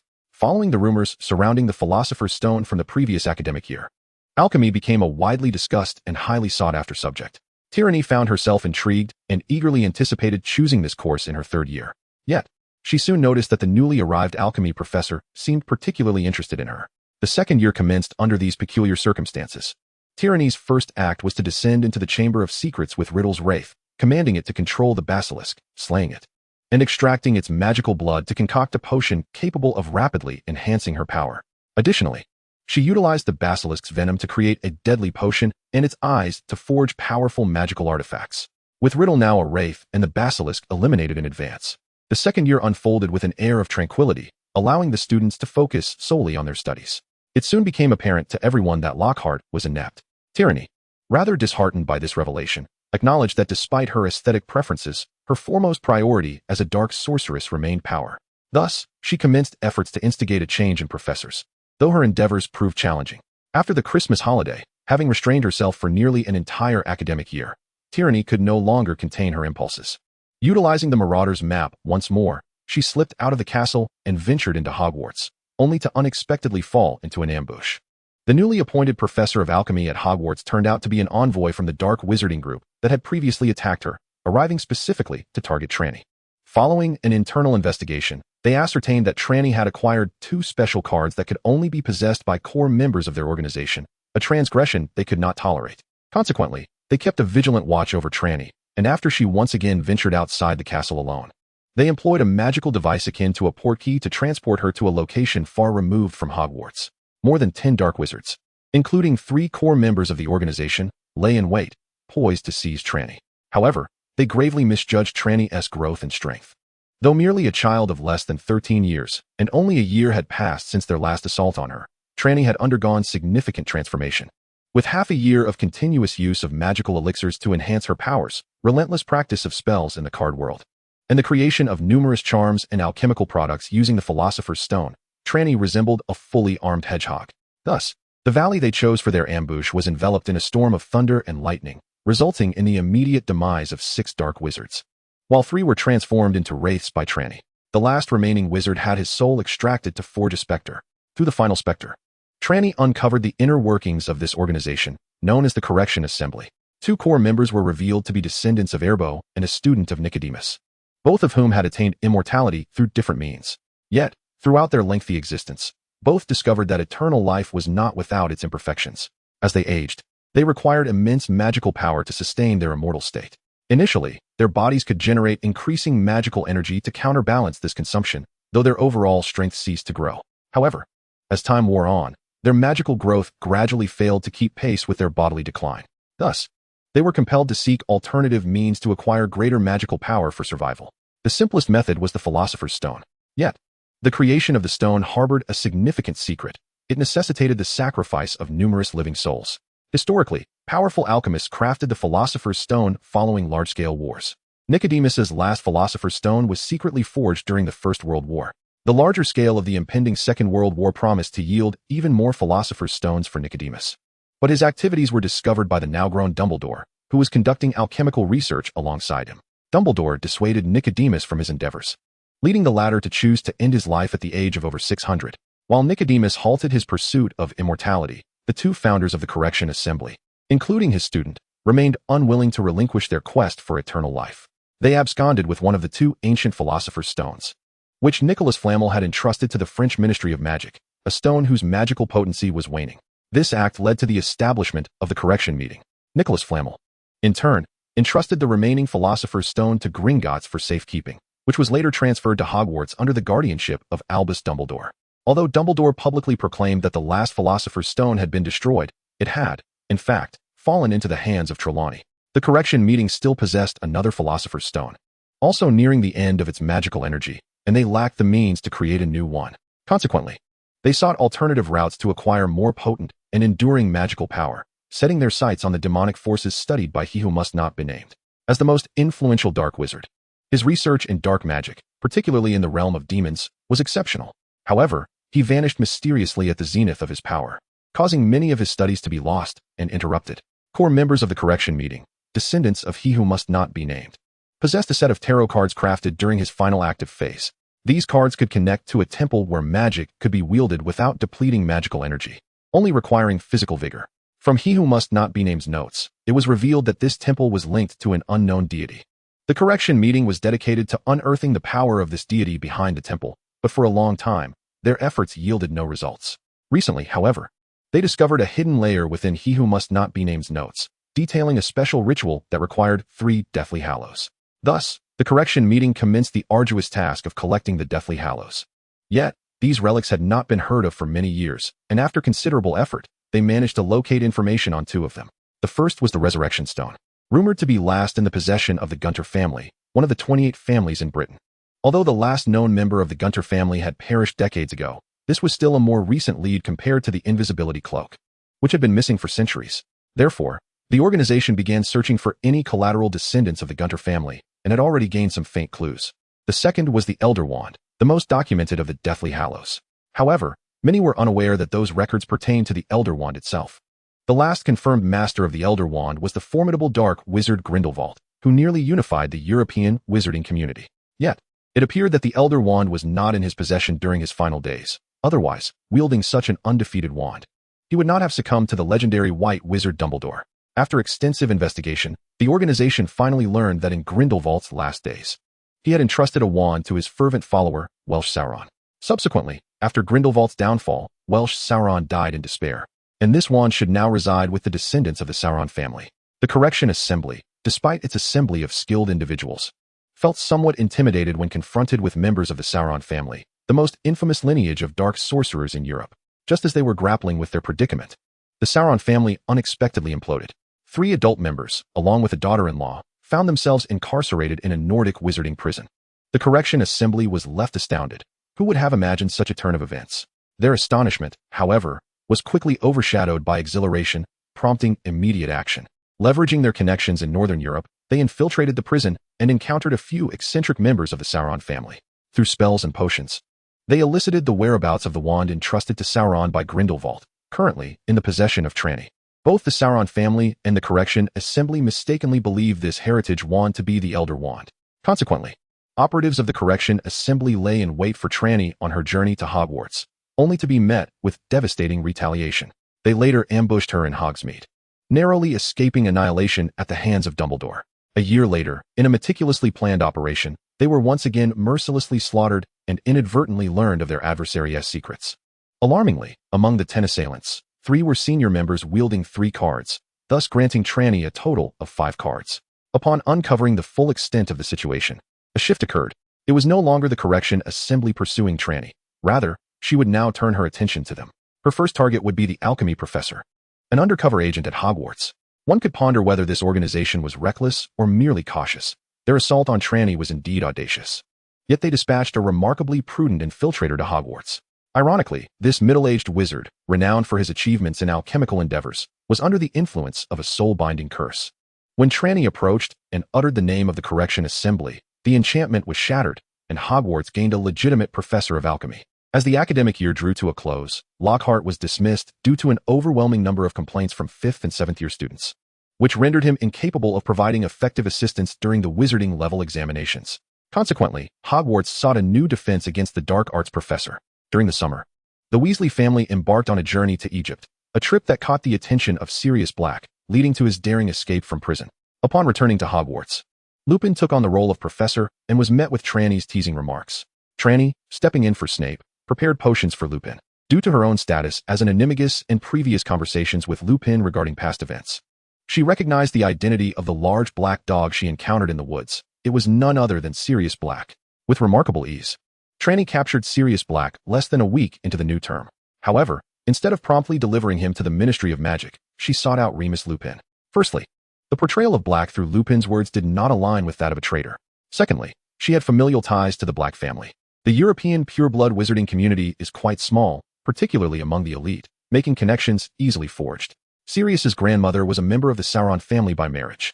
From Sirius, Trelawney and Lupin uncovered the truth of past events, simplifying the matter at hand. Trelawney seized Peter Pettigrew, transformed into a rat from Ron during Transfiguration class, and with a revealing spell, exposed his true form. Sirius's name was cleared, and under Dumbledore's recommendation, he became a teaching assistant in Hogwarts Transfiguration course. An exceptional young wizard capable of mastering Animagus would undoubtedly be qualified to teach children, especially in an assistant role. The fine for practicing Animagus without permission was trivial compared to the compensation owed to him by the Ministry for his unjust 11-year imprisonment. That year, Trelawney and Harry, along with their peers, finally benefited from a proper defense against the dark arts professor, resulting in a rapid enhancement of their knowledge. However, Trelawney's progress in the dark arts was even more pronounced. She noted with some concern that while Harry, Ron, and Draco had all mastered the Patronus charm, albeit only in its shield form, they were still ahead of her. Though she could conjure a Patronus in her first year, she had yet to solidify the shield. Both Lupin and Black analyzed that her struggle stemmed from a lack of protective intent. She had no genuine desire to safeguard anyone or anything. In the fourth year, the Triwizard Tournament was revived. Hagrid, who had been absent for over 2 years, returned with a giant brother, creating a tumultuous situation in the Forbidden Forest. Trelawney discovered the second Horcrux of Voldemort within the Room of Requirement and, after handing it to Dumbledore, speculated that Voldemort possessed multiple Horcruxes. To enhance interest and cooperation, the Triwizard Tournament shifted from individual participants to one male and one female champion. Angelina Johnson and Cedric Diggory were chosen to represent Hogwarts. However, Harry's name unexpectedly emerged from the Goblet of Fire, presenting a significant dilemma. His status as a champion became irrevocable the moment it was declared. Yet if he teamed up with Angelina and Cedric as part of the Hogwarts cohort in a tournament that required collaboration, it would be decidedly unfair. Conversely, if he did not join forces with Angelina and the others, he would be unable to accomplish certain predetermined tasks on his own. Thus, Sirius, who had ascended to the esteemed position of a Transfiguration professor at Hogwarts, suggested, with a flair for mischief, that Harry be granted an auxiliary teammate. This teammate, of course, was none other than Trelawney. Initially, the representatives from Durmstrang and Beauxbatons expressed their discontent at the prospect of another champion from Hogwarts. However, upon learning that Trelawney would also be participating, they swiftly acquiesced, at least the champions did. This was particularly true for Durmstrang, who begrudgingly declared their intention to teach Trelawney a lesson during the competition. The outcome was inevitable. Trelawney showcased an array of dazzling maneuvers, overwhelming both academies. In the final contest, Trelawney and Harry jointly claimed the Triwizard Cup, only to be whisked away together. They encountered and escaped Peter, a barely alive Voldemort, and the long-absent Correction Committee. Although the Correction Committee had nearly mobilized all their forces and believed they were fully prepared, they still underestimated Trelawney's prowess. In a stunning turn of events, Trelawney seized Voldemort amidst the chaos and, utilizing the disillusionment charm, made her escape. It is crucial to emphasize, she captured Voldemort. The Dark Lord faced the utmost humiliation of his life, being captured alive in a wretched, near-helpless infantile state. At that moment, Voldemort felt no desire to revive himself. Trelawney's capture of Voldemort effectively alleviated a significant threat to Dumbledore. Following this triumph, locating the remaining Horcruxes became a remarkably simple task. Voldemort had met his demise. In return, Dumbledore aided Trelawney in confronting the Correction Committee, which also met its end. After collecting 22 cards, Trelawney, alongside a curious Dumbledore, delved into research. It was then that Trelawney discovered the Elder Wand resided in Dumbledore's possession, and Harry's invisibility cloak was indeed one of the 3 Deathly Hallows. Coupled with the Resurrection Stone acquired during their quest for Horcruxes, the 3 Deathly Hallows were astonishingly united. They endeavored to unlock the ultimate secret of the temple, with Dumbledore firmly believing it could not be of divine origin. As anticipated, it was not a deity. Within the temple lay the malevolent figure of Halbeer, who sought true immortality through wicked rituals. Halbeer was vanquished.